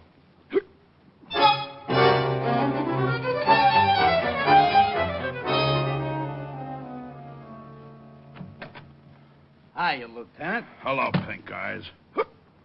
Huh? Oh. Anything on the dead girl? Here's the report. Thanks. How are you, Shamus? Fine, Otis, fine. Still under contract to the Museum of Natural History? That ain't very funny. Wait till they pick up your option and try to collect your head. Shut up, you two. Listen to this, Rick. This lab report says Mary Bellman was the one-time girlfriend of John Webb. Oh, the John Webb I sent up on an embezzlement rap 8 years ago? The same. He got out a month ago. Say, wasn't he suspected of being in on that Aetna payroll holdup? Yeah, but we never could prove that one on him. The dough was never recovered either. No, but the roll of bills and the dead girl's pocketbook checked with the numbers on the bills from that holdup. Walt, I'm getting an idea. When I sent Webb up, he was pretty unhappy. Made a lot of threats to me. You got the serial numbers from that holdup? There's the whole list. Well, check him with this money. Your own dough? Okay, but I don't get it. Otis, did you find out anything on Raymond R. Waldron? The guy that was supposed to be the attorney? Yep. Well, he ain't no attorney. He ain't even with the state bar, and I can't even find a Raymond R. Waldron in the phone book. Rick, where'd you get these bills? Well, they check. You bet they do. Where'd you get them? Raymond R. Waldron. Gave them to me when he hired me. Otis, go get a picture of John Webb. Right. You think Waldron and Webb are one and the same? Waldron had a beard and wore glasses. It's been 8 years since I've seen Webb. Hey, it fits. If Webb is Waldron, he's got a motive. For one thing, he'd love to frame you. Yeah, but we're going to have a hard time proving Waldron is Webb without fingerprints. Not only that, we're going to have a hard time just finding him. Here you are, Diamond. Thanks, Otis. Give me a heavy lead pencil, Walt. Right here. Get him, some artist. Oh, shut up, Otis, shut up. Now, let's see. There's a beard. Put some glasses on him. Uh-huh. There you are. Well? Raymond R. Waldron. Or John Webb with glasses and a beard. I'll put out a general. Oh, wait a minute, Walt. I got an idea. Let's pull a real old stunt, huh? A real old stunt would be a cinch for us. Let the papers print a story that Mary Bellman is not dead. Webb must have made sure. Look, I didn't say that I was positive that Webb did the job. Louis Hall was standing with my gun in his hand. Gene Willis hated Mary Bellman for stealing her boy Louis, and we're loaded with suspects. Well, she did only have one bullet in her, and there is a possibility that she could have knocked herself off. Oh, stop sitting on your badge and call the papers. Say that Mary Bellman is in Bellevue in a serious condition. That due to an anonymous phone call, the police found her and rushed her to the hospital. I know, and she's expected to recover consciousness at any moment. Right. Otis, how would you look in a blonde wig? Huh? Come on, I'm going to put you to bed. Lieutenant!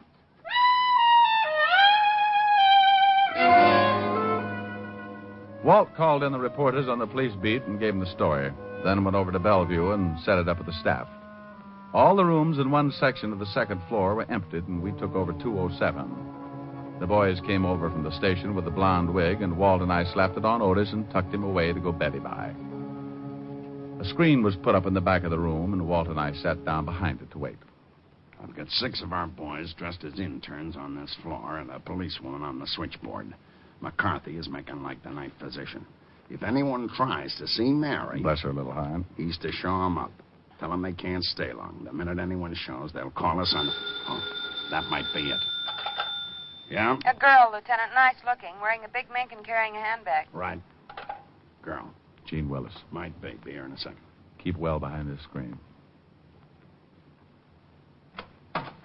You can only stay a minute. I'll be outside. Thank you, Doctor.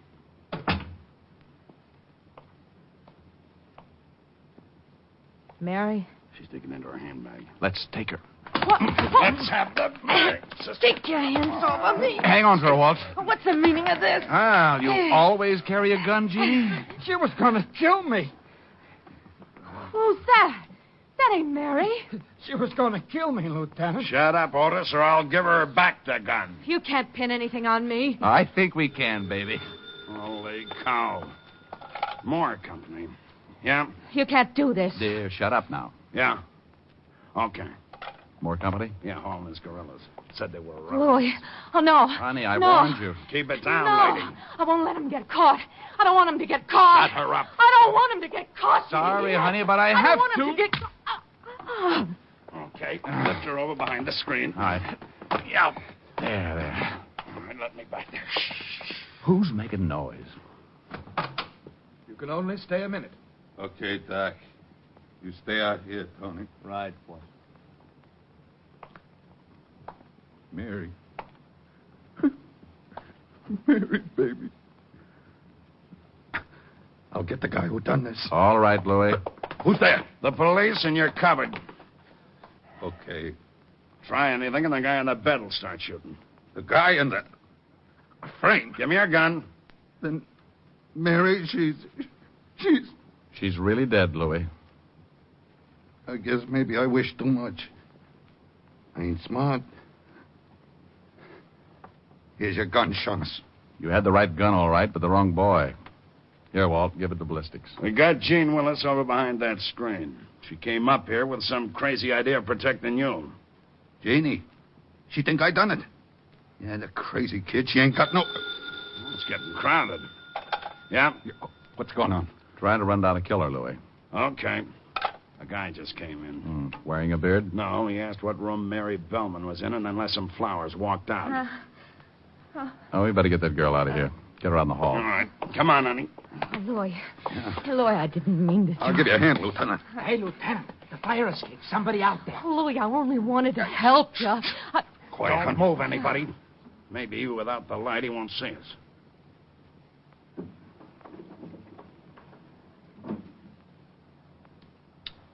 Look out. He's going to shoot from there. Get the light. Who got him? I didn't even have time to get my gun out. I didn't. I was too scared. Well, I thought he'd at least get in the room. Lieutenant, you okay? Yeah, keep everybody out of here. Where'd you get the other gun, Louis? I only give you yours. Remember, Shamus? Let's have that one, Louis. I done what I said I was going to do. I don't know who the guy is, but I guess he's the one that killed Mary. Can you see the guy, Rick? Is it Webb? Yeah. Alias Raymond R. Waldron, attorney at law and very dead.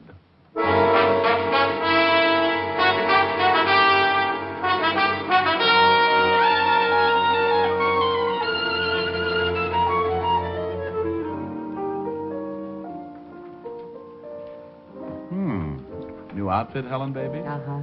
You like it? Make a silkworm lose his mind. I fixed some sandwiches.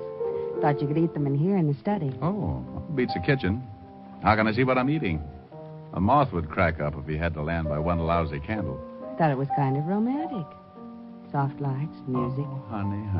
My rural stomach has been neglected all day. Food should make it happy. I hope so. Hard day? Yes. What's this? Oh, very toothy. Peanut butter and caviar. You make them? Of course. Oh. Yes? Walt, Helen, Rick there. Feeding his face. Wait a minute, Walt. No. Here's the way it breaks down. Waldron or Webb decided to kill 3 birds with one stone. Oh, the big pig. He wanted you for sending him up. He wanted Mary Bellman because she was blackmailing him. Seems she threatened to tell the police that he was the one who got that payroll. Oh, that's why she asked for an envelope. She thought I was bringing the payoff. Yeah. Well, Louis Hall was the 3rd bird. For stealing Webb's girl while he was doing time. That's it. You've been a living doll. What are you eating? I think this one's cheese and liverwurst. How are you going to sing? I hadn't thought about it. Me. You'll never make it. Don't bet on it. I will bet on it, a double sawbuck. I know you haven't got it, but you're on. Hoop-de-doo, hoop-de-doo. I hear a polka and my troubles are through. Hoop-de-doo, hoop-de-dee. This kind of music is like heaven to me. Hoop-de-doo, hoop-de-doo. It's got me higher than a kite. Hand me down my soup and fish. I am gonna get my wish. Hoop-de-doo in it tonight. When there's a trombone playing, I get a thrill. I always will. When there's a concertina, I always smile, 'cause that's my style. When there's a fiddle in the middle and it really is a riddle, plays the tune so sweet that I could die. Lead me to the floor and hear me yell for more, 'cause I'm a hoop hoop-de-dooing kind of guy. Hoop-de-doo, hoop-de-doo. I hear a polka and my troubles are through. Hoop-de-doo, hoop-de-dee. This kind of music is like heaven to me. Hoop-de-doo, hoop-de-doo. It's got me higher than a kite. Hand me down my soup and fish. I am gonna get my wish. Hoop-de-dooing it tonight. Oh, honey, do that phone. All right, Fatty, what do you got to say now? Didn't think I could sing with a mouthful of liverwurst. It was worth the 20. I bet you feel awful. No, but I'm sure glad I wasn't eating spaghetti. Why? Well, I strained so much on that last note, I would have knitted a T-shirt for my tonsils.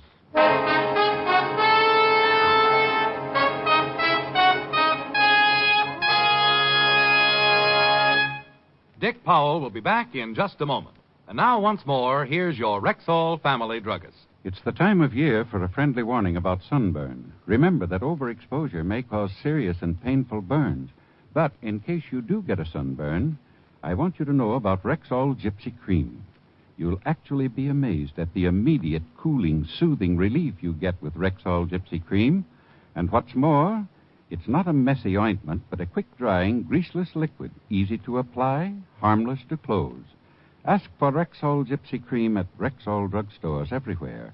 And remember, you can depend on any drug product that bears the name Rexall. Good health to all from Rexall.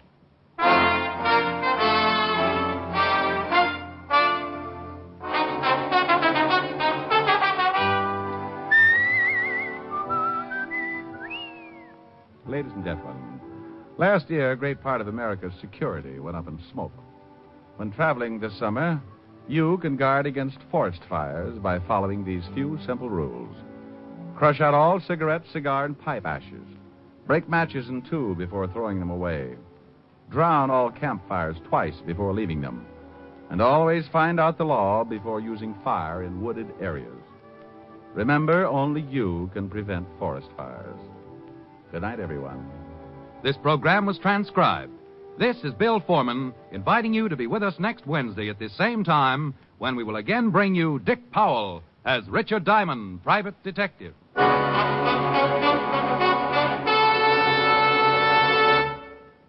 For the woman in 10 with sensitive skin. There's Caranome hand cream. Statistics show that one woman in 10 has an extra sensitive, extra tender skin. And for that woman, there's Caranome hand cream. For like all Caranome beauty aids, Caranome hand cream is hypoallergenic, pure, mild, safe for most sensitive skins. It softens, beautifies, protects. remember, for the woman in 10 with sensitive skin, there's Caranome hand cream. Only one of Caranome's beauty aids, designed especially for women with sensitive skin. Ask for Caranome at Rexall drugstores everywhere. Hear Juvenile Menace on Dragnet tomorrow night on NBC.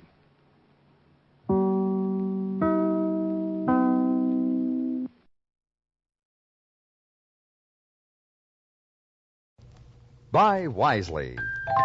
Buy for flavor. Buy Del Monte. Del Monte, the brand you trust for flavor in so many good foods. Time now for Rocky Jordan, brought to you today by Del Monte Tomato Products.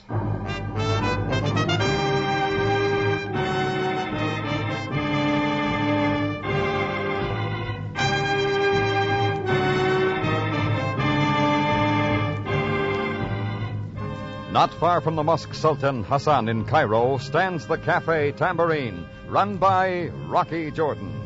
The Cafe Tambourine, crowded with forgotten men, alive with the babble of many languages.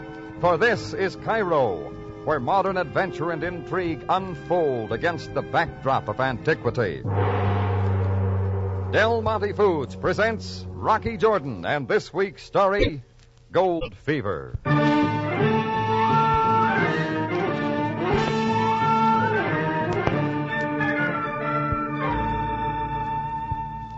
It all started when the phone at the head of the Tambourine Bar opened up along in the afternoon. Chris was serving a lonely customer at one of the side tables, so I got up front and answered it. Yeah, Cafe Tambourine. Hello.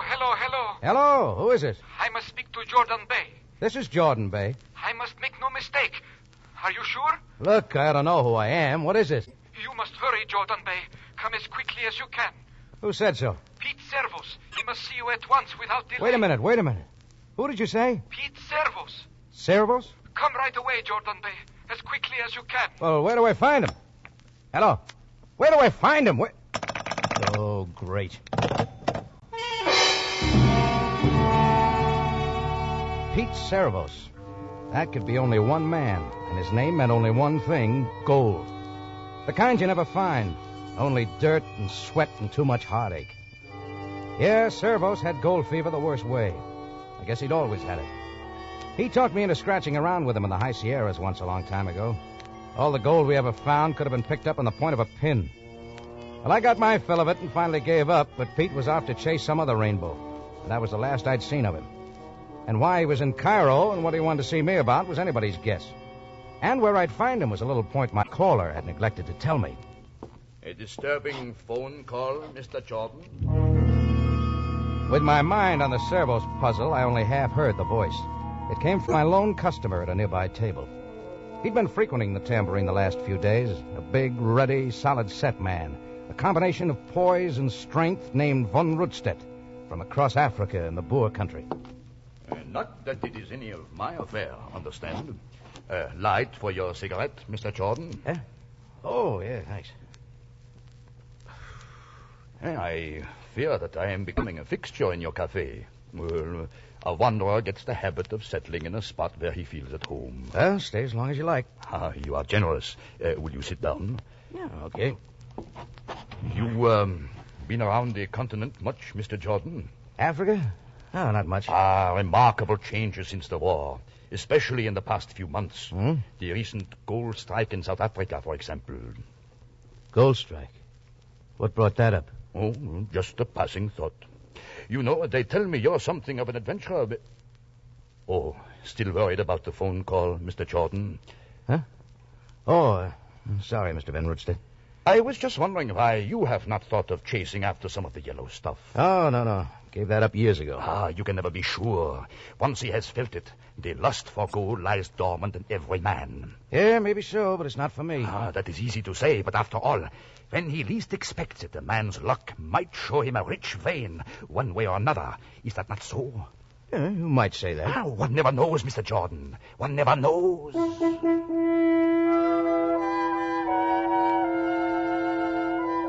Von Rundstedt broke it off about then and went out into the street. I stayed close to the phone, and what seemed like hours later, it began ringing again.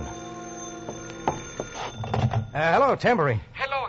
I must speak to Jordan Bay. Look, I'm Jordan Bay. Oh, where are you, Jordan Bay? Where do you think I am? Where's Servos? Pete Servos? He's waiting for you. Why do you not come? One little detail. How do I find him? I told you. Are you Jordan Bay? For the last time, where is he? Where does he live? The address. Oh, so careless of me. Come on now, let's have it. Room 207 at the Pyramid House. Hurry, Jordan Bay. I got outside, flagged down a taxi, and made a quick deal with a driver to look up the Pyramid House. He hunked his way across the Muskie Bazaar and finally pulled up in front of an ancient brownstone affair, a little more on the ratty side than most. I told the cabbie to wait around. Then I was up the steps, down a dark hall, and knocking at 207. Who is it? It's Rocky, Pete. Get inside, Rocky. Pete, what's the matter with you? Better help me to bed. Sure. Come on. Take it easy. There. Thanks. I've been looking all over for you, Rocky. I can see now why you had to send somebody else. What happened? A couple of bullets I picked up. Oh, we better take care of it. I'm all right. Just slowed me down a little. Yeah, bullets will do that. Yeah, won't they, though? How'd you get them? A lot anybody cares. Same old thing, huh, Pete? Gold? Yeah, same old thing. I don't give up, Rocky. I told you to forget it while you could. You think I could? It's been in my blood, and what can I do about it? I've been digging ever since I could hold up a pig. Yeah, and what'd it get you? A couple of bullets and a bunch of tattoos on your arm. Plenty of new ones since I saw you last. Oh, yeah. Hey, why are the numbers tattooed there on your right arm? Oh, there? That's my Social Security number. At this rate, you'll never live to collect it. I won't need it. Still think you'll strike it, don't you, Pete? Nobody's stopping me. Not even that no-good wife of mine. Well, I didn't know you were married. And I don't know why. What kind of a woman is it that won't stay by you? Share your dreams. Even help you dig. It's a tough life, Pete. How do you think it is for me? Yeah, stay home, she says. Give it up. But she'll be around plenty quick when there's gold. I know her. Where is she now? Right here in Cairo, wouldn't you know? Checked into the Continental last week. And she can stay there. Look, Pete, if you didn't send for me about the bullets, what is it?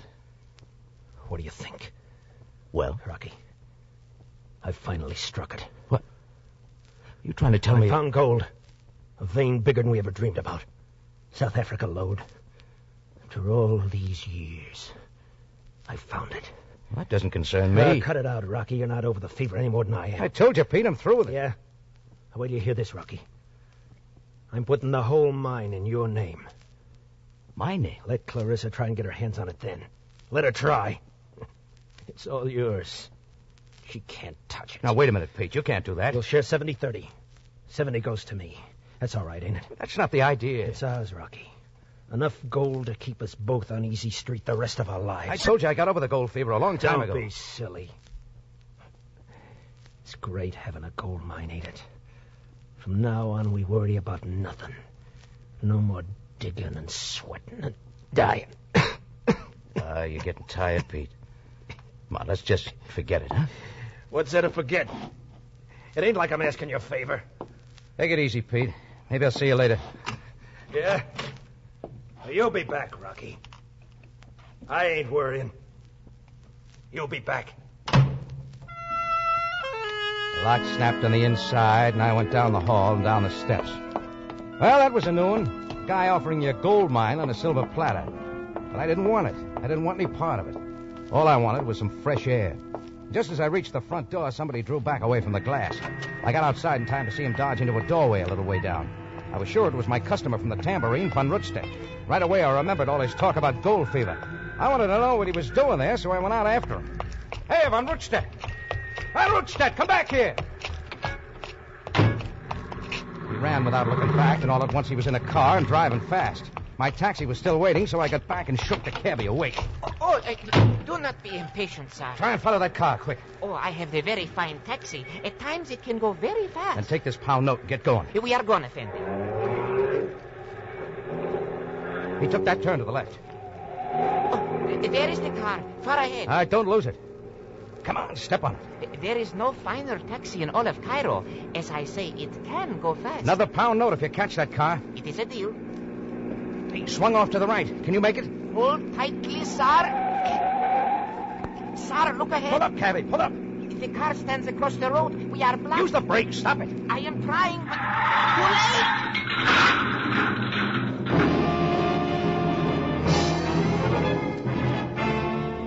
late. We hit the car broadside, and the taxi front crumbled like a paper cup. One glance told me the cabbie was all right, so I was out and running to the other car. And it didn't take any time to see the car was empty. Van Rutstedt was gone.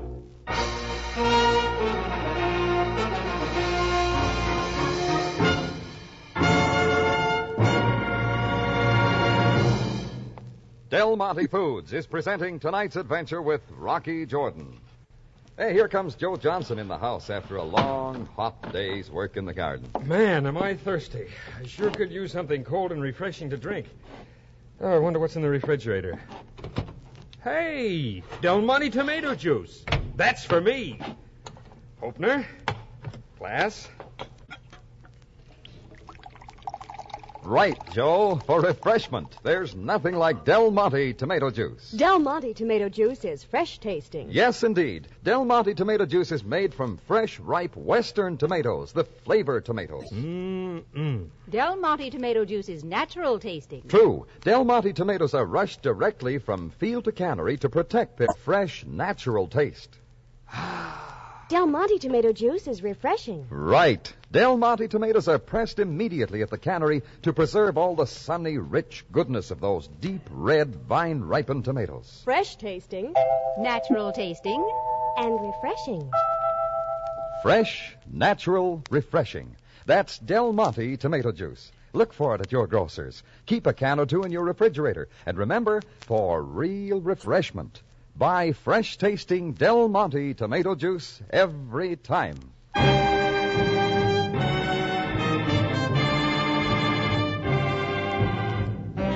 And now back to Rocky Jordan and tonight's story, Gold Fever.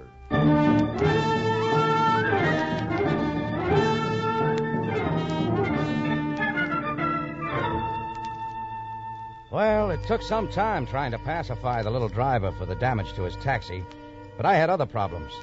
Like von Rudstedt following me to Pete's house, and why he'd run off when I tried to question him. Yeah, and I was thinking about a rich gold strike in South Africa that Service wanted to hand over to me, just to keep his wife Clarissa from getting any part of it. I decided it was time for a talk with her, so I went over to the Continental Hotel. Clarissa was there, but not exactly like I'd expected her. She was still young and pretty, like you want an American girl to be pretty, but there was something gone. She was thin, and the skin was taut across her cheekbones. She wasn't sure about letting me in. Who are you? My name's Jordan. Rocky Jordan. That means nothing to me. I've just been talking to your husband. I see. What does he want with me? Not a thing, Clarissa. But he's going to get well, if that interests you. What do you mean? A couple of bullets he picked up somewhere. Or didn't you know? I didn't know. How could I? He's your husband. Oh. And didn't Pete tell you I've come halfway around the world to Cairo to find him? To make one last try to get him to come home? Did you think he would? I don't know. Pete was such a good guy. He was a little like I think you are, Rocky. Yeah, he's still the same to me. We might have been happy. But every time we got settled with a home, he'd learn of some new strike, and he was gone. Well, you must have known that about him before you were married. Oh, yes. Oh, yes. But I didn't know what it meant. I didn't realize there was no end to it.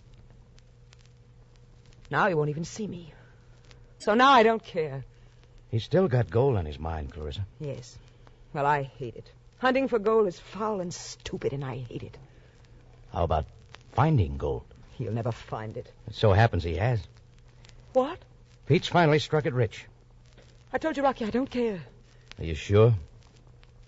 What do you mean? What would you say if Pete put that mine he found in my name? I'd say he can do anything he wants with it.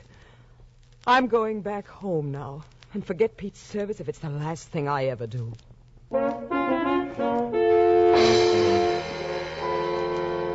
There's another one for you. Pete puts the mine in my name to keep his wife's hands off of it, only she tells me she doesn't want any part of it or him either. That's when I doubled back to Pete's place to get a few things straight. When I got there, the first thing I noticed was the door smashed open. Inside, the mattress was half off the bed, the bureau drawers open. Pete wasn't around, but somebody else was. Captain Sabaya, Cairo Police. Well, Joe... Sam, what's this all about? You will touch nothing. What's happened to Service? Where is he? Pete Service at this moment is on his way to the morgue. He's dead. Dead? Does that surprise you so much, Jordan? I knew he had some bullet holes, but he said he was recovering. The bullets which killed him were fired within the past hour, and a very thorough job. Any idea who did it? A man hasty in his opinions is neither wise nor honorable. I think you better look for somebody named von Rudstedt, Sam. Jordan, a certain informant tells me you were here to see Service this afternoon. For what purpose? Just a friendly visit. Indeed. What did you talk about? Oh, old times, Pete's gold strike. Is that all? What are you driving at? Would you have killed Service for his mine? Sam, you know me better than that. Service was an old friend. Jordan, someday you will learn that withholding information serves you no good. I've told you everything, Sam. Then how do you explain this letter? Letter? Where you get it? I found it among papers in his desk. It is addressed to Rocky Jordan. I, Pete Service, hereby grant to you full and complete ownership of my gold stake in South Africa on the one condition that I receive 70% of the profits from said mine throughout my life. Signed, Pete Service. Let me see that. It will be held for possible evidence, Jordan. Oh, but the letter's to me. Do not fear, Jordan. It appears certain that you are the complete owner of a gold mine. Now that Service is dead. Yeah, looks that way. And now, Jordan, You will kindly tell me where the gold mine is located. Where it's located? Yes, Jordan. You know something, Sam? I haven't any idea. Come, Jordan. You mean to say a man gives you a mine, but he does not tell you where it is? That's right. Indeed. Come with me, Jordan. I have something to show you. Sam put me in his black limousine with him, and we made the trip to headquarters without saying much. There, he nodded me down some familiar steps that led to the morgue. Halfway along the big room, he drew back a sheet that covered Pete's service. Observe, Jordan. It's Pete, if that's what you're asking. You say you knew him well. Long time ago. Notice the forearm near the wrist. Looks like a bad burn or something. It is a burn. Put there after the killing. What about it? The killer obviously wanted to erase whatever was recorded there. A tattoo mark, perhaps. Oh, he had a lot of tattoos. But this one, can you recall what it was? Afraid not, Sam. Very well. However, if your memory should suddenly return, let me know. I had noticed some numbers on Pete's arm that afternoon, but they wouldn't come back to me. After all, I wanted to clear up Pete's death, and the numbers might help. I had a hunch Von Rundstedt knew, but going back to Clarissa was quicker. There was a chance she could help. The news of Pete's killing had been a shock to her, but she was packing to leave. Can't we just forget about it, Rocky? We've got to find the killer, Clarissa. Why? It had to end this way sooner or later. Will you hand me that grip, please? Oh, yeah. Here you are. Thanks. Pete had some numbers tattooed on his right arm. They've been burned off. What were they? I don't remember any numbers. You sure? Yes, Rocky, yes. I don't even know what you're talking about. Do you have any pictures of Pete around? Box in the top bureau. I was about to throw them away. Oh, thanks.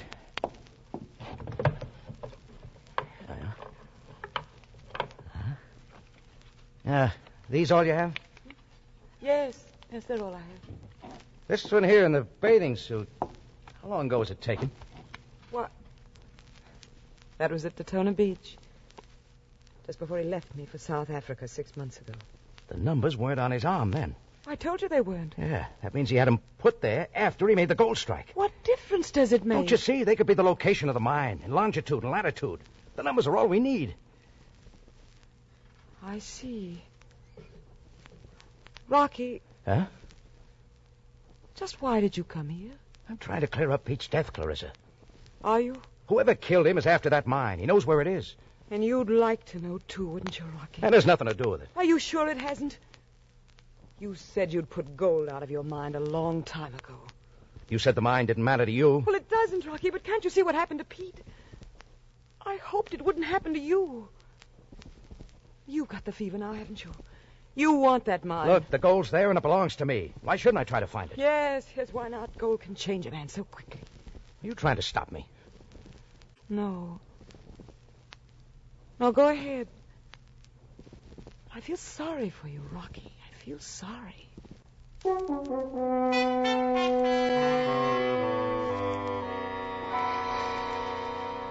What she was driving at didn't set with me. I got out into the Cairo night. As I tried to walk it off down the Sharia El Mar, I made up my mind I was finding Von Rundstedt if it took digging out every hole in Cairo. That turned out too easy. He was waiting in a doorway, a gun leveled at my ribs. Take care, Jordan. Walk ahead.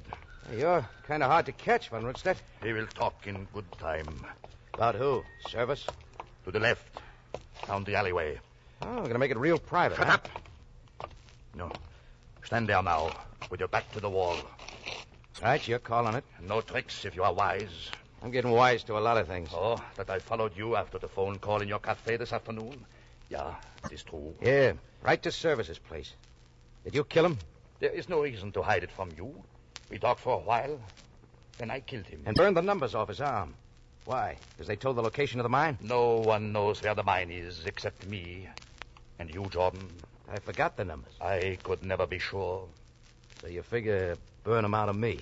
There is no other way. One little request, huh? It is your last. In close and clean. As you wish. Last step was his mistake. That's when my shoe caught his shin hard. He doubled for a split second, and my hand came down with a judo cut on the back of his neck. And Rudstedt dropped flat in his face, and the gun clattered away. I scrambled over and came up with it. It was that easy. You're around, Jordan. All right, come up, Van Rundstedt. I should have shot you while I could. Now we'll talk about the mine. Clear it up. Yeah, you will want to know, Jordan. If Servos did not tell you, he did not find that mine. It was I who made the strike. That's not what he told me. You fool. Why do you think he gave the mine to you? Why should he put it in your name? To keep it away from his wife. How can you believe that, Jordan? Servos stole that mine from me. Before I could file, he was ahead of me. It was in his name. And it was too late. Well, it's in my name now. Yeah. Servos thought that would protect him from me. But I killed him for only one reason. Because he took what was mine. I killed him just as I will kill you. Only I got the gun. That poses a problem for you, does it not? I alone am in your way now. Unless you shoot me. Well, go ahead, Jordan. Pull the trigger and get what you want. I was looking at him, but all at once I was seeing myself. Yeah, what Sam and Clarissa and now Van Rundstedt had said about me getting gold fever was right. I did want that mine, bad enough to kill. I could shoot, and I was safe, and this was my big chance. Go ahead, Jordan. You have only to pull the trigger. Self-defense, you can call it, and then you will be free of me. You deserve to die. You murdered Service. That is it. Just try yourself, Jordan. Gold fever has no regard for fair play. I can see it in your eyes. You want to kill me, don't you? So you can get the mine. You'd have killed me. So now is your chance. You will find the mine somehow. The mine is all yours now. Just raise the gun, Jordan. Come, pull the trigger. Shoot, Jordan. No. I'm not going to kill you, Van Rundstedt. That won't be necessary. Not for me. It was a difficult decision, was it not, Jordan? The police. Sam, how long you been there? I witnessed everything. Ali, Greco, take this Van Rundstedt away quickly. Yes, Captain. Sam, you won't be needing that service pistol. For which I am very happy. I would have hated to see you raise the gun to kill him. He killed Service, Sam. Yes, Jordan. I know. You see, the police have not been idle. Looks like you've been way ahead of me. But Van Rundstedt was right. The mine was stolen from him by Pete Service. In fact, I have learned many things from the South African authorities. Huh? Including what else? Van Rundstedt was a most strange and unpredictable man, known throughout South Africa. Go on, I'm listening. He, too, had gold fever, but of a most severe nature. In his time, he had discovered a dozen mines. Each of them, to him, worth a fortune. To him? What are you getting at, Sam? Just this, Jordan. Both you and Pete Service were fooled by a man with hallucinations who owned a mine that was worthless.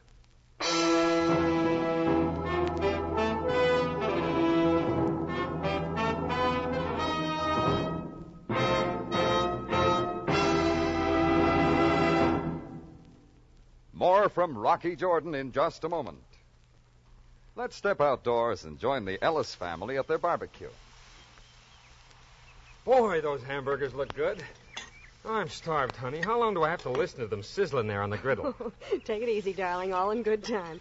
I'll just turn it over. There, that's about it. They're ready. Let me at 'em. Toasted bun. Hamburger patty. Here you are. Oh, no. Oh, no, you don't. Not plain like that. Where's the catsup? The one you served yesterday with the special flavor. Oh, you mean Del Monte catsup. You bet he means Del Monte catsup. The catsup with that special flavor. Tomato flavor at its best. It's lively, it's tangy, it's rich. Blended and simmered down according to a treasured recipe, Del Monte catsup on sizzling hamburgers, steak, or chops is a real flavor treat. And Del Monte catsup costs less than many other quality brands. Look for it at your grocer's. Remember, for flavor first, it's Del Monte catsup every time. Back now to Rocky Jordan.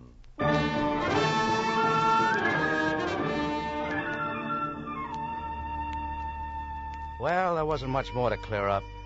Sam and his men took care of Von Rundstedt, and all that was left for me to do was to have a little talk with Clarissa. I bought her a cup of coffee in an all-night cafe and told her what had happened. Well, Rocky, I'm glad it's over. Me too. You know, I just took the cure. I'm out of the gold business. I hope for keeps. You can count on it. So it was all for nothing, then. Pete dreamed and stole and died for a mine without any gold. That's right. You know, somehow I'm glad he never found out. What about you now, Clarissa? Me? I need to go home for a while. Wish you didn't. Maybe sometime I'll come back to Cairo. Perhaps I'll see you then. Not scared of gold fever anymore? No. But there are other kinds of fever, Rocky. Let's wait and see.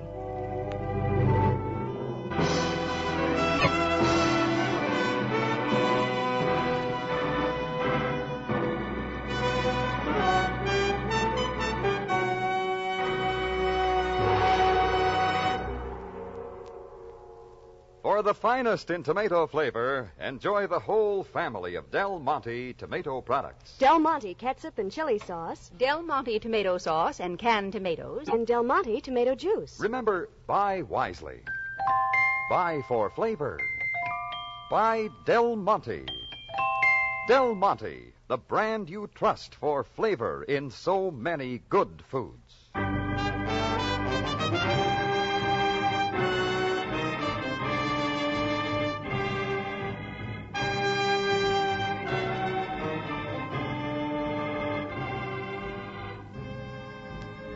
Remember, you have a date next week at the Cafe Tambourine, run by Rocky Jordan. Same time, same station. And the story is Cairo Vendetta.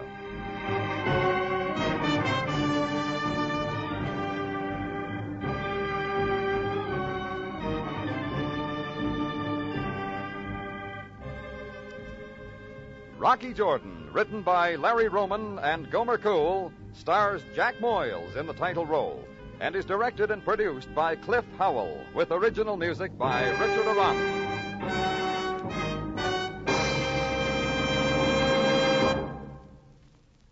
Here's a cool suggestion for a hot day. Chilled Del Monte fruit cocktail and cottage cheese. Everybody likes colorful, delicious Del Monte fruit cocktail. Serve tempting Del Monte fruit cocktail, the brand that puts flavor first.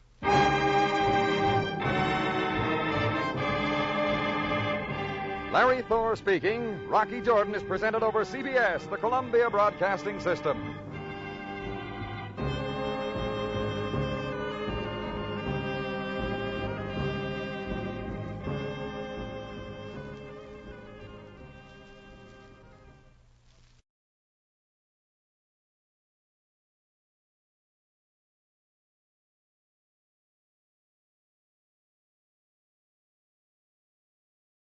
The F.W. Fitch Company presents Dick Powell as Private Investigator Richard Rogue in Rogue's Gallery.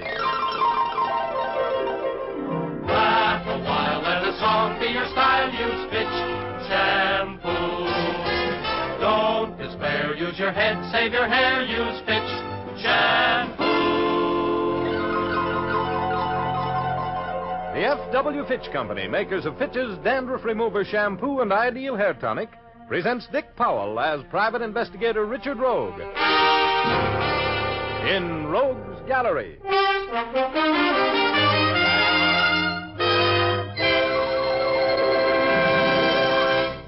Rogue speaking. This Saturday night I'm going to spellbind you, Val. Caught me while spending a week and the fee from my last case in zestful living at a summer hotel, which was so swanky that the help hardly spoke to the guests. For $25 a day, I had one of the 50 bungalows on the hotel grounds. For $30, I could have had one with a window. Well, anyway, there was a girl up there. Isn't there always? She was named Janice Cole, a sort of a social secretary to the hotel. She was about 28. Her eyes were so big and blue they made you think of mountain lakes, and her hair was as black as a jealous rage. She had a figure that made you think you'd seen her before in a swimsuit. Oh, she was real quality. Much to my high blood pressure, she was engaged to a society playboy with $1 for every suntan in Florida, and his name was Clint Hayes. There was dancing going on in the ballroom of the hotel, and Janice was dancing with Clint. But she was watching me. I thought I saw fear in her eyes. They finished their dance right in front of me.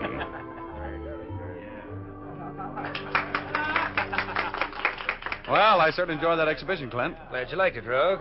Dancing with Janice is a wonderful way to spend an evening. I believe that. Well, how about the next one, Janice? Oh, I can't, Richard. I don't feel very well. Oh, really, darling? Yes, I think I'll go to my cabin, Clint. I have a terrible headache. Well, I'm sorry to hear that, dear. Is there anything I can get for you? I've got some aspirin. Oh, no. I think I'll just lie down for a while. I'll be back as soon as I feel a little more like enjoying the party.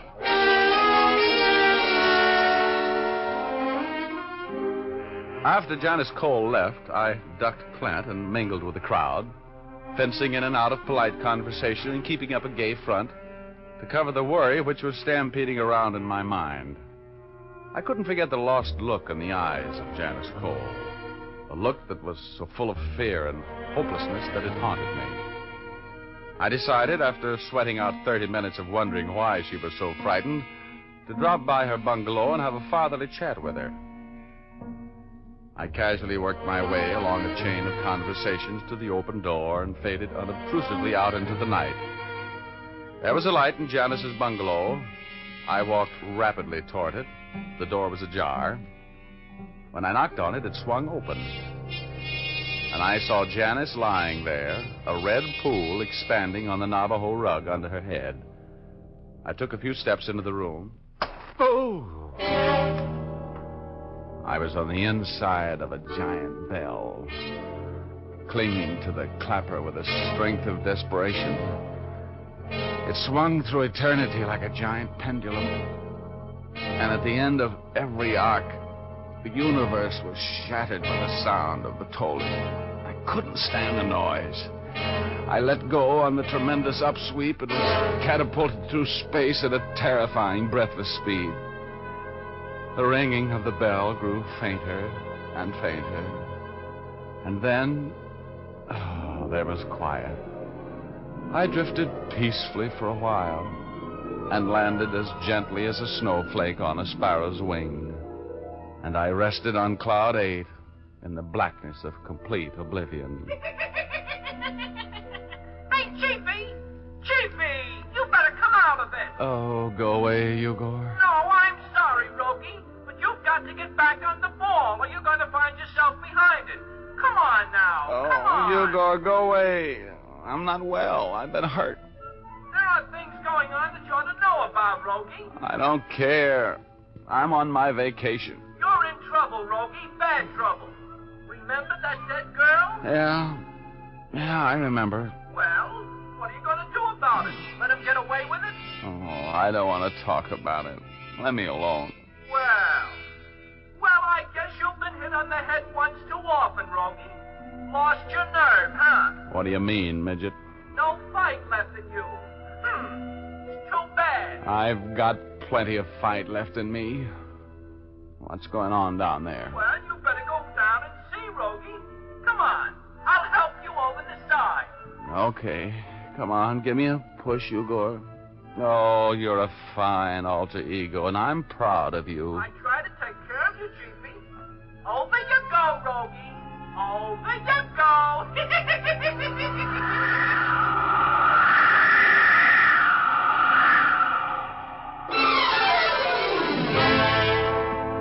I dreaded opening my eyes because I remembered that dead girl lying there. But I opened them at last. And what I didn't see made me think I'd lost my mind. Where the body had lain, staining the Navajo rug, there was a Navajo rug, but no stain and no body. I wobbled to my feet. My knees were made of soup. I grabbed the bed for support and threw my massive intellect into high. There were strange things happening here, and they were happening to me. I decided to stay mum and get back to the dance to see what I could discover from the behavior of the inmates. I took out my pocket comb, dressed my hair around the bump on my head so I wouldn't look like I had two, wiped the bed and the doorknob clean of my fingerprints, and looking much better than I felt, rejoined the party. Clint was talking with Nancy Bowman, another luscious lady on the hotel social staff. Hello, Rogue. We've been looking for you. Oh, hi, Clint. Hello, Nancy. Hello, Richard. Where have you been? We're getting a little fresh air. How about this dance, Nancy? Can't. I promised Clint. Oh, go ahead. I'll be noble. Janice should be coming back soon anyhow. Well, all right then. You're on, Mr. Rogue. Oh, for you, my dear, both of them. See you later, Clint. Bye.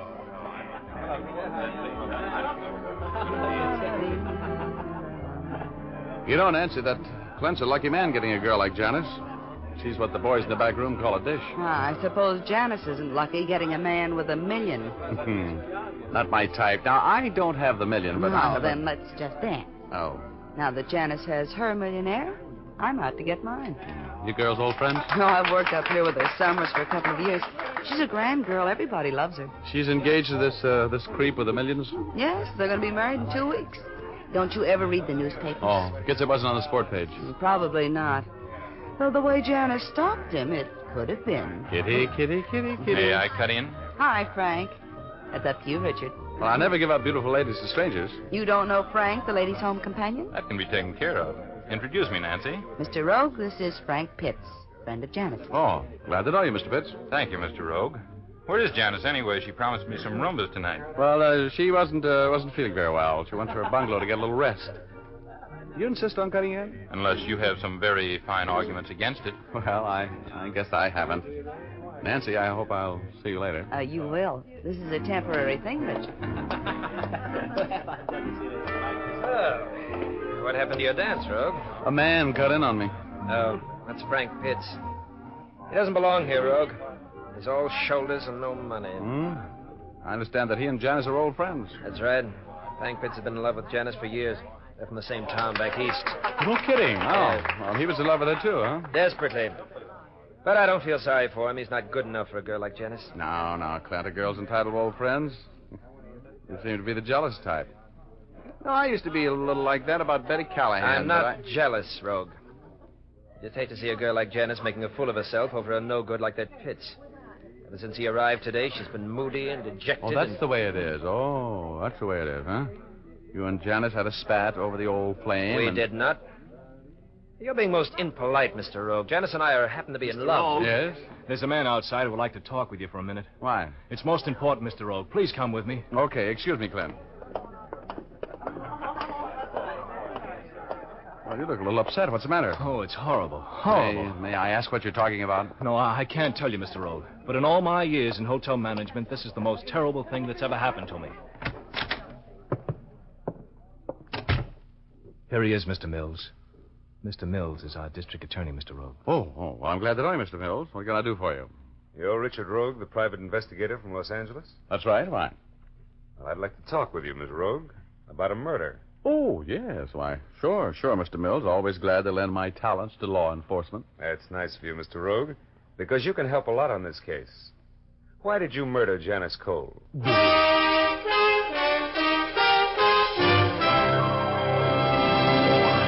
We'll return to our story in just a moment. First, dandruff on the shoulders and coat collar of a well-groomed person is as out of place as snow in July. That's why so many persons who want to have a smart, well-groomed appearance use Fitch's Dandruff Remover Shampoo regularly. For Fitch Shampoo has a special solvent action that dissolves unsightly dandruff. When you apply Fitch's to your hair and scalp before adding water, this solvent action goes to work. So it's important to remember not to wet your hair before the shampoo is applied. After massaging your scalp briskly for a few minutes, then apply water. An abundance of cleansing lather will form to carry away the dissolved dandruff. Then the lather rinses out easily and completely, leaves the hair immaculately clean without a trace of dandruff. Yes, Fitch's Dandruff Remover Shampoo is a real aid to good grooming. Use it regularly. You can buy an economical bottle of Fitch's Dandruff Remover Shampoo at your drug or toilet goods counter, or have a professional application at your beauty or barber shop. Now, back to Dick Powell as Private Investigator Richard Rogue in Rogue's Gallery.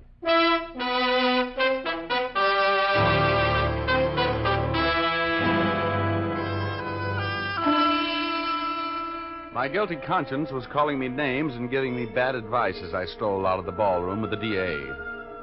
He had accused me of murder, and I knew who was murdered. I'd seen her in her bungalow, dead. Janice Cole. The DA was as quiet as a grave during that walk and not a bit more cheerful. I made a couple of abortive attempts at conversation, but I might as well have been talking to a totem pole. I couldn't understand why he was heading for my bungalow until he opened the door, and I saw Janice lying there on that blood-stained Navajo rug, just as I had seen her a half hour before in her own bungalow. I tried to say something, but the words couldn't get by the lump in my throat. I just stood there, my mouth hanging open, and my stomach frozen in a hangman's knot. I could feel the DA's eyes boring into the back of my head. Well, Rogue, why'd you do it? Well, I didn't kill her. How do you explain the fact that she was killed here in your cabin? She wasn't. Now, look, Rogue, you better organize yourself, huh? You're supposed to be a smart investigator. Give me a gun. I haven't got it on me. It's in that drawer there. Yeah, we found that one. This girl was shot to death with a .25 automatic. Any prints on it? We're going to take yours for comparison. Am I under suspicion for this murder? At the moment, that's all you're under. I finally hope you'll be under arrest for it the next half hour. Oh. You know, Mills, in a homicide, you usually have to have a motive. Hey, what's that? Why are you waving those newspaper clippings in my face? What are they? The motive. You were blackmailing Miss Cole, Rogue. We found these clippings in your briefcase. What do you mean I was blackmailing her? I didn't even know her. Now, look, Rogue, you're smarter than that. Here's a whole envelope full of clippings covering Miss Cole's trial for the murder of her first husband back in Passaic, New Jersey. Her name was Jane Sherman then, and she was released for lack of evidence. Remember the trial? Of course I do. Poisoning. But what's that? So you found out that this Jane Sherman, now known as Janice Cole, was all set to marry $1 million. And you've been blackmailing her. Oh, I don't know anything about it, I tell you. I don't know how those clippings got into my briefcase. It must have been planted there when I was knocked out in Janice's bungalow. It's a switch, Rogue. You were knocked out in her bungalow, eh? When? Look, Mills, I know this whole thing's going to sound fantastic, but I want to tell you the whole story. I came up here on my vacation. I never saw Janice Cole or whatever her name was before tonight. Disbelief walked across the DA's face as I unspun the web of circumstances which tied me into this murder. As I listened to my own story, I knew I wouldn't believe it myself if I hadn't been there. I showed him the bump on my noggin. He just nodded. I talked on, and as I talked, I realized that I was acting like every murderer I'd ever questioned. I know my face was red, my eyes were shifting as I browbeat my brain and trying to think of some circumstance which would at least give me the benefit of a reasonable doubt. Finally, I stopped talking. He took my fingerprints, and we went to Janice Cole's bungalow. There I got my first break. All right, Rogue. Now, where was the body lying when you first saw it? Right here. Come here. Look here. Look under this rug. Uh-huh. And blood on the floor where it seeped through the rug that's now in my bungalow. Do you see it? Yeah. Blood, all right. Well, Rogue, that's the first thing that's made sense since we got together. I suppose there is an outside chance that somebody's trying to frame you. Enough of a chance so a conviction would be hard to get, Mr. D.A. Look, you know me. I've got a little standing in my profession, a little substance. Give me 24 hours to get this thing hung around the right man's neck. All right. If I don't have you locked up tonight, will you try and have the right man for me in the morning? I'll have him. Now, tell me, who knows about the murder? Well, the maid who went into your cottage to turn your bed down for the night, and the manager. Though I've told them both to keep quiet until I give them the go-ahead to talk. Then none of the guests know about it yet, except the killer. That's right. As far as I know. Okay, Mills. Okay, now. You keep it that way until morning, and I'll come up with a guilty man for you.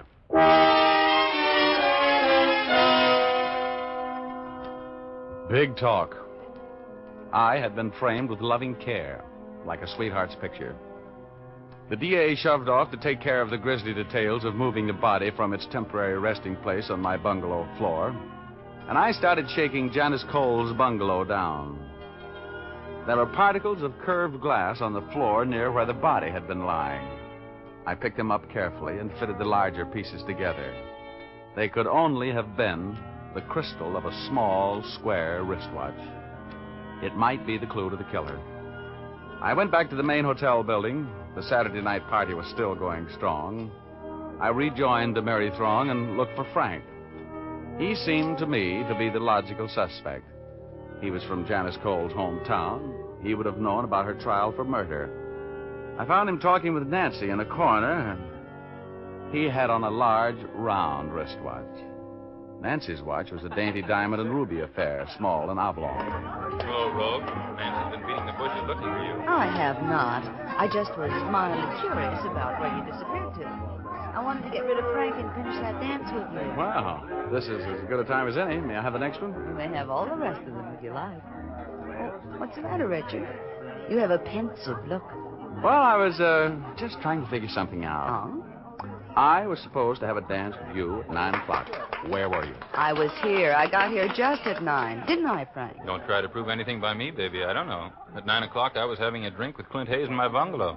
Well, there goes your alibi, Nancy. You weren't here. Alibi? Why would I need an alibi? I was here, you weren't. I looked all over for you. Oh, now, let's not argue about it.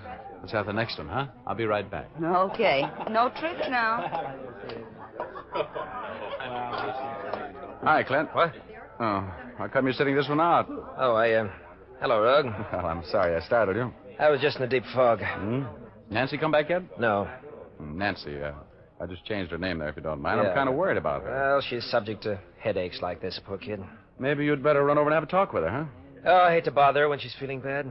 Look, Clint, just to settle a little argument, are you and Frank Pitts having a drink in his bungalow at 9 o'clock? Oh, yes, matter of fact, we were. How'd you know that? He just told me. Just a silly little argument. I wish Janice would hurry back in time for the last dance, at least.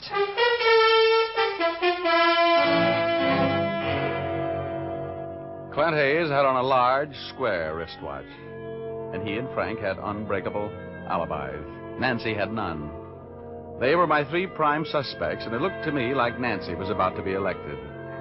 I was sitting there looking for Nancy and carrying on a pointless discussion on headaches, their cause and cure, with Clint, when Nancy came running over. Come on, Clint. You too, Richard. We're all going down to the pool for a moonlight dip. No, I don't think I want to, Nancy. Oh, come on. Just because Janice is feeling rocky tonight is no reason for you to be grumpy. Come on, Richard. Get your swim trunks and give the girls a treat. Huh? All right. I'm in. Come on, Clint. A little dip or two you got. No, I don't think come on, Clint. Oh, might as well, Clint. Sounds like a good idea, doesn't it? Well, Nancy, you got it all organized? Yes, Richard and Clint are crazy about the idea, aren't you? Oh, okay. I'll join you for a while. Nice man, Clint. Hurry up now. See you at the pool.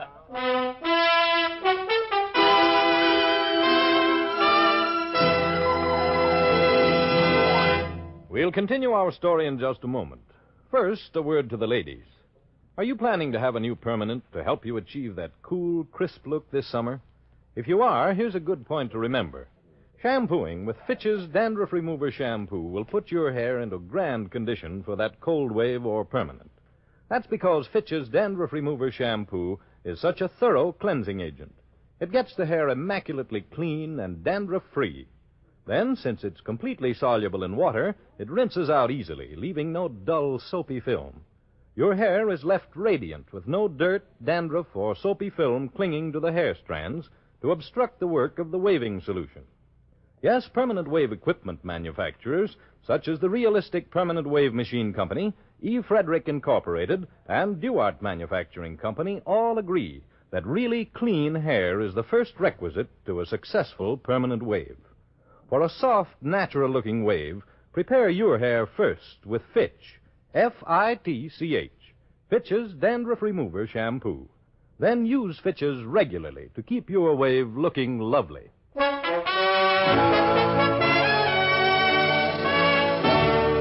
Now back to Dick Powell as Private Investigator Richard Rogue in Rogue's Gallery.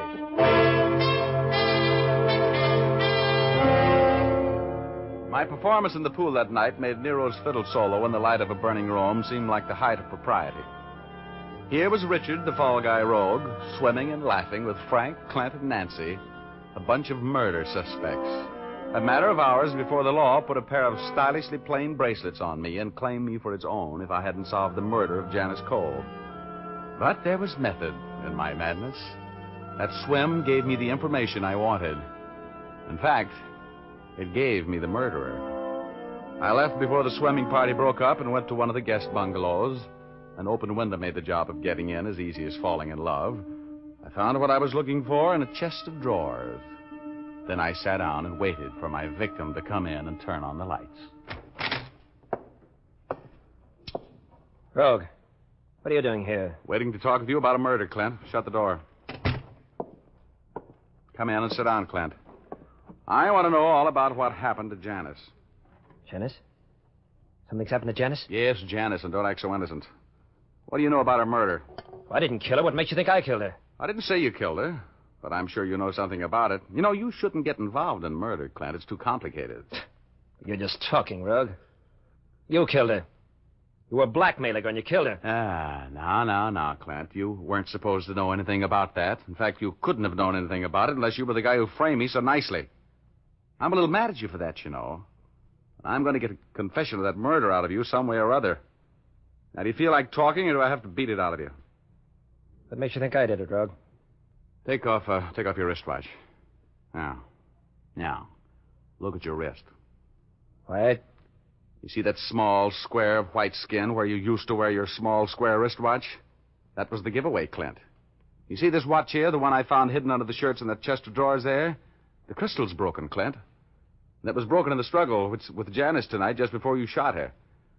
The broken glass was found on the floor of the cabin right where the body was before you moved it to mine. Now, do you feel any more like talking, Clint? Why did you kill her? I didn't kill her. I got until morning for you to start talking, and I've got more socks and a 10-story laundry. Now, let me know when you want to start singing. You know what happened in that room, and you're going to tell me. I didn't kill her. I swear. I didn't, Rogue. I was there. Sure, I was there, but If you didn't kill her, who did? I can't tell you. Come on, Clint. You're not smart enough to work out that frame on me. Who was in this with you? I wouldn't answer that if I were you, Clint. Drop the gun, Rogue. Oh, hello, Frank. Well, you're mixed up in this, too, huh? Well, maybe we can arrange a double execution. I didn't tell him anything, Frank. I didn't tell him a thing. I know it. I was listening. Sit down, Rogue. Sure. Glad to. You were the brains of this deal, weren't you, Frank? It's pretty obvious that quivering mess over there wasn't, isn't it? It's a good thing I was keeping my eye on him tonight.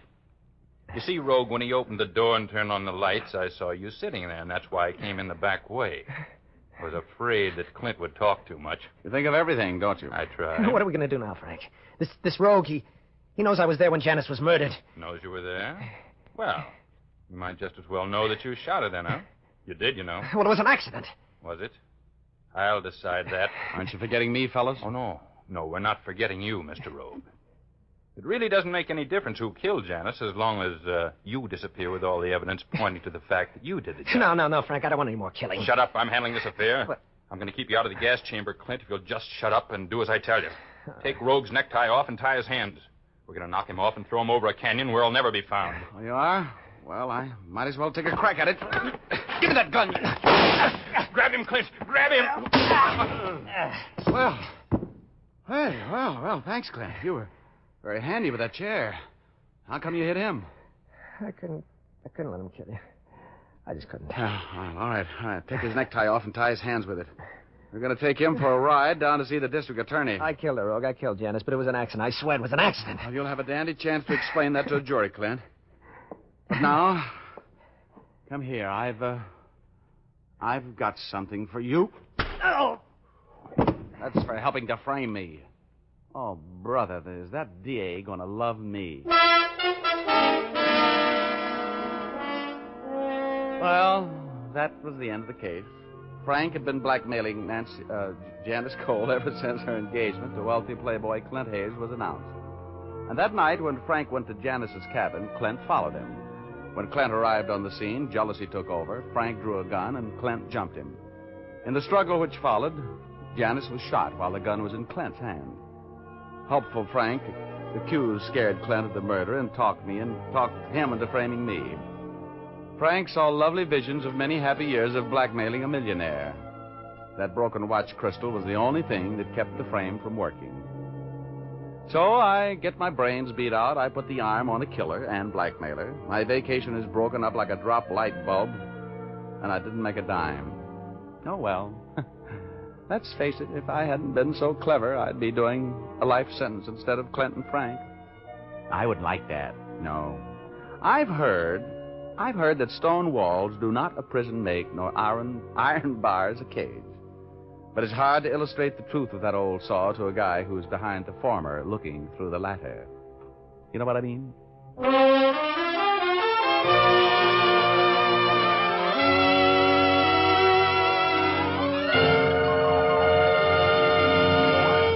This is Dick Mushmouth Powell again, ladies and gentlemen. Hope you enjoyed our story tonight. Ray Buffum wrote it. Leith Stevens composed and conducted the music, and Dee Engelbach produced and directed. Be with us again next Sunday, will you? We have a story for you about a doctor, a dentist, and a miserly old lady who comes up dead. We call it, Where There's a Will, There's a Murder. Thanks for listening, and now here's James with a hair Doyle. Listen again next week at this same time to hear Dick Powell as Private Investigator Richard Rogue in Rogue's Gallery. And by the way, Dick will soon be seen in his newest Columbia picture, Johnny O'Clock. Laugh a while, let a song be your style. Use pitch shampoo. Don't despair, use your head, save your hair. Use pitch shampoo. After and between Fitch shampoos, you can keep your hair shining and manageable by using a few drops of Fitch's Ideal Hair Tonic every day. Fitch's Ideal Hair Tonic is not sticky or greasy, yet it gives your hair that well-groomed look.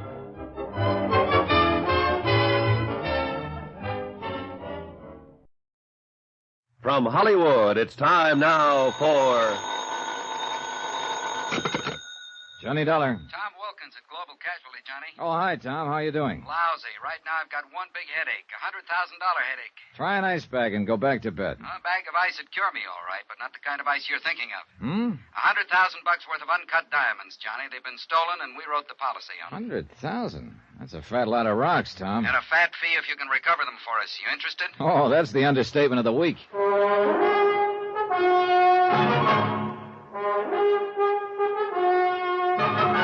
Tonight, and every weekday night, Bob Bailey in the transcribed adventures of the man with the action-packed expense account, America's fabulous freelance insurance investigator. Yours truly, Johnny Dollar.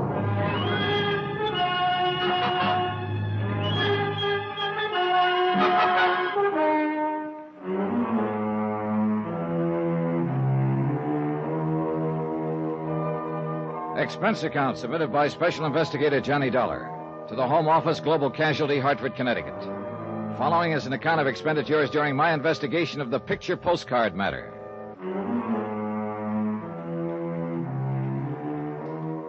Expense account item 1, $1.25. Taxi to the office of Global Casualty, where Tom Wilkins was waiting for me. Looks like we're bucking a pretty well-organized outfit in this deal, Johnny.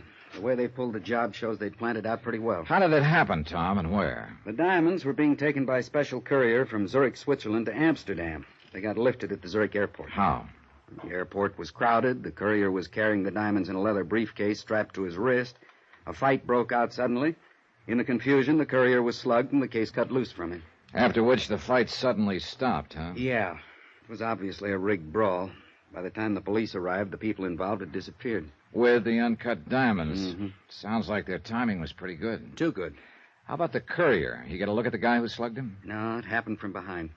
Anybody in the airport crowd able to describe the guys who'd rigged the brawl? Well, no clear description. Somebody mentioned that one of the men involved was stocky, sort of a bull neck. Oh, great. Probably only a couple of million people answering that description. True. Zurich police turn up anything? Not a thing. Well, look, Tom, I'm an insurance investigator, not a magician. You better get yourself another boy. Whoa, Johnny. We got one lead, and it could be enough if it's on the level. Oh? Well, let's have it. The robbery was day before yesterday. This morning, I got an airmail special delivery letter from Zurich. Here, take a look. Regarding the recent diamond matter, I have information which may enable you to recover them. For a reward. So I see. And he wants to talk to somebody about it. Yeah. And I nominate you. It's signed Sebastian. Any idea who he is? None at all. As you see, I was to reply to General Delivery in Zurich. I did. Told him you were the one. Uh-huh. How do I find him? Well, read on. You're to register at the Polo Hotel in Zurich. He or she will contact you there. You think it's on the level? I don't know. Could be a phony. Somebody trying to ace in and promote a fast buck. It's happened before. Sure, and this could be another one. But right now, it's the only lead we've got. We got to take a chance and go along with it. I can't say I care for the postscript here. Extreme caution necessary. Leads me to think there's one thing you'd better be real sure about, Johnny. What's that? That you don't get contacted by the wrong guy. And so, with the sun sinking slowly in the west and my morale slowly following suit, I said goodbye to my cheerful friend and set sail for distant shores. Item 2, $622 plane fare and incidentals to Zurich, Switzerland. It was a quiet, uneventful flight, and I had a lot of time to think. But I didn't much like what I was thinking. Whoever had lifted the uncut stones wouldn't exactly like the idea of an informant spilling the beans to me, and I had a slight hunch I'd be lucky if beans were the only thing that got spilled.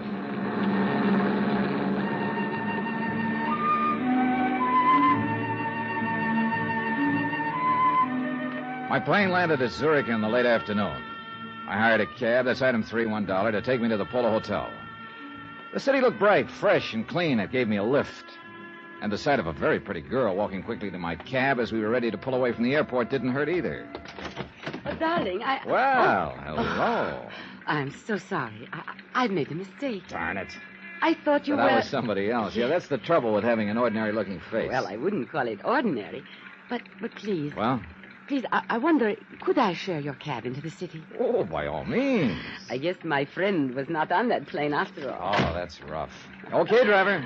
Well, this is very good of you. Well, I'm a real prince when you get to know me, Miss... Schaefer. Ilsa Schaefer. Johnny Dollar.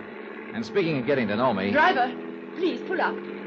Well, hey, how come? Oh, I am so sorry, Mr. Dollar. I just remembered something I have to do. We were just beginning to get acquainted. I know. A pity, isn't it? Well, look, wait, don't... But perhaps this will make up for it. Well, offhand, I can't think of a better start. Now, if you'll only... Goodbye. Hey, Ilsa, wait! Well, if this is the customary Swiss hospitality, driver, sign me up. Then I realized that Ilsa had forgotten her purse. I had the driver cruise around a few minutes, but we didn't see her anywhere. So I dropped her purse off at the Lost and Found office of the taxicab company, then went on to the Polo Hotel. It was in the newer quarter of Zurich, on the lower slopes of the Zurichberg. I went inside and started for the desk in the lobby, but I didn't quite make it. Turn here, please. Sorry, I'm heading for the desk. I said turn here, please. You know, I can't say I care for the way you keep nudging me in the ribs. That wouldn't be a gun, would it? Yes, it would. Now, if you will please come with me. Okay, mister. Where to? To the side entrance. I'll say one thing. I sure didn't expect all the reception committees. The first one I like much better. Skip it, will you?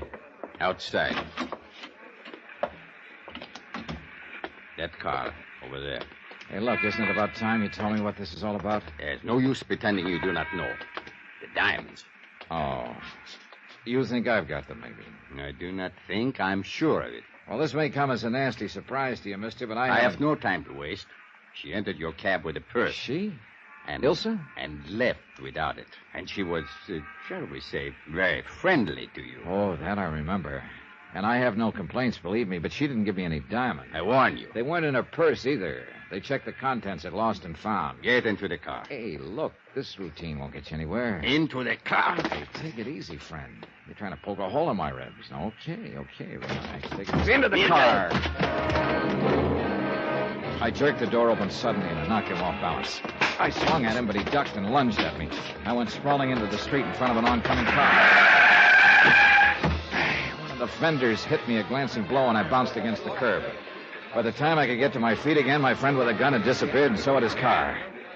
I wasn't hurt, but it took several minutes to convince the very scared cab driver who'd accidentally hit me. He should be scared.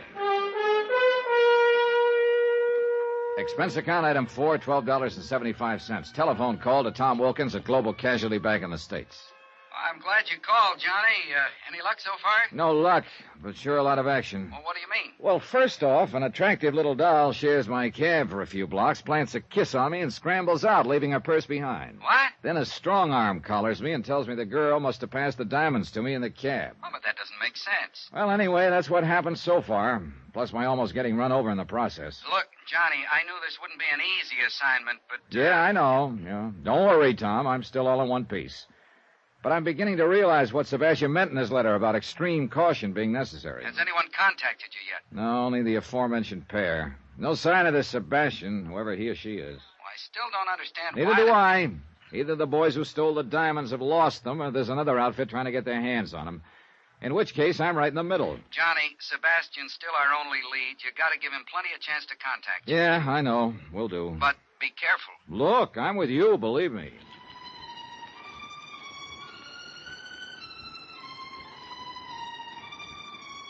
I went up to my room and stretched out on the bed to wait.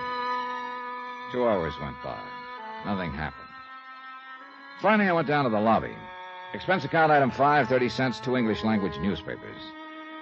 I settled down in the most conspicuous chair I could find and waited some more. Still nothing. I worked my way through the newspapers slowly. Then, finally, somebody came over to the chair that was back to back with mine. I took a quick look. He was well-dressed, dark wavy hair, medium height. But he paid no attention to me and started reading his newspaper. Looked like a wrong guess. Maybe I'd have to wait until tomorrow. So I started to get up. Mr. Dollar. What? Please, put your newspaper in front of your face and do not turn around. Okay.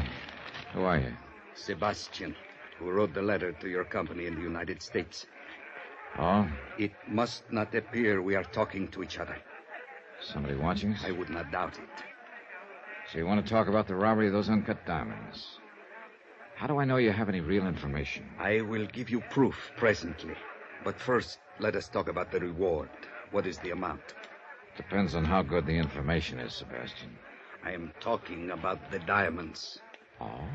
Suppose I were to tell you that I was in a position to guarantee their return. Go on. For $25,000 and no further investigation, I will arrange for the return of the diamonds. I'd have to have proof that you know what you're talking about. Of course. Let me see. My back is to you. Is it your right hand which is closest to the wall and shielded from the lobby? Yeah. Put it down beside your chair. Do not take the newspaper away from your face. Okay. Here. Picture postcard. Yes. Addressed to me, as you see.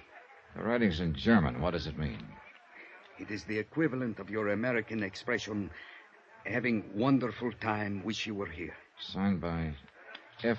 Gruner. Who's he or she? A friend. Look at the picture on the other side. The Kleibach Inn? Yes. An inn in the town of Kleibach in the Alps, several hours from here. Hey, wait a minute. Are the diamonds at the Kleibach Inn? No.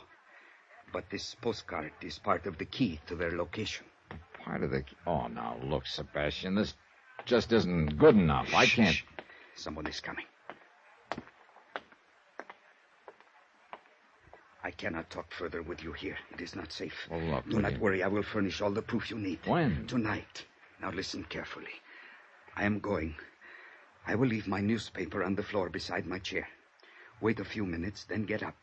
Drop your paper, and when you pick it up, pick up mine also. Then what? On an inner page of my paper, I have written my address.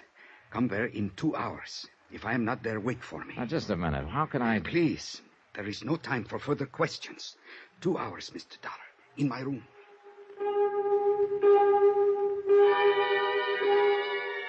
Two hours later, I went to the address he'd given me. A small apartment in another part of the city.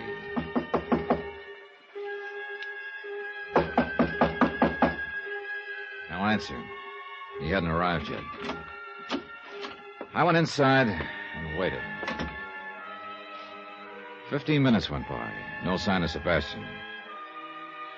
And then something started pecking away at my brain, a faint sound. I finally pegged it, a dripping faucet. It came from the bathroom.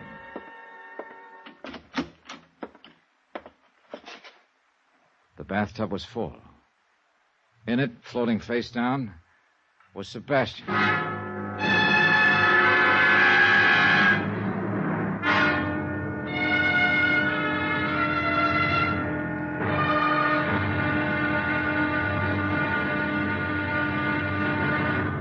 Now, here's our star to tell you about tomorrow's episode of this week's story. Tomorrow, a perfect stranger wants to get acquainted, and a beautiful girl asks me to go skiing.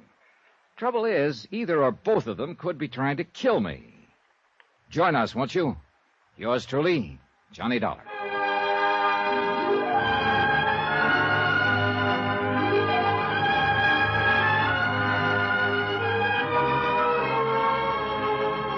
Yours truly, Johnny Dollar, starring Bob Bailey, is transcribed in Hollywood. Written by Robert Reif, it is produced and directed by Jack Johnstone. Be sure to join us tomorrow night, same time and station, for the next exciting episode of Yours truly, Johnny Dollar. Roy Rowan speaking.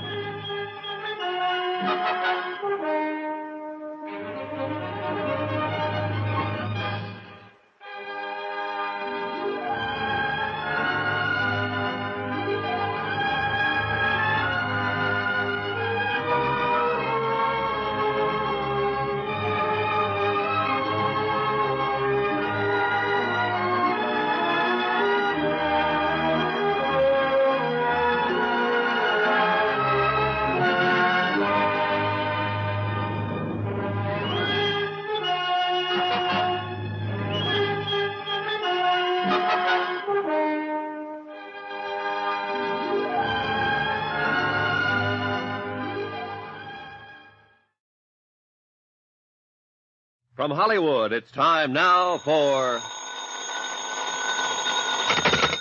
Johnny Dollar. Inspector Herniger of the Zurich Police, Herr Dollar. Oh, yeah, Inspector. I talked to one of your men last night. Yeah, when you report the murder of this man called Sebastian. Yeah, any line on this killer? Not as yet. We are somewhat at a loss as to motive. That I think I can supply. So? Sebastian apparently had information about the robbery of some uncut diamonds here in Zurich. So? Yeah, and he was willing to sell his information. But somebody called off the sale permanently. So find the man who lifted the stones, and we'll have Sebastian's killer. Perhaps. You don't sound convinced. It appears quite possible, Herr Dollar, that Sebastian was killed by a woman.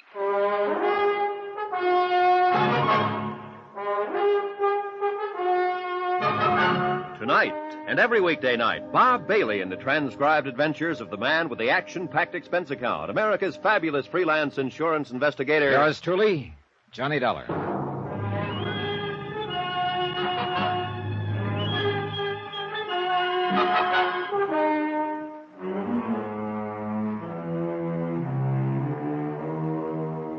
Expense account submitted by Special Investigator Johnny Dollar to the Home Office, Global Casualty, Hartford, Connecticut. Assignment, the picture postcard matter. Location, Zurich, Switzerland. Expense account continued.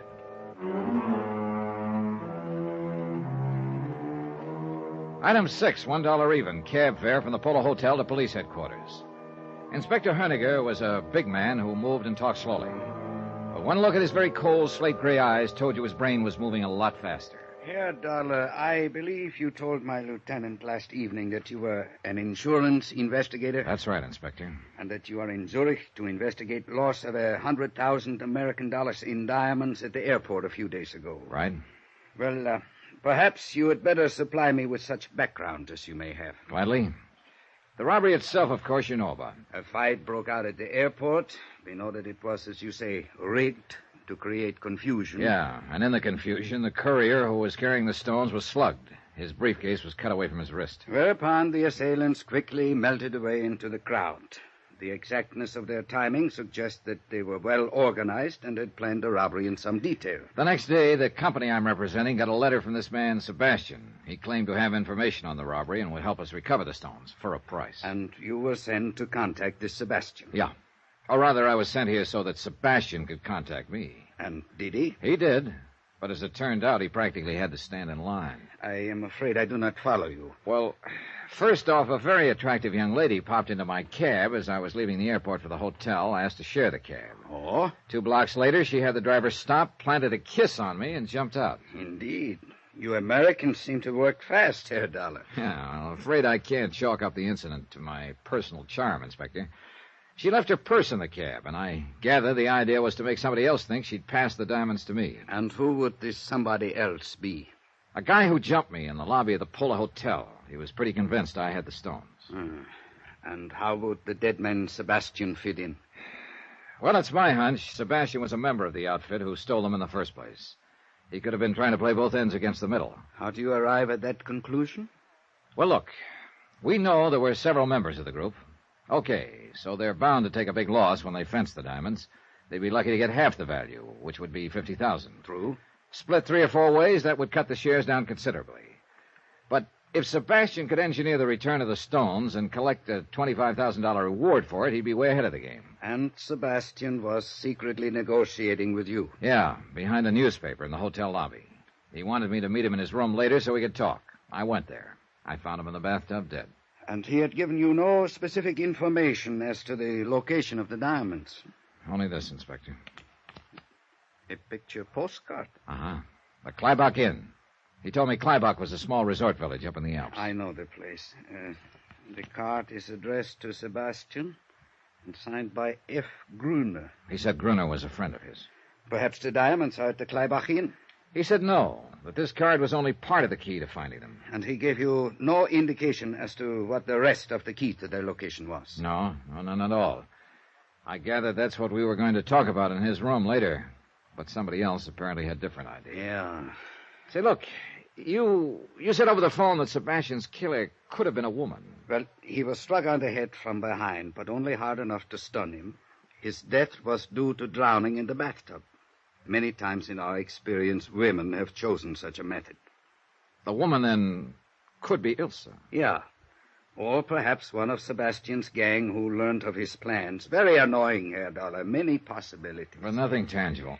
Well, I'm heading for that place on the postcard, Inspector. The Kleibach Inn? Yeah. At this point, part of a key is better than none.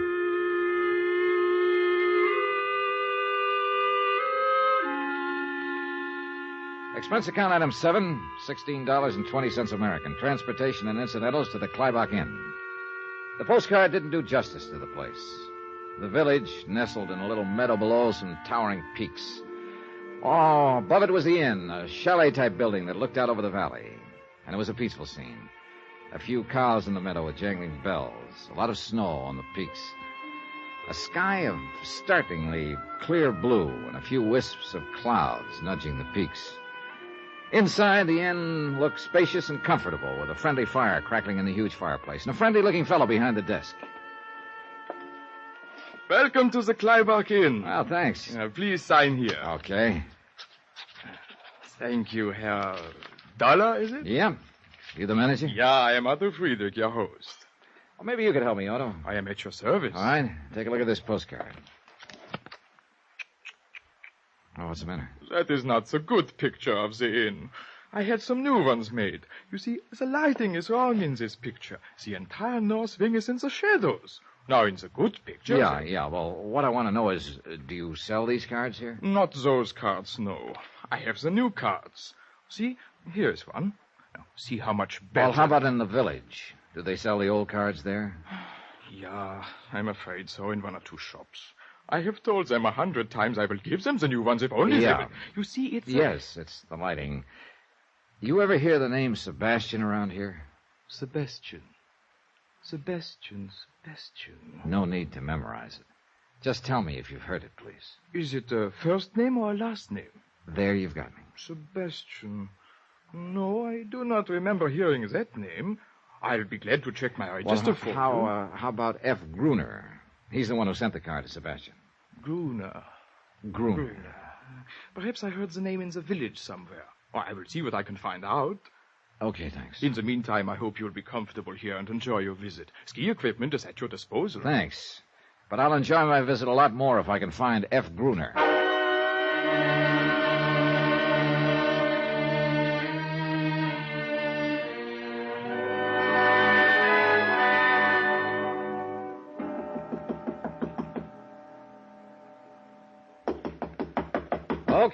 Okay, coming. Yeah? Oh, I say, I'm looking for a chap named Dollar who's supposed to be occupying this room. I'm Johnny Dollar. You? Are you certain? Reasonably. What? Oh, what a pity. Well, I'm sorry, old man, but there's not very much I can do about it. Oh, I didn't mean that. I say you must forgive me. Must I? Well, you see, I used to know a chap in London named Dollar. Delightful fellow, really. Incidentally, I'm Geoffrey Harris. We had ripping times together. How jolly for you. And when I heard that a chap named Dollar had registered here at the inn, well, naturally, I thought it must be old Bunny. Bunny? Yes, old Bunny Dollar. Oh, Bunny was just a nickname, you see. Well, that's reassuring, Harris. You know, there is a bit of a resemblance. You wouldn't by any chance be his brother or cousin, would you? No. Well, after all, Dollar's a bit of an odd name, and I thought... No, I'm sorry. If you'll excuse me, I'm on my way downstairs. Oh, splendid. Well, so am I. Oh? It's quite a coincidence, is it? Well, running to you in this way, I mean, you're absolutely sure that you don't know Bunny Dollar? This I can guarantee. Oh, what a pity. He's really worlds of fun. Oh, yes, I could imagine. But what do you know? What's that? Oh, nothing. I just spotted an old friend over at the bar. See you later, Harris. Oh, I see. So I can see your point, old man. Well, hello, Elsa. It is Ilsa Schaefer, isn't it? Why, you're the one. Yeah, that's right. Johnny Dollar, the one you shared a cab with back in Zurich. Yes, of course. What a coincidence. Isn't it? Incidentally, Johnny, I want to thank you for turning my purse in. It was foolish of me to leave it in your cab. Just an oversight, huh?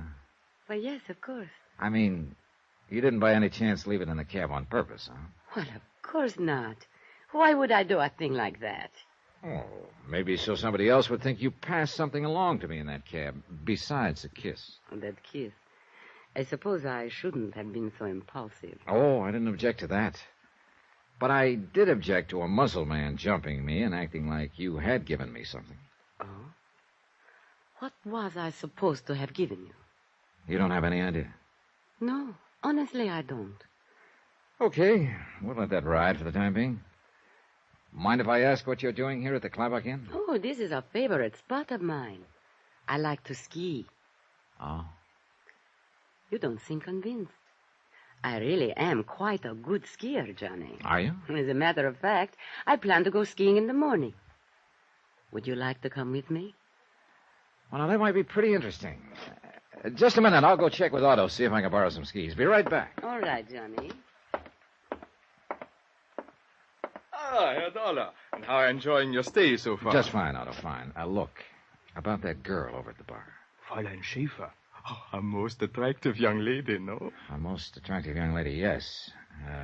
This seems to be a favorite spot of hers. I am very happy to hear that, Herr Dollar. I suppose she comes here often, huh? This is her first visit to the Kleibach Inn. You're sure about that? Of course. I would certainly remember a young lady like her. Yes, this is her first visit, but I hope it will not be her last. Don't count on it, Otto.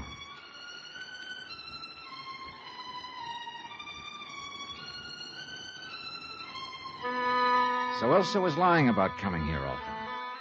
That could mean she'd lied about a few other things, too, like leaving her purse in my cab accidentally. She might have been trying to make it look like she'd passed the stolen diamonds on to me and thus take the heat off herself and whoever she was working with. I remembered what Inspector Honegger had told me, that Sebastian's killer could be a woman. I went back to the bar. Did you arrange for the skis? Yeah, I guess I'm all set. Good. Tomorrow morning, then. All right, where? Well, I had in mind the North Slope, but perhaps you would not like that. Why not? Some people consider it too dangerous. Oh, I don't think I should worry about the danger, do you? Mm-hmm. After all, Elsa, I'll be in the best of hands. Thank you. I'm sure you'll take good care of me. I will certainly try to, Johnny.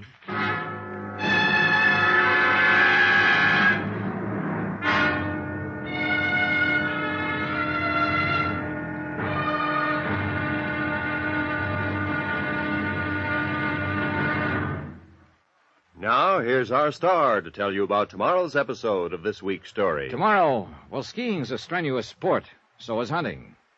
Put them together, and it's liable to kill you. Join us, won't you? Yours truly, Johnny Dollar.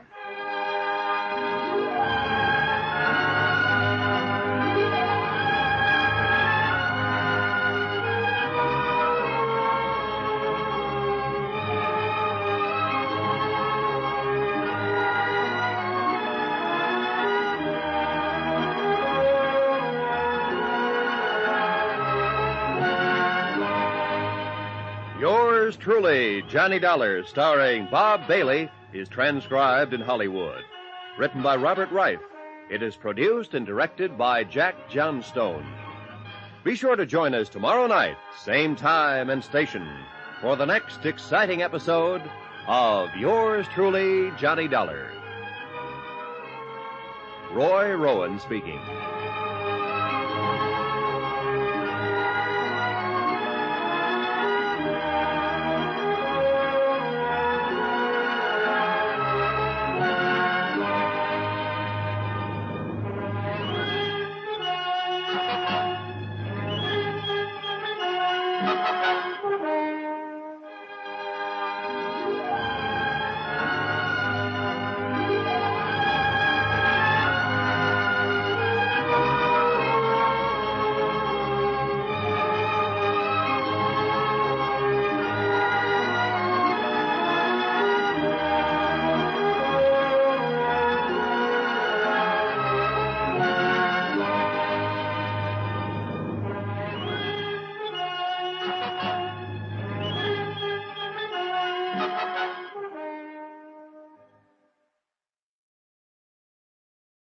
From Hollywood, it's time now for... Johnny Dollar. This is Otto, the innkeeper. I have a telephone call for you from Police Inspector Honecker in Zurich. I will put him on. Go ahead. Hi, Inspector. Any line on Sebastian's killer? Not yet, Herr Dollar. That also means no line on the stolen diamonds, huh? I do not know. You recall the picture postcard Sebastian gave you before his death? The picture of the Kleibach Inn? Sure. He said it was part of a key to the location of the diamonds.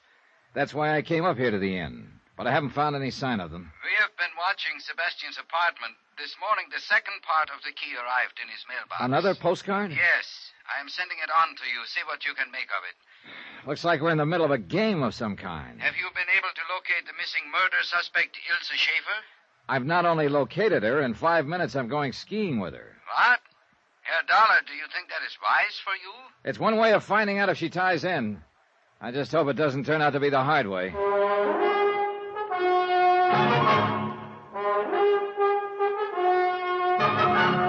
Tonight, and every weekday night, Bob Bailey in the transcribed adventures of the man with the action-packed expense account, America's fabulous freelance insurance investigator. Yours truly, Johnny Dollar.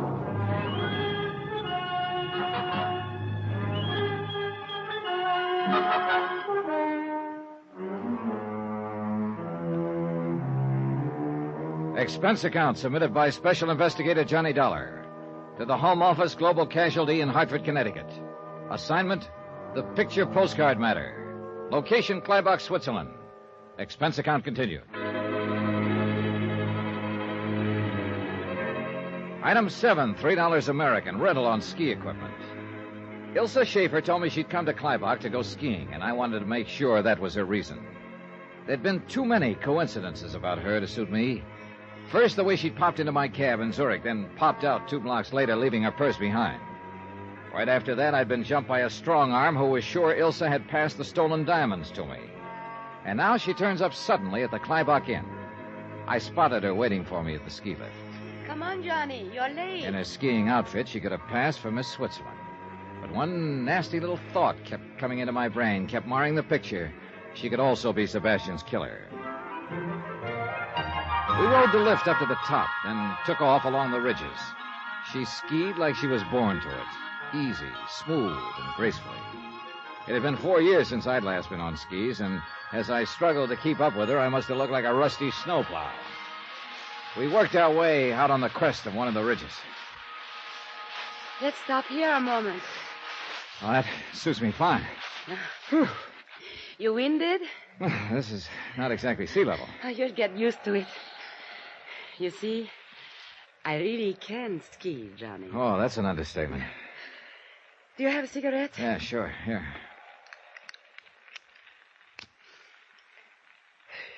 Thanks. Isn't it beautiful up here, Johnny? Yeah. You see that little dot way down there? That is the inn. A long way down. That's what I like about skiing. Everything is so remote, so far below. When you're up here, all that down there, it just doesn't exist anymore. It's always there when you get back, though. You are too practical, Johnny. But, you know, it's fun being with you. Thanks. I still can't get over it. What? Well, the coincidence that I should share your cab in Zurich and then run into you again at the Kleibach Inn. But I am glad. Aren't you? Can't say that I... Johnny! Must have come from that other ridge behind the rocks. Closer. We're sitting ducks on this ridge. Quick, down the left side of it. There is a shortcut. Let's go. Keep low, Ilsa. Who could be shooting at us? We'll figure that out when we get out of range. He's still right with us. We'll be out of sight in a moment. Could be a moment too late. There. We are past the shoulder. Yeah. Slope's pretty steep here. This is the quickest way. The shoulder of the ridge will keep us out of sight. Maybe. What do you mean? We get going much faster and we're going to take off. Hey, ahead of us, a cliff. Johnny, stop! What do you think I'm trying to do? Johnny, watch out! Can't. Oh, brother. Johnny. 4 feet more and I'd... Thank heaven. This was a real great route you picked, Ilsa. Oh, I can't tell you how sorry I am. Sorry I didn't go over the edge. Oh, of course not. I mean, I'm sorry that in the excitement, I forgot about the avalanche. Avalanche? Yes, several months ago. It took away part of the slope and left this sheer drop. Forgot about it, huh? Well, I just told you I did. I noticed you didn't have much trouble stopping in time. But I was behind you. Oh, yeah, that's just where you were, behind me. What are you trying to say, Johnny? Just that this is one coincidence too many, Ilsa. We just happened to stop on the top of the ridge, right where I make a grade A target. Then you just happen to forget there's a sheer drop on this shortcut you got me to take. But I explained Come on, we're that... going back to the inn.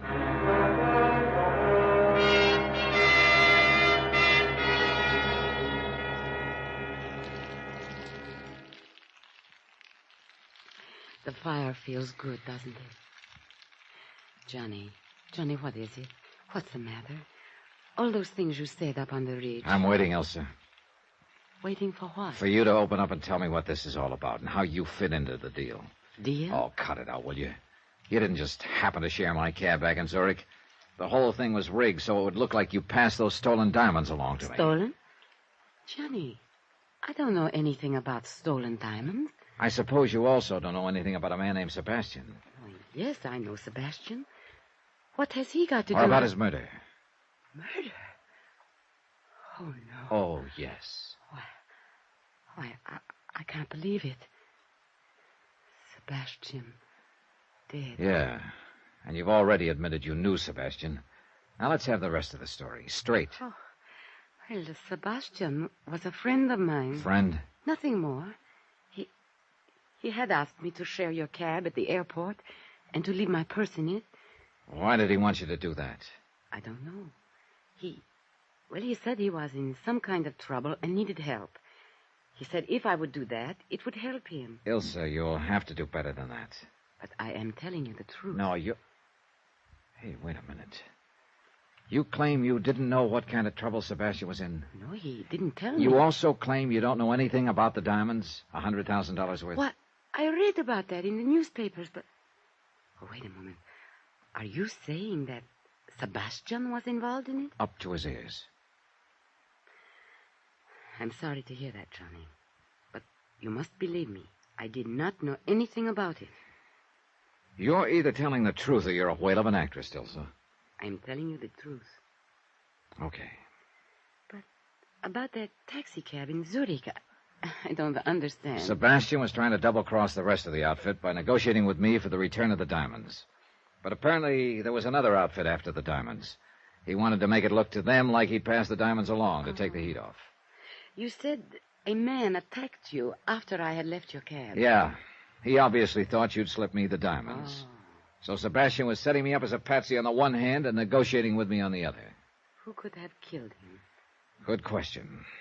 Could be the outfit trying to grab the stones. Or Sebastian's own crowd found out he was trying to sell them out. And the person who shot at us up on the Same ridge? two possibilities. Which reminds me, you still haven't explained how you happened to come up here to the Kleibach Inn. Oh. Well, Sebastian told me he had unfinished business in Zurich, and he would meet me here in a few days, and we would go skiing. I see. Tell me, did you know any of Sebastian's friends? One or two, slightly. Was one of them big and powerful, thick features, almost bald? No. Why? Well, he's the one who jumped me in the hotel lobby after my cab ride with you. Oh, no. I am certain I would remember him the way you describe him. Oh, there was a man Sebastian spent a great deal of time with, but he was short and stocky with very thick neck. Well, that fits the description of one of the men in the robbery at the Zurich airport. Do you know his name? Why, Brunner, I think it was. Could it have been Gruner? Yes, Gruner. The man who sent the postcard to Sebastian. Yeah, that ties in all right. Postcard? Oh, well, skip that. Was one of Sebastian's friends an Englishman? Not that I know of. Why? Well, a fellow named Jeffrey Harris here at the hotel's been trying to strike up an acquaintance with me. Claims he thought I was old Bunny Dollar, a friend of his from London. Oh, well. Johnny, if you'll excuse me, I'm very tired and upset about this news of Sebastian. I think I'll go to my room. Yeah, okay, Elsa. If there's anything more I can do Don't to help worry. you... I'll let you know. All right, I'll see you later. Herr Dollar? Oh, Otto. Did you enjoy your skiing? Well, let's say it was real interesting. Got a question for you, Otto. Huh? As a man of experience, how do you tell if a woman is lying? Okay, Herr Dollar. As an innkeeper, I learned long ago that one listens to a woman, agrees with her, smiles politely, keeps his eyes open, and believes what he wishes about her. Yeah, well, I guess that's as good advice as any. Herr Dollar, this letter arrived for you from Zurich by special messenger while you were out. Oh, yeah, I was expecting it. Thanks, Otto. One more thing. Yeah? Did anybody else go skiing this morning? From the inn? No. I see. But the Englishman... Jeffrey Harris? What about him? He likes to climb the rocks. He went out for a while. Climbing rocks, huh? Thanks a lot. Yeah. Jeffrey Harris could be my boy, all right. But at the moment, I was more interested in the contents of the envelope Police Inspector Honegger had sent me from Zurich. I tore it open and examined the postcard inside. Expense item 8, 2.5, long-distance call to Zurich and Honegger. You received the postcard, Herr Dollar? Yeah, from Gruner to Sebastian, a picture of a chalet on the side of a mountain. You say this card arrived in Sebastian's mailbox? This morning. Apparently, Gruner is unaware of Sebastian's death. What do you make of the card? Well, the chalet in the picture is sort of a small halfway house for skiers. Is it attended? No, empty most of the time. Herr Dollar, possibly the first postcard of the inn was simply for the purpose of guiding Sebastian to Kleibach. The second is perhaps a picture of the actual location of the diamonds. That's what I'm going up there to find out. The trail up the mountain started in back of the inn. I worked my way up the ridge slowly, keeping an eye on every clump of rock, just in case my friend with the rifle was still on the prowl. Near the crest, I stopped for breath. Suddenly, I spotted something moving far down the slope below me. Someone was descending from rock to rock, almost down to the inn. It was too far to tell for sure, but it looked like the Englishman, Jeffrey Harris. I started my climb again. 10 minutes later, I reached the halfway house, the place on the postcard. It was small, just a shelter, and there was no sign of life. Inside, the place was in a shambles, completely torn about. If this had been the hiding place of the stolen diamonds, somebody had sure beat me to it.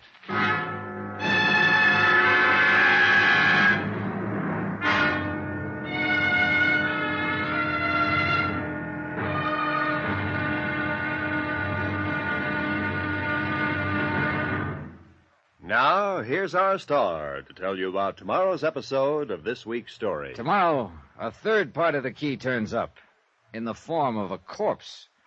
Join us, won't you? Yours truly, Johnny Dollar.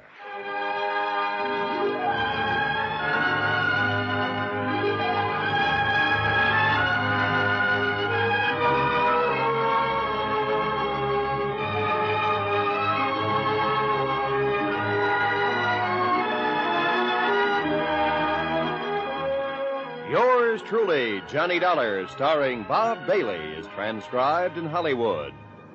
Written by Robert Reif, it is produced and directed by Jack Johnstone. Be sure to join us tomorrow night, same time and station, for the next exciting episode of Yours truly, Johnny Dollar. Roy Rowan speaking.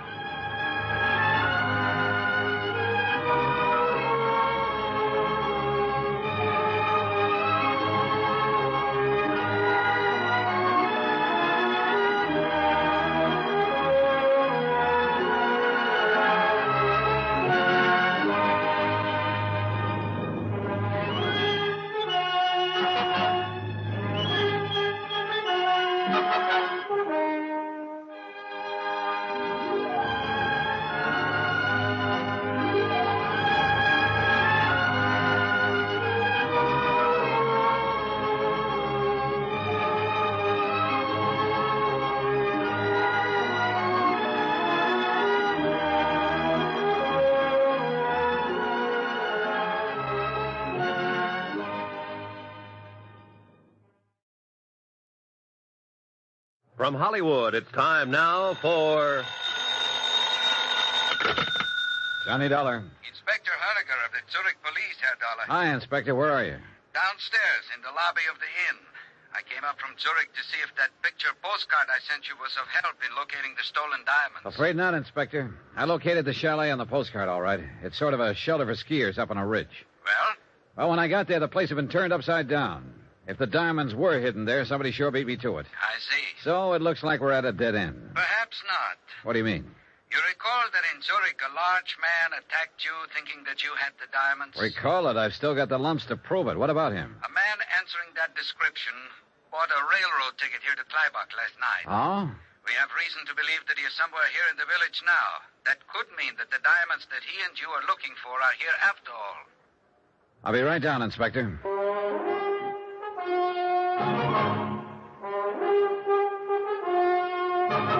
Tonight, and every weekday night, Bob Bailey in the transcribed adventures of the man with the action-packed expense account, America's fabulous freelance insurance investigator. Yours truly, Johnny Dollar.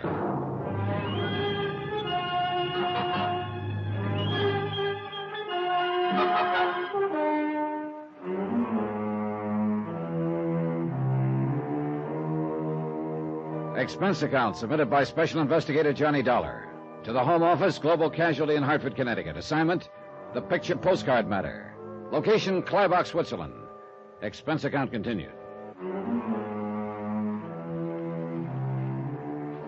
Item 9, 70 cents. 1 pot of coffee for Inspector Honegger and myself at the Kleibach Inn. Ah, most perplexing case, Herr Dollar. A skillfully timed robbery of the uncut diamonds at the Zurich airport last week, and then these puzzling postcards supposedly giving the location of the diamonds. Yeah, they've got to be the key, Inspector. If we can only figure them out. Look, we know now that Sebastian was in on the robbery and was trying to negotiate secretly for the return of the stones. Yeah, and he told you before he was murdered that the postcard he gave you was a part of the key to the location of the diamonds. That's right. It was signed by a man named Gruner. And according to Ilse Schaefer, Gruner was a friend of Sebastian's. Her description of Gruner matches one of the men in the robbery at the airport. And what of this young lady, Ilse Schaefer? What do you make of her? Well, that's a good question, Inspector. I wish I knew the answer. I hope she's in the clear. Hope? Oh, I see. All right, so I'm normal. Yeah, she is a very attractive young lady. But there is also the chance that she is involved, that she killed Sebastian. I know. She could be involved, or she could be innocent. It's a 50-50 proposition, I guess. Pay your money and take your choice. More coffee, Inspector? Please. Thank you.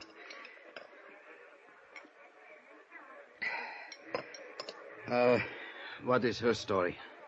Well, I finally got her to admit she didn't share my cab in Zurich and leave her purse in it just by coincidence. It was Sebastian's idea to make it look like she'd passed something along to me. But why would Sebastian wish to make it appear that you had the diamonds if he was trying to negotiate with you for their return? That does not make sense. Actually, I think it does, Inspector. It could go together this way. After the robbery, the gang split up. Gruner was to hide the diamonds, then get word to Sebastian as to their location. Of this much we are fairly certain. Okay. But now Sebastian gets the bright idea of double-crossing his buddies. He gets in touch with the insurance company I represent, and they send me to Zurich to negotiate with him. I still do not... In the meantime, though, another outfit has moved into the picture and is trying to grab the stones from Sebastian and his boys. Yeah, that would explain many things. Sure it would. That's why he rigged that deal with Ilse in my taxicab, to make it look to the other outfit like I had the stones. That would take them off his neck for a while. Yeah, he was playing me for a patsy. But I've got to admit it was a pretty fair scheme. Then later, Sebastian contacts you and gives you the first postcard. Mm-hmm. He tells you it is part of the key to the location of the diamonds. That's right. But Sebastian didn't move fast enough, so he wound up dead. But his confederate Gruner sent him a second card. Oh, probably mailed before Sebastian was killed. It is possible. Now, the first postcard is a picture of this Kleibach Inn. Yeah, and according to Otto, the innkeeper, it's not the best picture of the inn. I asked him about Gruner. He said he thought he'd heard the name somewhere, but that Gruner hadn't been a guest here. Perhaps he is down in the village. Well, I'm going to check that today. But if the diamonds are in the village, why the postcard of the inn? And why the second postcard of the ski hut on the ridge? I do not know. Is there anybody here at the inn that you suspect of being an accomplice of Gruner and Sebastian? Ilse Schaefer, for one.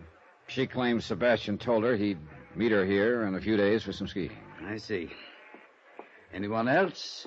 An Englishman named Jeffrey Harris. He seems pretty interested in me. Claims he thought I was a friend of his from London. He might be telling the truth. Yeah, he might be. But I found out he likes to climb mountains. And he was up there somewhere this morning when Ilse and I were skiing and got shot at. Do you think Fräulein Schaefer could have maneuvered you into that position? Well, if she did, she had a lot of confidence in the marksmanship of her buddy in the rocks. And you told me she suggested a route of escape which ended suddenly at a cliff. Which I almost went off of. Yeah, Inspector, I hate to say it, but she could be the one. And I've got to find out one way or the other. Which means I'm going to stick pretty close to her for the time being. I gather that prospect is not entirely unpleasant to you. But be careful, Herr Dollar. She could be dangerous. So could Jeffrey Harris. On my way to the ski hut this afternoon, I spotted him down the mountain from me. And the ski hut had been torn apart. Yeah. If the diamonds were there, they're gone now. And Harris could be the boy who beat me to them. If he or anybody attempts to leave Kleibach, one of my men at the railroad station will report it. Well, I must be getting back to Zurich, Herr Dollar. Who knows? Perhaps these postcards are just decoys. And the stones are still in Zurich? No, I'd bet my bottom dollar they're here in Kleibach somewhere. If I could only figure out the meaning of those postcards. Yeah. Otherwise, why would the man who attacked you in Zurich have come here? He must be hiding out in the village somewhere. Well, perhaps I can turn up something else of help in Zurich. Right now, Inspector, anything would be of help, believe me. After Inspector Honegger left, I studied the postcards again, but I got nowhere. One of the inn, the other the ski hut. What did they mean? I went out on the balcony outside my room and looked up at the mountains. But I couldn't see the ski hut from there. A ridge was in the way. I did see something else, though. 3 rooms down the balcony, Jeffrey Harris's French doors were open. His room was empty. So I decided to have a look. I wasn't sure just what I was looking for. Anything that would indicate whether or not Harris was involved in the whole thing. I worked my way to the closet, turning up one big nothing. His clothes were hung neatly in place, and in one corner was stacked some climbing gear. I reached around behind it, and my hand touched metal. I pulled it into view. A rifle with a telescopic sight. I sniffed at the barrel. The gun had been fired recently.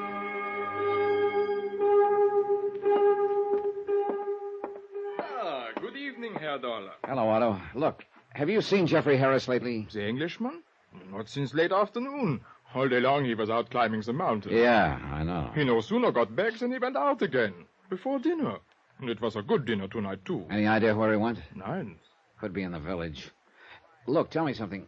When he arrived here at your inn, did he have a gun case in his luggage? He had a lot of climbing equipment, but I did not notice a gun case. Well, he could have taken it apart and packed it in his suitcase. Why do you ask, Herr Dollar? Oh, skip it. I'll see you later, Otto. Johnny. Oh, hello, Elsa. I've been looking for you. Yeah? Have you been able to find out who are shooting at us up on the ridge this morning? I'm not sure yet. You still do not trust me, do you? I don't know, Elsa. What can I do to prove to you that I am not involved? In what? Anything. The diamond robbery, the murder of Sebastian, the attempt on your life this morning. I like you, Johnny. I don't want you thinking such things about me. Look, let's talk about it later on. Why not now? I have to go into the village. Well, perhaps I could go with you, Johnny. Do you mind? No. Matter of fact, that might be a good idea.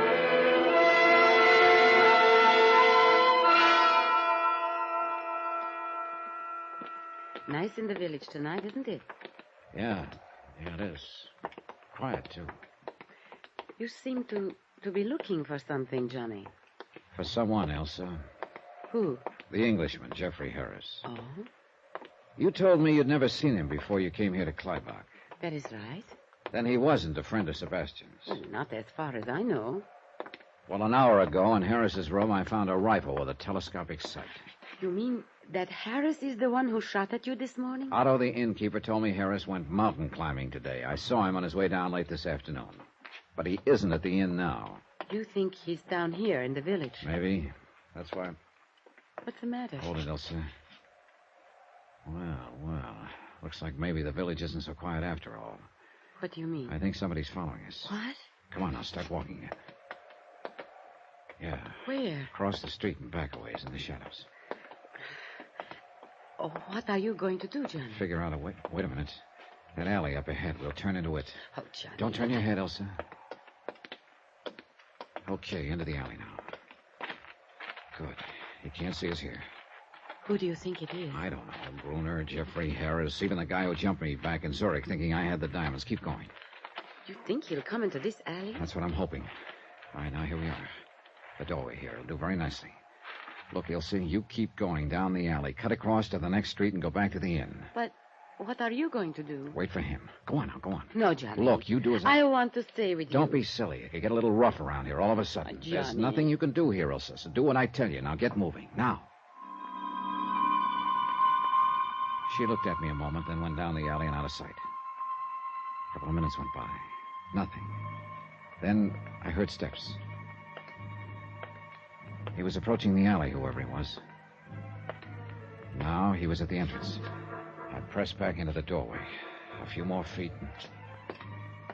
Oh, wait a minute. He decided not to bite. I edged out of the doorway and back to the mouth of the alley. Then I stuck my head around the corner. Nobody.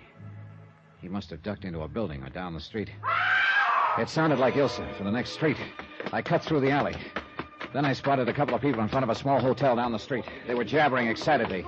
There was a man crumpled up on the ground. Ilse saw me and ran over. Johnny. Oh, Johnny. What's the matter, Ilse? He fell out of the upstairs window, almost in front of me. Who is it? It's Sebastian's friend, Gruner. Gruner. The guy who'd been writing postcards to Sebastian. Gruner. The only man in the world who knew where the diamonds were hidden. My one lead. Dead.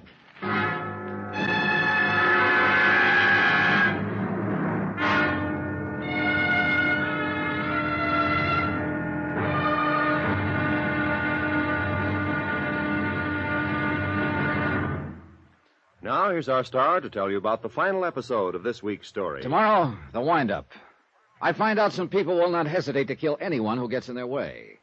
And that's not so good when the man in the way is me. Join us, won't you? Yours truly, Johnny Dollar.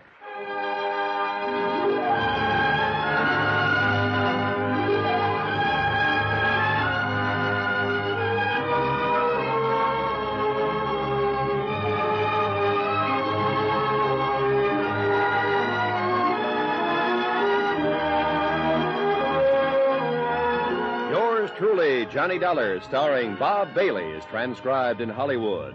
Written by Robert Reif, it is produced and directed by Jack Johnstone. Be sure to join us tomorrow night, same time and station, for the next exciting episode of Yours Truly, Johnny Dollar. Roy Rowan speaking.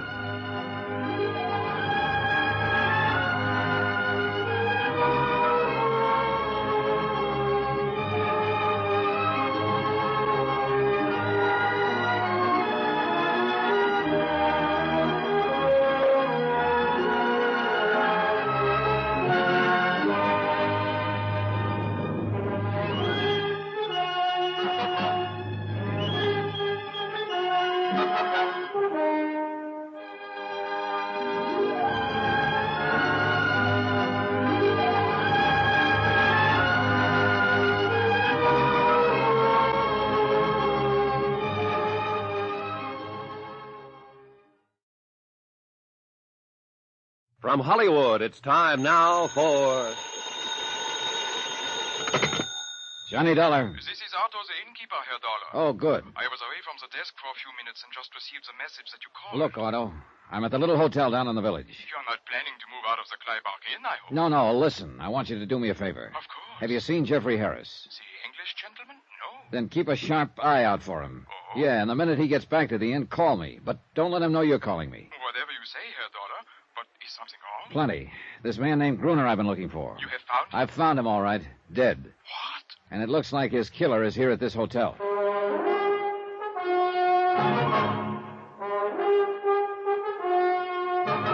Tonight, and every weekday night, Bob Bailey in the transcribed adventures of the man with the action-packed expense account, America's fabulous freelance insurance investigator. Yours truly, Johnny Dollar.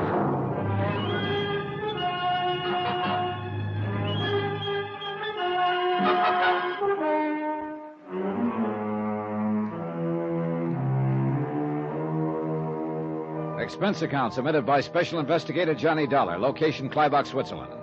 To the Home Office, Global Casualty, Hartford, Connecticut. Assignment, the picture postcard matter. Expense account continued. The murder of Gruner meant that I had lost the one solid lead I had on the whole case. Unless, of course, I could round up whoever put him away. Item 10, $1 to the desk clerk for watching the rear entrance of the hotel in case the killer should try to get out that way. Well, what are you going to do, Johnny? Go upstairs and take a look. I'm coming with you. No, stay here. I won't. I'm coming with you. All right, I don't have time to argue. Now tell me again just what happened, Elsa. You realized we were being followed along the street.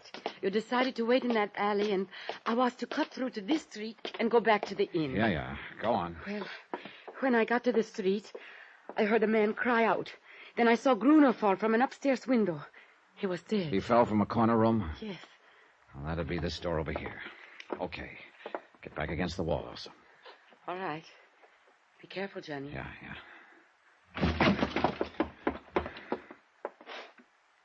Empty. Maybe one of the other rooms, Johnny. Yeah. Hey. Somebody just locked up. That was down the hall. Yeah, come on. That room at the end. Get back, Elsa.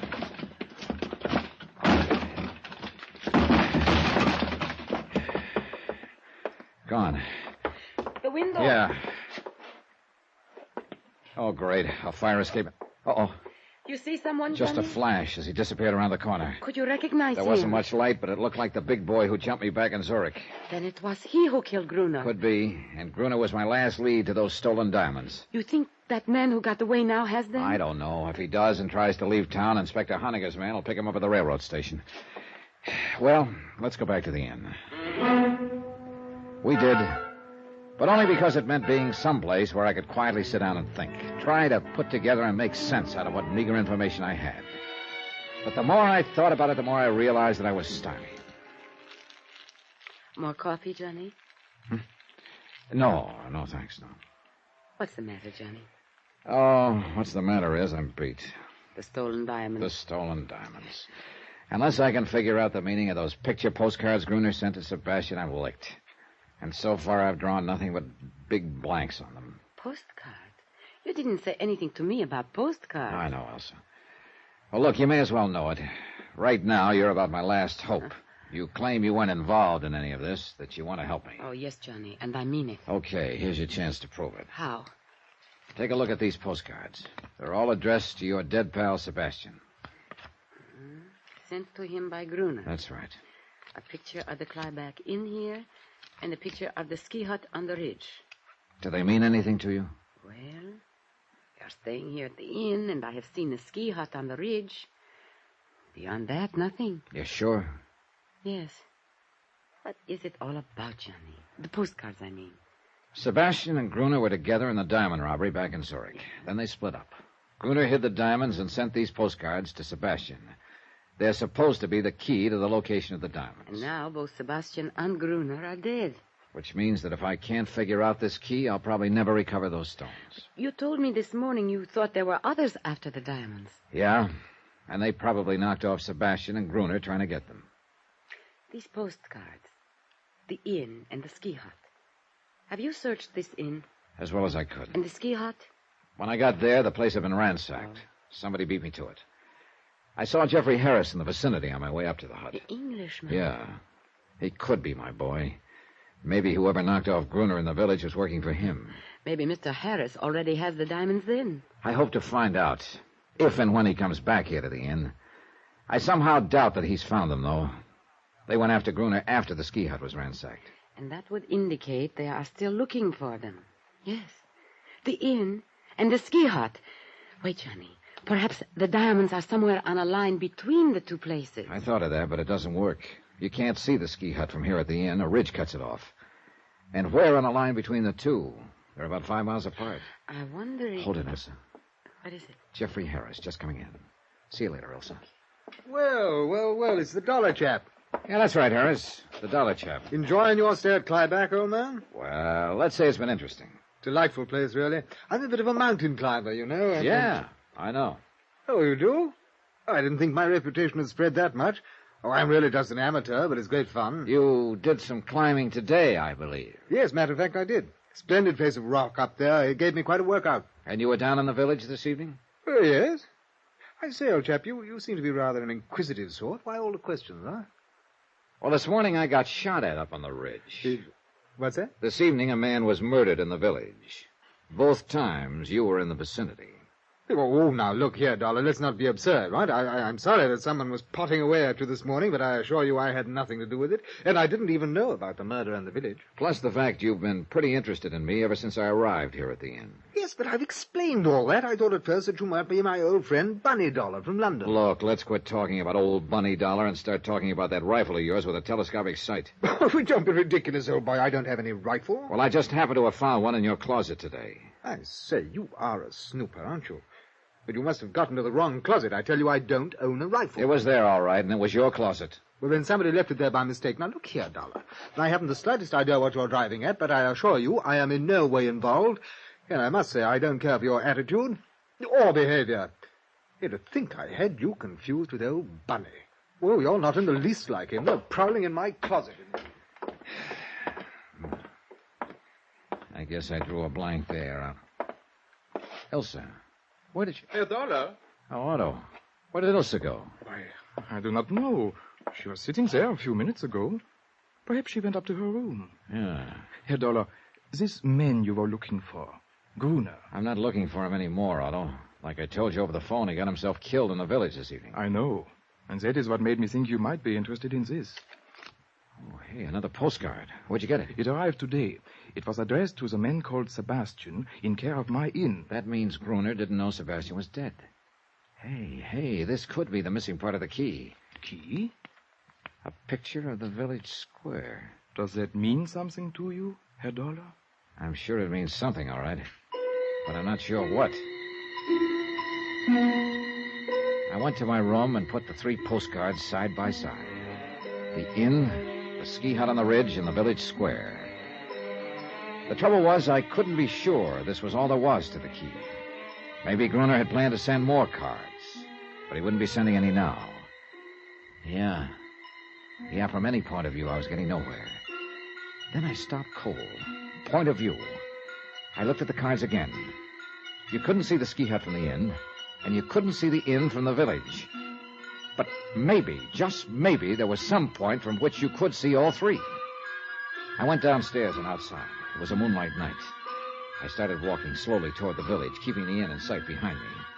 Finally, I came to a point in the road where I could see both the inn and the village square in the distance.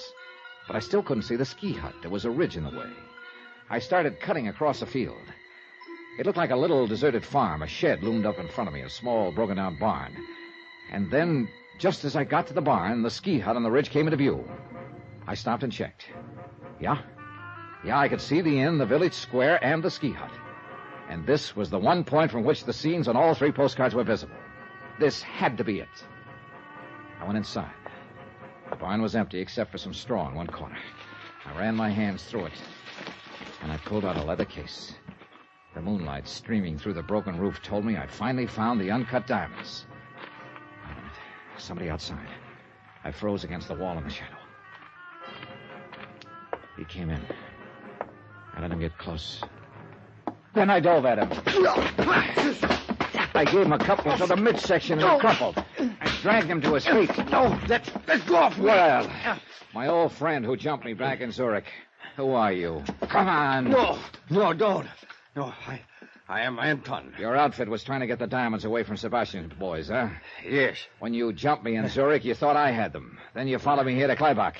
And you killed Gruner trying to make him talk. Okay, who are you working for? Spell it. No, nobody. I am working alone. Don't give me that. You haven't the brains to mastermind a deal like this. Now, who's the boss? I can't tell you. Open up, Anton. Start talking. That is enough, Herr Dollar. What? Otto. Stand very still. Well, so the little innkeeper is Anton's boss. You stupid fool, Anton. Yeah, well, what could I do, Otto? I didn't know he had me approaching. One blunder after another. But I think I get it now, Otto. It was you who shot at me up at the ridge this morning. Then you planted the rifle in the Englishman's room. I realized after I had missed that perhaps it was just as well, Dollar. Sure. You realized I might be able to help you. You couldn't figure out the location of the stones, although you had one of the postcards. But you knew I had the other two and might be able to figure out the three of them. Why not? So you gave me the third card, hoping I'd lead you to the diamonds. Which you very obligingly did. Give me the diamonds, Dollar. I will take them. Stand back, Anton. What? But Otto... Sure. You don't think he's really going to split with you, do you, Anton? What do you mean? Otto... Stay where you are, Anton. You have served your purpose. After all I have done for you. What? You stand back! Anton started for Otto, who took his eyes off for a second. That's what I was waiting for. I dove at him just as his gun went off. Anton crumpled, and after a fist in his face, Otto did likewise. I knelt down and picked up his gun. All right, Otto. Just hold it where you are. But my shoulder, I'm hurt. Don't worry, Anton. There's enough of you left to talk to the police. And you know, I got a hunch you're going to be a real cooperative witness.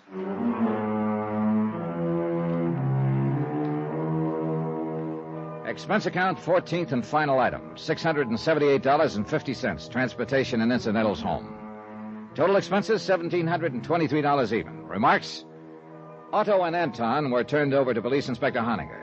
The diamonds are in safekeeping. About Otto. Well, greed is one of the 7 deadly sins. It sure turned out to be the deadliest one for Otto. About Elsa? Well, please consider me available for any future assignments in Switzerland. End of report.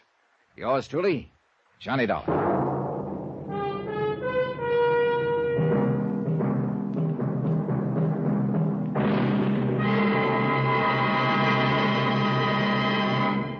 Now, here's our star to tell you about next week's story.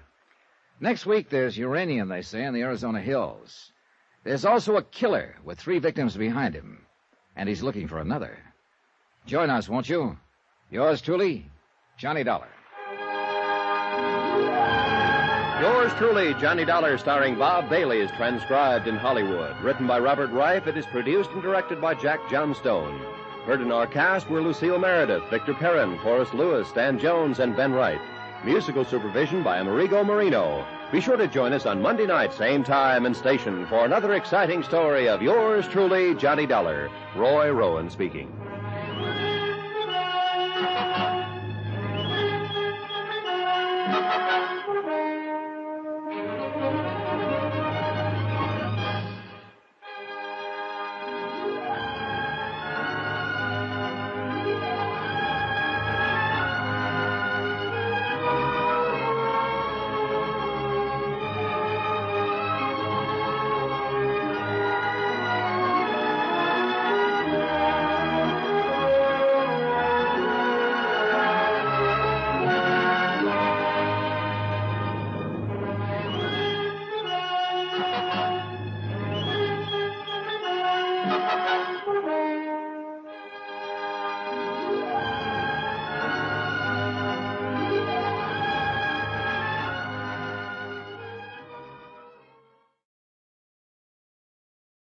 From Hollywood, it's time now for... Johnny Dollar. Vic Carson, Johnny, State Unity Life. Oh, what's on your mind, Vic? Got a job for you if you're interested. I just received a report from our agent in Venice that... Venice? Oh, I'd love it. Soft nights along the canals. Venice, California, Johnny. Okay, what is it? Murder. Bernard Slade, age 56, penny arcade operator in Ocean Park. That's right. Right next door to Venice. Go on. Well, the body was found in living quarters at the rear of an arcade in the amusement zone. Killer unknown. And? Barney Slade must have been quite a movie fan. The police found his apartment plastered with photographs of the movie greats. Silent screen vintage, that is. At least a dozen of them were of Mavis Gale, a real queen in her day. Yeah, the vamp type, I know. Oh? Oh, it's just a vague recollection, you understand. Yeah. Well, the police also reported that somebody, the killer probably, had drawn a big question mark in red crayon over each of Mavis Gale's photographs. Interesting. If it means anything. We think it does, Johnny. Especially since Mavis Gale is named as the beneficiary in Bernard Slade's insurance policy.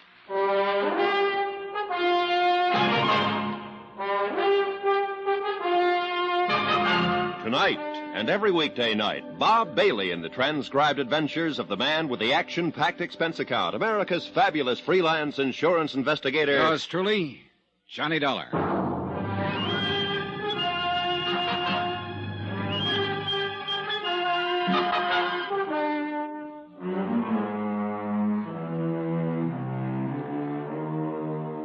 Expense account submitted by Special Investigator Johnny Dollar to State Unity Life, Home Office, Hartford, Connecticut. Following is an account of expenses incurred during my investigation of the Silent Queen matter. Expense account item 1, $210.65, plane, cab fare, and incidentals to Ocean Park, California. As soon as I checked in at my hotel, I got in touch with Homicide. Sergeant McKay, they said, would probably be down at the pier. I saved you cab fare on this one, Vic. It was a beautiful moonlit night at the beach. A warm breeze was blowing in from the Pacific. And besides, it was only a 3-minute walk from my hotel to the fun zone. A gaudy array of neon and noise, an occasional whiff of salt air seeping through the aromatic blend of fried shrimp, hamburgers, and popcorn. Business was good, and the penny arcade had its share of it. I headed straight for the blonde sitting in the change booth. She looked tired, faded. Hi. Let me have a dime's worth of pennies, will you? Real plunger, huh? Oh, money means nothing to me. Well, here you are. Don't spend them all in one place. Well, you know, I might at that. This machine here looks mighty interesting. Lola the farmer's daughter. Oh, it's kind of racy. How's your blood pressure? Fine. Then try that row along the wall over there. That wouldn't do. How could we carry on a conversation if I was on the other side of the room? Who wants conversation? I do. You don't look like the lonely type. Never can tell, though, can you? Look, you run along while I finish stacking these pennies, huh? No, seriously. All I want is a few answers. Well, I got more than a few, honey. What's on your mind? Barney Slade. What about Barney? You work for him long? Who wants to know? My name is Dollar, Johnny Dollar. I'm an insurance investigator. Oh. I'd appreciate any information you can give me. Hey, your company dropped a bundle on Barney, huh? Well, that remains to be seen. Oh, Barney was a nice guy. Nice as they come. What do you want to know? We'll just start anywhere. You want to know about his friends? Well, maybe after what happened to him, you'd better tell me about his enemies. He didn't have none. Not one. Oh, must have been quite a fellow. He was, mister. Okay, let's get back to his friends, then. Just about everybody along the pier. Anyone in particular? Oh, Frank Jessup, for one, runs a concession just down the way. Go on. Sam Hegstrom owns a fishing boat. Then there's, Gus Kanakos, Irv Goldstein. Like I said, Barney had a lot of friends. Including you? Including me. How about Mavis Gale? I don't know the dame. Well, she used to be in the movies, the silent kind. Oh, I heard about her, only I never met her. Didn't she ever come around? I never saw her. Did Barney ever talk about her? Not to me, he didn't. Why? Why what? Why should Barney talk about Mavis Gale? Oh, I just thought he might have mentioned her sometime or other. Is that the door to Barney's apartment back there? Yeah, that's right. Mind if I have a look around? That'd be up to Sergeant McKay. Well, look, if he comes in, tell him where I am, will you? Tell him yourself. He's back there in Barney's apartment now. I walked on back and took note of the heavy padlock dangling open on the door leading into Barney Slade's apartment. The small living room was empty, yet it was crowded, too. Crowded with memories of the silent greats. Nazimova, Valentino, Pickford, Fairbanks, Meehan, Swanson, the Gish girls, Lon Chaney, dozens more. Their photographs filling practically every inch of wall space. Mavis Gale was there, too, a big question mark in red crayon drawn over each of her photos. I moved through a narrow kitchen. The back door was wide open. I stepped outside. Who are you? Oh, Johnny Dollar. You must be Sergeant McKay. That's right. Yeah, your office said you'd be here browsing around. So I'm browsing. There's something bothering you, Sergeant? Murder always bothers me. Yeah, I know what you mean. Like those photos in there of Mavis Gale and the question marks on all of them. Yeah, that bothers me. Do you think the killer did it? Could be. Let's go back inside. All right. Or maybe Barney, huh? Maybe Barney what? I'm talking about the question marks. Could be. Pictures belong to him. Yeah. Yeah, he had quite a gallery here. Looks to me, though, that some are missing. That's so? Well, you know so, Sergeant. The wallpaper isn't faded as badly where they used to be. And there are a lot of tack marks, too. Okay, so who took him down? Barney? He could have. So could the killer. That's right. Have you found anybody who could tell you anything about him? The missing photographs? Not yet. Hey, Barney, keep a lot of money in here? Twyla didn't seem to think so. Twyla? Twyla James. Blonde out front at the change booth. Oh, yeah. Barney was sort of particular about his apartment. Never let anybody in as far as she knows, not even his friends. Wonder why. According to Twyla, he seldom used the arcade entrance. Preferred to use the back door. Is that the one the killer used? It was standing wide open when the body was found. Well, who found it, by the way? Twyla. When she showed up for work yesterday, the arcade was closed up, so she went around back. Do you know when Barney was killed? Doc figures around 3 a.m. 2 slugs from a .38. One would have been enough. Any signs of a struggle? Yeah. Lamp over there was on the floor. That chair was turned over, and this table had been upset. Pipes, medicine bottles, pill boxes scattered around. Uh-huh. Heavy bolt and chain on the inside of both doors. Barney didn't have to let a visitor in unless he wanted to. That's right. Of course, he could have run into the killer outside somewhere. Sure he could. Only you don't think so. Unless Barney was in the habit of walking in his sleep. Oh? When we came in and found Barney, he was in pajamas and bathrobe. The wall bed over there had been pulled out and was mussed up. So it figures he was probably asleep when the killer tapped on his door. He got up and let him in. Yet according to Twyla... The place was off limits, even to his friends. But she wasn't around all the time and didn't know all his friends. He found some others? I'd like to find one of them in particular. A man Barney referred to as the preacher. Just the preacher? No name? No. At least Sam Hegstrom couldn't remember. And this preacher, was he allowed into Barney's inner sanctum? Sam's pretty sure he saw the two of them come out the back door one night, a little more than a week ago. Other times he spotted them taking a late evening stroll along the oceanfront walk. Mm-hmm. Did Sam ever talk with this preacher? No. But he got curious after a while, asked Barney about it. Barney said the man was a very old and dear friend. Let it go at that. And you haven't been able to find out anything more about him, huh? I'm still checking. Well, it would sure be a break if you could locate this preacher. He might be able to tell us something about those missing photographs, what they were. Might also explain why the killer took them. Have you seen enough in here, Dollar? Oh, yeah, sure, I guess so, Sergeant. Hey, tell me, what does Mavis Gale have to say about all this? I only got to talk with her just a couple hours ago when she returned from Palm Springs. She was pretty upset when I told her about the crayon marks on her photographs. But naturally, she couldn't offer any explanation. None? How did she react to the news of Slade's death? Tears and such? She's supposed to weep about it? Why not? Barney Slade must have been a pretty good friend of hers. After all, he named her as the beneficiary in his insurance policy. Oh? That's interesting. What? When I talked with Mavis Gale, she told me she never heard of Barney Slade. Expense account item 2 and 3, $1.10, phone call and cab fare. The call was to Mavis Gale's home in Bel Air.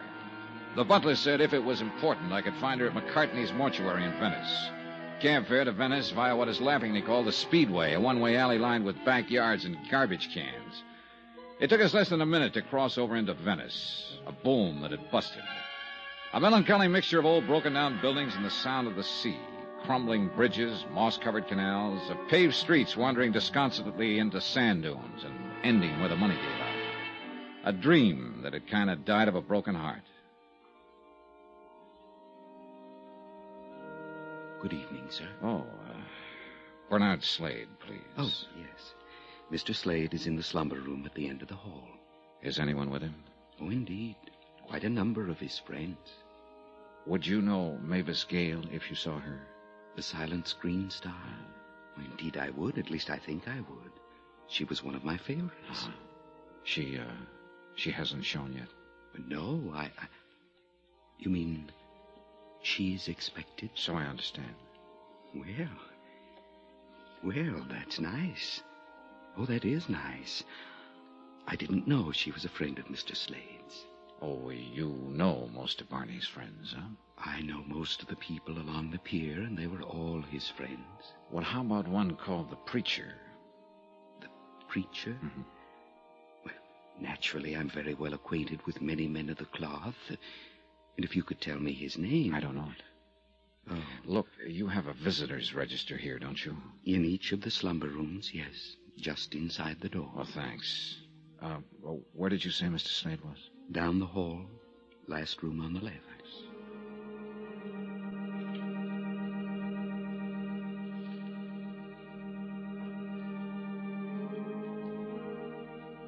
The room was crowded with friends who'd come to pay their respects to Bernard Slade. I eased over to the visitor's register and gave it a fast rundown. There was nothing to indicate that a minister was among the mourners present. Then I heard the hall door creak open. And there she was, Mavis Gale. Certainly not at all what I expected a vamp of the silent screen to look like 30 years later. Slender, trim, in a smartly tailored suit, and even more attractive than the photographs I'd seen of her in Barney's apartment. She moved down the center aisle to the casket and stood there for a moment. As I walked toward her, she suddenly turned, her eyes wide and staring, her lips moving silently. Then she crumbled to the floor.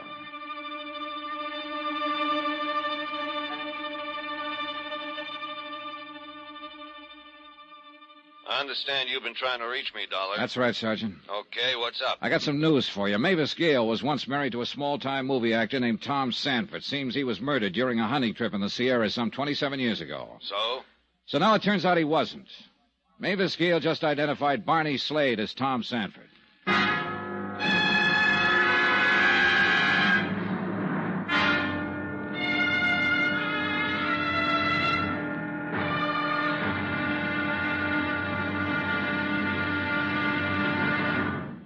Now, here's our star to tell you about tomorrow's episode of this week's story. Tomorrow, a stagecoach ride. I get some lumps, and a surprise witness turns up. Join us, won't you? Yours truly, Johnny Dollar.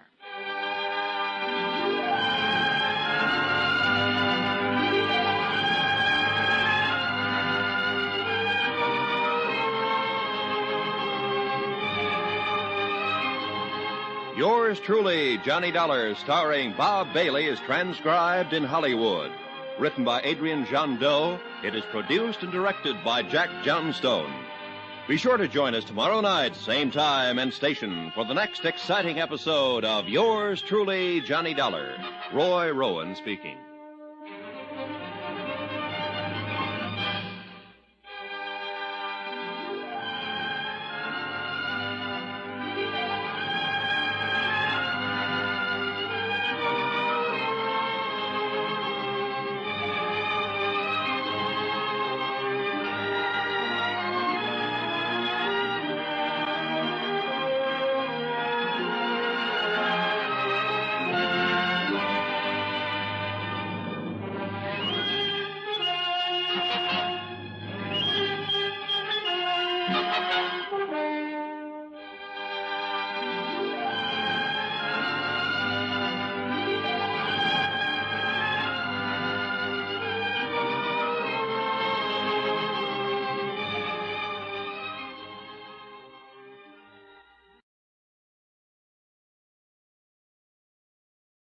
From Hollywood, it's time now for...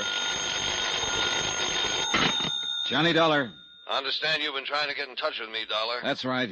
Okay, what's up? I got some news for you, Sergeant. Mavis Gale was once married to a small-time movie actor named Tom Sanford.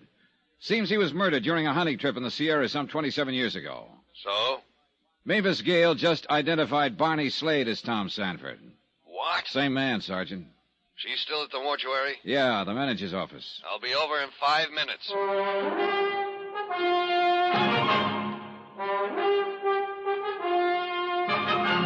Tonight, and every weekday night, Bob Bailey in the transcribed adventures of the man with the action-packed expense account, America's fabulous freelance insurance investigator. Yours truly, Johnny Dollar.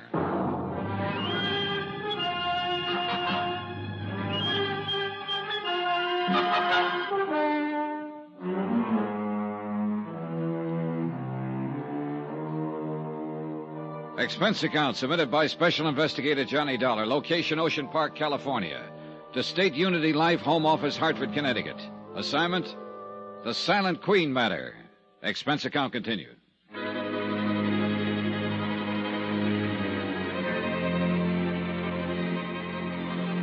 Item 4, 10 cents, a cup of black coffee for Mavis Gale, queen of the silent flickers. While she drank it, I elbowed my way past Barney Slade's friends gathered in the hall just outside the mortuary office and walked out to the street to do a little quiet thinking.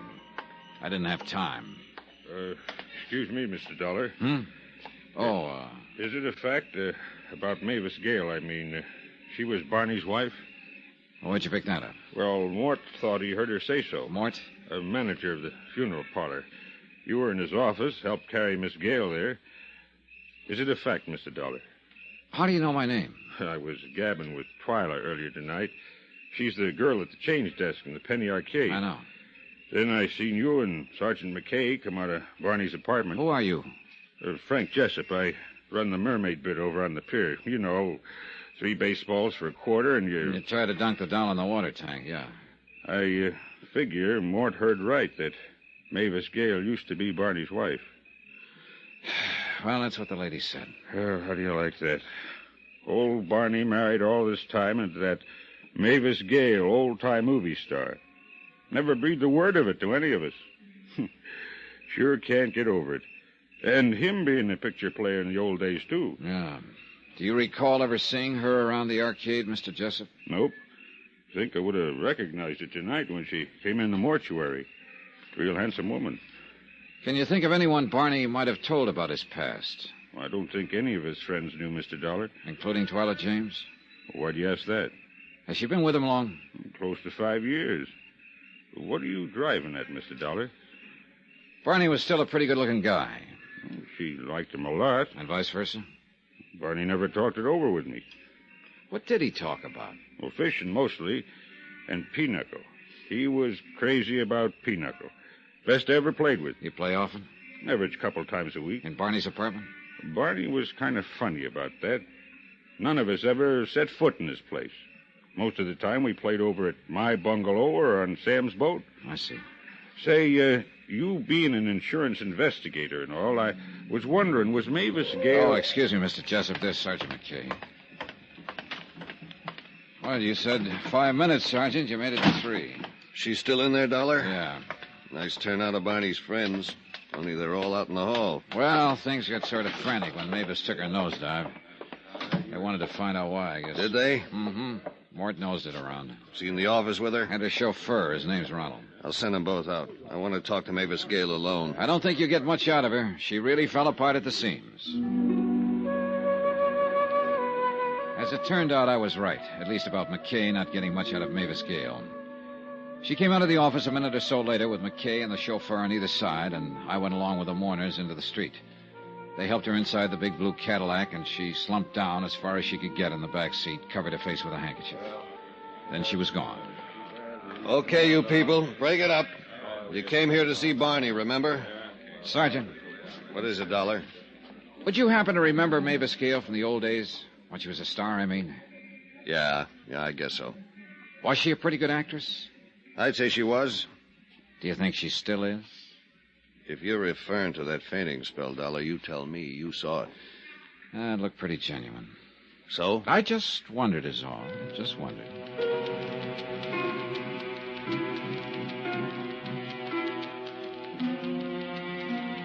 Expense account items 5 and 6, $4.60, one morning newspaper, and cab fare to Mavis Gale's Bel Air home. Now that Barney Slade had been identified as Tom Sanford, husband of the old-time movie queen, the affair was splattered all over the front pages. There was also a complete account of the 27-year-old murder case in which this same Tom Sanford had presumably been killed with a shotgun blast during a hunting trip. The big wide gates of the ex-movie queen's estate were locked when I got there, but there was a phone close by. I picked it up, leaned on the buzzer. No answer. Nothing. Then I saw the car coming down the drive. I recognize Sergeant McKay at the wheel. Morning, Dollar. Hi. You have a special pass to this place? If you're figuring on having a talk with Mavis Gale, you better put it off. Doctor's orders. Still suffering from shock, huh? Yeah, and I figure she's leveling. According to the newspaper, she and Tom had a pretty stormy time of it during their brief marriage. She was a star and he wasn't. Maybe that had something to do with it. She was also pretty popular in the film colony. Oh, Tom had a few buddies, too. At least 4. The men who went on that hunting trip with him. The case was investigated pretty thoroughly. They came out of it clean. You know, it'd be interesting to find out who wanted Tom Sanford dead, though, wouldn't it? The fellow hunter who got his face blown off by a shotgun blast wanted Sanford dead. Only apparently Sanford beat him to the draw, right? Do you think somebody might have hired that would-be killer who instead became the victim? What are you getting at? So the person who did the hiring thought the mission accomplished, but then recently learned that Tom Sanford was still alive, posing as Barney Slade. You really have an imagination. So this time he does the job himself. Or herself. It's possible. Look, I know Mavis Gale stands to collect $25,000 insurance. Unless. Oh, sure, unless you can hang it on her. 2 attempts on hubby Tom Sanford. I'm not trying to hang this on anybody, Sergeant. The insurance company hired me to turn in a report, and they'll pay off according to that report. I just want to be sure, that's all. Okay, relax. If you're going back to the beach, get in. Oh, thanks.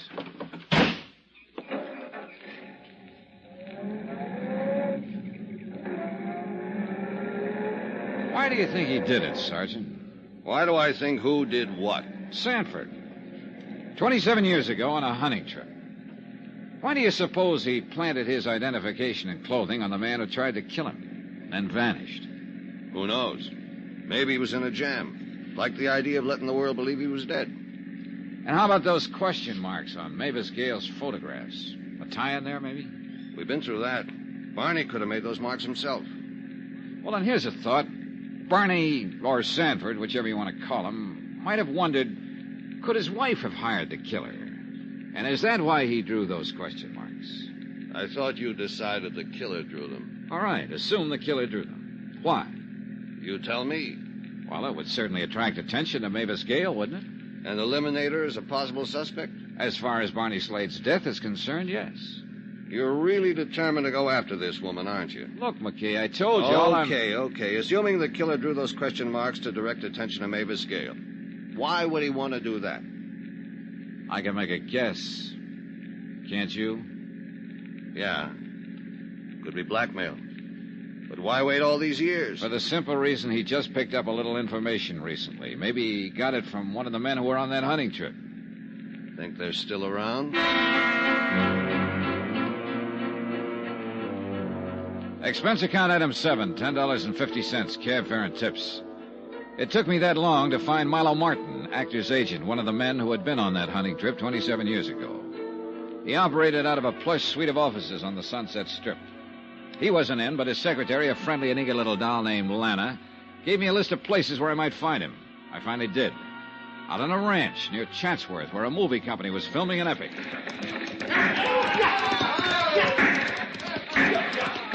Yep, a Western. What else? Milo Martin was short and round. He wore cowboy boots, dungarees, no shirt. He was sitting on a wide, flat rock, sunning himself. Oh, yes, Mr. Dollar. I read about it in the morning paper. It came as a tremendous shock. Tom, alive all these years? It's incredible. It's fantastic. Well, according to newspaper accounts, you were the one who first discovered the body that day 27 years ago. A horrible experience, terrifying, and never forget it. We had been searching the hills all night, and then in the cold gray of dawn, there he was in the ravine. Tom. Only it wasn't Tom. Well, the police are certain. I mean to say that... Miss Gale positively identified the man known as Barney Slade to be Tom Sanford. Running a penny arcade in Ocean Park. It's incredible. Well, then who was the man I found in that ravine? We don't know. We may never know. And he wanted to kill Tom? But why? You have no idea why anyone would have wanted to do away with him? No, of course not. Oh, I knew Tom was a wild sort. He never got along with most people, but, well, to resort to murder. You were his agent, weren't you, Mr. Martin? Yes, I was. I must confess I only took him on as a client to please Mavis. Oh, you also represented Miss Gale? I did. She was... Oh, she still is a truly wonderful person, Mr. Dollar. Uh-huh. I understand the two of them weren't getting along too well. Oh, that would be putting it mildly, Mr. Dollar. It was one frightful row after another. Wild, hysterical sort of row. What did they quarrel about? Well, Tom was quite a gambler, and he also drank rather heavily, and he also fancied himself as quite a ladies' man. Oh, and this made her sore. He was also extremely jealous. Oh? Mavis ever give him good cause to be? No, of course not. Oh, he was always imagining all sorts of fantastic things about her. Actually, she was very much in love with him. That was my impression, at least. Tell me, Mr. Martin, those other men who were on the hunting trip, are they still around? Well, let me see now. There's Trev, for one. Huh? Trev, that's Francis Trevelyan, used to be Miss Gale's cameraman, independent producer now. His pictures aren't very good, but they make money. Well, how about this Jarvis Pocket? Jarv? Let me think now. Oh, excuse me. You ready, doll? Okay. That's Saul, the director. He's a friend of mine. Look, about You Jarvis. like stage coaches, Mr. Dollar? Well, I can take him or leave him. Look, what Come about along. They're finished up here. We'll ride the coach back to the ranch house. It's only a few miles, maybe 5. In this contraption? Oh, you'll love it. All right, now, here. Get aboard, Mr. Dollar. Oh, brother. Hey, it's not too roomy, is it? Okay, doll. Let it go. Oh, how do you like it, Mr. Dollar? I know how John Wayne feels. Let me see now. You were asking about Jarvis Pocket. Now, faster, doll. Faster. Oh, come on now.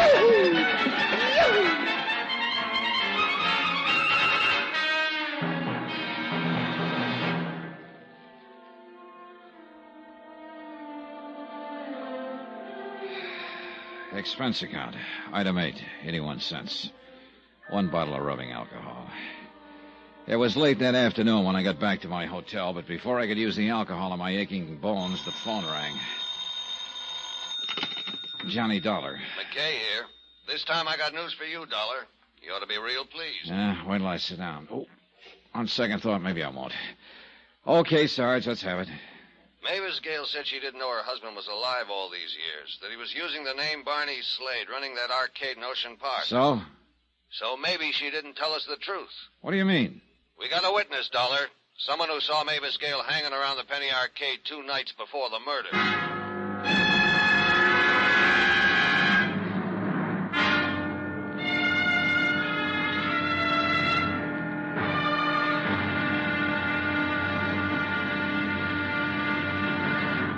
Now, here's our star to tell you about tomorrow's episode of this week's story. Tomorrow, a bowl of lentil soup, and I almost wind up in a cemetery. Join us, won't you? Yours truly, Johnny Dollar.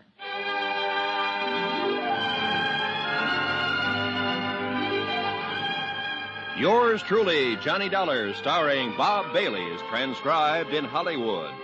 Written by Adrian Jondeau, it is produced and directed by Jack Johnstone.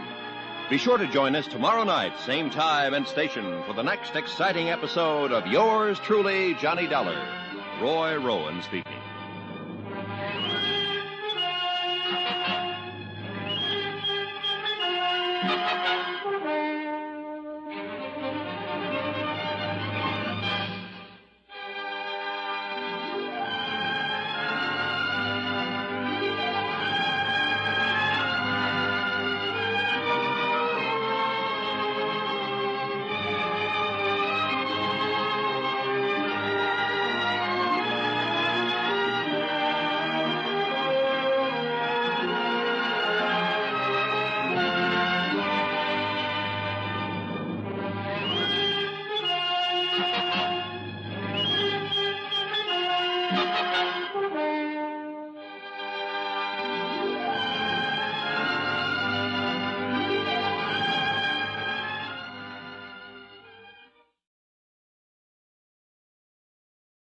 From Hollywood, it's time now for... Johnny Dollar. Hiya, boy. Vic Carson in Hartford. Say, things are really opening up out there on the coast, huh? So, you read the papers. Quite a surprise, learning that Mavis Gale was married to that penny arcade operator, Barney Slade. She'd been married to Tom Sanford. Sure, silent film actor. Only it turns out he and Slade are the same man. Really something, isn't it? Yeah, well... Here, Sanford's supposed to be dead for 27 years, and all the time he's living down there in Ocean Park, and she didn't know about it. So she said. Only somebody saw her hanging around the arcade 2 nights before Slade's murder, Vic. What?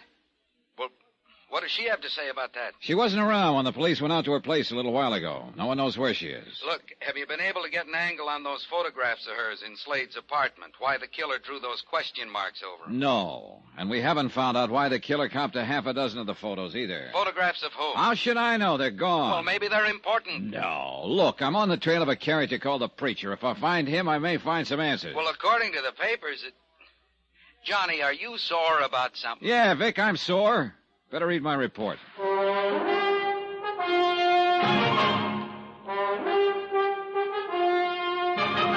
Tonight and every weekday night, Bob Bailey in the transcribed adventures of the man with the action-packed expense account, America's fabulous freelance insurance investigator. Yours truly, Johnny Dollar.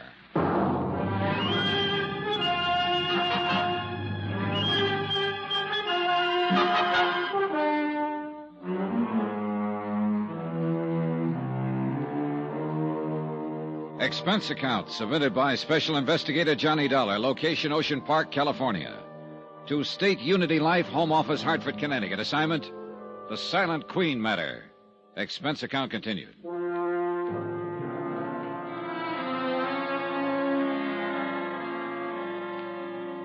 Item 9, 55 cents, one scotch and soda at a local pub.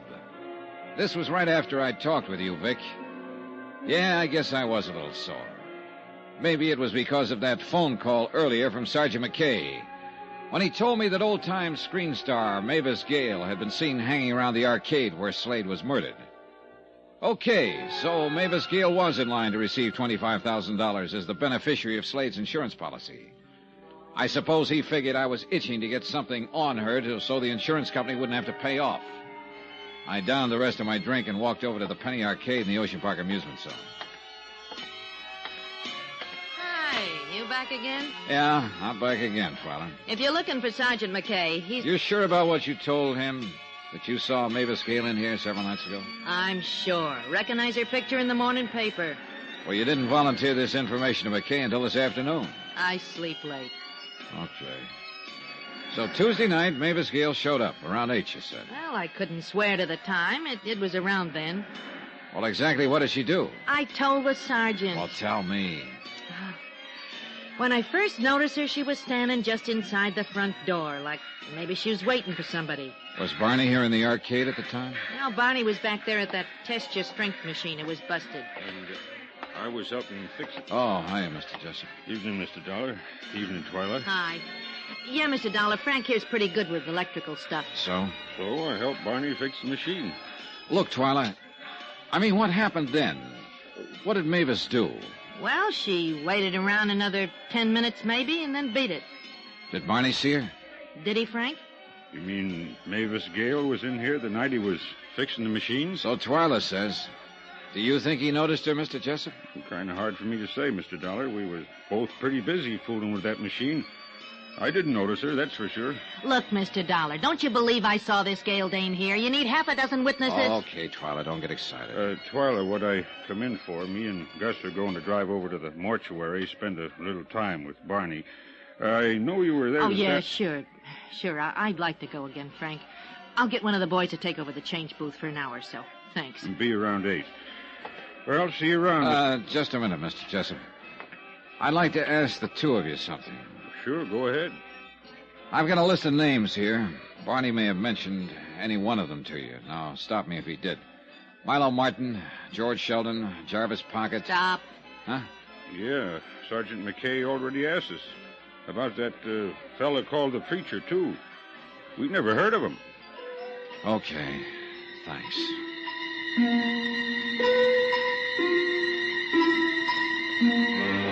I wandered around the pier for a while trying to figure out my next move. McKay wasn't around, and it was a cinch Mavis Gale hadn't returned to her Bel Air estate. So the only thing I could do was to keep on trying to track down the men who'd been on that hunting trip 27 years ago with Tom Sanford, alias Barney Slade.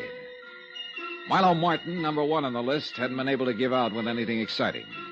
But he had given me a 5-year-old address on George Sheldon, number 2 on the list. Expense account item 10, $15.10. Cab fare and tips on the trail of George Sheldon. It blew hot and cold until late that night when I wound up at a bar in downtown L.A. Yeah. Old George worked here for a while. Handyman, sort of. That was I.W. Harper, you said? Right. It was sort of. So, you're an insurance investigator. Wouldn't be a cop, maybe, instead. No. Now about George. Just wondering is all, friend. What's he done you want him for? I'd just like to talk to him. You sure? I'm sure. It figures. He wouldn't be getting into no trouble. Real sweet fella. Real sweet for a fellow who had it rough. And believe me, he had it rough. Used to be an actor. Yeah, I know. Had it real good during the silence, you understand. Then along comes the talkies and old George. Him having a voice 3 tones higher than an air raid siren is out. Oh, it happened to a lot of them. Only for old George, this, coming on top of a busted romance, this is too much. He starts hitting the bottle and Wait a heads minute. down. What romance? Oh, movie actress. She up and married another guy, so... Her name wouldn't be Mavis Gale, would it? Say, funny you ask that. Oh? Her name's all over the front pages. You read the story? Yeah, I did. You mean that this... Nah, this wasn't the romance.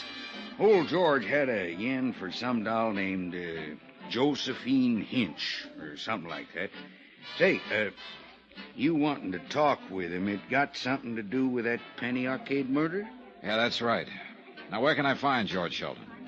Well, the address is 1712 South Glendale Avenue, Glendale. Thanks. Another drink? No, I'll finish this. And I'll be on my way. You know, I kind of miss old George since he left us. Yeah, sure. Real sweet fella. Yeah, kind of miss old preacher, too. Way he used to rant and rave. What did you say? About the preacher? Yeah. Old guy. Was a friend of old George. Used to come in here and read him the riot act about his drinking. Wave his arms around and holler. Wait a minute. This preacher, what's his name?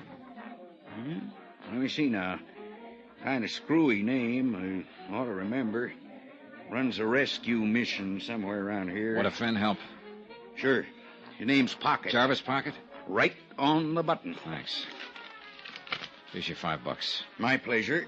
Oh, and friend, since you've been so generous, well, that address I gave you on old George... What about it? Will save yourself the trip. It's a cemetery. Old George has been dead for a couple of years. Jarvis Pocket had been number 3 on my list of the men who'd gone on that hunting trip 27 years ago, and someone had tried to murder Tom Sanford but got killed instead. Now that it turned out he was also the preacher I'd been looking for, well, that could turn into a big break. Expense account items 11 and 12, $6 even, tip to above-mentioned bartender, and cab fare around L.A.'s Skid Row looking for the rescue mission. It was a neat-looking affair. All the lights in the main hall were on, and, as usual, the place was open for business. Seek and ye shall find. So, my brother, seek ye the way of the Lord, for along that way lies... There was a good crowd on hand. I eased into a seat alongside a bleary-eyed pilgrim who reeked of bad sherry. Let his light show I looked you around. the way, O my brothers. The bottom of the barrel was here. Repent your sins and put down that bottle. The brothers were listening to the good man up front, but they weren't really tuned in. They were just waiting for a bowl of soup and a place to flop. Peace, my brothers. In him alone is your salvation and your hope of everlasting life. Open your hearts to eternal joy, and the glory shall be yours. We will now sing hymn number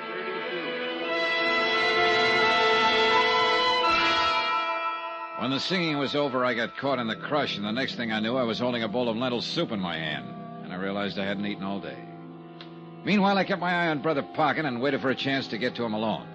That happened about 5 minutes later when he walked out. I followed him down a long, dark corridor and into his office. Please sit down, young man. Thanks. My name is Johnny Dollar, Brother Pocket. I'm an insurance investigator. Oh. Frankly, I thought you were a policeman when I saw you out there seated with my flock. Been expecting the law? Yes. Excuse me. I knew they'd be coming around sooner or later regarding that long friendship of mine with Barney Slade. Yeah, goes all the way back to the days he was known as Tom Sanford when you directed silent films. Check? Checked. How long have you known Tom was alive, using the name of Slade? Oh, Mr. Dollar, I was witness to that horrible affair that took place during that hunting trip 27 years ago. Oh? Somehow, during the course of that day's hunt, I became separated from the others. Then suddenly I came upon Tom struggling with a man in a deep ravine. The would-be killer? The man with the shotgun? The other man fell, the gun went off, and he was killed instead of Tom. Go on, Brother Pocket. Well, immediately I told Tom we should find the others, tell them what had happened, that he would have none of it. Is that when he told you he preferred to let the world believe he was dead? And I suddenly realized it probably would be best for all concerned. In what way? Well, Mr. Dollar, Tom was constantly involved in trouble of some kind, drinking too much, gambling, women, brawling. He knew what it was all doing to Mavis, but he couldn't help himself. Believe me, Mr. Dollar, he loved her passionately. Made her life miserable, and his own as well. I see. Brother Pocket, about the would-be killer. I know what you're going to ask. The name of the man that tried to kill Tom. Yeah, you know him? Oh, yes. So did Tom. Only the two of us knew his identity. You're forgetting someone else. Hmm? The person who hired him. Hired? Oh, Mr. Dollar, what makes you think he was hired? So maybe I'm wrong. Am I? I was never quite certain myself. Did Tom think he was? Oh, no, definitely no. At least as far as Mavis Gale was concerned. Yeah, quite right. Did you share his opinion, Brother Pocket? As I said before, I could never quite make up my mind. Oh, why not? Did you think Mavis Gale incapable of doing such a thing? Hiring someone to kill off Tom? No, I'd rather not say. Okay. So who was the man who tried to murder Tom? What was his name? I'm afraid it'll mean little to you, Mr. Dollar. His name was Joe Fallon. Well, you're right. It means nothing. Well, this fact, however, might prove interesting to you. Joe Fallon, at one time, had been Mavis Gale's personal chauffeur.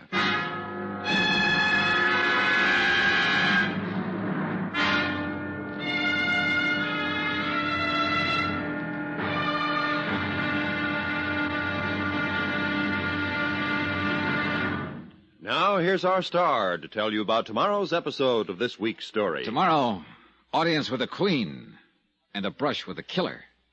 Join us, won't you? Yours truly, Johnny Dollar.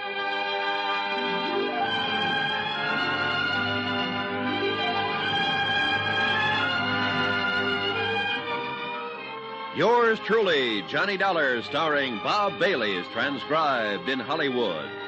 Written by Adrian John Doe. It is produced and directed by Jack Johnstone. Be sure to join us tomorrow night, same time and station, for the next exciting episode of Yours truly, Johnny Dollar. Roy Rowan speaking.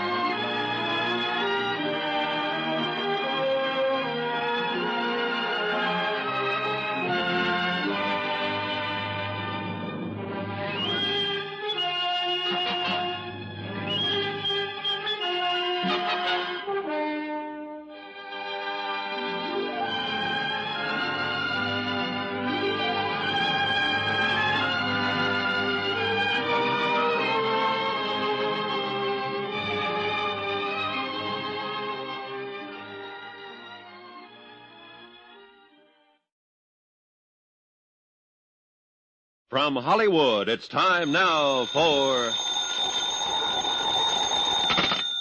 Johnny Dollar. Oh, it's you. Hiya, Sergeant. Headquarters just gave me this number to call. I was wondering who'd be in Barney Slade's apartment. How'd you get in? With a key. Brother Pocket had it. Give me that again? Jarvis Pocket. He's one of the men on that hunting trip with Tom Sanford 27 years ago. He's here with me now. How'd he get it, the key? Barney had given it to him a few years back. He's known all along that Barney Slade and Tom Sanford were one and the same. He also knows the name of the man who tried to kill Sanford. Who was it? Name was Joe Fallon. At one time, he'd been Mavis Gale's private chauffeur.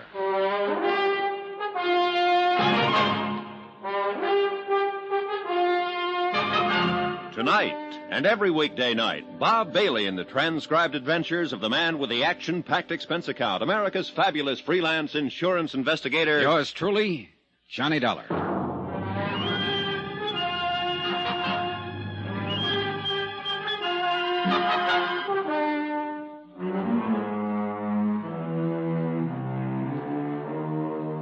Expense account submitted by Special Investigator Johnny Dollar, location Ocean Park, California.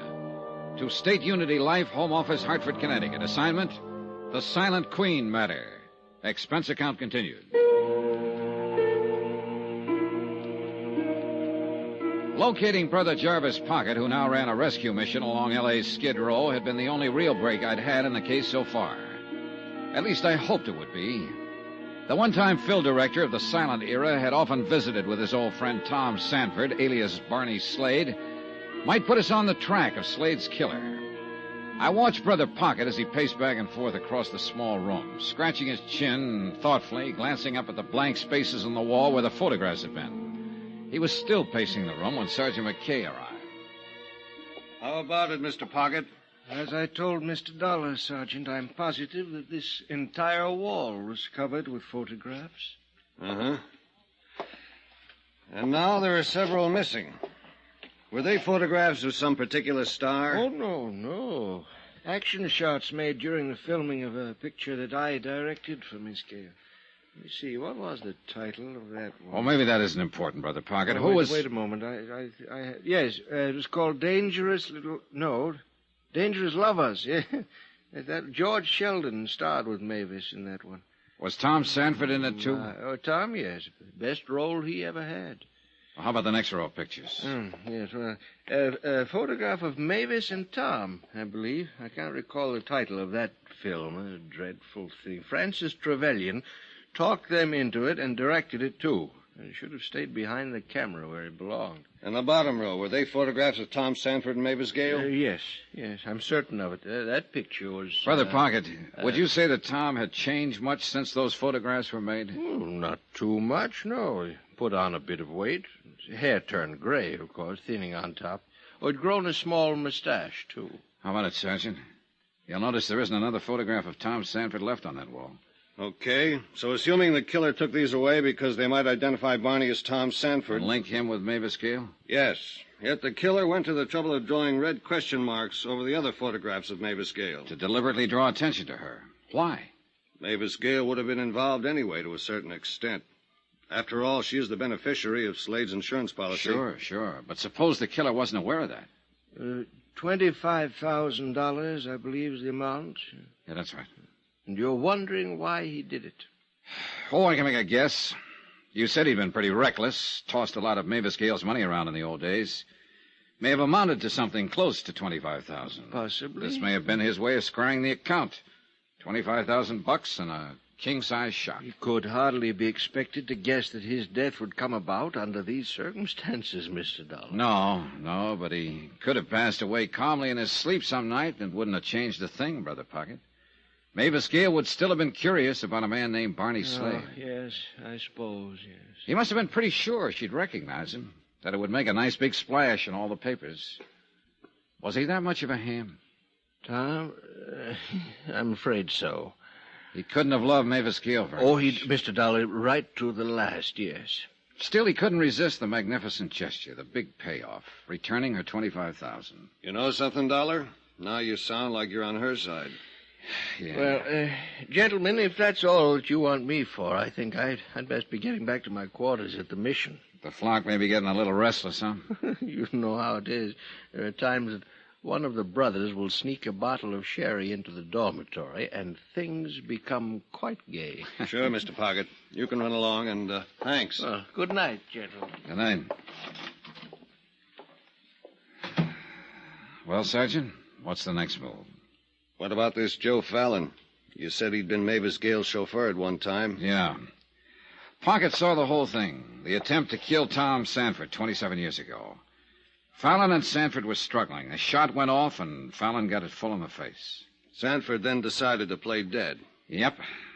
But ever since then, Sanford was hiding out down here under the name of Barney Slade. That is, until somebody caught up to him, caught on to it 3 nights ago, and killed him. Big question still remains, who? Come on, let's get out of here. I'll get it. Yeah? Uh-huh. Right, I got it. That was headquarters. They just got a call from Francis Trevelyan. Trevelyan? He was one of the men on that hunting trip, along with Pocket and the others. Yeah. Seems Mavis Gale just heard we've been wanting to ask her some questions. She wants us to come right over. She's at Trevelyan's beach house in Malibu. The beach house turned out to be one of those super modern jobs, low, sprawling with a lot of glass and flagstone. The butler allowed us through the front door, and after a nice little stroll, we finally arrived at the den, a 50-footer at least with a bar at one end. Mavis and a tall, distinguished-looking gentleman were at the other. Evening, Miss Gale. Good evening, Sergeant. I'm terribly sorry about all this. I didn't know you wanted to talk with me. I should have left word at the house, I suppose, but I was so upset, anxious to get away. I understand. Oh, this is Francis Trevelyan, Sergeant McKay, and Mr. Dollar. We met at the funeral home. Oh, yes, I remember. Do sit down, gentlemen. May I offer you a drink? No, thanks, Mr. Trevelyan. Now, Miss Gale. Yes. When I first informed you of Barney Slade's death at the Penny Arcade at Ocean Park, you told me you never met the man. That's right. I had no way of knowing it was Tom. Not until last night when I went to the mortuary. Had you ever been in or near the Penny Arcade at any time, Miss Gale, previous to the murder? Yes. 2 nights before. Why didn't you mention this to me when I spoke with you before? I don't know. I was frightened. A man named Barney Slade had been murdered. The killer had drawn question marks on my photographs in the dead man's apartment. Were you afraid to tell me because it would involve you deeper? Yes. I think that was the purpose of the phone call, Sergeant. What phone call? That evening, shortly after 6, I received a call from a man. He wouldn't identify himself. He said that a very dear, very old friend of mine was in trouble and needed my help. He instructed you to go to the arcade in Ocean Park? I was to be there by 8 o'clock, and this old friend was to make himself known to me. So you went. Did you see anyone? No one that I recognized. Miss Gale, does the name Joe Fallon mean anything to you? Fallon? Why do you ask that? Just a moment, Mr. Trevelyan. Why, yes. Joe was my chauffeur. Many, many years ago. And when did you discharge him? Shortly after my marriage to Tom. Did he tell you to get rid of Fallon? Yes. Yes, he didn't like Joe. Mr. Dollar, may I ask you why you're questioning Miss Gale about Joe Fallon? Because we just found out he's the man who tried to murder Tom Sanford 27 years ago. What? You mean he was the man killed?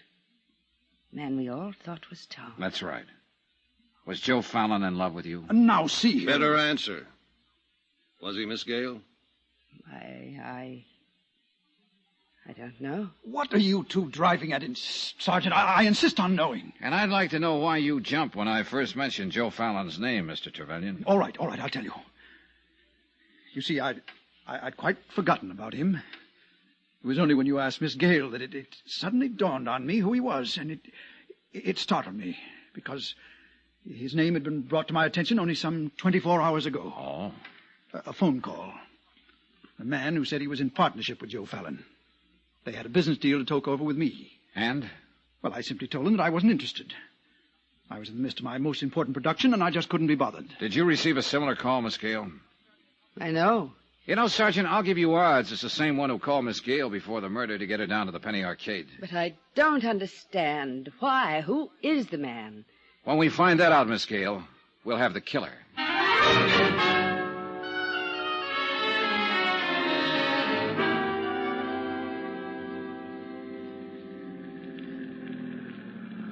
Here's your hotel, Dollar. Oh, yeah, right, thanks. Been a long day, hasn't it? Sure has. We haven't made much progress. At least Brother Pocket was some help. Uh-huh. Cigarette? Yeah, thanks. Yeah, Pocket gave us a couple of answers. We could sure use a lot more. Thanks. You know, Sergeant, that bit about the photographs still bothers me.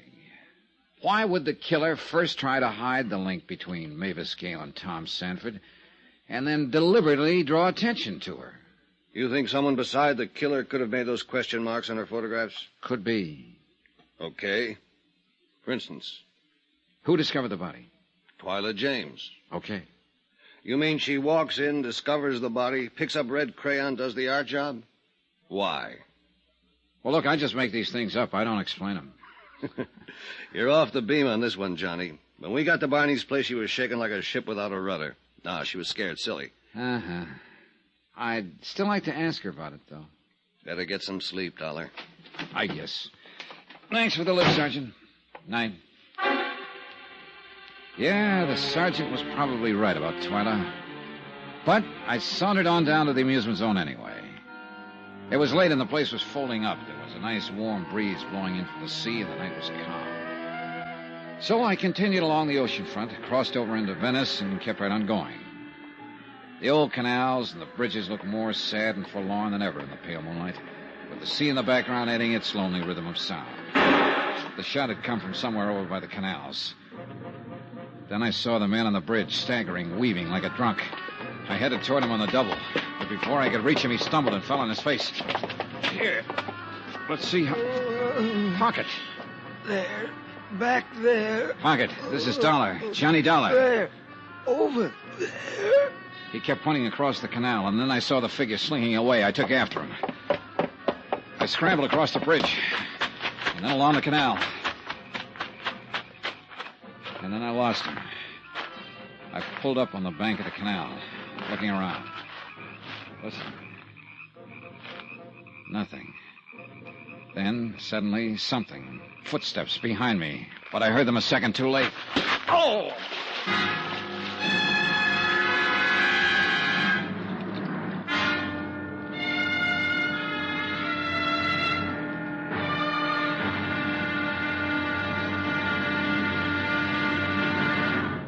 Now, here's our star to tell you about the final episode of this week's story. Tomorrow, a man who talked too much, and it killed him. Yeah, the payoff. Join us, won't you? Yours truly, Johnny Dollar.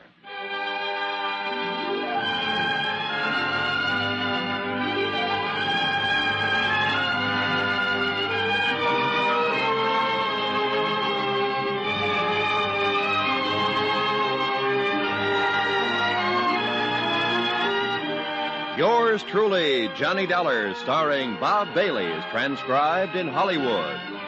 Written by Adrian John Doe, it is produced and directed by Jack Johnstone. Be sure to join us tomorrow night, same time and station, for the next exciting episode of Yours truly, Johnny Dollar. Roy Rowan speaking.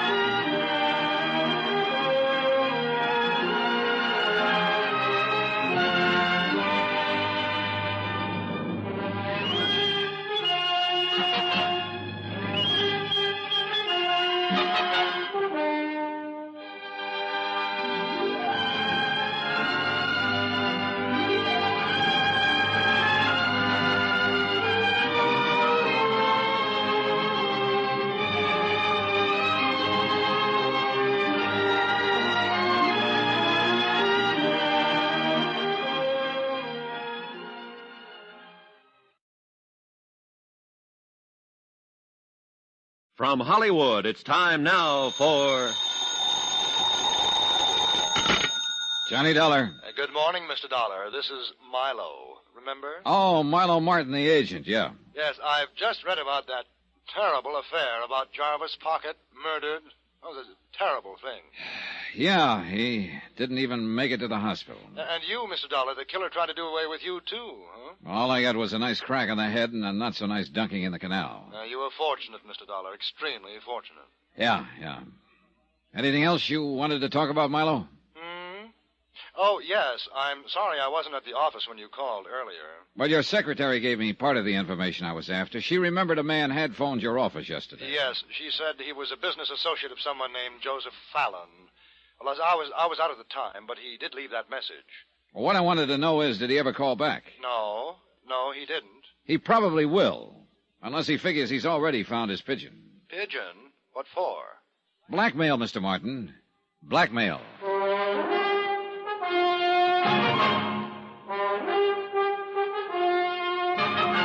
Tonight, and every weekday night, Bob Bailey in the transcribed adventures of the man with the action-packed expense account, America's fabulous freelance insurance investigator. Yours truly, Johnny Dollar.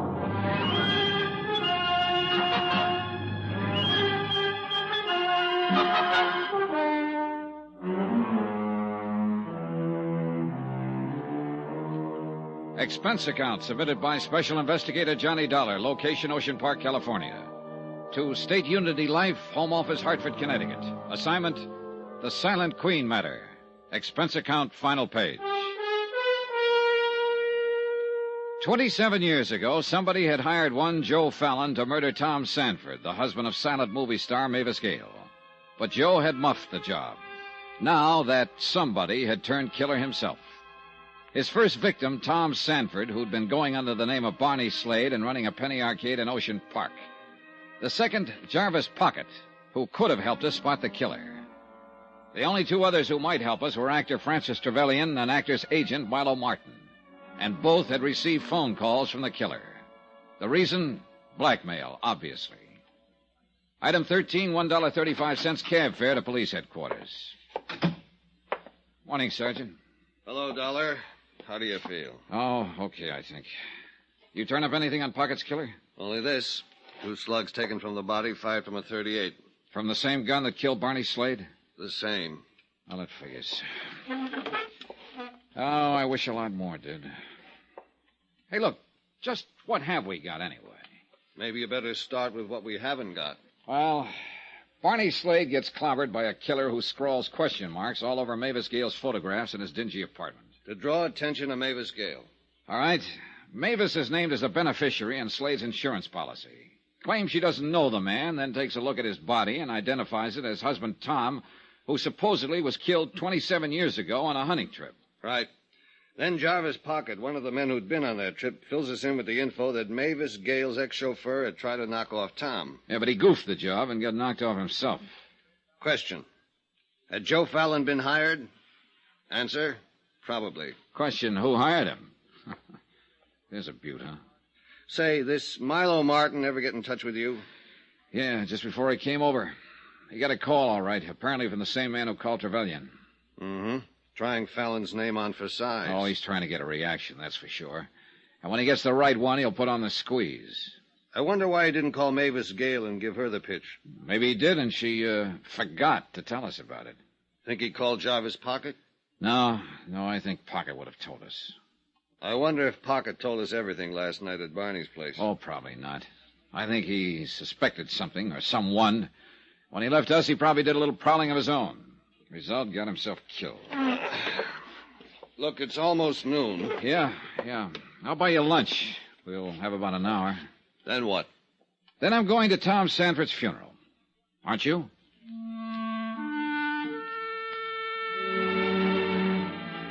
They buried Tom Sanford, alias Barney Slade, that afternoon under cold gray skies that made it look like it would rain any minute.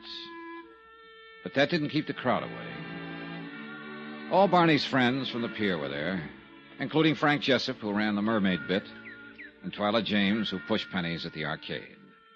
Mavis Gale, of course, was there, along with Francis Trevelyan and Milo Martin.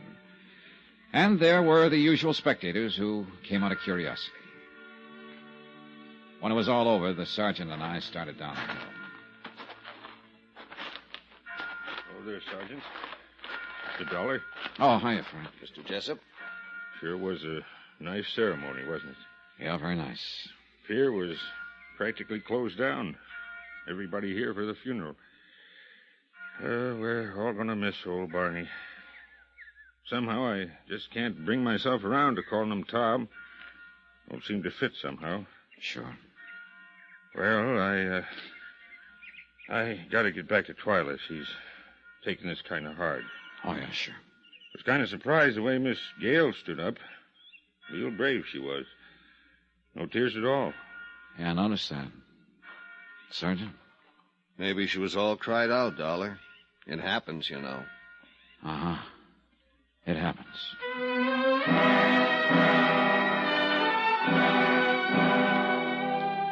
I went back to my room at the hotel later that afternoon and stretched out on the bed to do a little thinking.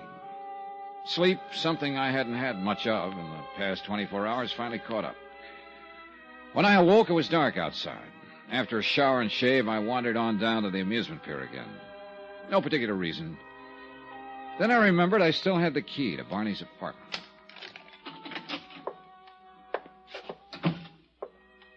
I flicked on the light switch in the living room and sat down.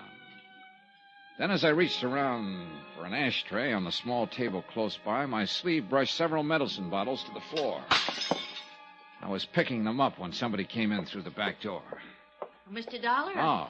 I happened to notice the light under the arcade door. What are you doing back here? Well, nothing in particular, Twyla.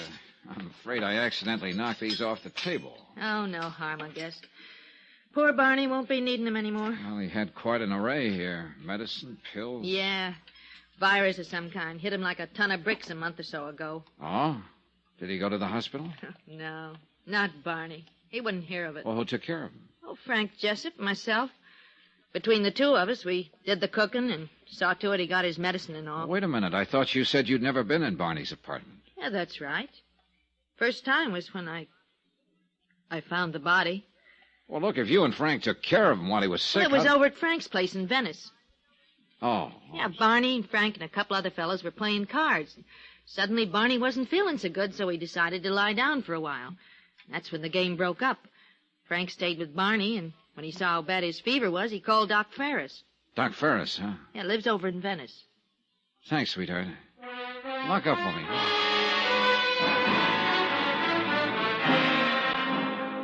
Expense account item 14, $1.50, cab fare and tip to Doc Ferris's place in Venice. Barney, he told me, had been a pretty sick man, high fever, delirious at times. But Frank Jessup had stayed by his bedside during the crisis and had done a good job of nursing him through the night. Expense account item 15, $1.50, same cab, back to the amusement zone. The attendant at the Mermaid bit told me that Frank Jessup had gone home early. Expense account item 16, 75 cents, cab fare to Frank's bungalow in Venice. The place was dark. No answer. You looking for Mr. Jessup? Oh, yes, ma'am. He just left a few minutes ago. Out for a walk, I guess. Oh, that's so? Do you know which way he headed? Down the street. That way. Good, thanks. I finally caught sight of him a couple of blocks later. He was headed south along a back street. I trailed him all the way out to 47th Avenue. Sand dunes, oil wells, a scattering of houses. Then I saw him duck into some shadows, so I waited. About 10 minutes later, a big Cadillac came along, cruising slowly. As it reached the corner, someone inside flicked out a package, and then the car disappeared into the night. Frank Jessup suddenly darted out of the shadows, scooped up the package, and came running straight toward me. Hold it, Frank. I said, hold it. Let go. Let go. What are you doing here? I don't have to ask you that question, do I, Frank? And I don't have to guess what's in that package. Let go. Not a chance. All right. Look, Dollar. We get a good thing here, maybe. We have. Sure, why not? 50-50. That the deal you offered to your old friend, Barney Slade? Look, I didn't want to kill him, only when I went there the other night and told him what I had in mind, he got sore. Started pushing me around. How did you find out about Barney's past? That time he was sick, delirious, fever make him do a lot of talking? That's right.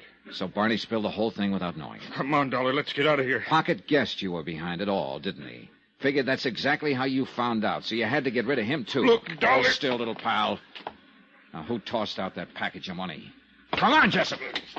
You called somebody on the phone and got a nice, fat reaction when you mentioned the name of Joe Fallon. Now, who is that somebody? I am Mr. Dollar. Easy there. I'm a good shot. Well. The actor's friend and agent, Milo Martin. Thank you for holding our little friend here, Mr. Dollar. It makes things a lot easier. Huh? Your little friend was running a bluff on you, Martin.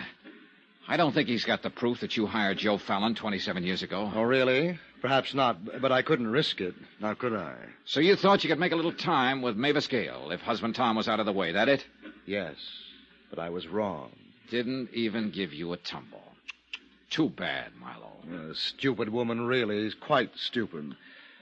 And now, little man... Look, Mr. Martin, we can forget all this. Don't be ridiculous. We can't.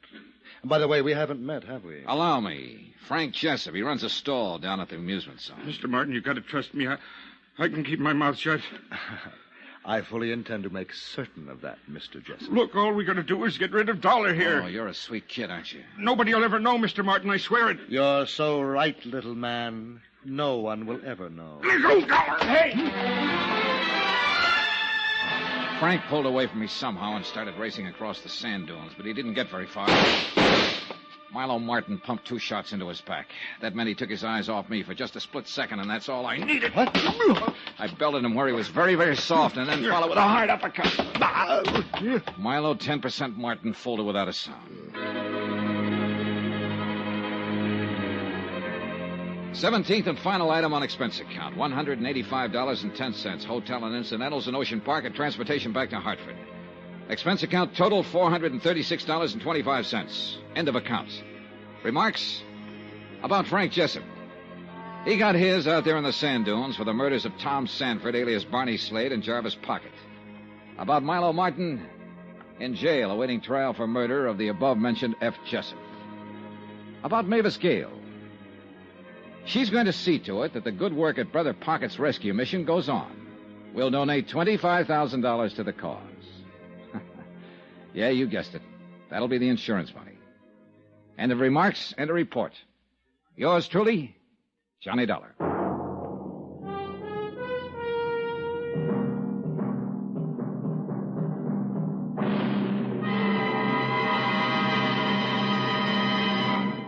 Now, here's our star with a special announcement. Yes. I think you'll be glad to know that beginning Sunday, instead of 5 times a week, we'll be on the air only once a week, but with a complete half-hour story. Remember, that's beginning this coming Sunday. So join us, won't you? Yours truly, Johnny Dollar.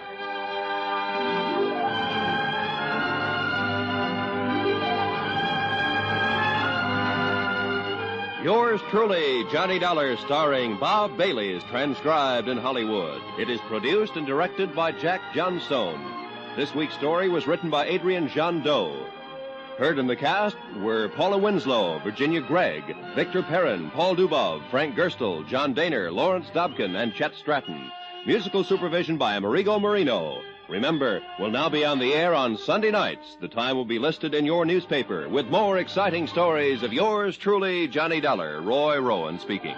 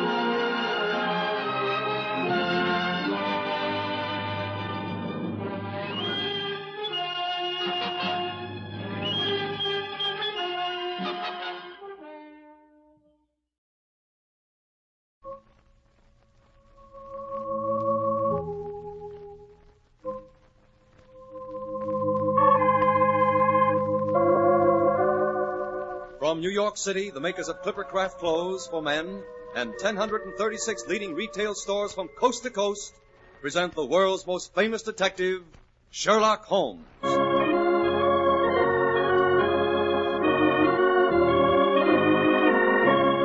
Tonight's story, The Adventure of Shoscombe Old Place. And so, once again, we raise the familiar brass door knocker of Dr. John Watson. Well, well, Mr. Stark, come in. This is indeed a pleasure. I've been told we'll have to get along with a substitute for Mr. Harris for a few weeks, but I had no idea he'd turn out to be an old friend. I wore my Clippercraft suit, Dr. Watson, so it wouldn't seem too strange in this program. What's on the agenda for tonight? Well, it concerns the strange and slightly horrendous affair at Shoscombe Old Place, in which Holmes investigated the graves in an ancient burial crypt. Sounds promising. And unearthed the fact that certain bones had been disposed of in the furnace. Wow, my hair's beginning to stand up on end already. Yes. The adventure began placidly enough one rainy morning. Holmes and I had just finished an excellent breakfast in our rooms in Baker Street. I was gazing idly through the sporting columns, trying to decide what horse to back in the forthcoming derby. And Holmes? Holmes was pottering around with a low-piled microscope, doing some sort of an experiment.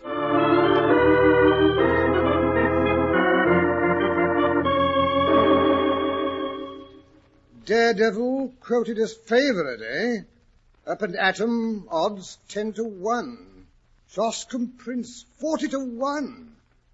Wonder what's brought the odds down on that horse. Aha! Glue, Watson. It's glue. Jack Horner and Break a Day. What did you say, Holmes? I was merely telling you the phenomenal fact that the microscope showed that there's glue in this bit of dust. Glue? What difference does it make? Glue or paste or even sticking plaster? Well, can't you see I'm busy? Lucky lady, Bride of Cornwall. The fact that there is glue in this dust is going to cost a man his life. And, I say, cost a man's life? Glue? Now you're interested, eh, Watson? Well, come over here and take a peek through this microscope. Well, it's nothing but a blur to me. Wait, let me adjust it. There. What do you see now? Some long, matted hairs. Those are infinitesimal fibers from a tweed cap, the criminal's tweed cap. The irregular grey masses are dust. These are epithelial scales on the left. Yes, but what are those shiny amber-colored crystals in the center? That is the glue. Yes, but how does a man's life depend on those? In the St. Pancras case, you may remember that a cap was found beside the dead policeman. The accused man denies it's his. The stuff under the microscope was taken from one of the seams of that cap and proves the man was lying. But how? The man is a picture frame maker who habitually handles glue. Well, that case is closed. I had a new client who was due to call at 10. He's late. By the way, Watson, you have some knowledge of horse racing, I believe. Well, I ought to. It's cost me about half my year's pension. Good. Then you can be my handy guide to the turf, as I believe you call your racing Bible. Well, what would you like to know? Does the name Sir Robert Norberton mean anything to you? Oh, rather. He lives at Shoscombe Old Place. Yes, the man himself. What's he like? Tall, muscular, has a devil of a temper. He once horsewhipped Sam Brewer, the Curzon Street moneylender on Newmarket Heath. Interesting. Does he often indulge in such pastimes? Well, he has the reputation of being a dangerous man. The most daredevil rider in Europe. See, he won the Grand National a few years back. One of those men who have missed their true generation. He would have been a buck in the days of the Regency. A boxer, a heavy gambler, a devil with the ladies, and a first-class shot. Capital, Watson. A perfect thumbnail sketch. Now, can you give me some idea of Shoscombe Old Place? Well, not much, only that it's very ancient and situated in the centre of Shoscombe Park, and that the famous Shoscombe stables and training quarters are to be found there. And the head trainer is John Mason. I say, how did you deduce that? I didn't have to. John Mason's my most recent client. This letter asking for an appointment is from him. But go on. What else is there of interest about the place? Well, there are the famous Shoscombe Spaniels. You hear of them in every dog show. Spaniels, eh? They're the special pride of the lady of Shoscombe Old Place. Sir Robert's wife? No, Sir Robert has never married. He lives with his widowed sister, Lady Beatrice Folder. You mean she lives with him? No, not at all. I said what I meant. The place belonged to her late husband. Lady Beatrice has only a life interest. It reverts at her death to her husband's brother. Her husband's brother, eh? Meantime, she draws the rents every year. And Brother Robert spends them. Yes, that's about the size of it. They're always quarrelling, and yet I've heard they're devoted to each other. But what's amiss at Shoscombe? That's just what I'd like to know. And that, if I'm not mistaken, is the man who can tell us, the trainer, John Mason. Yes, here he comes up the stairs. Come in, come in. Ah, Mr. Mason. I am Sherlock Holmes. Good morning, Mr. Holmes. You read my note? Yes, this is my friend and colleague, Dr. Watson, Mr. John Mason. How do you do? Please be seated. Now, Mr. Mason, what's the difficulty? Your note explained nothing. The matter's too delicate for me to put on paper. Much too complicated. I had to see you face to face. We are at your disposal. Mr. Holmes, I think my employer has gone mad. My dear Mr. Mason, this is Baker Street, not Harley Street. We do not pretend to be brain specialists. Well, gentlemen, when a man does one queer thing, or even two, but when everything he does is queer, well, I believe Shoscombe Prince and the Derby have turned his brain. Shoscombe Prince, that's the colt you're running, isn't it? Yes, sir. The best in England, if I do say so. I'll be plain with you, because I know you're a gentleman of honor, and it won't go beyond this room. Sir Robert has got to win the Derby. He's up to his neck in debts, and, well, it's his last chance. Everything he can raise or borrow is on that horse. If Prince fails him, he's done for. Sounds like rather a desperate gamble, but that doesn't necessarily mean the man's insane. Where does the madness come in? First of all, his looks, sir. His eyes are wild. I don't believe he sleeps at nights. He's down at the stables at all hours. Then, sir, there's his conduct to his sister, Lady Beatrice. She loved the horses as much as he did. Every day she'd drive down to see him, and above all, she loved Prince. He'd prick up his ears when he heard the wheels of a carriage on the gravel, and out he'd trot to get his lump of sugar. But that's all over now. She drives by every morning without so much as a good day to you. You think there's been a quarrel? Yes. A bitter, savage one it must have been. Why else would he give away a pet spaniel that she loved as if he were a child? To whom did he give it? To old Barnes, what keeps the Green Dragon, 3 miles away at Crindle. Curious, eh, Watson? Of course, with her weak heart and dropsy, you couldn't expect her to get about much with her brother. But Sir Robert spent 2 hours every evening in her room. Now he never goes near her. She's taken it to heart, she has, sir. Brooding and sulky and drinking, Mr. Holmes. Drinking like a fish. Did she ever do that before this estrangement? Well, she took a glass regular every evening, but now, as often as not, it's a whole bottle. There's something rotten about it, Mr. Holmes. Then there's the goings-on down at the old church crypt at night. The haunted crypt, we call it. Haunted? Yes, Mr. Holmes. There's an old ruined chapel in the park, so old nobody can fix its date. And under it there's a crypt. A crypt where all the ancestors of Lady Beatrice's husband lie buried, including the man himself. Well, sir, that crypt has got a bad name among us. It's dark and damp enough by day with the weeds breaking through everywhere, but at night it's worse.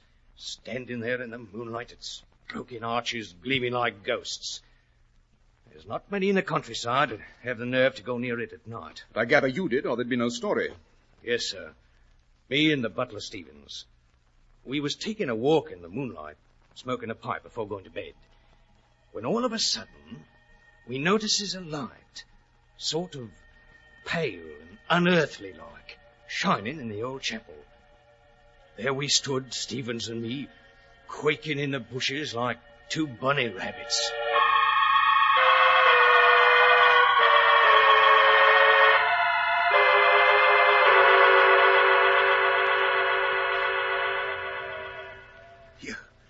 You see that, Mason? It's a light in the old chapel. Someone's in there. Or something. I don't like the look of it. It isn't natural. What's going on in the chapel this time of night? We'd best go and find out. Oh, for heaven's sake, no. Maybe it's something evil. Some bad spirit set its light there to lure some poor fella to his death. Wait a bit. See that shadow moving against the far wall? It's a man's shadow, that is. Or a devil's. It looks more than life-size to me.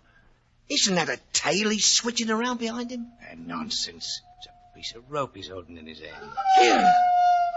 What's that? It's Pip, Lady Beatrice's spaniel. He's probably outside the old well house, howling at the moon. He was there all last night, howling to wake the dead. Don't say that. Maybe that's just what he's doing. Maybe that's what he's done. Waked all the corpses in the crypt and they're having a ghostly meeting. Rubbish, Stevens. You don't really believe in ghosts? Why, when you think about all this tomorrow morning, you'd be ashamed. But that's tomorrow morning. And tonight, standing here in the moonlight, well, I ain't so sure. Well, there's one way to find out. Come on, let's have a look at who's in that chapel. You're not going over there, Mason. I am that. You can stay here alone if you like. Stay here by myself? Well, then, go back to the house. What? And pass by that well house and that howling dog all alone? It's only Pip. No, I'm coming with you. At least there'll be 2 of us. Right, stout lad. Come along, then. Don't crackle the bushes any more than you can help. Confound that beast! Hello. Light's disappearing down the stairs into the crypt. See? There's no one in here in the chapel. Oh, then what's the good of us coming down? Look. There's a crack in the stone floor. Over there. Where the streak of light's coming through, see? We can get over to it without being heard. Maybe we can see what's going on down below. I wish I was safe in my bed. Now then. We'd best crawl along in our stomachs. Easy does it. All right. Yeah, here's the crack. By George, you're right. It's two men. That first one with the thin yellow face. I've never seen him before, I'd swear to that. But the big chap in the black cloak kneeling down. There's something familiar about him. If I could only see his face. Now he's standing up. By the Lord Harry. It's the master himself, Sir Robert. What's he up to down here in the dead of night? What's that he's got under his arm? So careful. Now he's holding it up to the light. It's a head.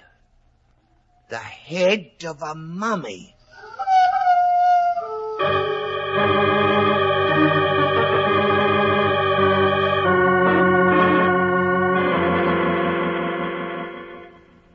What an eerie experience, Mr. Mason. That it was, Dr. Watson. I'd have given me notice the next day, except that, well, I didn't want to leave Lady Beatrice alone at the mercy of that ruffian. I tried to see her ladyship and tell her what was going on, but she wouldn't see me. Sent out word by our maid, Carrie Evans, she wasn't feeling well enough. Not feeling well enough? Yes, Mr. Holmes. But she was well enough to go out driving all the same. How long has this maid, Carrie Evans, been with Lady Beatrice, Mr. Mason? Going on 5 years, sir. And she's devoted?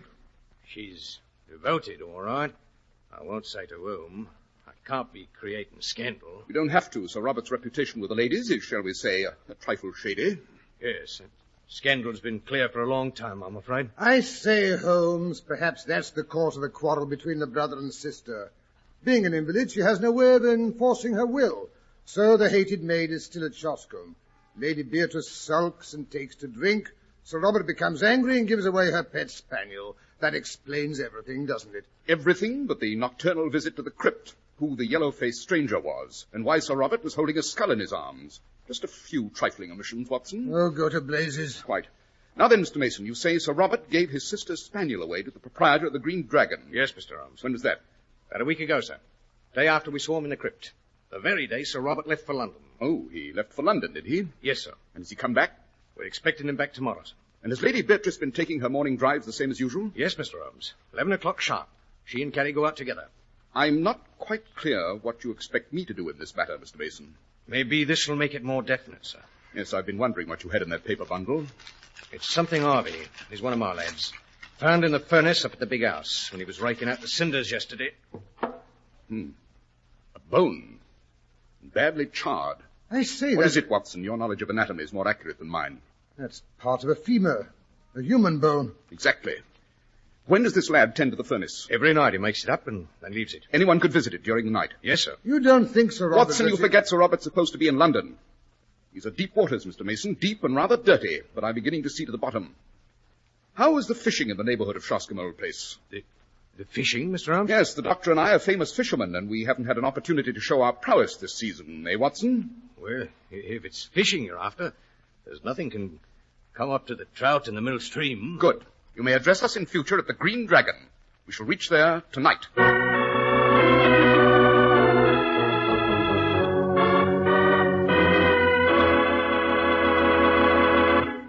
And now that you have Mr. Holmes started on your fishing expedition, Dr. Watson, may I step in to say a few words? Fair enough, Mr. Stark. Clipper craft clothes are not merely good-looking at the time you buy them. They stay good-looking. Part of the reason for this is hidden from your eyes. That's the painstaking tailoring, the hundreds of stitches inside. Yes, fine tailoring and rich, long-wearing fabrics are the reasons Clipper craft clothes are remarkable values at their more than modest prices. Naturally, prices low as these wouldn't be possible without the unique Clipper craft plan. This plan concentrates the buying power of 1,036 great stores across the country, creating year-round economies in manufacturing and distribution costs. That's why you pay only $40 and $45 for a Clipper craft suit, only $40 for a top coat or overcoat, and only $26.50 for sport jackets. For your own sake, compare Clipper craft with clothes selling for many dollars more.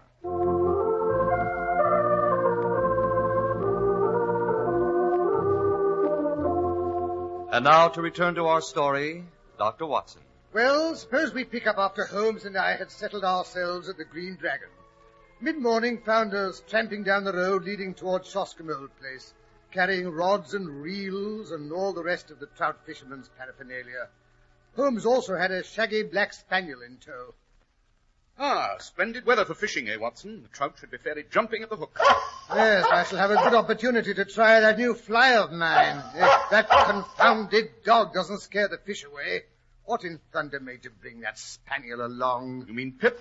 Yes. Down, boy, down. I saw him tied up in the front hall of the inn. Mine host says that they have to keep him on a leash or he runs straight back to his old home. Easy, Pip, don't pull so, boy. The poor dog seemed to want to go walking, so I said I'd take him. Yes, but a dog on a fishing jaunt, oh, really, Holmes, you... Now, if we were going hunting, it would be different, eh? Yes, but it's not the hunting season. You never know. We may get in a little hunting before we get to our fishing. Ah, that is the entrance gate to SHOSHOME place, I presume. Handsome old ironwork. And tightly locked, too. Dear Sir Robert is very jealous of his privacy, eh? You would be, too, if you had a horse you expected to win the derby. I understand he's very vicious with touts or any stranger he catches snooping around his property. I say, look. Here comes a big yellow open barouche. Yes, Lady Beatrice returning from her morning's drive, I fancy. I thought we should have some hunting this morning. What do you mean? Pip and I are going to hide behind this hedge. When the footman gets down to unlock the gates, I want you to engage him in conversation. Yes, but I don't understand, Holmes. Holmes, where are you? Where did you go? Here, behind the hedge, trying to keep this confounded dog quiet. Here they come.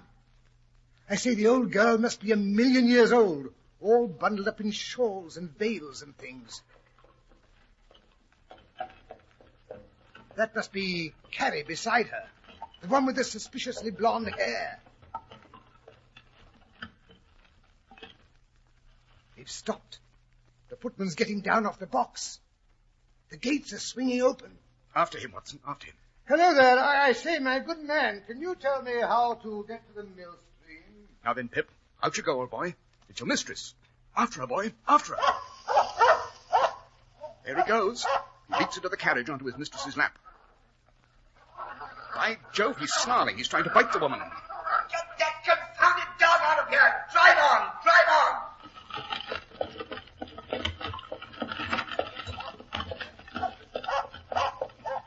Come on, Pip. Did she try to kick you? Well, never mind, old boy. Well, Watson, that's done it. He expected to see his mistress, and he found a stranger. Dogs don't make mistakes. But it was the voice of a man. Exactly. Our little hunting party was quite a success. We flushed our bird. Now, come along, Watson. The fish are waiting for us. Look here, Holmes. You're not going to give up this clue. Not exactly. But our hunting must be postponed until after dark. And then, I promise you, it will be for big game.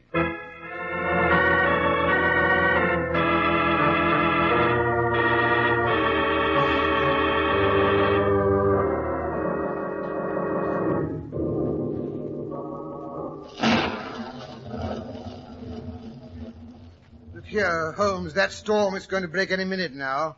Hadn't we better get back to the inn? Oh, rubbish. We can reach the chapel before we get too wet. Yes, but how do we get home again? By running, I suspect. We may get wet. I told the landlord to have some of the trout we caught this afternoon and a Stilton cheese, salad, and a hot toddy waiting for us. Oh, then let's get back now. I said we wouldn't be back before 10:30, but if we weren't back by then, to rout out the local police. You think it's as bad as all that? I don't know.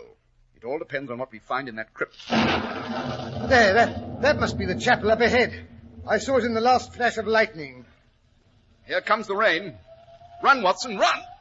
I say, don't go so fast. Good Lord, it's as black as the inside of my pocket. I've lost the chapel. No, there it is. Over here, Watson, over here. There's an entrance. Right. Oh, great thunder. I'm soaked to the skin. It's coming down in torrents. Here, this must be the stairs leading down to the crypt. I say, Holmes, you have eyes like a cat. I can't see a blasted thing. Take my hand. Easy now, easy. Don't fall and break your neck. There. Now you can light the lantern. Yes, if I can find a match that's dry enough to light. They all feel like spaghetti.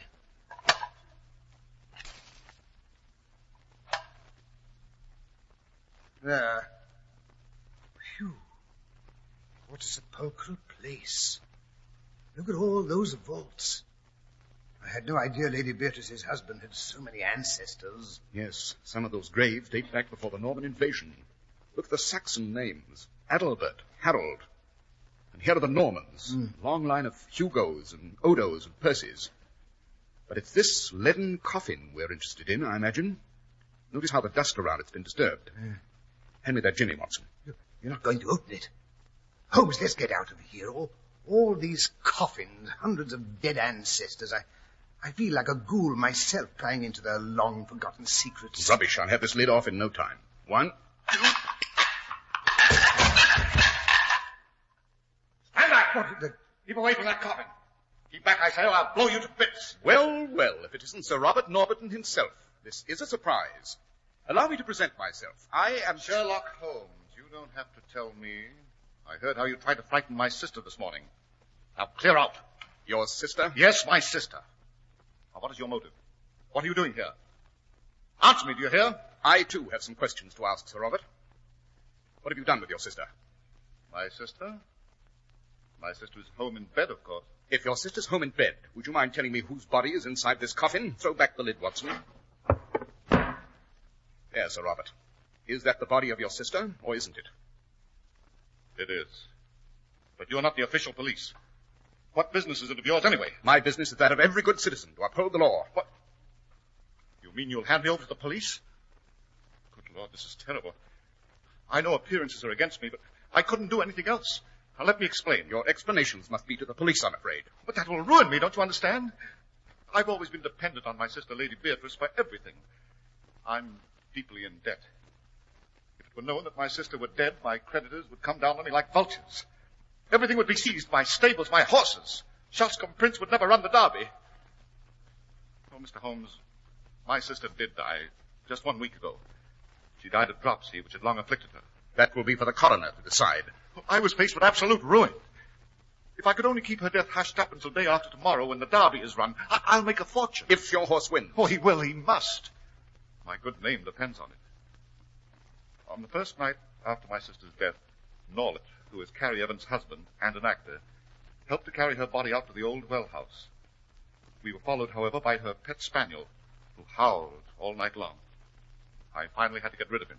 And it was Norlet, the actor, who impersonated your sister this last week? Yes, Mr. Holmes. Oh, this last week I've lived the life of the damned. My conscience has given me no peace. Later, we buried my sister's body here, in what is still consecrated ground.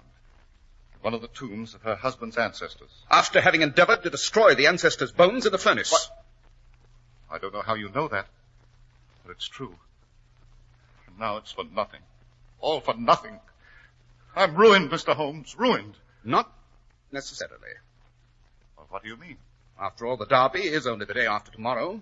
Of course, we must lay the case before the local authorities, but I still have a little influence here and there. Would you use it? It's not altogether impossible.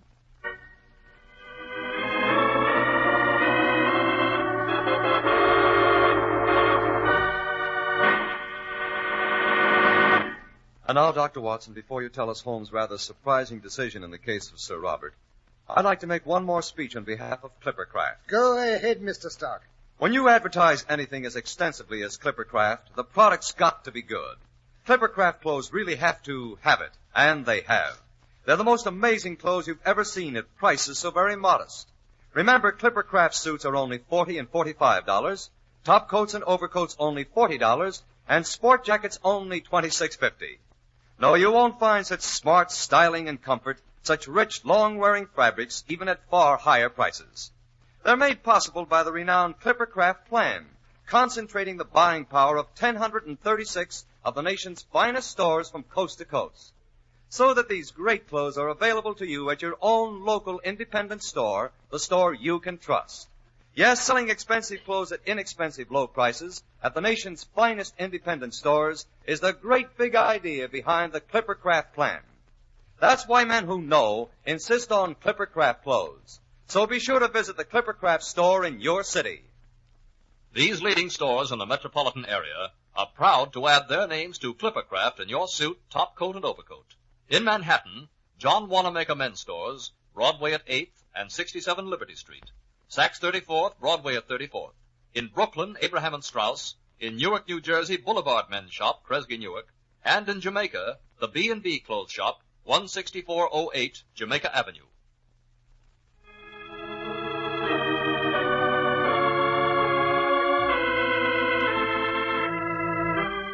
And now, Dr. Watson, did Sherlock Holmes use his influence in Sir Robert's behalf? Yes, indeed, Mr. Stark. We went back to the inn, and Holmes routed the local constable and coroner out of bed. They discussed matters over the trout and coffee and cheese. Luckily, our catch had been a fairly big one. Moreover, the creditors were all Londoners, and Sir Robert was a local man. Pride of county, you know. And besides, the constable and the coroner had both placed bets on Shoshcombe Prince, and they wanted to see him win. And did he? He did, and netted his owner £80,000. Sir Robert paid his debts and bought a small place in the neighbourhood of Shoshcombe, where he threatens to end his days in an honoured old age. He and Holmes have become great friends. Holmes often visits him when he wants a bit of trout fishing. Well, all this talk of trout and salad and cheese has given me the most tremendous appetite. I had hoped it would. I've a special treat in store for you tonight. Just ring the bell, will you? I received 2 of the most beautiful trout from Sir Robert just this morning. I imagine my housekeeper has them in the pan by now. Frying in butter with lemons sprinkled on the top. And a fresh green salad and a Stilton cheese. But look here. Isn't it a bit out of season for trout? Nothing is out of season these days, Mr. Stark. Sir Robert has what is called a deep freeze, you know. Yes, I know, but what have you in mind to tell us next week, Dr. Watson? Well, next week, Mr. Stark, I think I'll tell you of the vicious robberies and bludgeonings that occurred in Boston Yard. The criminal, you know, was a cat named Peggy. Holmes always called it the adventure of the wooden claw.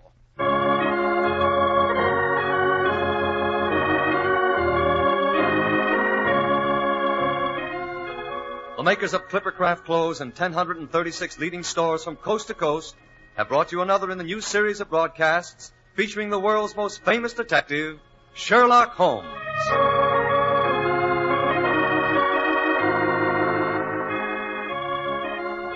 Our stories are based upon the character of Sherlock Holmes created by Sir Arthur Conan Doyle.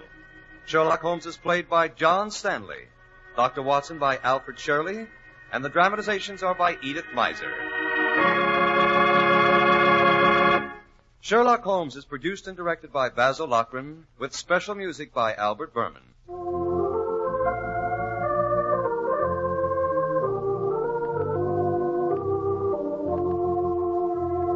If you don't know your Clippercraft dealer, write Clippercraft, 200 Fifth Avenue, New York City.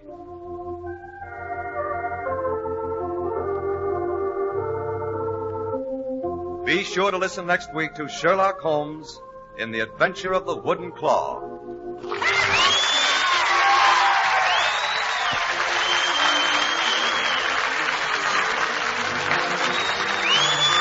Charles Stark speaking for Clippercraft Clothes. This is the world's largest network serving more than 450 radio stations. The Mutual Broadcasting System. In just 25 seconds, you'll hear Melvin Elliott reporting the latest news. Fly Eastern Airlines' new type Constellation, tried and proven with 300 million passenger miles of dependability. Fly Eastern Airlines.